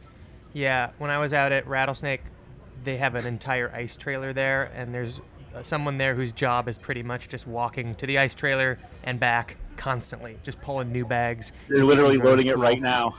Yeah, you can see him right there. That guy has just been doing that lap all day long, just grabbing a bag, bringing it back, grabbing a bag, bringing it back. Looks like we've got an update into Coyote Camp. Jeff McGavero came through there in second. We'll keep an eye out because we know those Coyote Camp splits can be a little finicky, but he is 11 minutes behind David Roach. Okay. How does that compare to when they came through here? Let's find out, Chris. Again, with the on-demand stats request by me. So I Jeff apologize. was 7:30. David was 7:18. So 12 minutes down to, did I say 11? Okay, yeah. So that's interesting. David has been relentlessly adding seconds across every stretch here, and it looks like he just lost a minute in that longest stretch between aid stations, between headquarters and Coyote.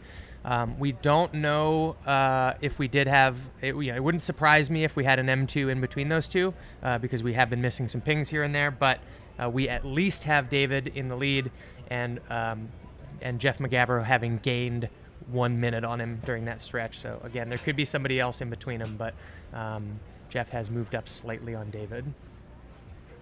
And it does look like we have our Rattlesnake pings for the women's field. So we've got Riley Brady, came through there 7:46 elapsed. 8 minutes back was Hannah Allgood. Another 7 minutes back was Aaron Clark. And then 2 minutes back from Aaron was Corinne Chalboy. These fields are so tight. This is incredible. Yeah, this is awesome. Less than 10 minutes separates 2 through 4 right now on the women's field. This is like some first lap gaps here. And I like it. Yeah, on lap 3 into lap 4. It's just incredible. And like Chris and I mentioned earlier, really anything can happen on those 4 and 5 laps. We looked at 2 races last year, Dan Green and Blake Slatengren, who both had phenomenal races running 2nd and 4th place. And just the matter of Blake cutting off 5 to 10 minutes per lap on laps 4 and 5 was able to really separate himself from the field and from Dan on those last laps. So I think it's really still anybody's game, whoever's doing all the right things at this point and pacing it well. Yeah, especially since we know some of these people have just insane kicks, like looking at Blake especially, who last year, just watching him come back into headquarters, just flying as if it was his first lap and as if they were only racing 1 lap. Yeah, just like, and it's anyone's game if it's only a few minutes like it is currently going into that last lap. We did just get some news that I'll let you do the honors. Corinne Malcolm is unfortunately a DNF. Hope you're doing okay out there, Corinne. I know this was a tough one out there for a lot of people today. I think it was a good choice based on what she was describing as being the issue earlier. It's probably a good one to just tap out of.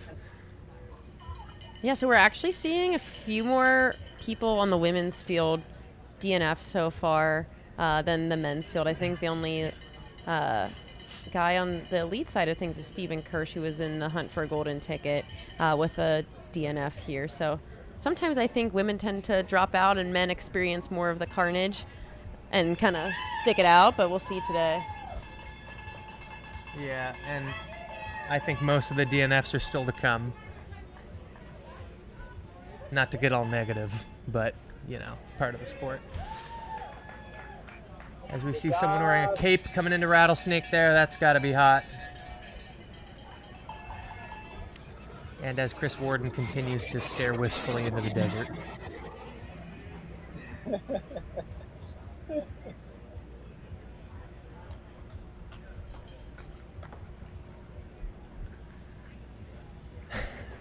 So is that surprising to you that McGavro made up a minute on David on that uphill section to Coyote Camp? No. No? Why not? I don't know. I think of Jeff as just this like kind of like brute force runner too. And I know it's like not that uphill, but it's still uphill. Yeah. And I think it takes a really strong runner. Not that David's not strong, but I think we see David open up a little bit on those downhills. But I think Jeff's going to kind of peck away there on the uphill. I've repeatedly announced my bias because Jeff is a close friend and training partner. But frankly, to the contrary, when they came through here, I thought David looked a little better. Really? So I am surprised that Jeff made up a minute. I thought it was interesting how David was asking earlier how far back second place was. Yeah. I think that starts to sound like you're a little concerned. Yeah, I think so. I always like that info, but I wouldn't, it is maybe a sign of a chink in the armor to be asking the bike cameraman about that, which, by the way, we didn't give him that info, just for the folks at home wondering about unfair advantages and information. We did not give David any info.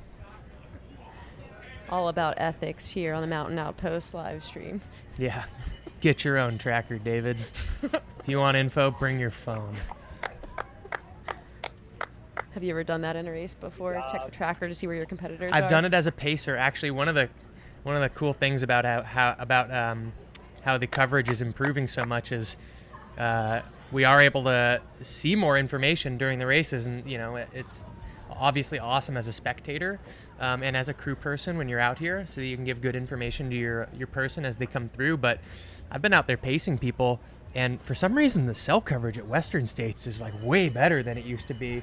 So I've been out there giving splits, because I don't have to be impartial if I'm a pacer, right? I got a cell phone, and I'm not part of the organization, so I don't have to stay neutral. So I've definitely given info. I don't think I've received it personally or seen it because I don't carry a phone out there. But yeah, I've definitely taken advantage of that increased cell coverage. So I had 2 pacers at Western States this year, and somehow over the course of the day, they both broke their phones. Oh no! And I was asking them like, can you check the tracker? As I was getting like hunted down in the last 6 miles, and my pacer Matt was like, oh, my phone, it got run over by a car. And then my other pacer Matt was like, oh, my phone got wet in the river. So I had no intel, and then I got swooped up. Yeah. But my own fault. Yeah, that's okay. Got to run faster. Yeah. Never look over your shoulder. No. Yes, Brett in the chat. I think that is false. David is leading the race, and I think that might just be a misstep on one of the trackers here at headquarters. And for those of you following along, we don't really trust our Coyote Camp timestamps. We trust the timestamps if they're there, but if they're missing, somebody like Cole Watson could very well be through there right now. We just don't have it marked. So we'll get a little bit more accurate of an update once these runners come through Jackass Junction. Those tend to be more consistent splits for us. Yeah, and as you're looking at the tracker, just know that we're also getting, if not real time, then at least somewhat consistent messages from the folks on the ground at these aid stations. So if you see something on the tracker that seems like a major shakeup, assume at first that that's probably a tracker glitch before assuming that's accurate, and we'll try to update you on if there are any of those shakeups rather than letting you find out for yourself via the tracker. So if it seems weird, assume it's wrong until we let you know.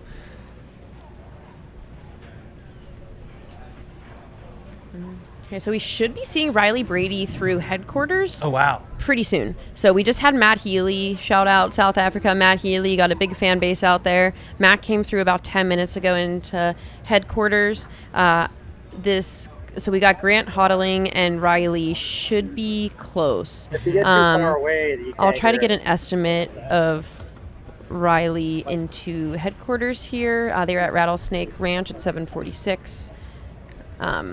Some Heather splits from last year. Let me see if I could find. Well, let's see. Camille came through here at 8:12 elapsed during her course record year, which would have been 2 minutes ago. So our lead runners are not on course record pace for the women's field. I think they are in that like 14+ hour range. So JP Giblin Yeah, looking back at Riley's splits from prior years, Riley was here last year and the year before, and their splits were much more even in 22. That was the faster of the two performances. A little bit of a fall off last year, but they also have run super consistent splits here back in 2022. So Riley is here? All right, we're looking Yay! at Riley coming in. Okay, so Riley is here pretty much 1 minute off of Heather Jackson's splits into headquarters And last looking year. great, honestly. Looking really good, a little dry, but I think they really take this time to get themselves cool. And we're going to get a drone shot here in headquarters and hopefully can get you some eyes on Riley. Yeah, but you can just see that the steps per minute is just still, the cadence is really high.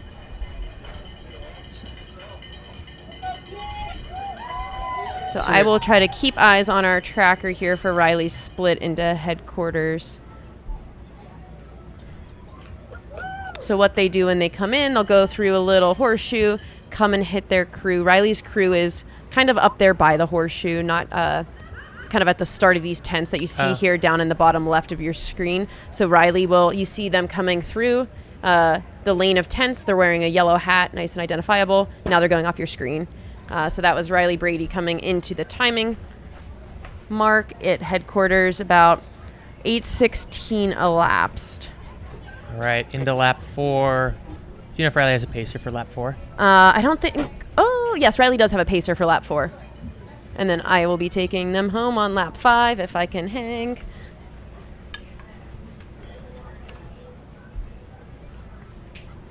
So for reference, Heather Jackson came through here 8:14:42 elapsed last year. Looks like Riley's about 2 minutes back from that right now. Probably about 8:16, but I don't know if we got their timestamp just yet.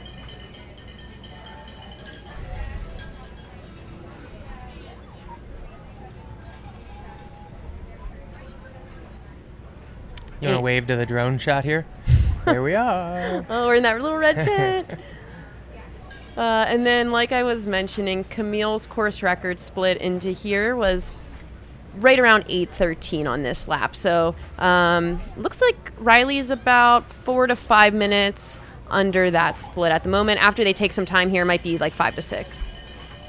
That's still incredible because there's such a huge gap between that 14:0 whatever Camille ran and everybody else that being anywhere, the fact that you're talking about that and not the number 2 time is just so impressive. Oh, we just got a special delivery of we cookies. got some cookies. I'm also looking at our good friend Patty O'Leary just walked into the tent. Just He's getting ready to do a shift here in the booth, completely defended from the sun under this tent, and yet he's still putting on sunscreen right now, which just goes to show the relationship between this Irish guy and the sun. It's not a good relationship.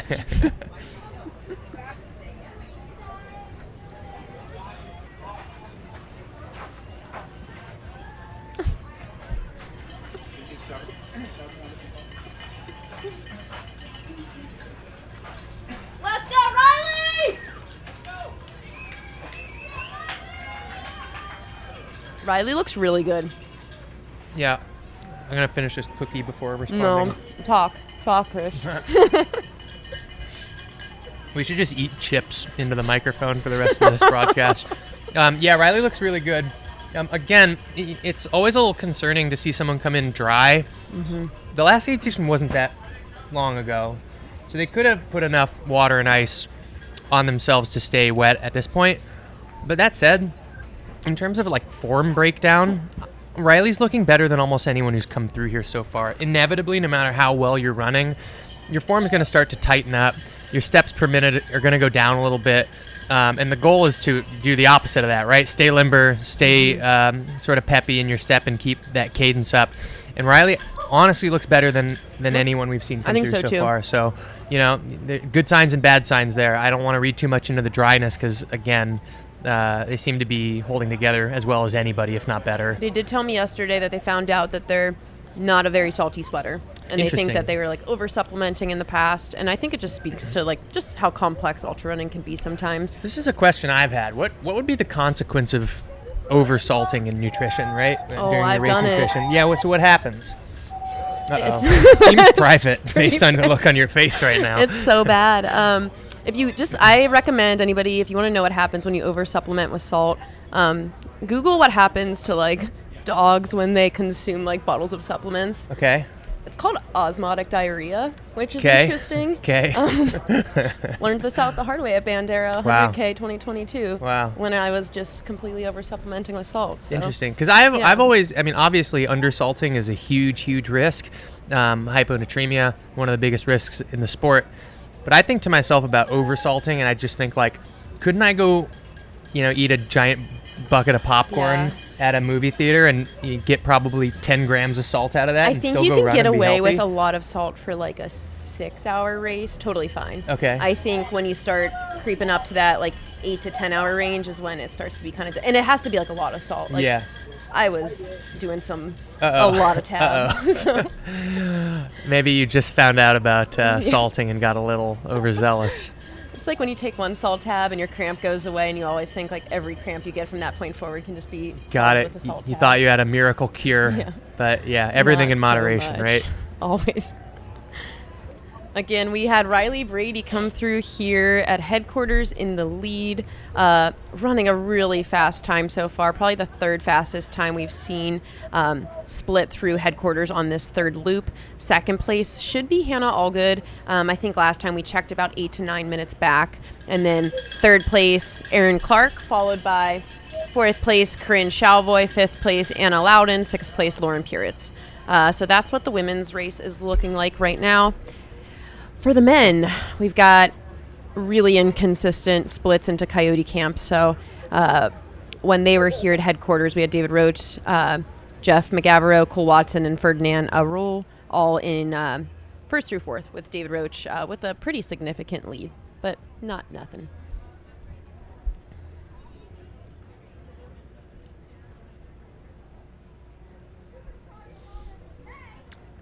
And it is 2:21 in the afternoon here. Not really a cloud in the sky, really pathetic clouds, if I'm being completely honest. Not really providing any shade out there.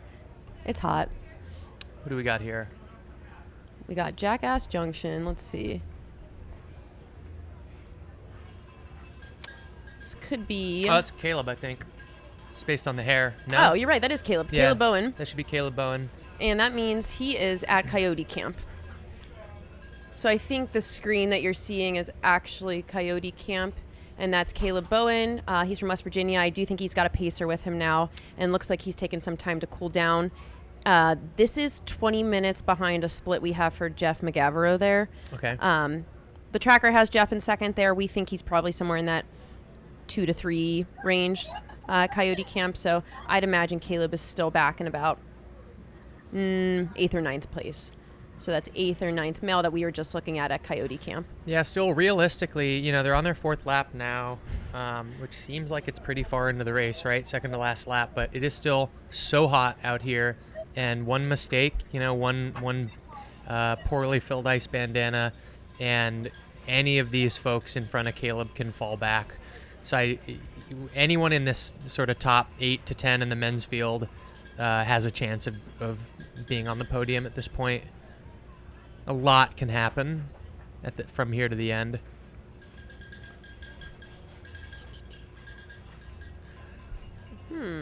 Interesting. What do you got? Just 100K interesting stuff. I think we've got 2 women leading overall in the 100K right now. Oh. So we've got Ann Flower followed by Jane Mouse. Only 3 minutes separates them, and they're 1-2 overall.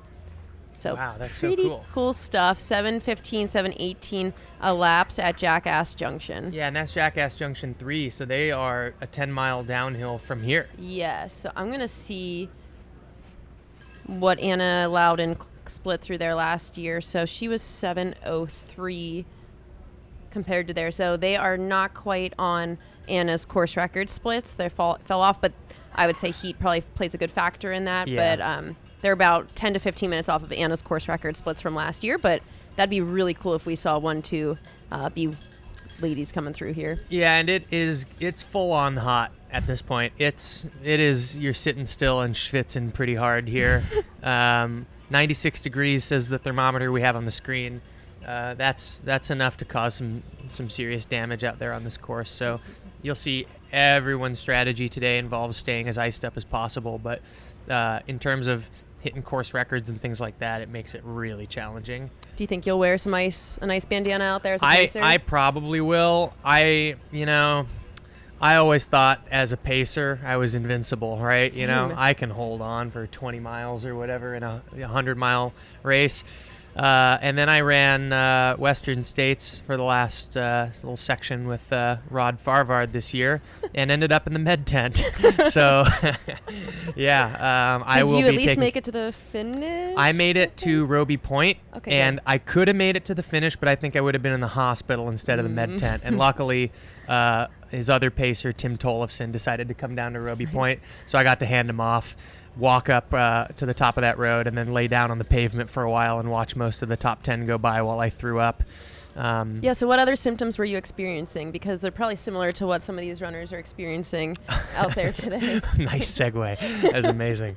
Well, I guess first thing would be, ceasing to sweat. That's always a bad sign. When your body starts to preserve that resource, that's a really bad sign. I tried to get caught up on hydration, but it just stopped going down. So even though I was super dehydrated, I started drinking and it just wouldn't go past my stomach. So I knew I was pretty much screwed at that point. So, once you're behind, you can't really catch back up. So once you overheat, it's hard to cool back down. It's hard to get your digestion to turn back on. So it's really a matter of mitigating it and staying on top of it all day. So I know a lot of these racers are just thinking to themselves, right? It's about making all the little good decisions at every aid station and making sure they're taking their time and doing the right thing every time. So, so symptoms went pretty much from ceasing to sweat to ceasing to digest to ceasing to stand up. To ceasing to exist. Yeah. That can be kind of scary, though. Yeah, well, it was a first At least for me. you got Rod to the... I got him close enough. And speaking of giving information to people on the course, I laid down there, and then Hayden came up, and I could see Rod and I could see Hayden, but Hayden couldn't see Rod. And then he ran up to me and said, "How far up is Rod?" And the real answer was about 90 seconds, but man. I said he was about 6 minutes ahead. Oh, did you? I had loyalty to Rod at that point. Hayden's a friend. I love him, but I was Rod's pacer, and so I had to lie to Hayden. And Hayden, I'm sorry. Yeah, we need a very public YouTube apology to Hayden now. You were just being ethical. Yeah, I was Rod's representation that day. You're just being ethical by telling a lie. Yeah, had to be loyal.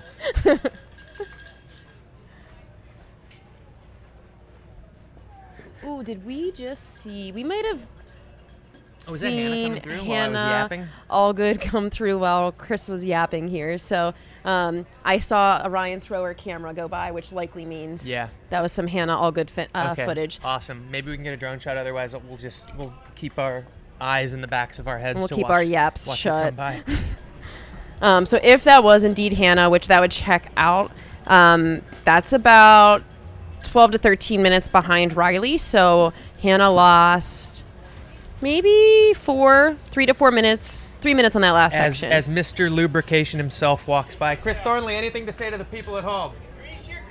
Grease your crease. That's from Squirrel's Nut Butter, founder and luminary of the ultra scene, Chris Thornley. Yes, and sponsors of this live stream. Grease your crease. Brutal. Someone had to say it. Okay, so we got some drone footage there. I do believe that is Hannah Allgood coming into, yes, that is her, coming into headquarters. She's got a crew. Guy in the orange shirt is Ryan Thrower getting some video footage. We can try to get an eye on where Hannah's tent is. I think it's actually past Chris and I here, and I think she's sharing one with Aaron Clark. Yeah, so we'll see her momentarily in person here, but it just goes to show, like, Riley and David are putting on what in any other year would be dominant performances, and guess what? There's someone right on their heels. Somebody right on their heels. And there's really no room for error here.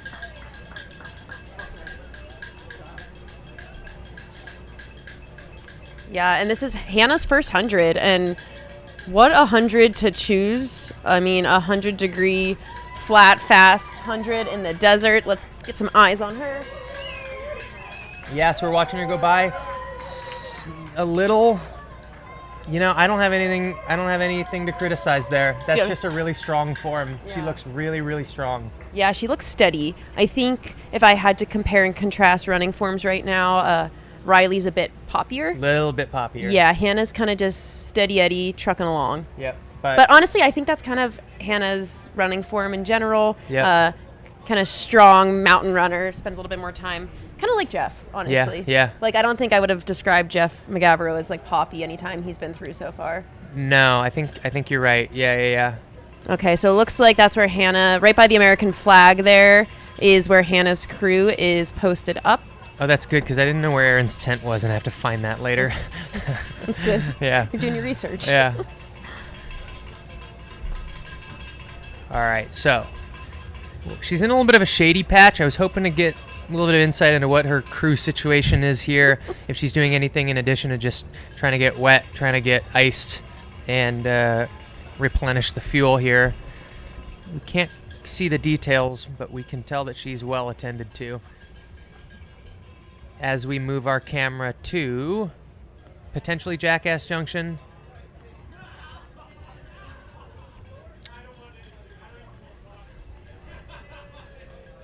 We can't totally tell here, but okay, here we're closer in. Oh, as if on cue, we're closer in on Hannah here. All right, so what do we have here? Well, this is some good. Fluids on the side. You can see she's got some ice stuffed into those sleeves. That's awesome. Onto the bucket hat, soaked in ice water. Does she have a little bit of ice stuffed into her shirt there in the back? No, maybe not. It's a little dark. So. I bet you she's going the front ice route down the sports bra, kind of like on the stomach, because she's wearing a belt there. Yep. And I always think that's a nice strategy, is ice down the front against the stomach. Looks like she's getting a pacer there. He looks like he's probably the best dressed out there, too. He is.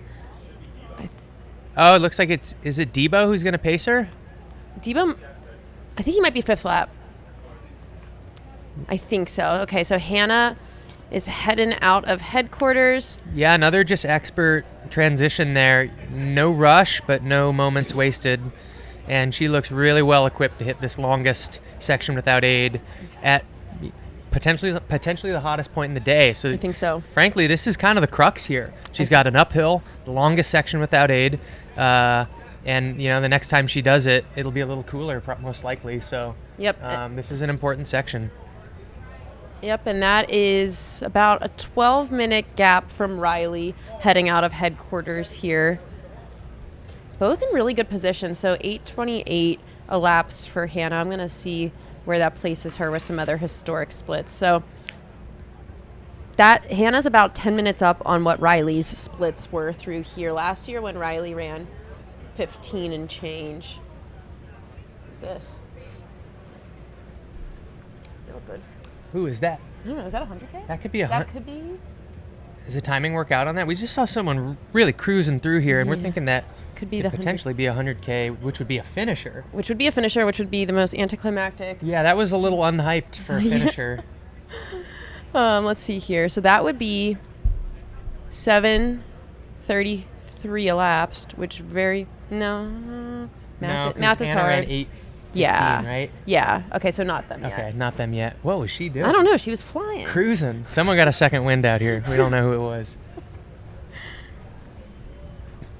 So I'd imagine we should be seeing Erin Clark, Corinne Chauvoy coming through here pretty soon. So let's see what the gap was from Hannah was 7:54 to, I bet you this is some Erin cheers. Feels like it. 7:54.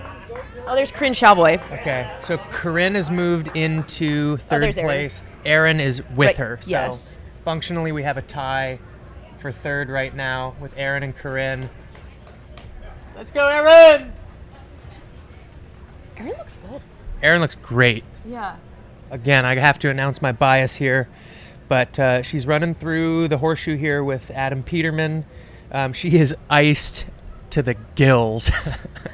I'm and really happy to see that. the tone in her voice, we could hear her. Yeah. Erin's got a pretty notoriously loud voice, Yeah. but the benefit to us here is that we could really hear her well. Tone in her voice was optimistic. The pep in her step was there. She looked good. Her steppy was peppy. But honestly, I feel like I've seen Erin in bad shape in races before, and that was the exact opposite of that. Like, I think her voice especially, really conversational. And worth mentioning also the fact that you could see that she had all that ice on her. That means she just stopped at her crew, Yeah. whereas I don't think Corinne did. Corinne's probably stopping on the way Yep. back, so Erin might actually have a lead on Corinne here, which it was about 2 minutes the last time we saw them, right? So it actually might be the same, Mhm. assuming Corinne spends 2 minutes or so in 8 here.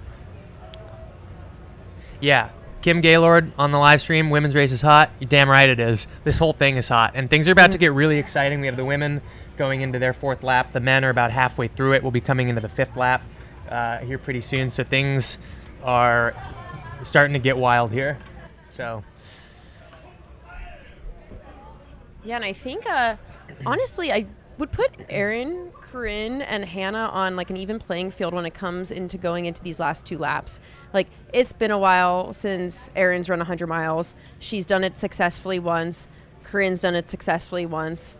And Hannah's never run 100 miles. So I think this is all kind of foreign land for them, too, doing a flat, fast, really hot race like this.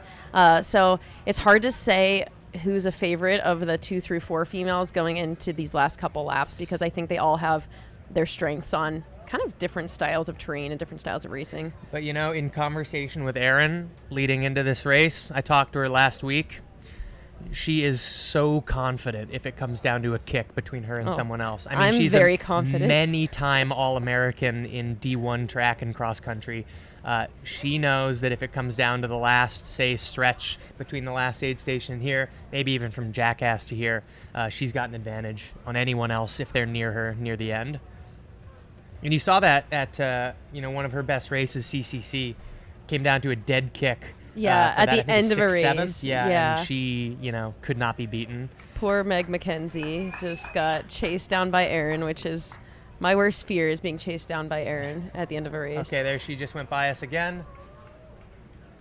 She looks Great. She's got nice long sleeves, super drenched. Got Adam with her.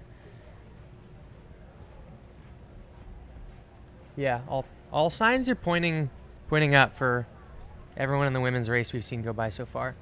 Yeah. Erin is on paper, has probably the fastest PRs of anybody in the field. She has some of the fastest track PRs of anyone, men or women, in this race. Yeah, that's a good point. That would actually be a really fun stat to look up. She probably has. Yeah, I think if she was in She's a definitely men's the field top 10 10. years ago, she'd probably be the fastest. But all these guys can run sub 14 now, so Yeah. it's like Let's take a peek and see when we should be expecting David Roach at Jackass Junction. Oh, the tracker has us predicted in 4 minutes at Jackass Junction. Okay. I'm going to take a peek at some historic splits here and subtract some time. So this one's going to be really interesting because this is the first time. Hey, what up, live stream? Is that Corinne? Yeah, she looks good. Okay. Yeah, so like we said, so Corinne says, "What's up, live stream?" That was awesome. So, like we said, Erin hit the Erin decided to go to her cruise station before hitting that turnaround mat, and Corinne did it after. So while they came through together when they passed us at first, it was a little bit of an illusion because Erin had already stopped and Corinne hadn't. So they're about 2 minutes apart still. Okay. And then, so in the men's race, David should be expected at Jackass Junction in the next probably 5 to 10 minutes, I believe. And that if he was there in about 10 minutes, that would have him 15 minutes up on John Ray's course record. So I think, we're probably expecting in about 10 minutes or so for David. Yeah, this one's going to be interesting, though, because, I was just starting to say when Corinne so rudely interrupted that the last section was the first time we'd seen David lose ground all day. So you lost 1 minute between here at the start-finish and Coyote, but sometimes 1 minute goes back in the other direction, and sometimes 1 minute turns to 10. So we will see, and it might get interesting here.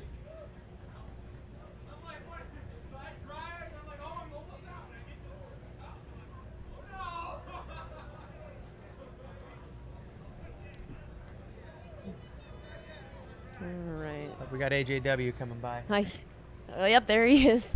AJW, what do you want to say to the people at home? He says, hey! I don't think he knows who I am. Called me somebody else's name. Oh, so we just had AJW come through into headquarters. That's probably his second lap then.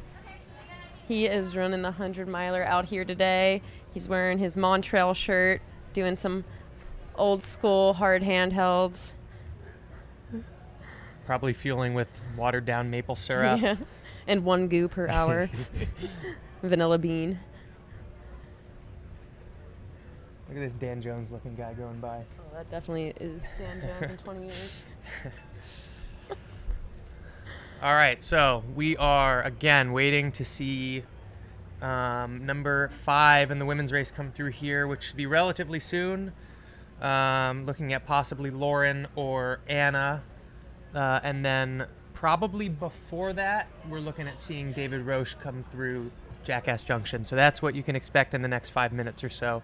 An update here and an update at Jackass, one for each race. Yeah, and there was a pretty good gap between our lead 4 women and then 5 and 6. I think we had probably 15 to 20 minutes start to separate between Erin and Corinne and Lauren and Anna.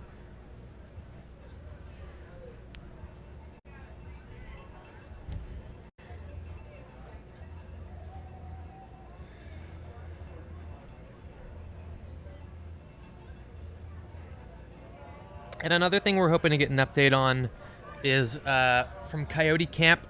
We got, we had Jeff McGavro through there as well as David, but we never got Cole Watson or anybody else for that matter. So we are hoping to get that update as well. Maybe we have someone on the ground who could shoot us a text from that location to let us know what the order was coming through that aid station.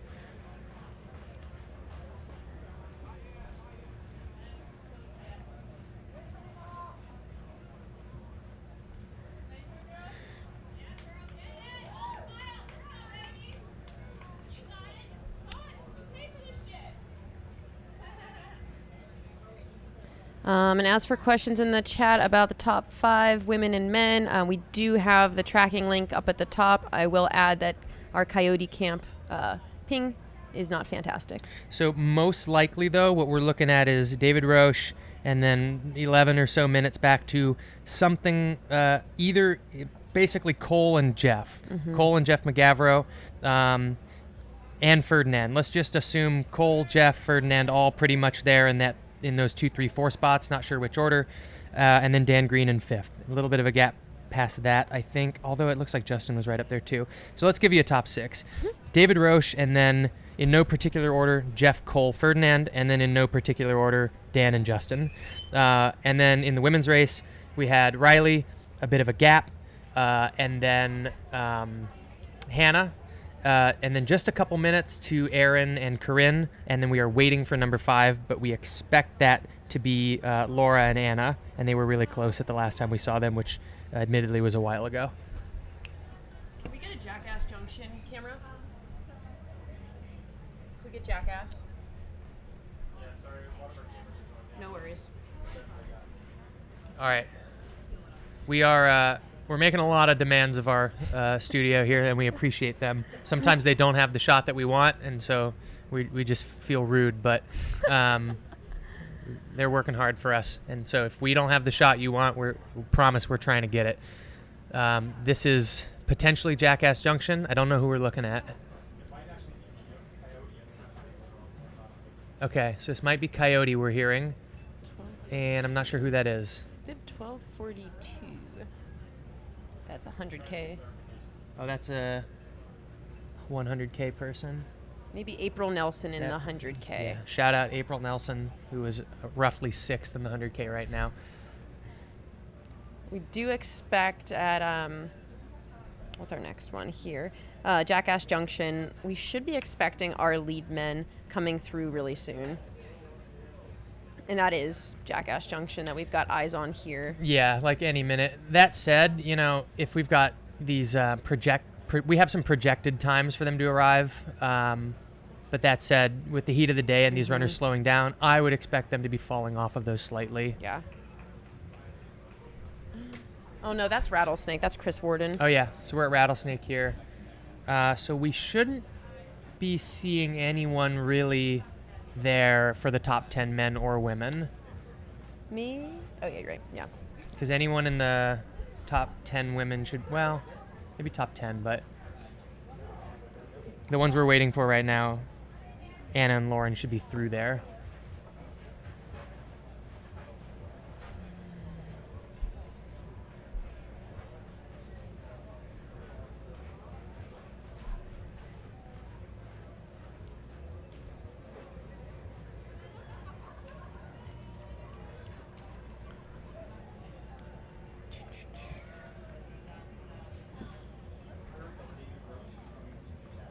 Yeah.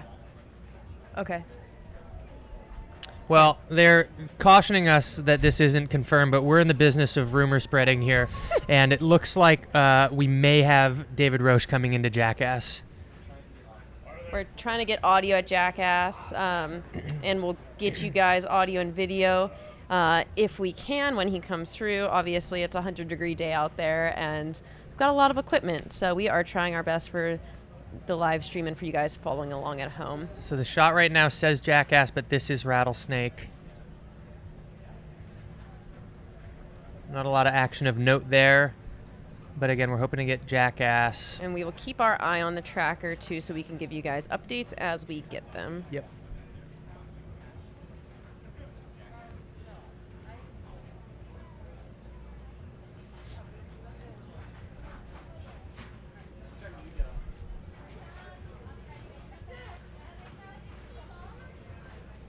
Yeah.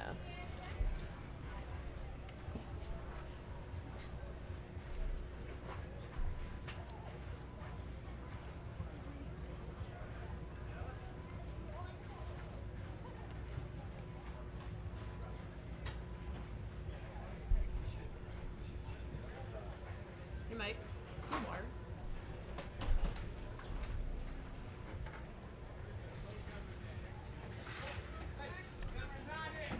Really want to Jackass? Thanks, dude. Right on.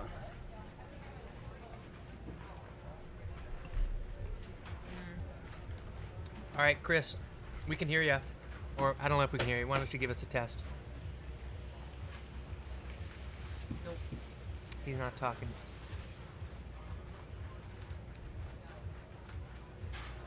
We're looking at Chris Warden at Rattlesnake, and he looks like he's got something to say.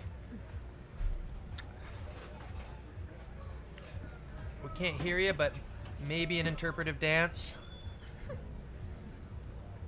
To headquarters. They were here probably about 20, 25 minutes ago. Lauren looked a little bit more work than Anna. I think they both looked solid though. More recently, we just had Nicole Bitter and Matt Daniels come through. Matt did look like he was simply wanting to be done for the day. Hopefully he is able to pull it together and rally. I know that a finish here would be important to him this weekend after what happened last year. Nicole looked like she was having a good time. Actually, apparently shared some time on the trail with a runner to help inspire them and give them a nudge. And when she came into Rattlesnake Ranch, the runner actually thanked her for, I guess, sharing a few moments on the trail. So Nicole is somebody we're used to seeing in the top 2 or 3 at this point in the race. However, perhaps maybe on the fringes of the top 10, still running very well, but also making time to make a difference in somebody else's race in a positive manner. So I think that that's actually one of those stories that we definitely needed to share, is that we've seen some people who perhaps we're used to seeing move much faster, still moving fairly well, but at the same time also doing what they can to uplift the spirits of others out here. That is what it's all about, folks. Who said this is an individual sport? Nicole Bitter, legend of the sport, giving back, encouraging others, helping them hopefully get to the finish line. That's awesome to hear. Yeah, that's about what I got here. I believe Callie Vincent just came through as well, actually moving really well, pacing for that sub 24 hour that we talked about, her potentially finishing, making a big advancement in her own personal career. De'Ara Cropper, I talked with him as well, and he was Speedland athlete looking, he just had 2 words for me, at least 2 words I can say. It's hot. And he's definitely right about that. And I actually have noticed, to be honest, talking with a few people recently, Deb Hamberlin, 2014 100K winner coming through here, Pam Reed, the living legend herself. There has been a bit of a dip in the morale as the heat has increased. So there are a few moments of evidence that some of the runners that have come through in the last maybe 30, 45 minutes are feeling a little bit worked compared to those who maybe came through an hour and a half ago. Yeah, you can tell it's hot if Pam Reed's having issues with it. Of course, most known for her insane Badwater performances. Badwater, yeah. Yeah, that's a hot day if Pam Reed's morale is dipping. Yeah, no, actually Pam was kind of fine, but like I would say the crowd in general actually was a little bit teetering. But yeah, Pam, and she was actually running step for step with Deb Hamberlin, who paced her at Hard Rock this year. So, they were both, they're both Arizona tough as far as the weather goes. So I wouldn't worry about those two in that regard. But yeah, I think that. Okay, guys, sorry to cut Chris Warden off. We got Later. David Roach leaving Jackass. So this is 8:51 elapsed. Chris, we will catch you soon and continue that conversation. This is David Roach leaving Jackass Junction. 8:51 elapsed. Okay. Did he come through on the tracker there? Let's Ooh, see. almost dropped his pacer. Look at that. So he is, let me just do some math. Is he going into Jackass Junction? Let's see. Maybe going. Nope, because they're going back into it right now. So, okay. yeah, he's just leaving Jackass Junction. I'm not sure we have a ping from yet on the tracker, but we will keep a personal count here to try to figure out that gap back to second place in that men's race. So lap and a half to go. He's got a nice long downhill in front of him, and then hopefully some slightly cooler temps to look forward to. We're almost approaching 3 p.m. here, so maybe a little more wind on that faster descent can help cool him going down, and then after an hour or so of that, maybe we'll start to see some cooler temps. But one of the problems with running so fast here is he might not have to even finish with a headlamp. He might not get to experience the cooler temps that most people typically get to experience on that last lap. Yep, and that looks like David is 13 minutes up on the John Ray course record at that point. So John left Jackass Junction at 9:04 elapsed last year, and David just left at about 8:51 elapsed. Okay, so is he putting more time on the course record or holding to it? He's about holding to it, Okay. I'd say. Maybe putting like a minute on it, but he's pretty much, I think he gained some time on it here at headquarters earlier. Okay, so he really put a lot of time on that course record pace on that first lap. and then he's just been holding that gap the whole time, it seems like. Is that an accurate analysis? Yes. Okay. And thanks for the intel, Katie. David looked amazing in and out, ice and doused. Awesome. So we had him out at about 251 or so, and we'll hopefully keep the cameras at the ready there to try to get M2 and 3. And I will try to do some math for you guys as to our splits at headquarters, because those were pretty reliable for our next runners. So 7:18. So David had a 10-minute lead on his chase pack at headquarters early on, last time they were through here. So I'd imagine we should be seeing our chase pack probably in the next, seven-ish minutes at Jackass Junction. And it's great to hear that he still looks great. There is so much that you can do in your last lap if you know that you've got a gap, right? He's going to be able to run on positive emotion at that point. Just knowing that he's got a gap and he's only got one lap to go, just mentally being in that spot and having that feedback can get you through a lot. Is David ever not running on positive Yeah, emotion? fair, but I agree with you though. So we've got our cameras here looking over headquarters. This is where the runners come in on each lap. Each of our laps are about 19.5 miles, just under 1,500 feet of climbing. The first half of the lap is a slight uphill, and then the second half of the lap is a downhill. And oddly enough, that uphill does feel quite long and hard and hot. And I'm sure the runners are feeling it as we are at the peak of our heat today, almost 3 p.m. local time. They've been out there for close to 9 hours. Some of the runners are on their second lap, third lap. David Roach will be finishing his fourth lap. Oh my God. Onto the fifth. And like you said, that uphill, it really starts to matter late in the race. It's one of those things. People say it about a lot of different parts of a lot of different courses, but it's one of those spots where if you've got the legs, you can really move. And if you're starting to blow up, the consequences are much, much higher than they otherwise would be. Yeah, we had a conversation on the Single Track podcast this past week is if David were to knock this out of the park, win this race, have a course record at Leadville, how does that stand from like an ultra runner of the year perspective? Yeah, I think personally, I don't think anyone can do anything for the rest of the year that's going to topple Hayden, but I agree. But I think it would be a close second. Well, yeah, I think second's looking like maybe a tie between him and Rod at that point. That's a good point. Yeah, so many good performances in ultra running this year. Yep. Ugh.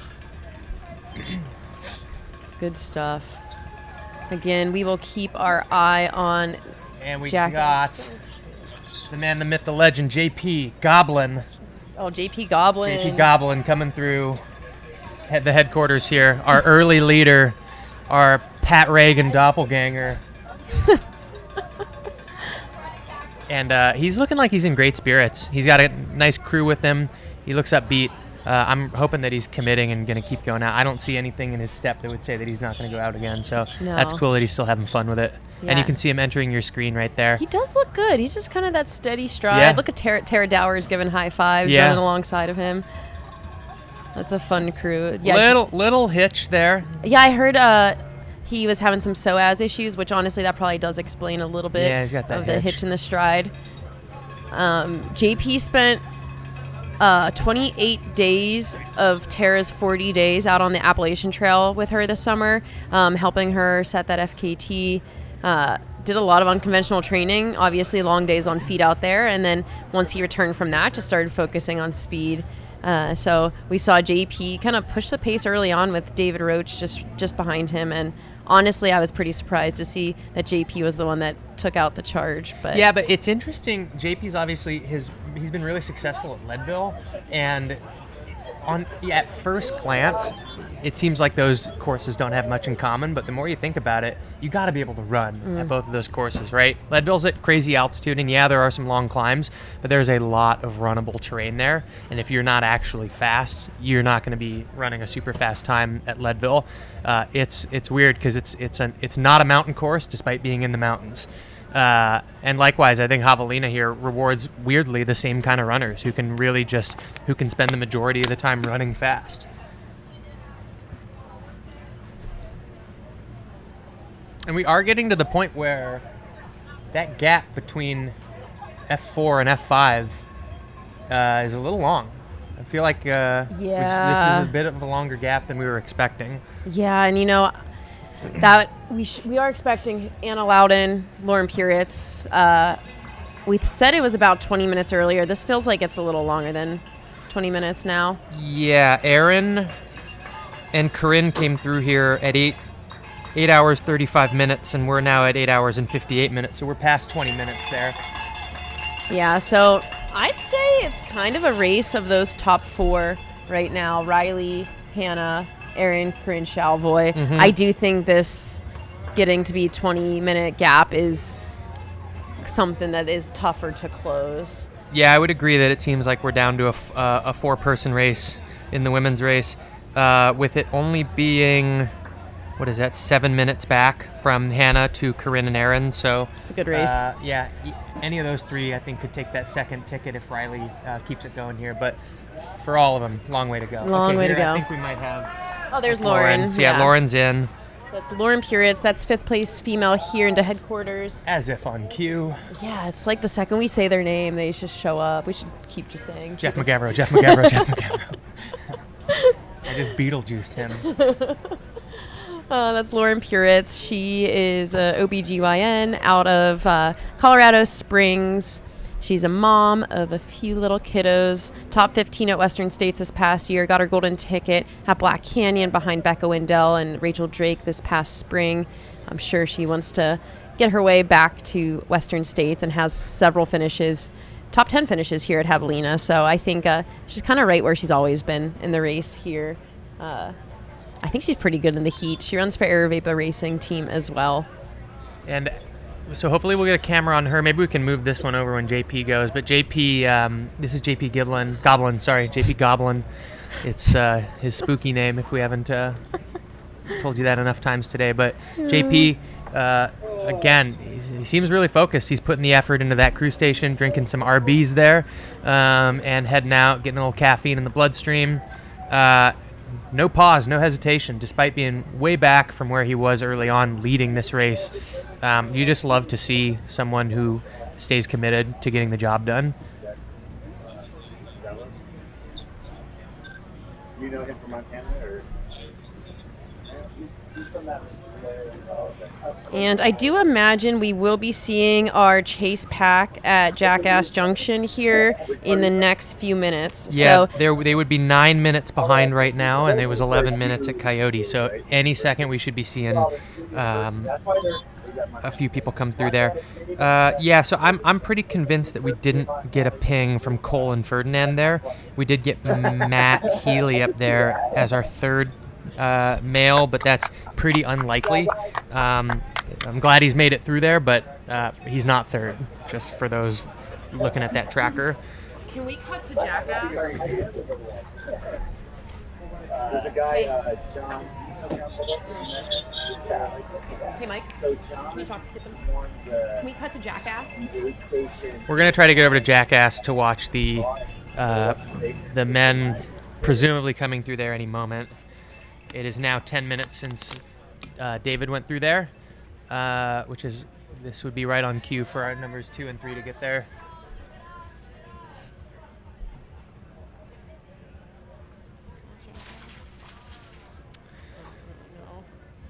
I think so. Okay. That is, because that's where Matt fell earlier. Yeah. Okay, and you guys are all seeing Jackass Junction here. David Roach came through here in first place about 11 minutes ago. So 2:51 p.m. here local time, 8:51 elapsed on the clock. He's been holding about a 10-minute gap on second, that chase pack. We are unsure who is in that chase pack at this point. We're going to keep our eyes here at Jackass Junction to try to give you guys some intel for what we see. Okay, we're moving that camera around. Maybe we're trying to follow someone specific, or maybe we're just trying to look at a camera. Okay. Very nice costume. Maybe that's just a regular outfit. You never know with these ultra runners. You never know. So yeah, we're going to try to get eyes on 2 and 3 here. Maybe, I'm not sure if Katie's still there, but if anyone at Jackass can hear us, maybe shoot us a WhatsApp message if you get any info that we can't see on the camera here. pretty grainy, but I feel like at this point we'll be able to identify our 2 and 3.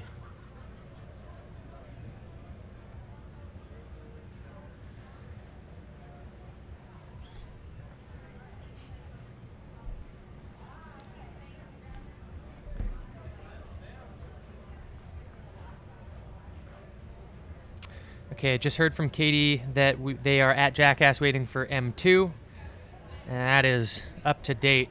So that would put them back into the 12-minute range behind David. All right, guys, we got Anna Loudon coming into headquarters. She's running in sixth female right now, so not too far behind Lauren Puritz, who is here in 5th place. Does look like Anna's having a little tough day so far, but honestly still looks pretty positive. Yeah, as far as aid stations go, this one is pretty energetic. So I wouldn't be surprised if we're seeing the best versions of these runners. I think as we they're probably coming are. through. But if they're even able to fake it and look as good as some of these folks have been looking, that's a good sign. Totally. Let's see here. So for just time record keeping purposes, John Ray came through Jackass Junction, which is what we're looking at on the screen right now, at this moment in time last year when he set the course record. So this is interesting because when we had the top 4 at headquarters, the top 4 men, they were all under course record pace, and now they're not. Here's There's Jeff. Okay, Yay, Jeff. we have Jeff, who looks like probably M2. We're thinking he's M2 here. We didn't see, well, yeah. Oh, yeah, Jeff, do it. The McGavro flop. Oh, the flip and the flop. McGavro flop. You'd like to see a little more ice water in that kiddie pool. Yeah. This is the move. He is a pro. It's like he's been running in the desert his whole life. He is going to do well at Western States. He knows how to get in the body of water. Look at that guy. All right, so we haven't Jeff seen is Ferdinand. second. Okay, you heard Yeah. from Katie? Okay, great. So we got Jeff in second at Jackass Junction. Ooh, look at that close-up. Oh, that's That's his nice. best angle. Is How'd that? they know? Does he got good Jeff with him too? No. Well, Okay. I don't know. Does he? I don't think so. I think this is Jeff. Yeah, Jeff's all Just by him. himself. So we got bad Jeff with no angels reining him in. We've just got bad Jeff on his own. I like him taking that time to really fill his ice bandana too. Yep. Every time I've seen him today, he's been doing that. He's taking his time, making sure he's staying cool. And he's got a lap and a half left. Oh, he's crushing it. And for the record, I was talking about John Ray's course record when I got too excited about Jeff coming into the aid station. Wow, water on the face. This might. I'm not sure if this is. We should be showing this on YouTube. This is graphic. That is the move right there. Wow. Ice. Look at him taking that time though. Just Yeah. getting 10 squeezes of that sponge on his face. So he is about a minute and a half back from John Ray's course record, split into this aid station last year. Yep. Still really, really solid time. But at this point, you know, that course record's cool and all, and maybe he's thinking about that for the first couple laps, but he's got a lap and a half to go, and he is duking it out with numbers 3 and 4 right here, right? David's got a little bit of a gap on him, but he passed number 3 recently. So, you know, he's thinking about that golden ticket at this point. Keeping that second position that's top of mind, and I think that course record from the prior year is not nearly as important to him at this point. Do you think? I feel like that was rude. I'm sorry, I just shut you down. Whatever, Chris. Yeah. Do you think you could hang on the last lap if you were the one pacing Jeff out there today? I'd like to say yes, but Jeff has been in the habit of dropping me a lot lately. I don't know. Okay, this is Cole Watson. Oh God, we got a race. So we got a race on our hands. So Ferdinand, we haven't seen yet, but he was ahead of Jeff here, right? Or was he behind? Jeff was ahead. Okay, Yeah. but at any rate, Jeff knows that these guys are right behind him. So Cole's M3 here. Yep. And that's confirmed with Well, and if we're looking at body language here, I mean, he's taking the time to cool, but he's not moving a lot. He's catching his breath.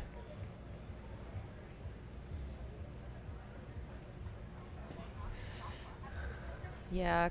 He's looking like he's in a bit of a dark place, but that said, Cole sometimes Does he ever Just look? kind of looks like that. Yeah. I've seen him run incredible races and look like he's having a hard time. So He it hangs really in could there. go either way with him. Okay, he's doing the swim too. Yeah, he's doing the McGavra flop. Yeah. The front and the back. The front and the back flop. He's The doing the old- roll. He yep. might even. Sizzling like a piece of bacon in there. Well done. That's awesome. That probably kind of sucks to stand up. Wonder if you get kind of like low blood pressure and Yeah. you ever like stand up in a hot yoga class. I just want to drop yeah. right to the ground. Yeah. But good to see him taking the time to Yeah. do the proper cooling. He's got the ice bandana. He's got that vest that's probably got some ice in it. Got the bucket hat. I'm going to give Jeff the edge in terms of appearance at this point. Yeah, definitely. If we're talking like APGAR scores here. Yeah. I'm about to be a dad, so. Is that what we're talking about? Yeah. But yeah, I'm interested to see where Ferdinand's at. Yeah, no update from Katie yet about our M4. But so yeah, we had David Roach come through there. Jeff McGavro in second place. Little over 10 minutes, probably 13 minutes back from David. And then Cole took some good time there. He's probably about 4 minutes back from Jeff now. But Cole's in that Aaron Clark position where if you're anywhere near him with 1 mile, 5 miles, 10 miles to go, yeah, it's over. Cole can outrun any of these guys Yep. when it comes to a dead sprint. So I think Jeff probably knows that and wants to get away from him now. Yeah, and if we're talking about, remember, the uphills, I think the first half of this loop is uphill, so I think Jeff was moving well on that last lap. So if he comes in here with a substantial lead over Cole, I bet you he can probably work some extra time on that climb. Yep. All right, so our official splits at Jackass Junction, 8:51 for David Roach, 13-minute lead on second place, Jeff McGavro, 2-minute lead on Cole Watson. I don't know if those are reflecting their aid station stoppage time there, but that's our most recent update there. Yeah, and then after that on the tracker, if you're paying attention to it, I would ignore what you see after that. I would probably skip down to what's listed as M5 right now. Ferdinand, followed by Dan, followed by Justin, followed by Raj, and assume that they've all gone through Coyote, even though we're not getting pings from them at Coyote. But we will hopefully get those Coyote splits updated. I've been seeing some of them get added late. But at the very least, we should be seeing them at Jackass relatively soon because, again, that field's been pretty tight. So I'm looking at Raj right now.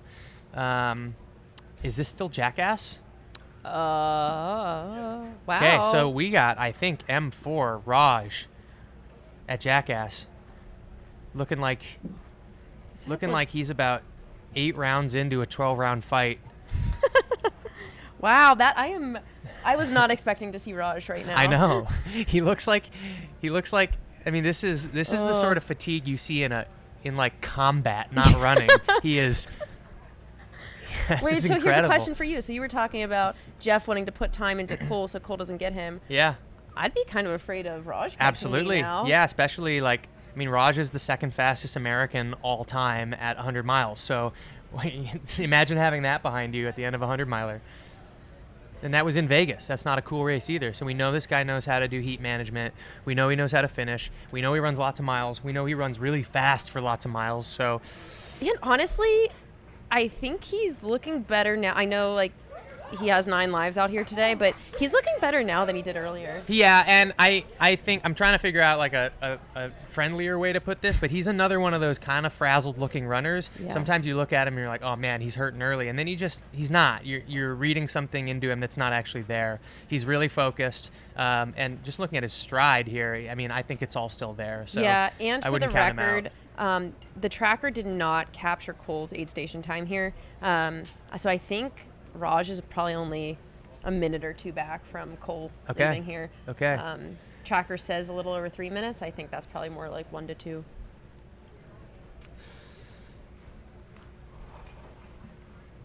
This is a great race. Yep. This is really shaping up. We are 70 miles in, roughly. Is that about right? Yes. Jackass Junction is, 71.0. Wow. 71 miles in, and it is less than 20 minutes between first and fourth. And hold on, Katie, we can see you. I'm going to put my earpiece in and see if we can hear you. Katie, give us a test.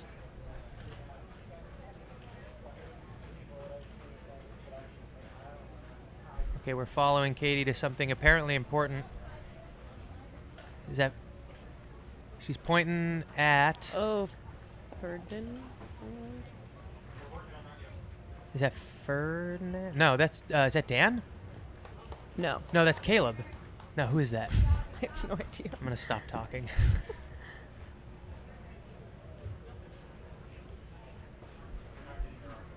Okay, we're not getting their audio. You sure that's not Dan? I think that's Dan. Isn't Dan wearing a blue shirt? Maybe. And blue tights. Okay, we're looking at M5 here, and both Leah and I have spaced on outfits here. I don't know if that is. Oh, is that? Oh, that is Dan Green. Chris, you are always right. I am always wrong. Never doubt me, Leah. And we had Ferdinand Arol in there as well. So we've got. Wow. Oh wait, Katie just said not Dan Green. Always doubt me. I'm sorry, But the folks, we tracker should be says able it's to Dan ID. Green. Okay.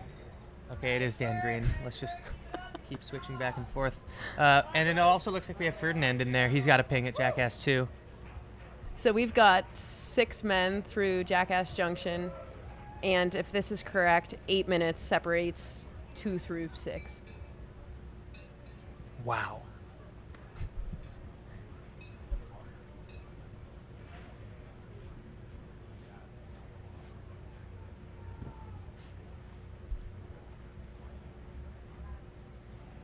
I think we've got ourselves a race for that golden ticket. Yeah, we sure do. You know, it's going to come down to who was doing all the right steps early, right? Because we got a little under 30 miles to go, and I think all the early choices that people made in terms of fueling, in terms of cooling, it's all going to either pay off or blow up here in this next stretch. Yeah, so it sounds like Dan really snuck through that aid station at Jackass Junction, made a quick, oh, Riley is on the screen. Oh, awesome. Riley should be coming down, Riley, what is this? Coyote Camp, probably. Probably Coyote Camp, Okay. 846. Let me do some math. So this is Riley heading towards Coyote Camp with their pacer. Yeah, it's definitely Who's a Riley's pacer. pacer? One of their friends from Okay. Colorado, I believe.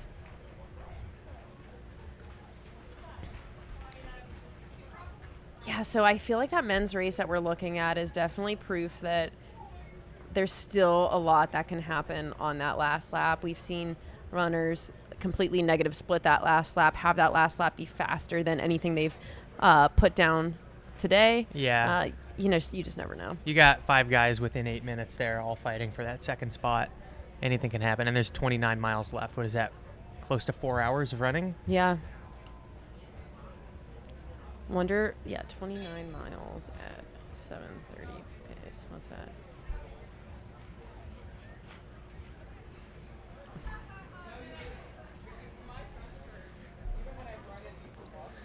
Riley still is looking pretty smooth. Uh-oh. Ooh. Oh, who's that?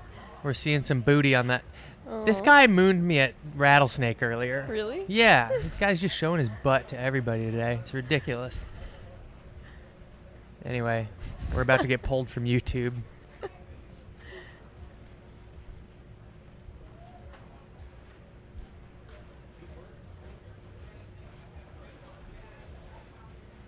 So we just got word from someone on course who should be racing and not texting us that Hannah's charging on Riley with her pacer Debo. Oh, So geez. Hannah does have Debo and charging to catch Riley. Okay. It might feel like that on course, but I don't know. I'm not sure that gap is quite as small as this anonymous viewer is making it Well, sound. Anonymous viewer, I will charge with Riley on lap 5. Yeah, you tell him. And then Chris will charge with Aaron on lap 5. We're going to have a race. So that's Riley Brady on the screen leading the race right now. Looking smooth still. Has Riley led here before? Because No. the times that Riley has run here. Was Camille 22? Devin. Okay, so Devin, another just like race of her life situation.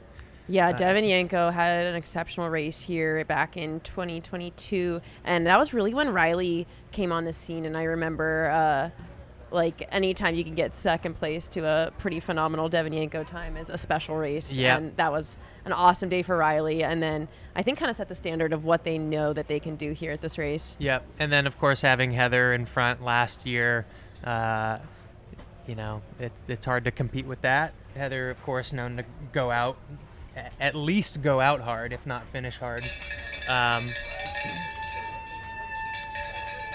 Cowbells on the live stream. So yeah, let's let the cheering die down for a moment. What are you thinking about what's going through Riley's head as they're leading Javelina for the first time? Confident. Okay. I think Riley has had a lot of tough races this last year, and I think they feel home on the Javelina course. This terrain, they're strong at, they're fast at, they're efficient. I think they finally got their nutrition dialed too. So I think Riley's feeling confident. Their Achilles heel tends to be the stomach, so hopefully, I mean, normally it hits during lap 4 or 5 for Riley, so Yep. as long as we can get to lap 5 with a good stomach. Yeah, and you we'll know, keep 'em lap in. 5 with a lead, sometimes you can do on fumes, right? So, Totally. yeah, hopefully you can get to at least that point.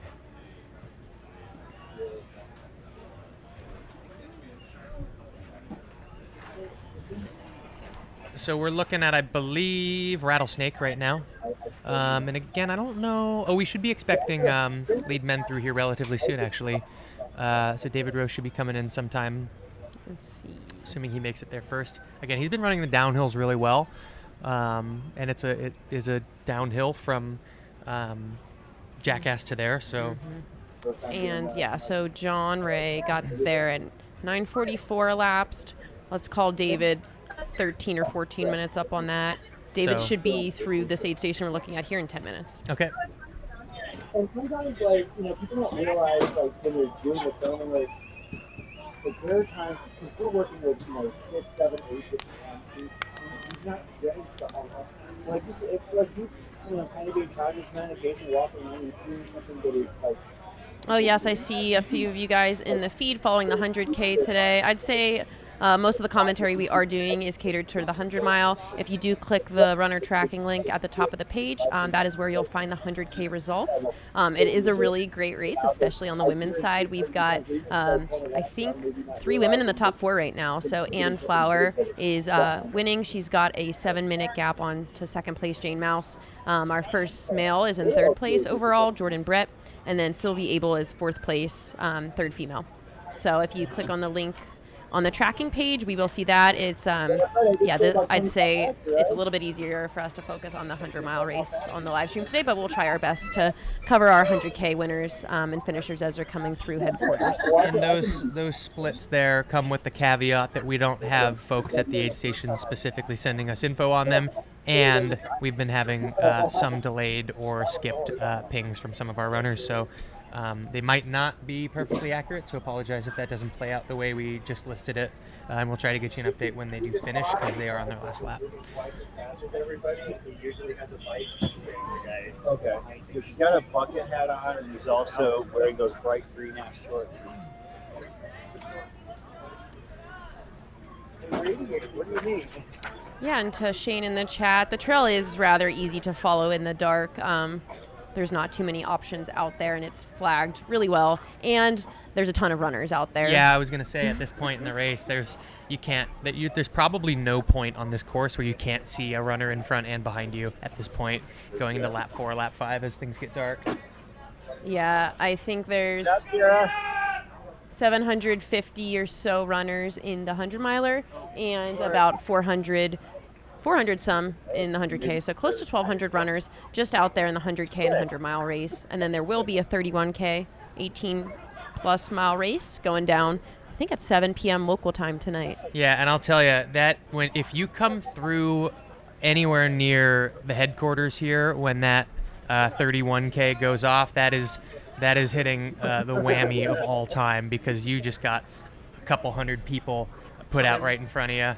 that can be a challenge. So ideally, you get through here right before that race goes off, so you don't have to deal with all those people in front of you. 75, 76 at 3:30 in the afternoon. How's it going? For David? This is a really fun part of the day where we have runners contending for those top spots at pretty much every part of the course, right? There's always something interesting going on at all the aid stations. Someone's always approaching who's contending for something. They're just so spread out over this 19-mile loop.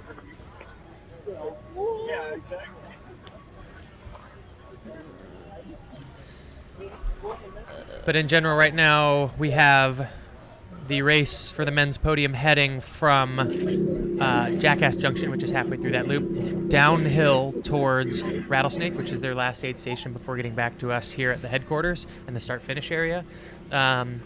The women's race is heading towards Jackass at this time also. Or are they not to Coyote yet? They are en route. They are past Coyote. They're past Riley Coyote. is probably past Coyote.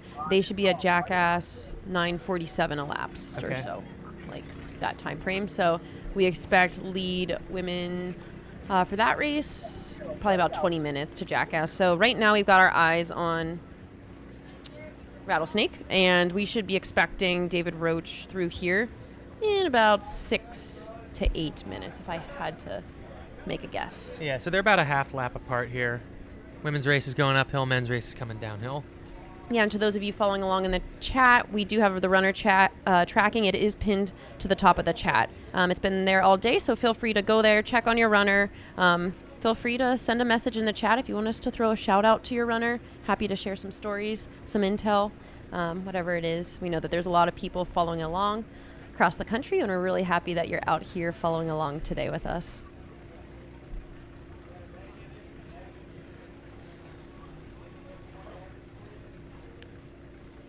So again, this is Rattlesnake aid station. This is what mile for 76.2 miles is the aid station that we're looking at for the lead men who will be coming through here. Yeah, and I'm not sure if we have a correspondent out there at this point, but at this point, again, I think we can I'm out people here by outfit, and we got a nice clean shot of the aid station here, so we should be able to see anyone go in there and call it out for you. So again, we're expecting David Roche in there relatively soon, 5 minutes, something like that, maybe a little more, followed by that just awesome pack of Jeff McGavro, Cole Watson, Raj Panu, Dan Green, and Ferdinand. Have I tried his last name yet? I haven't. I bet I could get it. Arnault. Yeah. A-R-N-A-U-L-T. I won't But try he it. told me yesterday his first name is hyphenated, so it's Ferdinand Clovis Oh, cool. Arnault. Okay, well, Yeah. did it for me. that's- Yeah, so those folks all not together, but close enough to kind of smell each other. Yep. Which is a great place to be. Yeah. So I wouldn't, anything can happen in that group. We could see somebody totally blow up and fall out of it, but so yeah, they're not running together, but they're close enough to be in touch and really be pushing each other at this point. So not really sure who we'll see first from that group as the second person into Rattlesnake, but very, very likely it's going to be David Roche in there as the first person. Yes, and one of my favorite facts that we learned about Ferdinand today is that he's a magician, and he's got his own magic company, Ferdinand Clovis Magic Company. He lives in New York City, so if you ever want any magicians for any of your party needs, I'm sure you can reach out to ultra runner and magician extraordinaire Ferdinand, who is currently running in 5th place? I think he was in basically a dead heat for 5th, 6th with Okay. Dan Green. That's right. And they could probably see Raj leave the aid station. It looks like we just had Caleb Bowen come through Jackass Junction a few minutes ago. He is in 7th. So Yeah, still having a great race. Maybe not quite in touch with that group, and with so many guys in there fighting for that second spot, it'd be hard to imagine enough of them falling off for Caleb to be in a golden ticket position, but still very much running a superb race. And that pack that we keep referring to is, let's remind ourselves, on a hot day, basically equaling the course record pace from last year, which frankly was like it was pretty astounding to see that record occur in the first place. So, as with many of the races around the country, we're seeing that if somebody blows it out of the water, and then the next year everybody runs a time that matches it. So, what a time to be alive. Totally. And some shout outs here from the live chat. Shout out to Leanna, Leo, and Pacer Tyler. Love from Colorado. Aaron Rendon from La Jolla, California. He's currently M245. So lots of fans. Oh, we got Brett Hornig also cheering for Leanna, Trails and Tarmac athlete.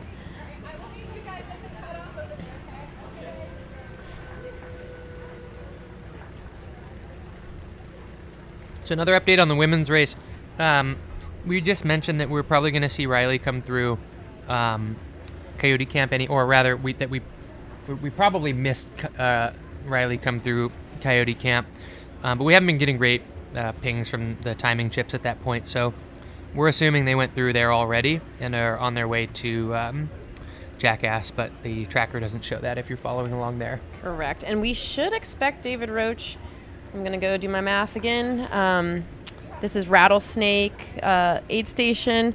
John Ray came through here at 9:44 elapsed. David has been anywhere from 10 to 13 minutes ahead of John Ray's course record pace. So if that stands, we should expect David through what you're looking at on the screen in the next 2 to 5 minutes, I would say.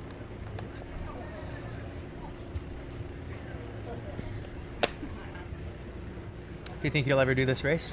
After Javelina last year, I went home with Mike and I was like, I should do Javelina. Yeah. And then this year when we got here, we ran like 7 miles of the course last night. I was like, I'm never doing Javelina. I don't know. Loops are for some people and not for others. Yeah, I think it would be fun from like a logistical perspective and having the plan together and being like extremely dialed and seeing if I could kind of be consistent lap over lap. Yeah, go We got Roche or Rattlesnake. Yes, exactly. But I think from the 100-degree perspective, Yeah. I probably wouldn't love my life out there. Okay, we are getting an indication to put our ear pieces in here and get an update on Feel really cool when we what get to appears do to be. this. Yep, there's David there's Roche coming David. into Rattlesnake. Okay, so David is there in the lime green shorts. Still moving well. Yeah, looking really good still. So this will be about 9:31 or so.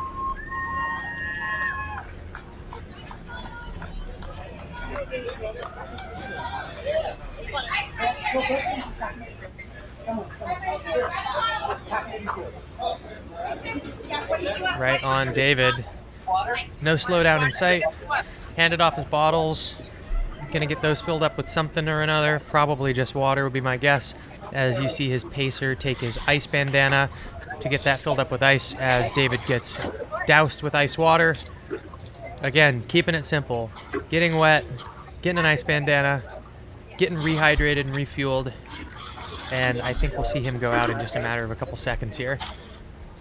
This is deja vu. This is what every aid station has looked like to him.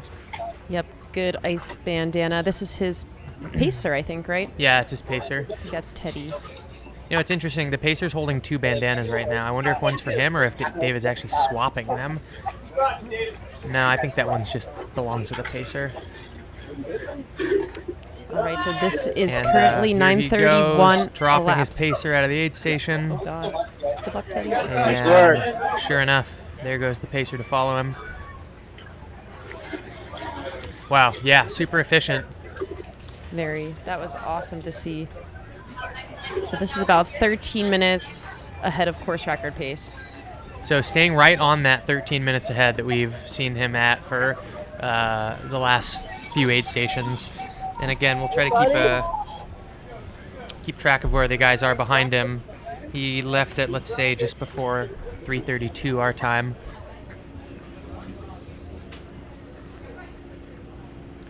And we're looking at Chris right here. Chris, do we have audio on you? I hope so, because I have a story to tell that I just saw unfold. All right, tell me the story. The story is David Roche is amazing. And he was in and out in a matter of seconds. He got the refill on hydration. He seemed like he was pretty good spirits, very focused. Really wasn't talkative. I did try and talk with him, but he was pretty dialed in. grabbed himself some sponges to cool down, get wet, and was out the door. And like you said, about 13 and change ahead of the Jonathan Ray course record, moving very well. And frankly, I got to say, as long as he keeps moving this way, it might be another course record finish yet again for the men's winner in the Javelina 100. So there's the story, beginning, middle, and end. David Roche is running super well. Amazing. It's a story that needed to be told. Yep, that's awesome. That's great to see. And yeah, we were just saying it's been remarkably consistent. The strategy at every aid station that we've seen him go into, it looks so much the same. Everything's super efficient. I will say he's in and out of the aid stations faster than most of the other guys, if not all of them. It's not like he's missing anything. He's just, I think, doing everything a little quicker than the other guys. I agree.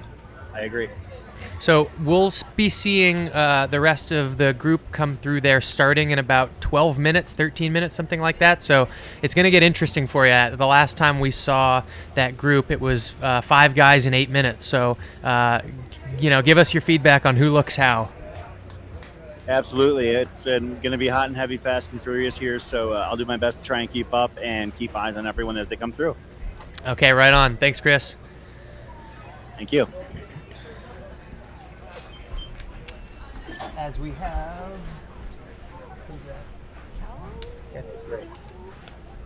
The photographer person? That's Traeger. Oh, I don't know. She's very important. Oh, cool.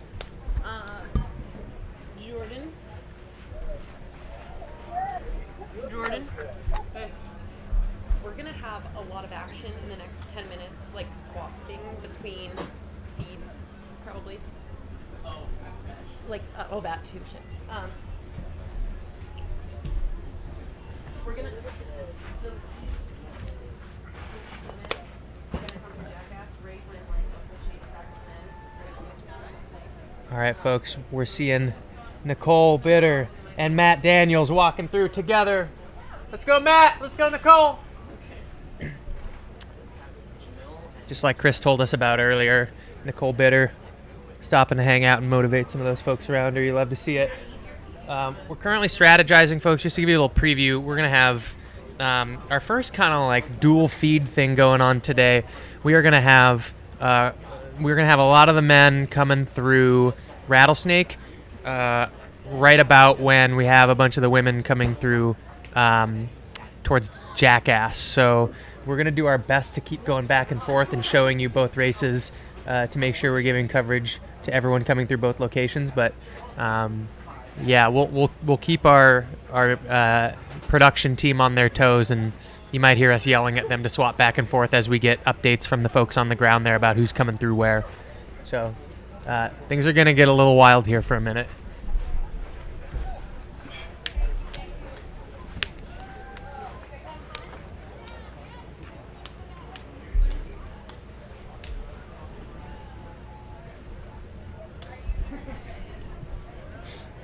It's getting hot.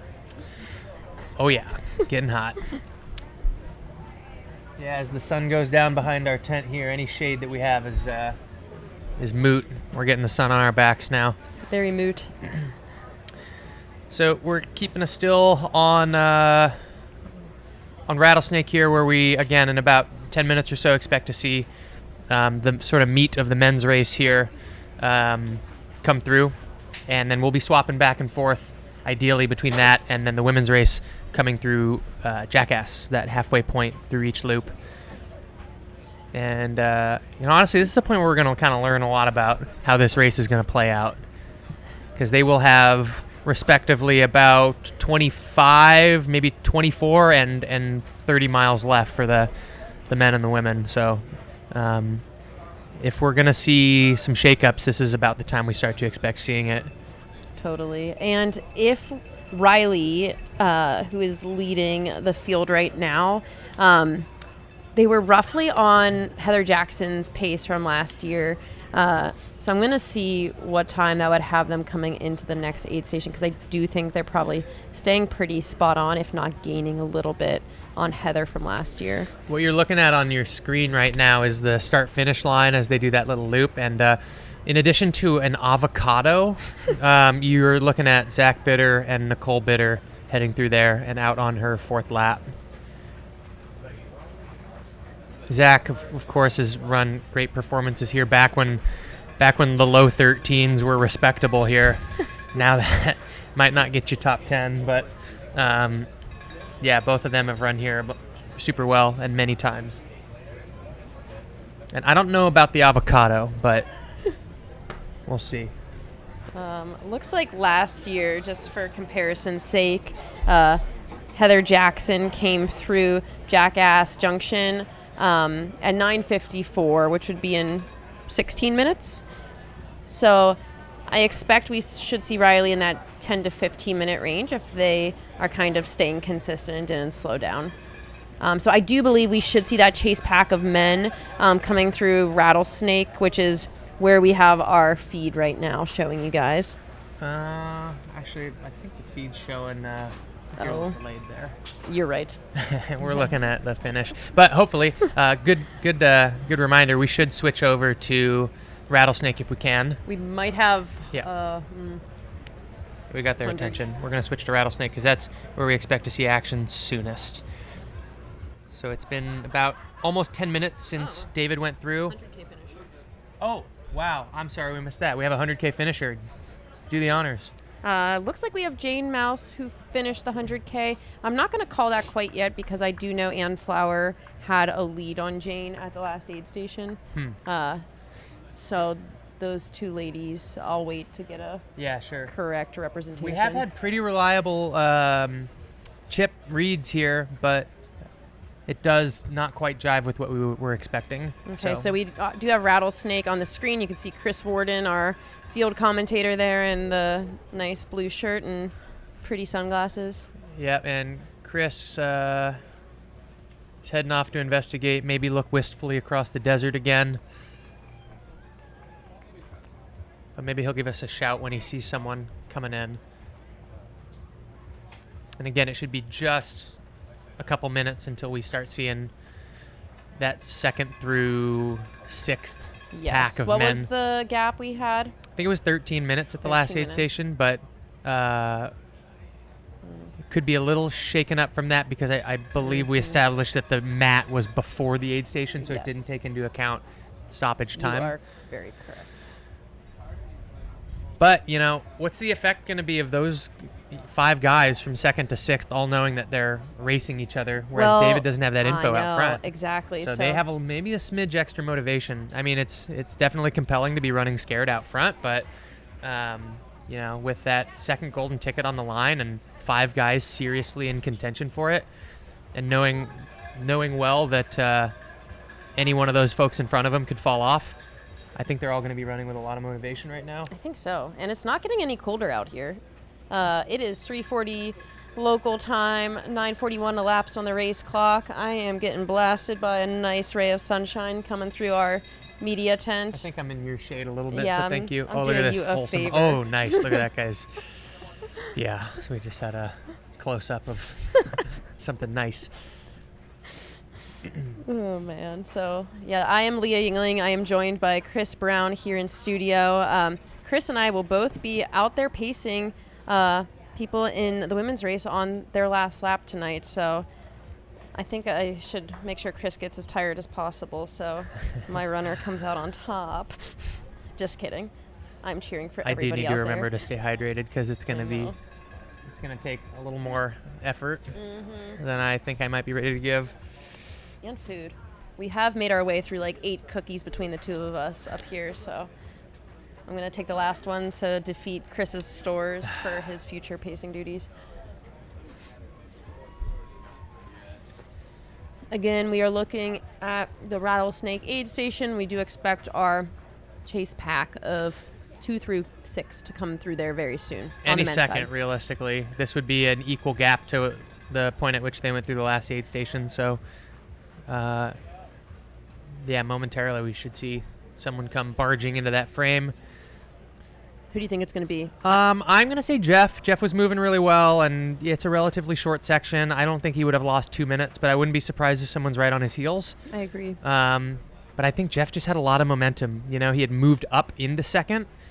So I think when that happened, you know, and plus just the energy that he had in that last aid station, I got the sense that he's got momentum moving forward in this race. You know, that said, though, I think some of those guys who are chasing him have been a little more proficient on the downhills so far in this race. If we talk about Raj, I think Raj once moved up from 10th to 6th on this downhill stretch from Rattlesnake to the headquarters. So Raj obviously has got wheels and super long legs, and he can fly downhill. Likewise, Cole Watson's so speedy, he can capitalize on the downhill, and those are guys that are chasing Jeff right now. So I think if you told Jeff that he had the option to make the rest of the race uphill, he would agree to it. Yeah, that sounds like what I would choose as well. So we haven't seen him come through yet. Again, any second, but at this point, it looks like we might have David Roche putting another minute on this group of guys behind him. Yeah. That gap was about 13 minutes. Now we're looking about 14 minutes coming up. It looks like aid station volunteers might be looking up the hill, so maybe they see someone. Okay. And might be making things up.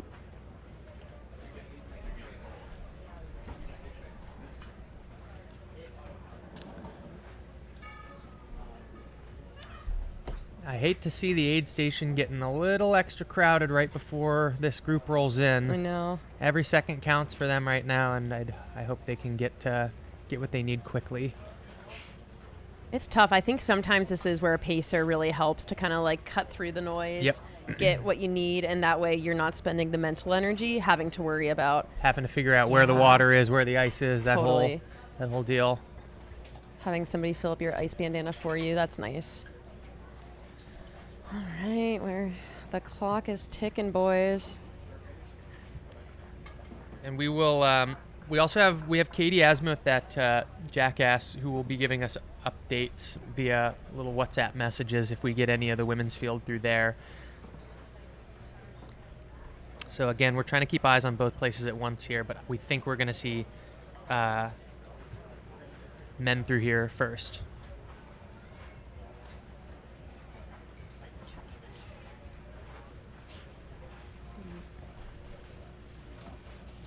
And just for reference, for some of our runners who ran here last year, somebody like Blake Slatengren, who came away with the second place finish, golden ticket last year, he's running about 11 minutes back from his jackass aid station splits from last year. I know he had a little bout of throwing up earlier, but he's somebody that's rounding out that like 8th place finish right now, 8th place spot right now, and is somebody that does close pretty hard. So I think these gaps that we're seeing from 5 to 10 minutes, we have seen them close pretty quickly in sections, like just like we saw from that last aid station with the men. So I wouldn't be surprised if we see these gaps still keep closing on this 4th into 5th lap. Yeah, Blake got himself into two tough sprint situations last year, chasing down that golden ticket here, and then ended up at Western States after that ticket, and ended up on the track at the same time as Chris Myers, duking it out for 10th and 11th. So. Yeah, it doesn't seem like he's quite up in our group yet, but okay, we got some camera movement. This feels good. This feels good. So we are probably looking at our second place male coming into Rattlesnake. Probably not that guy, but here it is, Jeff McGavro. There he comes, getting that ice bandana off beforehand. Okay, still looking smooth. Looking smooth.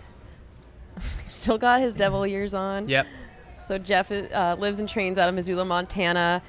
Recently coming off of a UTMB finish, so that wasn't too long ago. That was about 2 months ago now. Completely flipping the script here and going for the flat and fast training, which I think, Chris, you were mentioning earlier. It's something probably that Jeff doesn't want to admit that he's very good at, but he's admitting it to himself now, I guarantee it. he gets waterboarded again. Yeah, so we learned from our camera feed last time that it's inappropriate to have the camera in his face, just due to the nature of the expressions during this particular act. So luckily we're only getting the view from behind, which is equally suggestive but not as graphic. So anyway, Jeff getting nice and soaked, ice down. Yeah, and Jeff's been doing this exact routine at every aid station, really taking his time. Honestly, this is a pretty quick one. That ice bandana is full, but Yeah. I think that's what you got to do right now. Look at was quick. how effective the aid station volunteers were there. Mm. There were 3 different people doing 3 different tasks for him, and they all were just right where they needed to be. These Oof. folks are experts. Tuck that in, Jeff. Tuck it in, Jeff. Okay, so he entered the aid station like under the tents at 3:47 flat. Okay. Maybe a smidge before, but And I feel like we're turning around right now to probably get somebody else that's coming through here. Let's take a peek. Oh. he had about 2 minutes last time. And we are looking for some combination of Cole Watson, Dan Green, Raj Panu, and Ferdinand Arnault. Arrow. Arrow? Yeah, ish. Arrow, okay. We've got Chris Warden on the mic out there, and maybe he can give us some feedback. Skylar just walked into the studio. Skylar, if you think you're taking this seat while things are this exciting. You are not. That's true. I do have to go pace. Skylar thinks he could just walk in here like he owns the place. Okay, so it has been just over 2 minutes since we saw M2 Jeff McGavro go into that aid station, and we do not quite have eyes on M3 yet. Or perhaps we do. I see 2 people who are contenders for that based on... Is that... No. No. I'm getting in the habit of speaking too soon here, so... Let's see.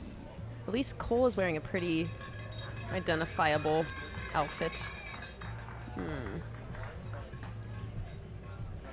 Okay.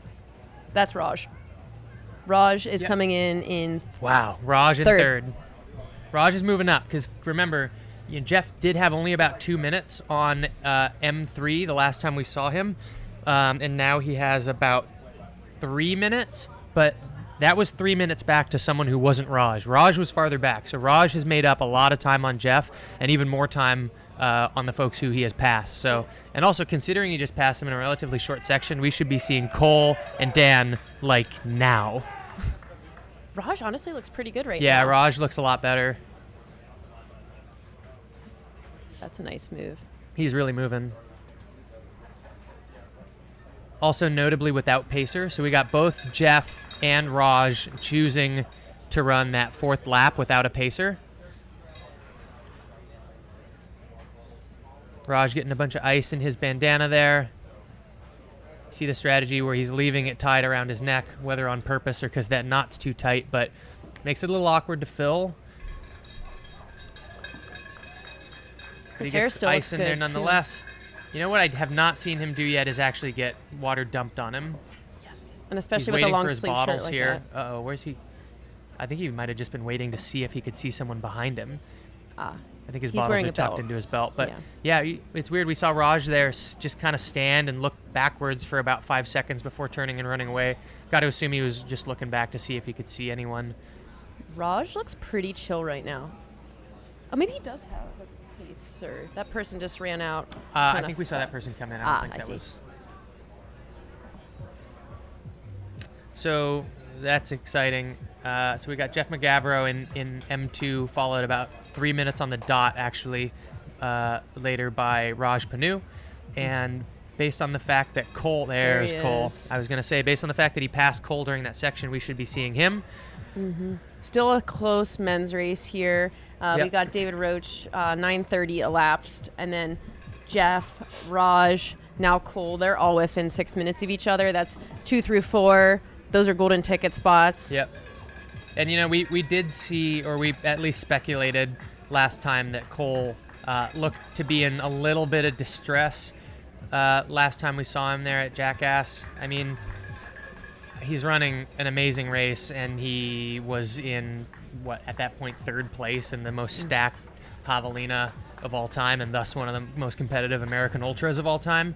So, you can only read too much into that facial expression because he's obviously running an incredible race. But that said, I'm not totally surprised that Raj caught him based on what we saw last time.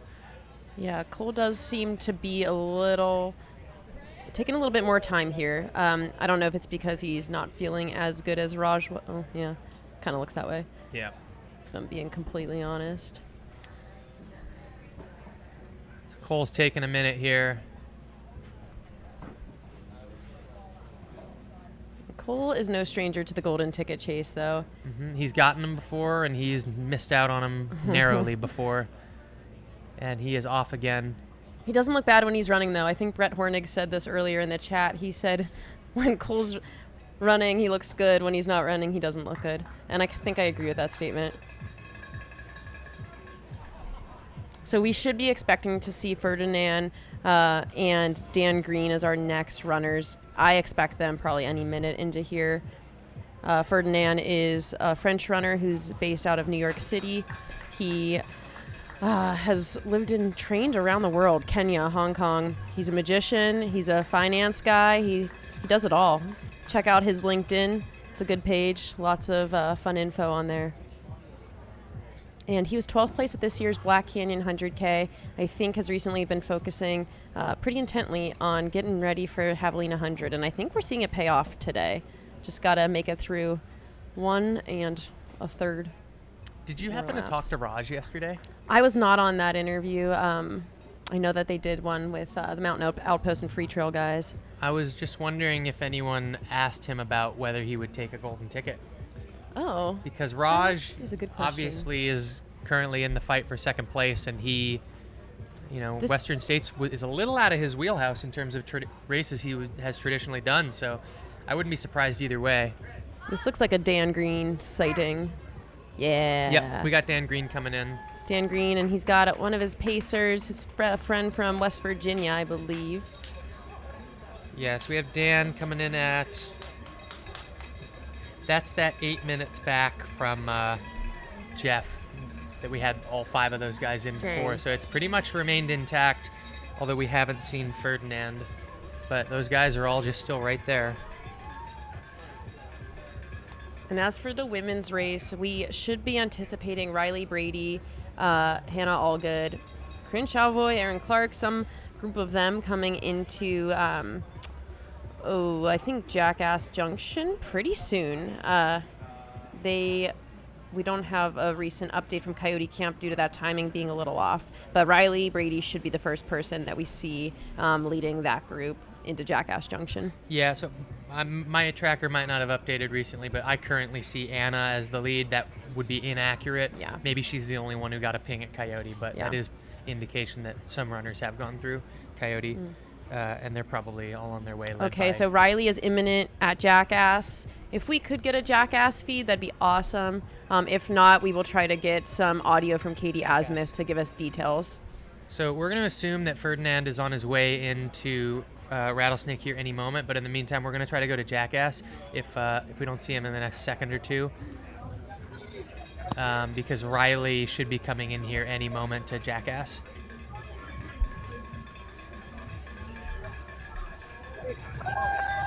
And yep, as if on command, we Beetlejuiced Riley into existence, and here they are.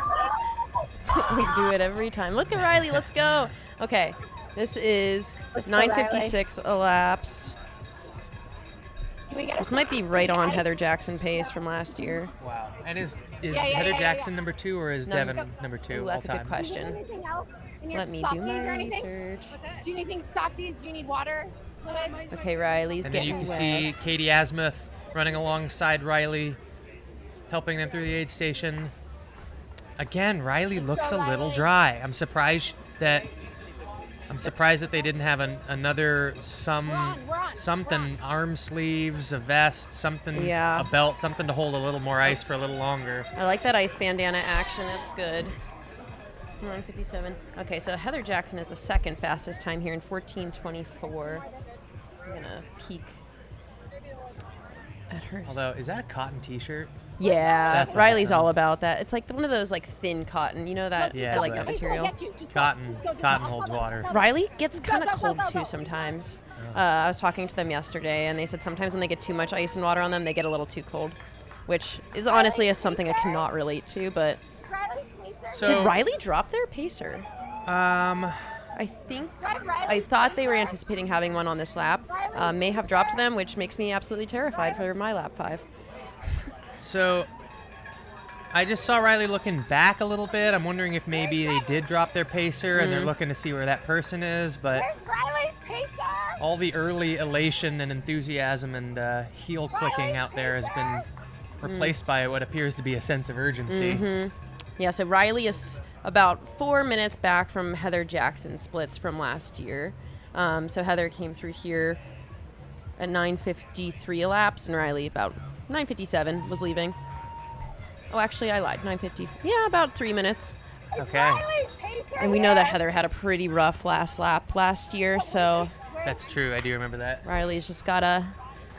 Okay, David Roche is right behind us. Oh my God, let's that was go. quick. Okay, so David Roche coming in. Again, not stopping at his crew location on the way in. He's going to do the loop, go tag the timing mat, and then come back to his crew spot. So we probably have a little gap at Rattlesnake, or sorry, at Jackass before we have F2 come through there. So maybe we can come to the feed here near the start. Can you guys hear me? Hello, and hello. try to get some eyes on David and see what his crew spot looks like. See if we can read anything into this transition. David is about 15 minutes up on course record pace here at headquarters. Last year, John Ray came through here at 10:14 elapsed, and David is here at 9:59 elapsed. All right, there here we go. have him. Nice. Sweet. So yeah, David Roche, we see him coming through headquarters here, about 15 minutes up on course record pace at the moment. He still looks smooth. I mean, 20 miles sounds like nothing for David on this type of terrain. Just a quick interlude. I just got a text from a friend watching the live stream. And by a friend, I mean my wife. I don't mean to downplay that. Someone at the aid station is yelling, "Is Riley's pacer here?" sounding frantic. So I don't know if that means Riley's pacer got dropped or Riley's pacer was supposed to meet her or meet them at Jackass or what's going on there. But overheard on the live stream, is Riley's pacer here at Jackass? Everybody's asking about the Cosset. Just a friend from home sending you text messages. Sorry. All right, so back to the matter at hand. David Roche has crossed the timing mat. You can see him running along with Megan right there, heading towards their crew location. Again, his stride just looks really great. Yeah. And he's still doing all the little things too. It's not like he's not spending his time here in aid stations. Chris and I will have a good viewpoint of his crew stop right behind us where they set up him and Megan and his pacer Teddy, and so we'll get some good eyes on him as he gets iced up. Yeah, I see him coming right now. You'll probably hear the cheers behind us because again their crew spot is directly behind us, so maybe Leah you can give us kind of a live commentary of what's going on. Okay, swapping some handhelds. Oh, he's getting lubed up. Water on the back, water on the head. Ice down the back, ice bandana on. He looks really relaxed. Sometimes David can be a little frantic. Honestly, probably the more chill personality I've ever seen out of David so far. He's tossing some gels on the ground. Lots of gels consumed as we would expect. See some SIS beta fuel. Nice little 40 gram of carbs in one of those bad boys. It's still hot, you guys. It's like 4 p.m.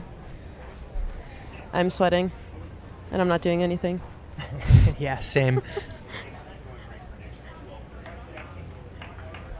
All right.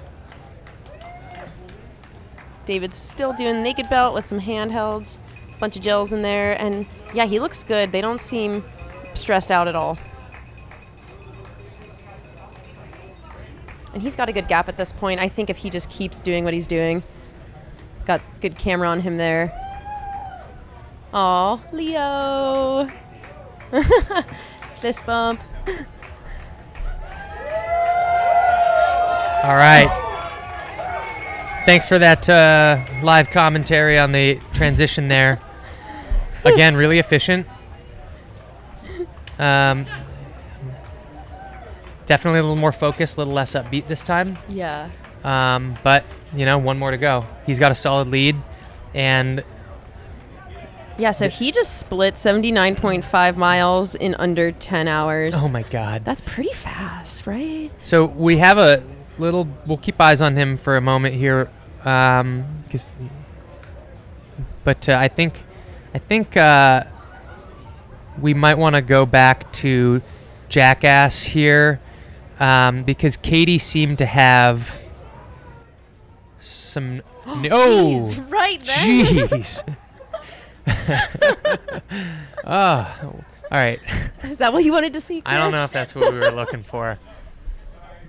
But I think Katie had something to say. I thought we'd gotten the point there at Jackass with Riley going through, but now that it seems like there might be some goss. So. Oh, really?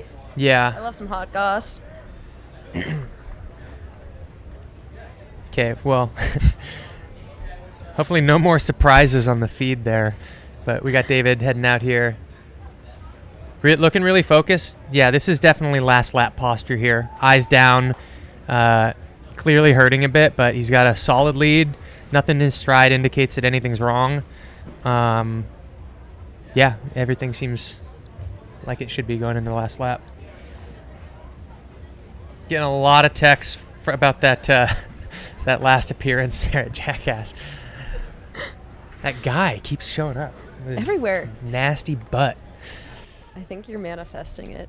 Okay, let me put this earphone in and see if we can hear Katie.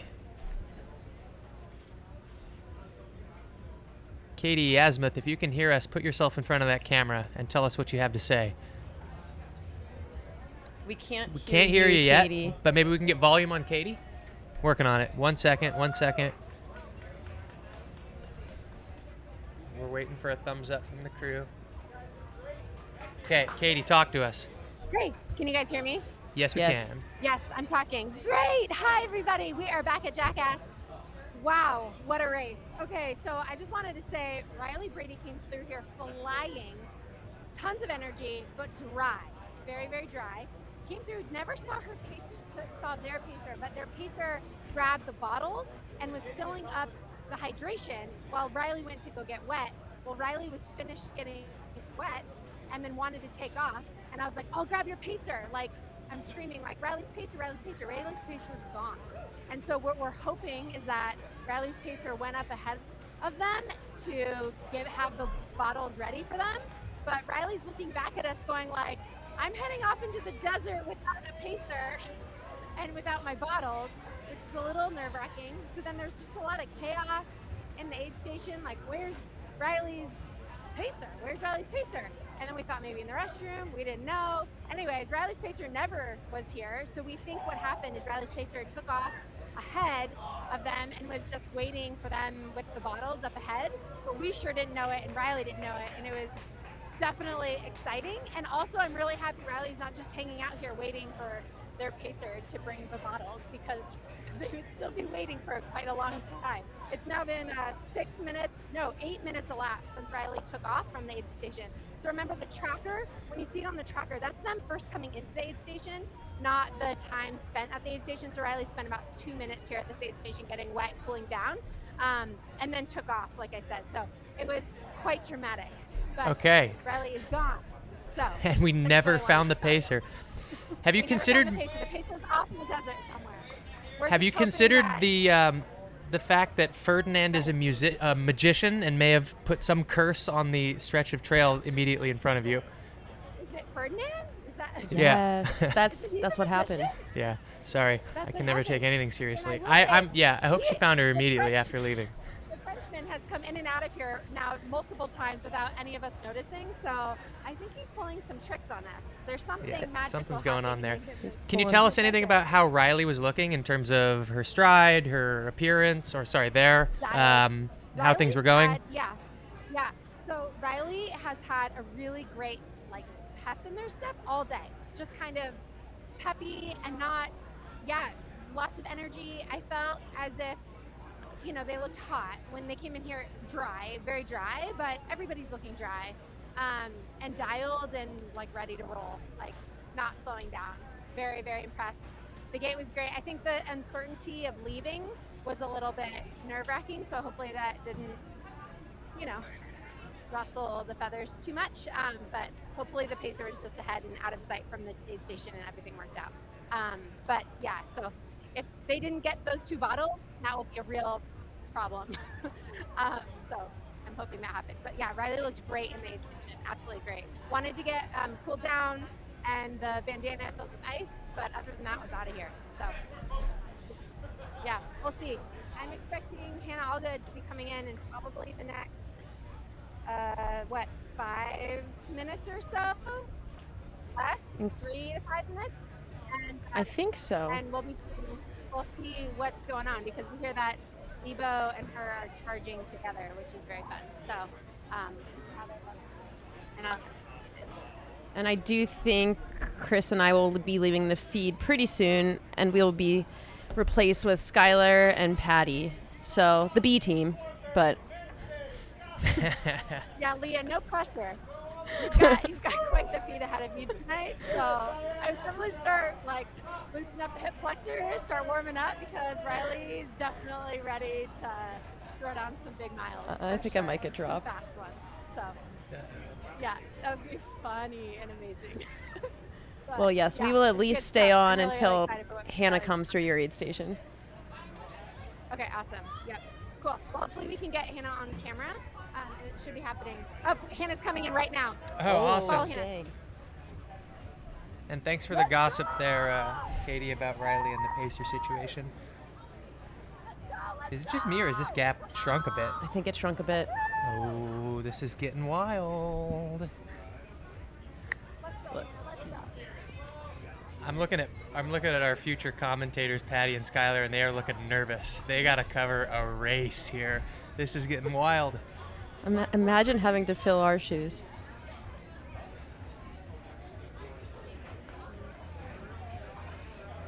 Okay, so we have Hannah Allgood, F2. What's the gap, and how's it compare? Come on, Leah, with the data on command at all times. Stressful. Okay. Wait, is this Jackass Junction? This is Jackass.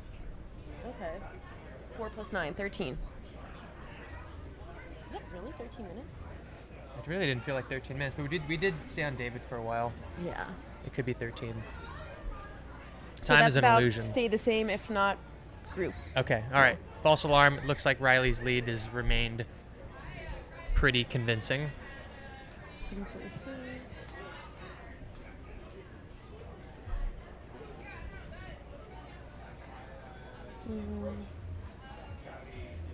Hannah taking maybe a smidge more time in aid here.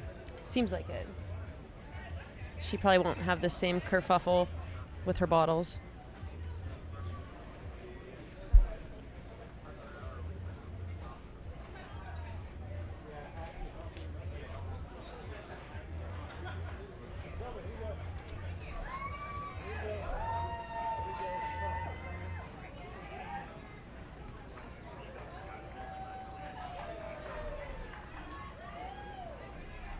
Again, we're looking at F2, Hannah Allgood taking her time, getting iced down. Tough, but potentially possible gap from where she is now up to the race leader, Riley. And kind of we'll see what the gap is back to F3, but I think it's probably wise of her to just keep focusing on doing her thing, because it's not like she's got someone right on her heels or right in front of her. I don't think this is time to take risks yet. I agree with that. I think we should be anticipating Corinne Chauvoy or Erin Clark as the next runner following Hannah through here. Yeah, and meanwhile, we are just about due for Jeff McGavro and or Cole Watson, Raj Panu, Dan Green, or Ferdinand the Magician to come through headquarters here. So, again, lots of action right now. Oh, is that looks like Erin Clark for a second. We have Erin? No. No, Erin's got long sleeves. You're right.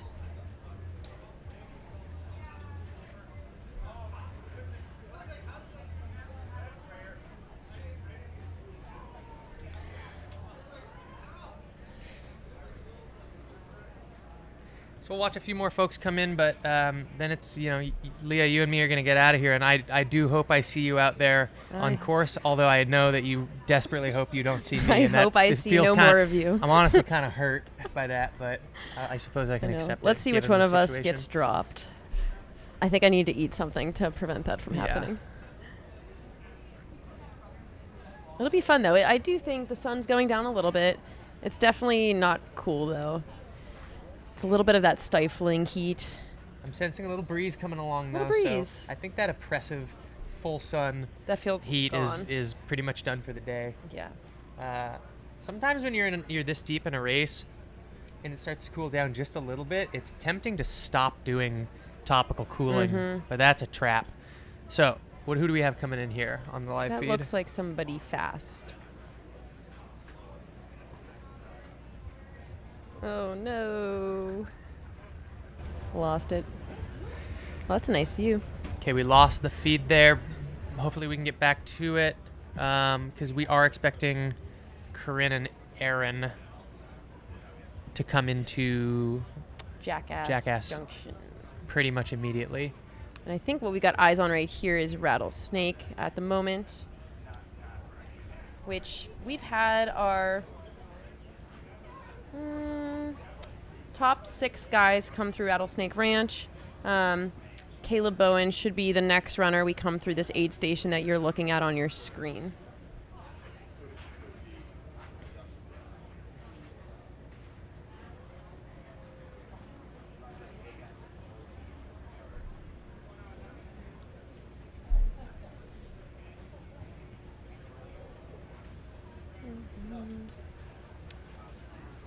So David did have about 14-minute gap, I think, on Jeff at the last check-in, and now we're about 15 minutes since we've seen Jeff. Looks like we just had Blake Slattengren go through Rattlesnake on our screen.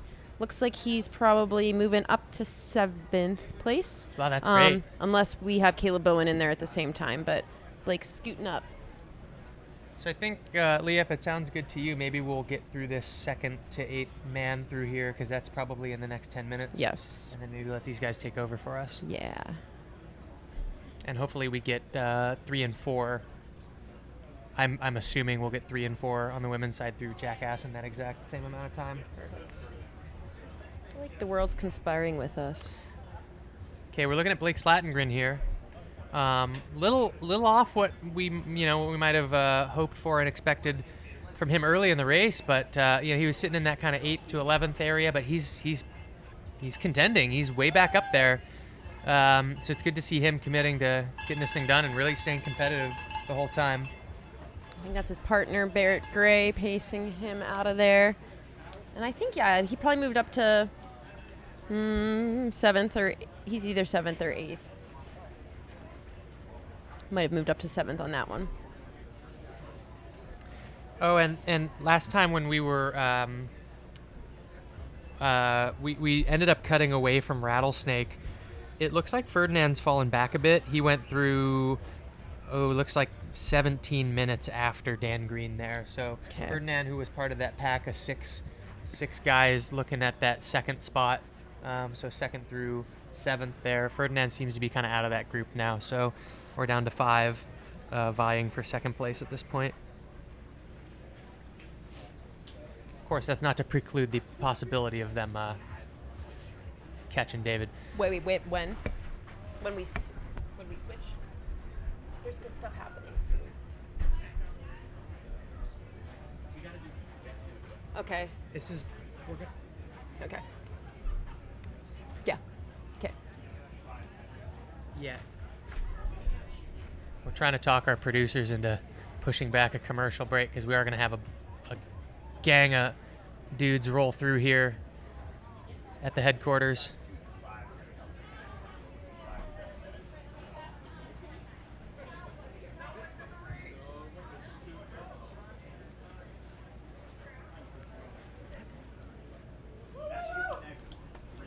Yeah. Okay. All right, so we bargained, and we're gonna wait for that the first few guys here to come through. We got okay. cool. Whoa. What? No. Oh, it's Jeff. Jeff. Okay. We have Jeff McGavro coming through in second, looking great. He looks good. Still moving super well. He's going to have good Jeff with him now. That is Jeff Colt, who is dressed exactly like Jeff McGavro, including a wig and a dyed mustache, but he's wearing a halo instead of devil horns. So they will be a team for that last loop together, and we are now setting our watches to see what that gap is back to third place. Yes. Last time we saw them, I think it was 3 minutes. But there was a change in who was in third. So Raj did seem to have some strong momentum moving up. And I do think this last section is a strength of Raj's. If I had to... Oh, there he is. Wow, Raj is 30 seconds back of Jeff. So Raj has gained a lot of ground on Jeff. And they're 1 through 3 right now. David, Jeff, Raj. Raj looks pretty good, too. Raj looks great. He's just swift and bouncy and doing Raj things. Yeah, as you know, we talked about earlier, Raj is really strong on those downhills. He's just such a flowy, great flat runner. So that downhill really plays to his strengths. We are now going into an uphill section, so we'll see if Jeff can use his sort of mountain legs to grow the gap enough that Raj can't close it. But it's really, really heated between these two right now for that second spot and that golden ticket. And I would say these guys are coming through about 4 to 5 minutes behind John Ray's course record splits from last year. So David Roach is still about 15 plus minutes up on that course record. These guys are running really close to it, though, within 5 minutes of those splits when John ran 12:43. So I think if we see Cole come through here in the next little bit, these 3 guys will all be on sub 13 pacing right now. And we are still looking at it, and we have not seen Corinne or Aaron go through Jackass yet, but that's another area we're keeping an eye on. The camera's on Rattlesnake. I just heard that Caleb Bowen just went through there, which is great news. But we're looking for F3 and F4 at Jackass, and then the remainder of that 4, 5, 6 of the men's field to come through headquarters here.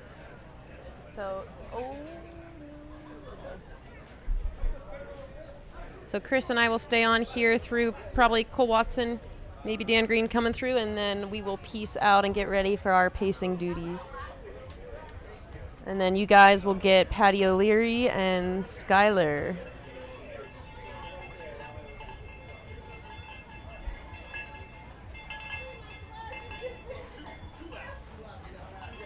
Okay, I see a pacer.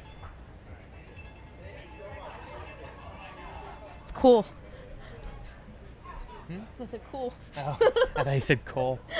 Yeah, Rogue Pacer. Not sure who that belonged to. Pacer. There's a lot of those out there. Yeah.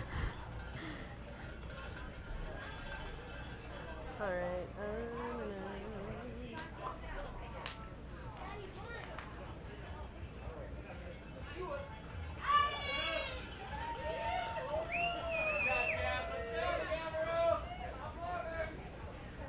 Okay, so Jeff is out of headquarters. Yep, Jeff leaving with Jeff. The on Jeffs are out of here and onto that last lap. We have not seen Raj go back in the opposite direction yet.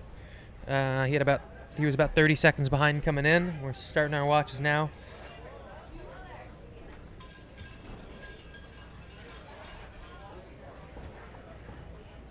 So it does look like Jeff and Raj put some time into Cole in this last section.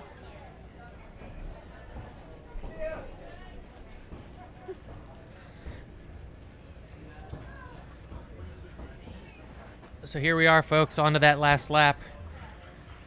David Roche out about 19 minutes ahead of Jeff McGavro. Raj Panu, we have not seen leave yet, but he should be running by us again momentarily to head out for his last lap.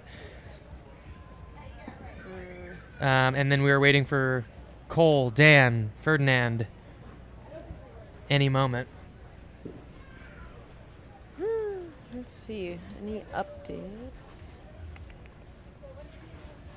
Looks like we had Justin Grunwald come through Jackass Junction back in M11 behind Hannah Allgood. So looks like he fell back a little bit too from being up in the mix early on today.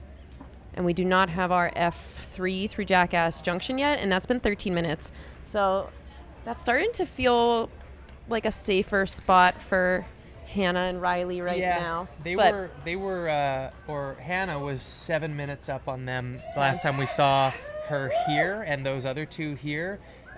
We didn't get a ping from Erin or Corinne at Coyote, but it's been now, what you said, 13 minutes at Jackass, so it seems like Hannah's grown her lead a little bit.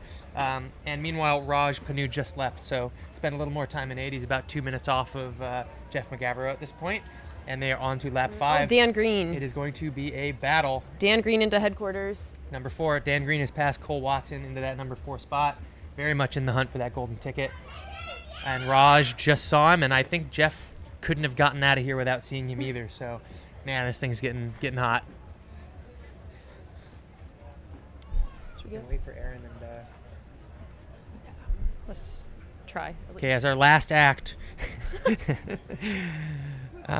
Okay, here we go. As if on cue, we keep Beetlejuicing these people. This is Erin amazing. Clark, number 3 in the women's race, has just made it to Jackass. And that would be about 14 minutes off of Hannah Allgood. Got your work cut out for you, Chris. I sure do. Yeah, but so do you. Come Yeah, on. I know. I really do. You try to hold on, and I'll try to catch you. Okay, so considering Corinne and Erin came through basically together last time we saw them at Javelina, we're going to see if we can get a read on Corinne, just to see if those two are still together or if Erin's opened up a little bit of a gap before we head to a commercial and then sign off.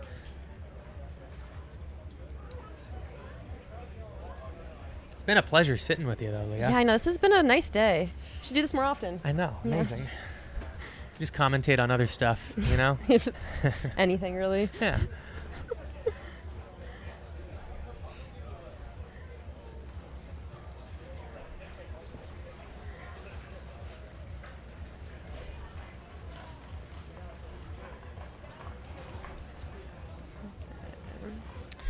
You know, 13 minutes, though, for you to close that to Hannah with Erin. It's doable. It's doable. I think we can totally. do And this last, oh God, Jesus. This last section is cruisy from Jackass Junction to headquarters, which Erin will probably crush right now. Yeah. So.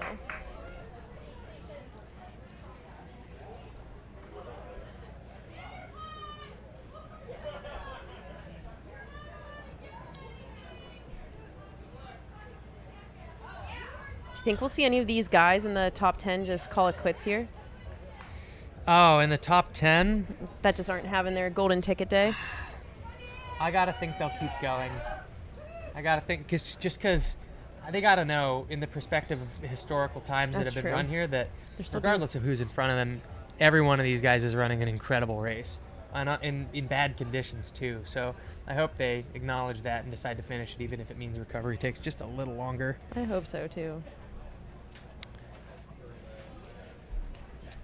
And we still don't have any sign of Corinne Chalvoy at Jackass Junction yet, which maybe indicates that Erin Clark has opened up a little bit of a gap from 3rd back to 4th.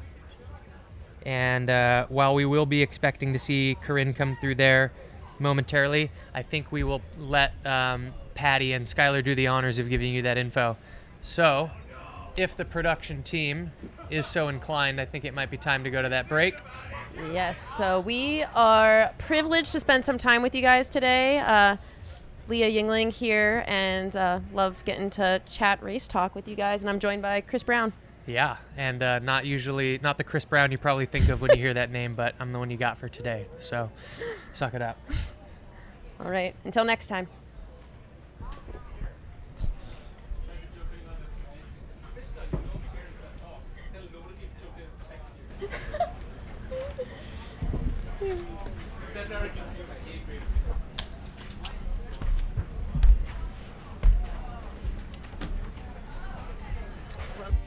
You have big goals you want to accomplish. We'll be there with you every step of the way. When the trail gets tough, we'll help you push through. When doubt creeps in, we'll keep you moving forward. Because your journey is our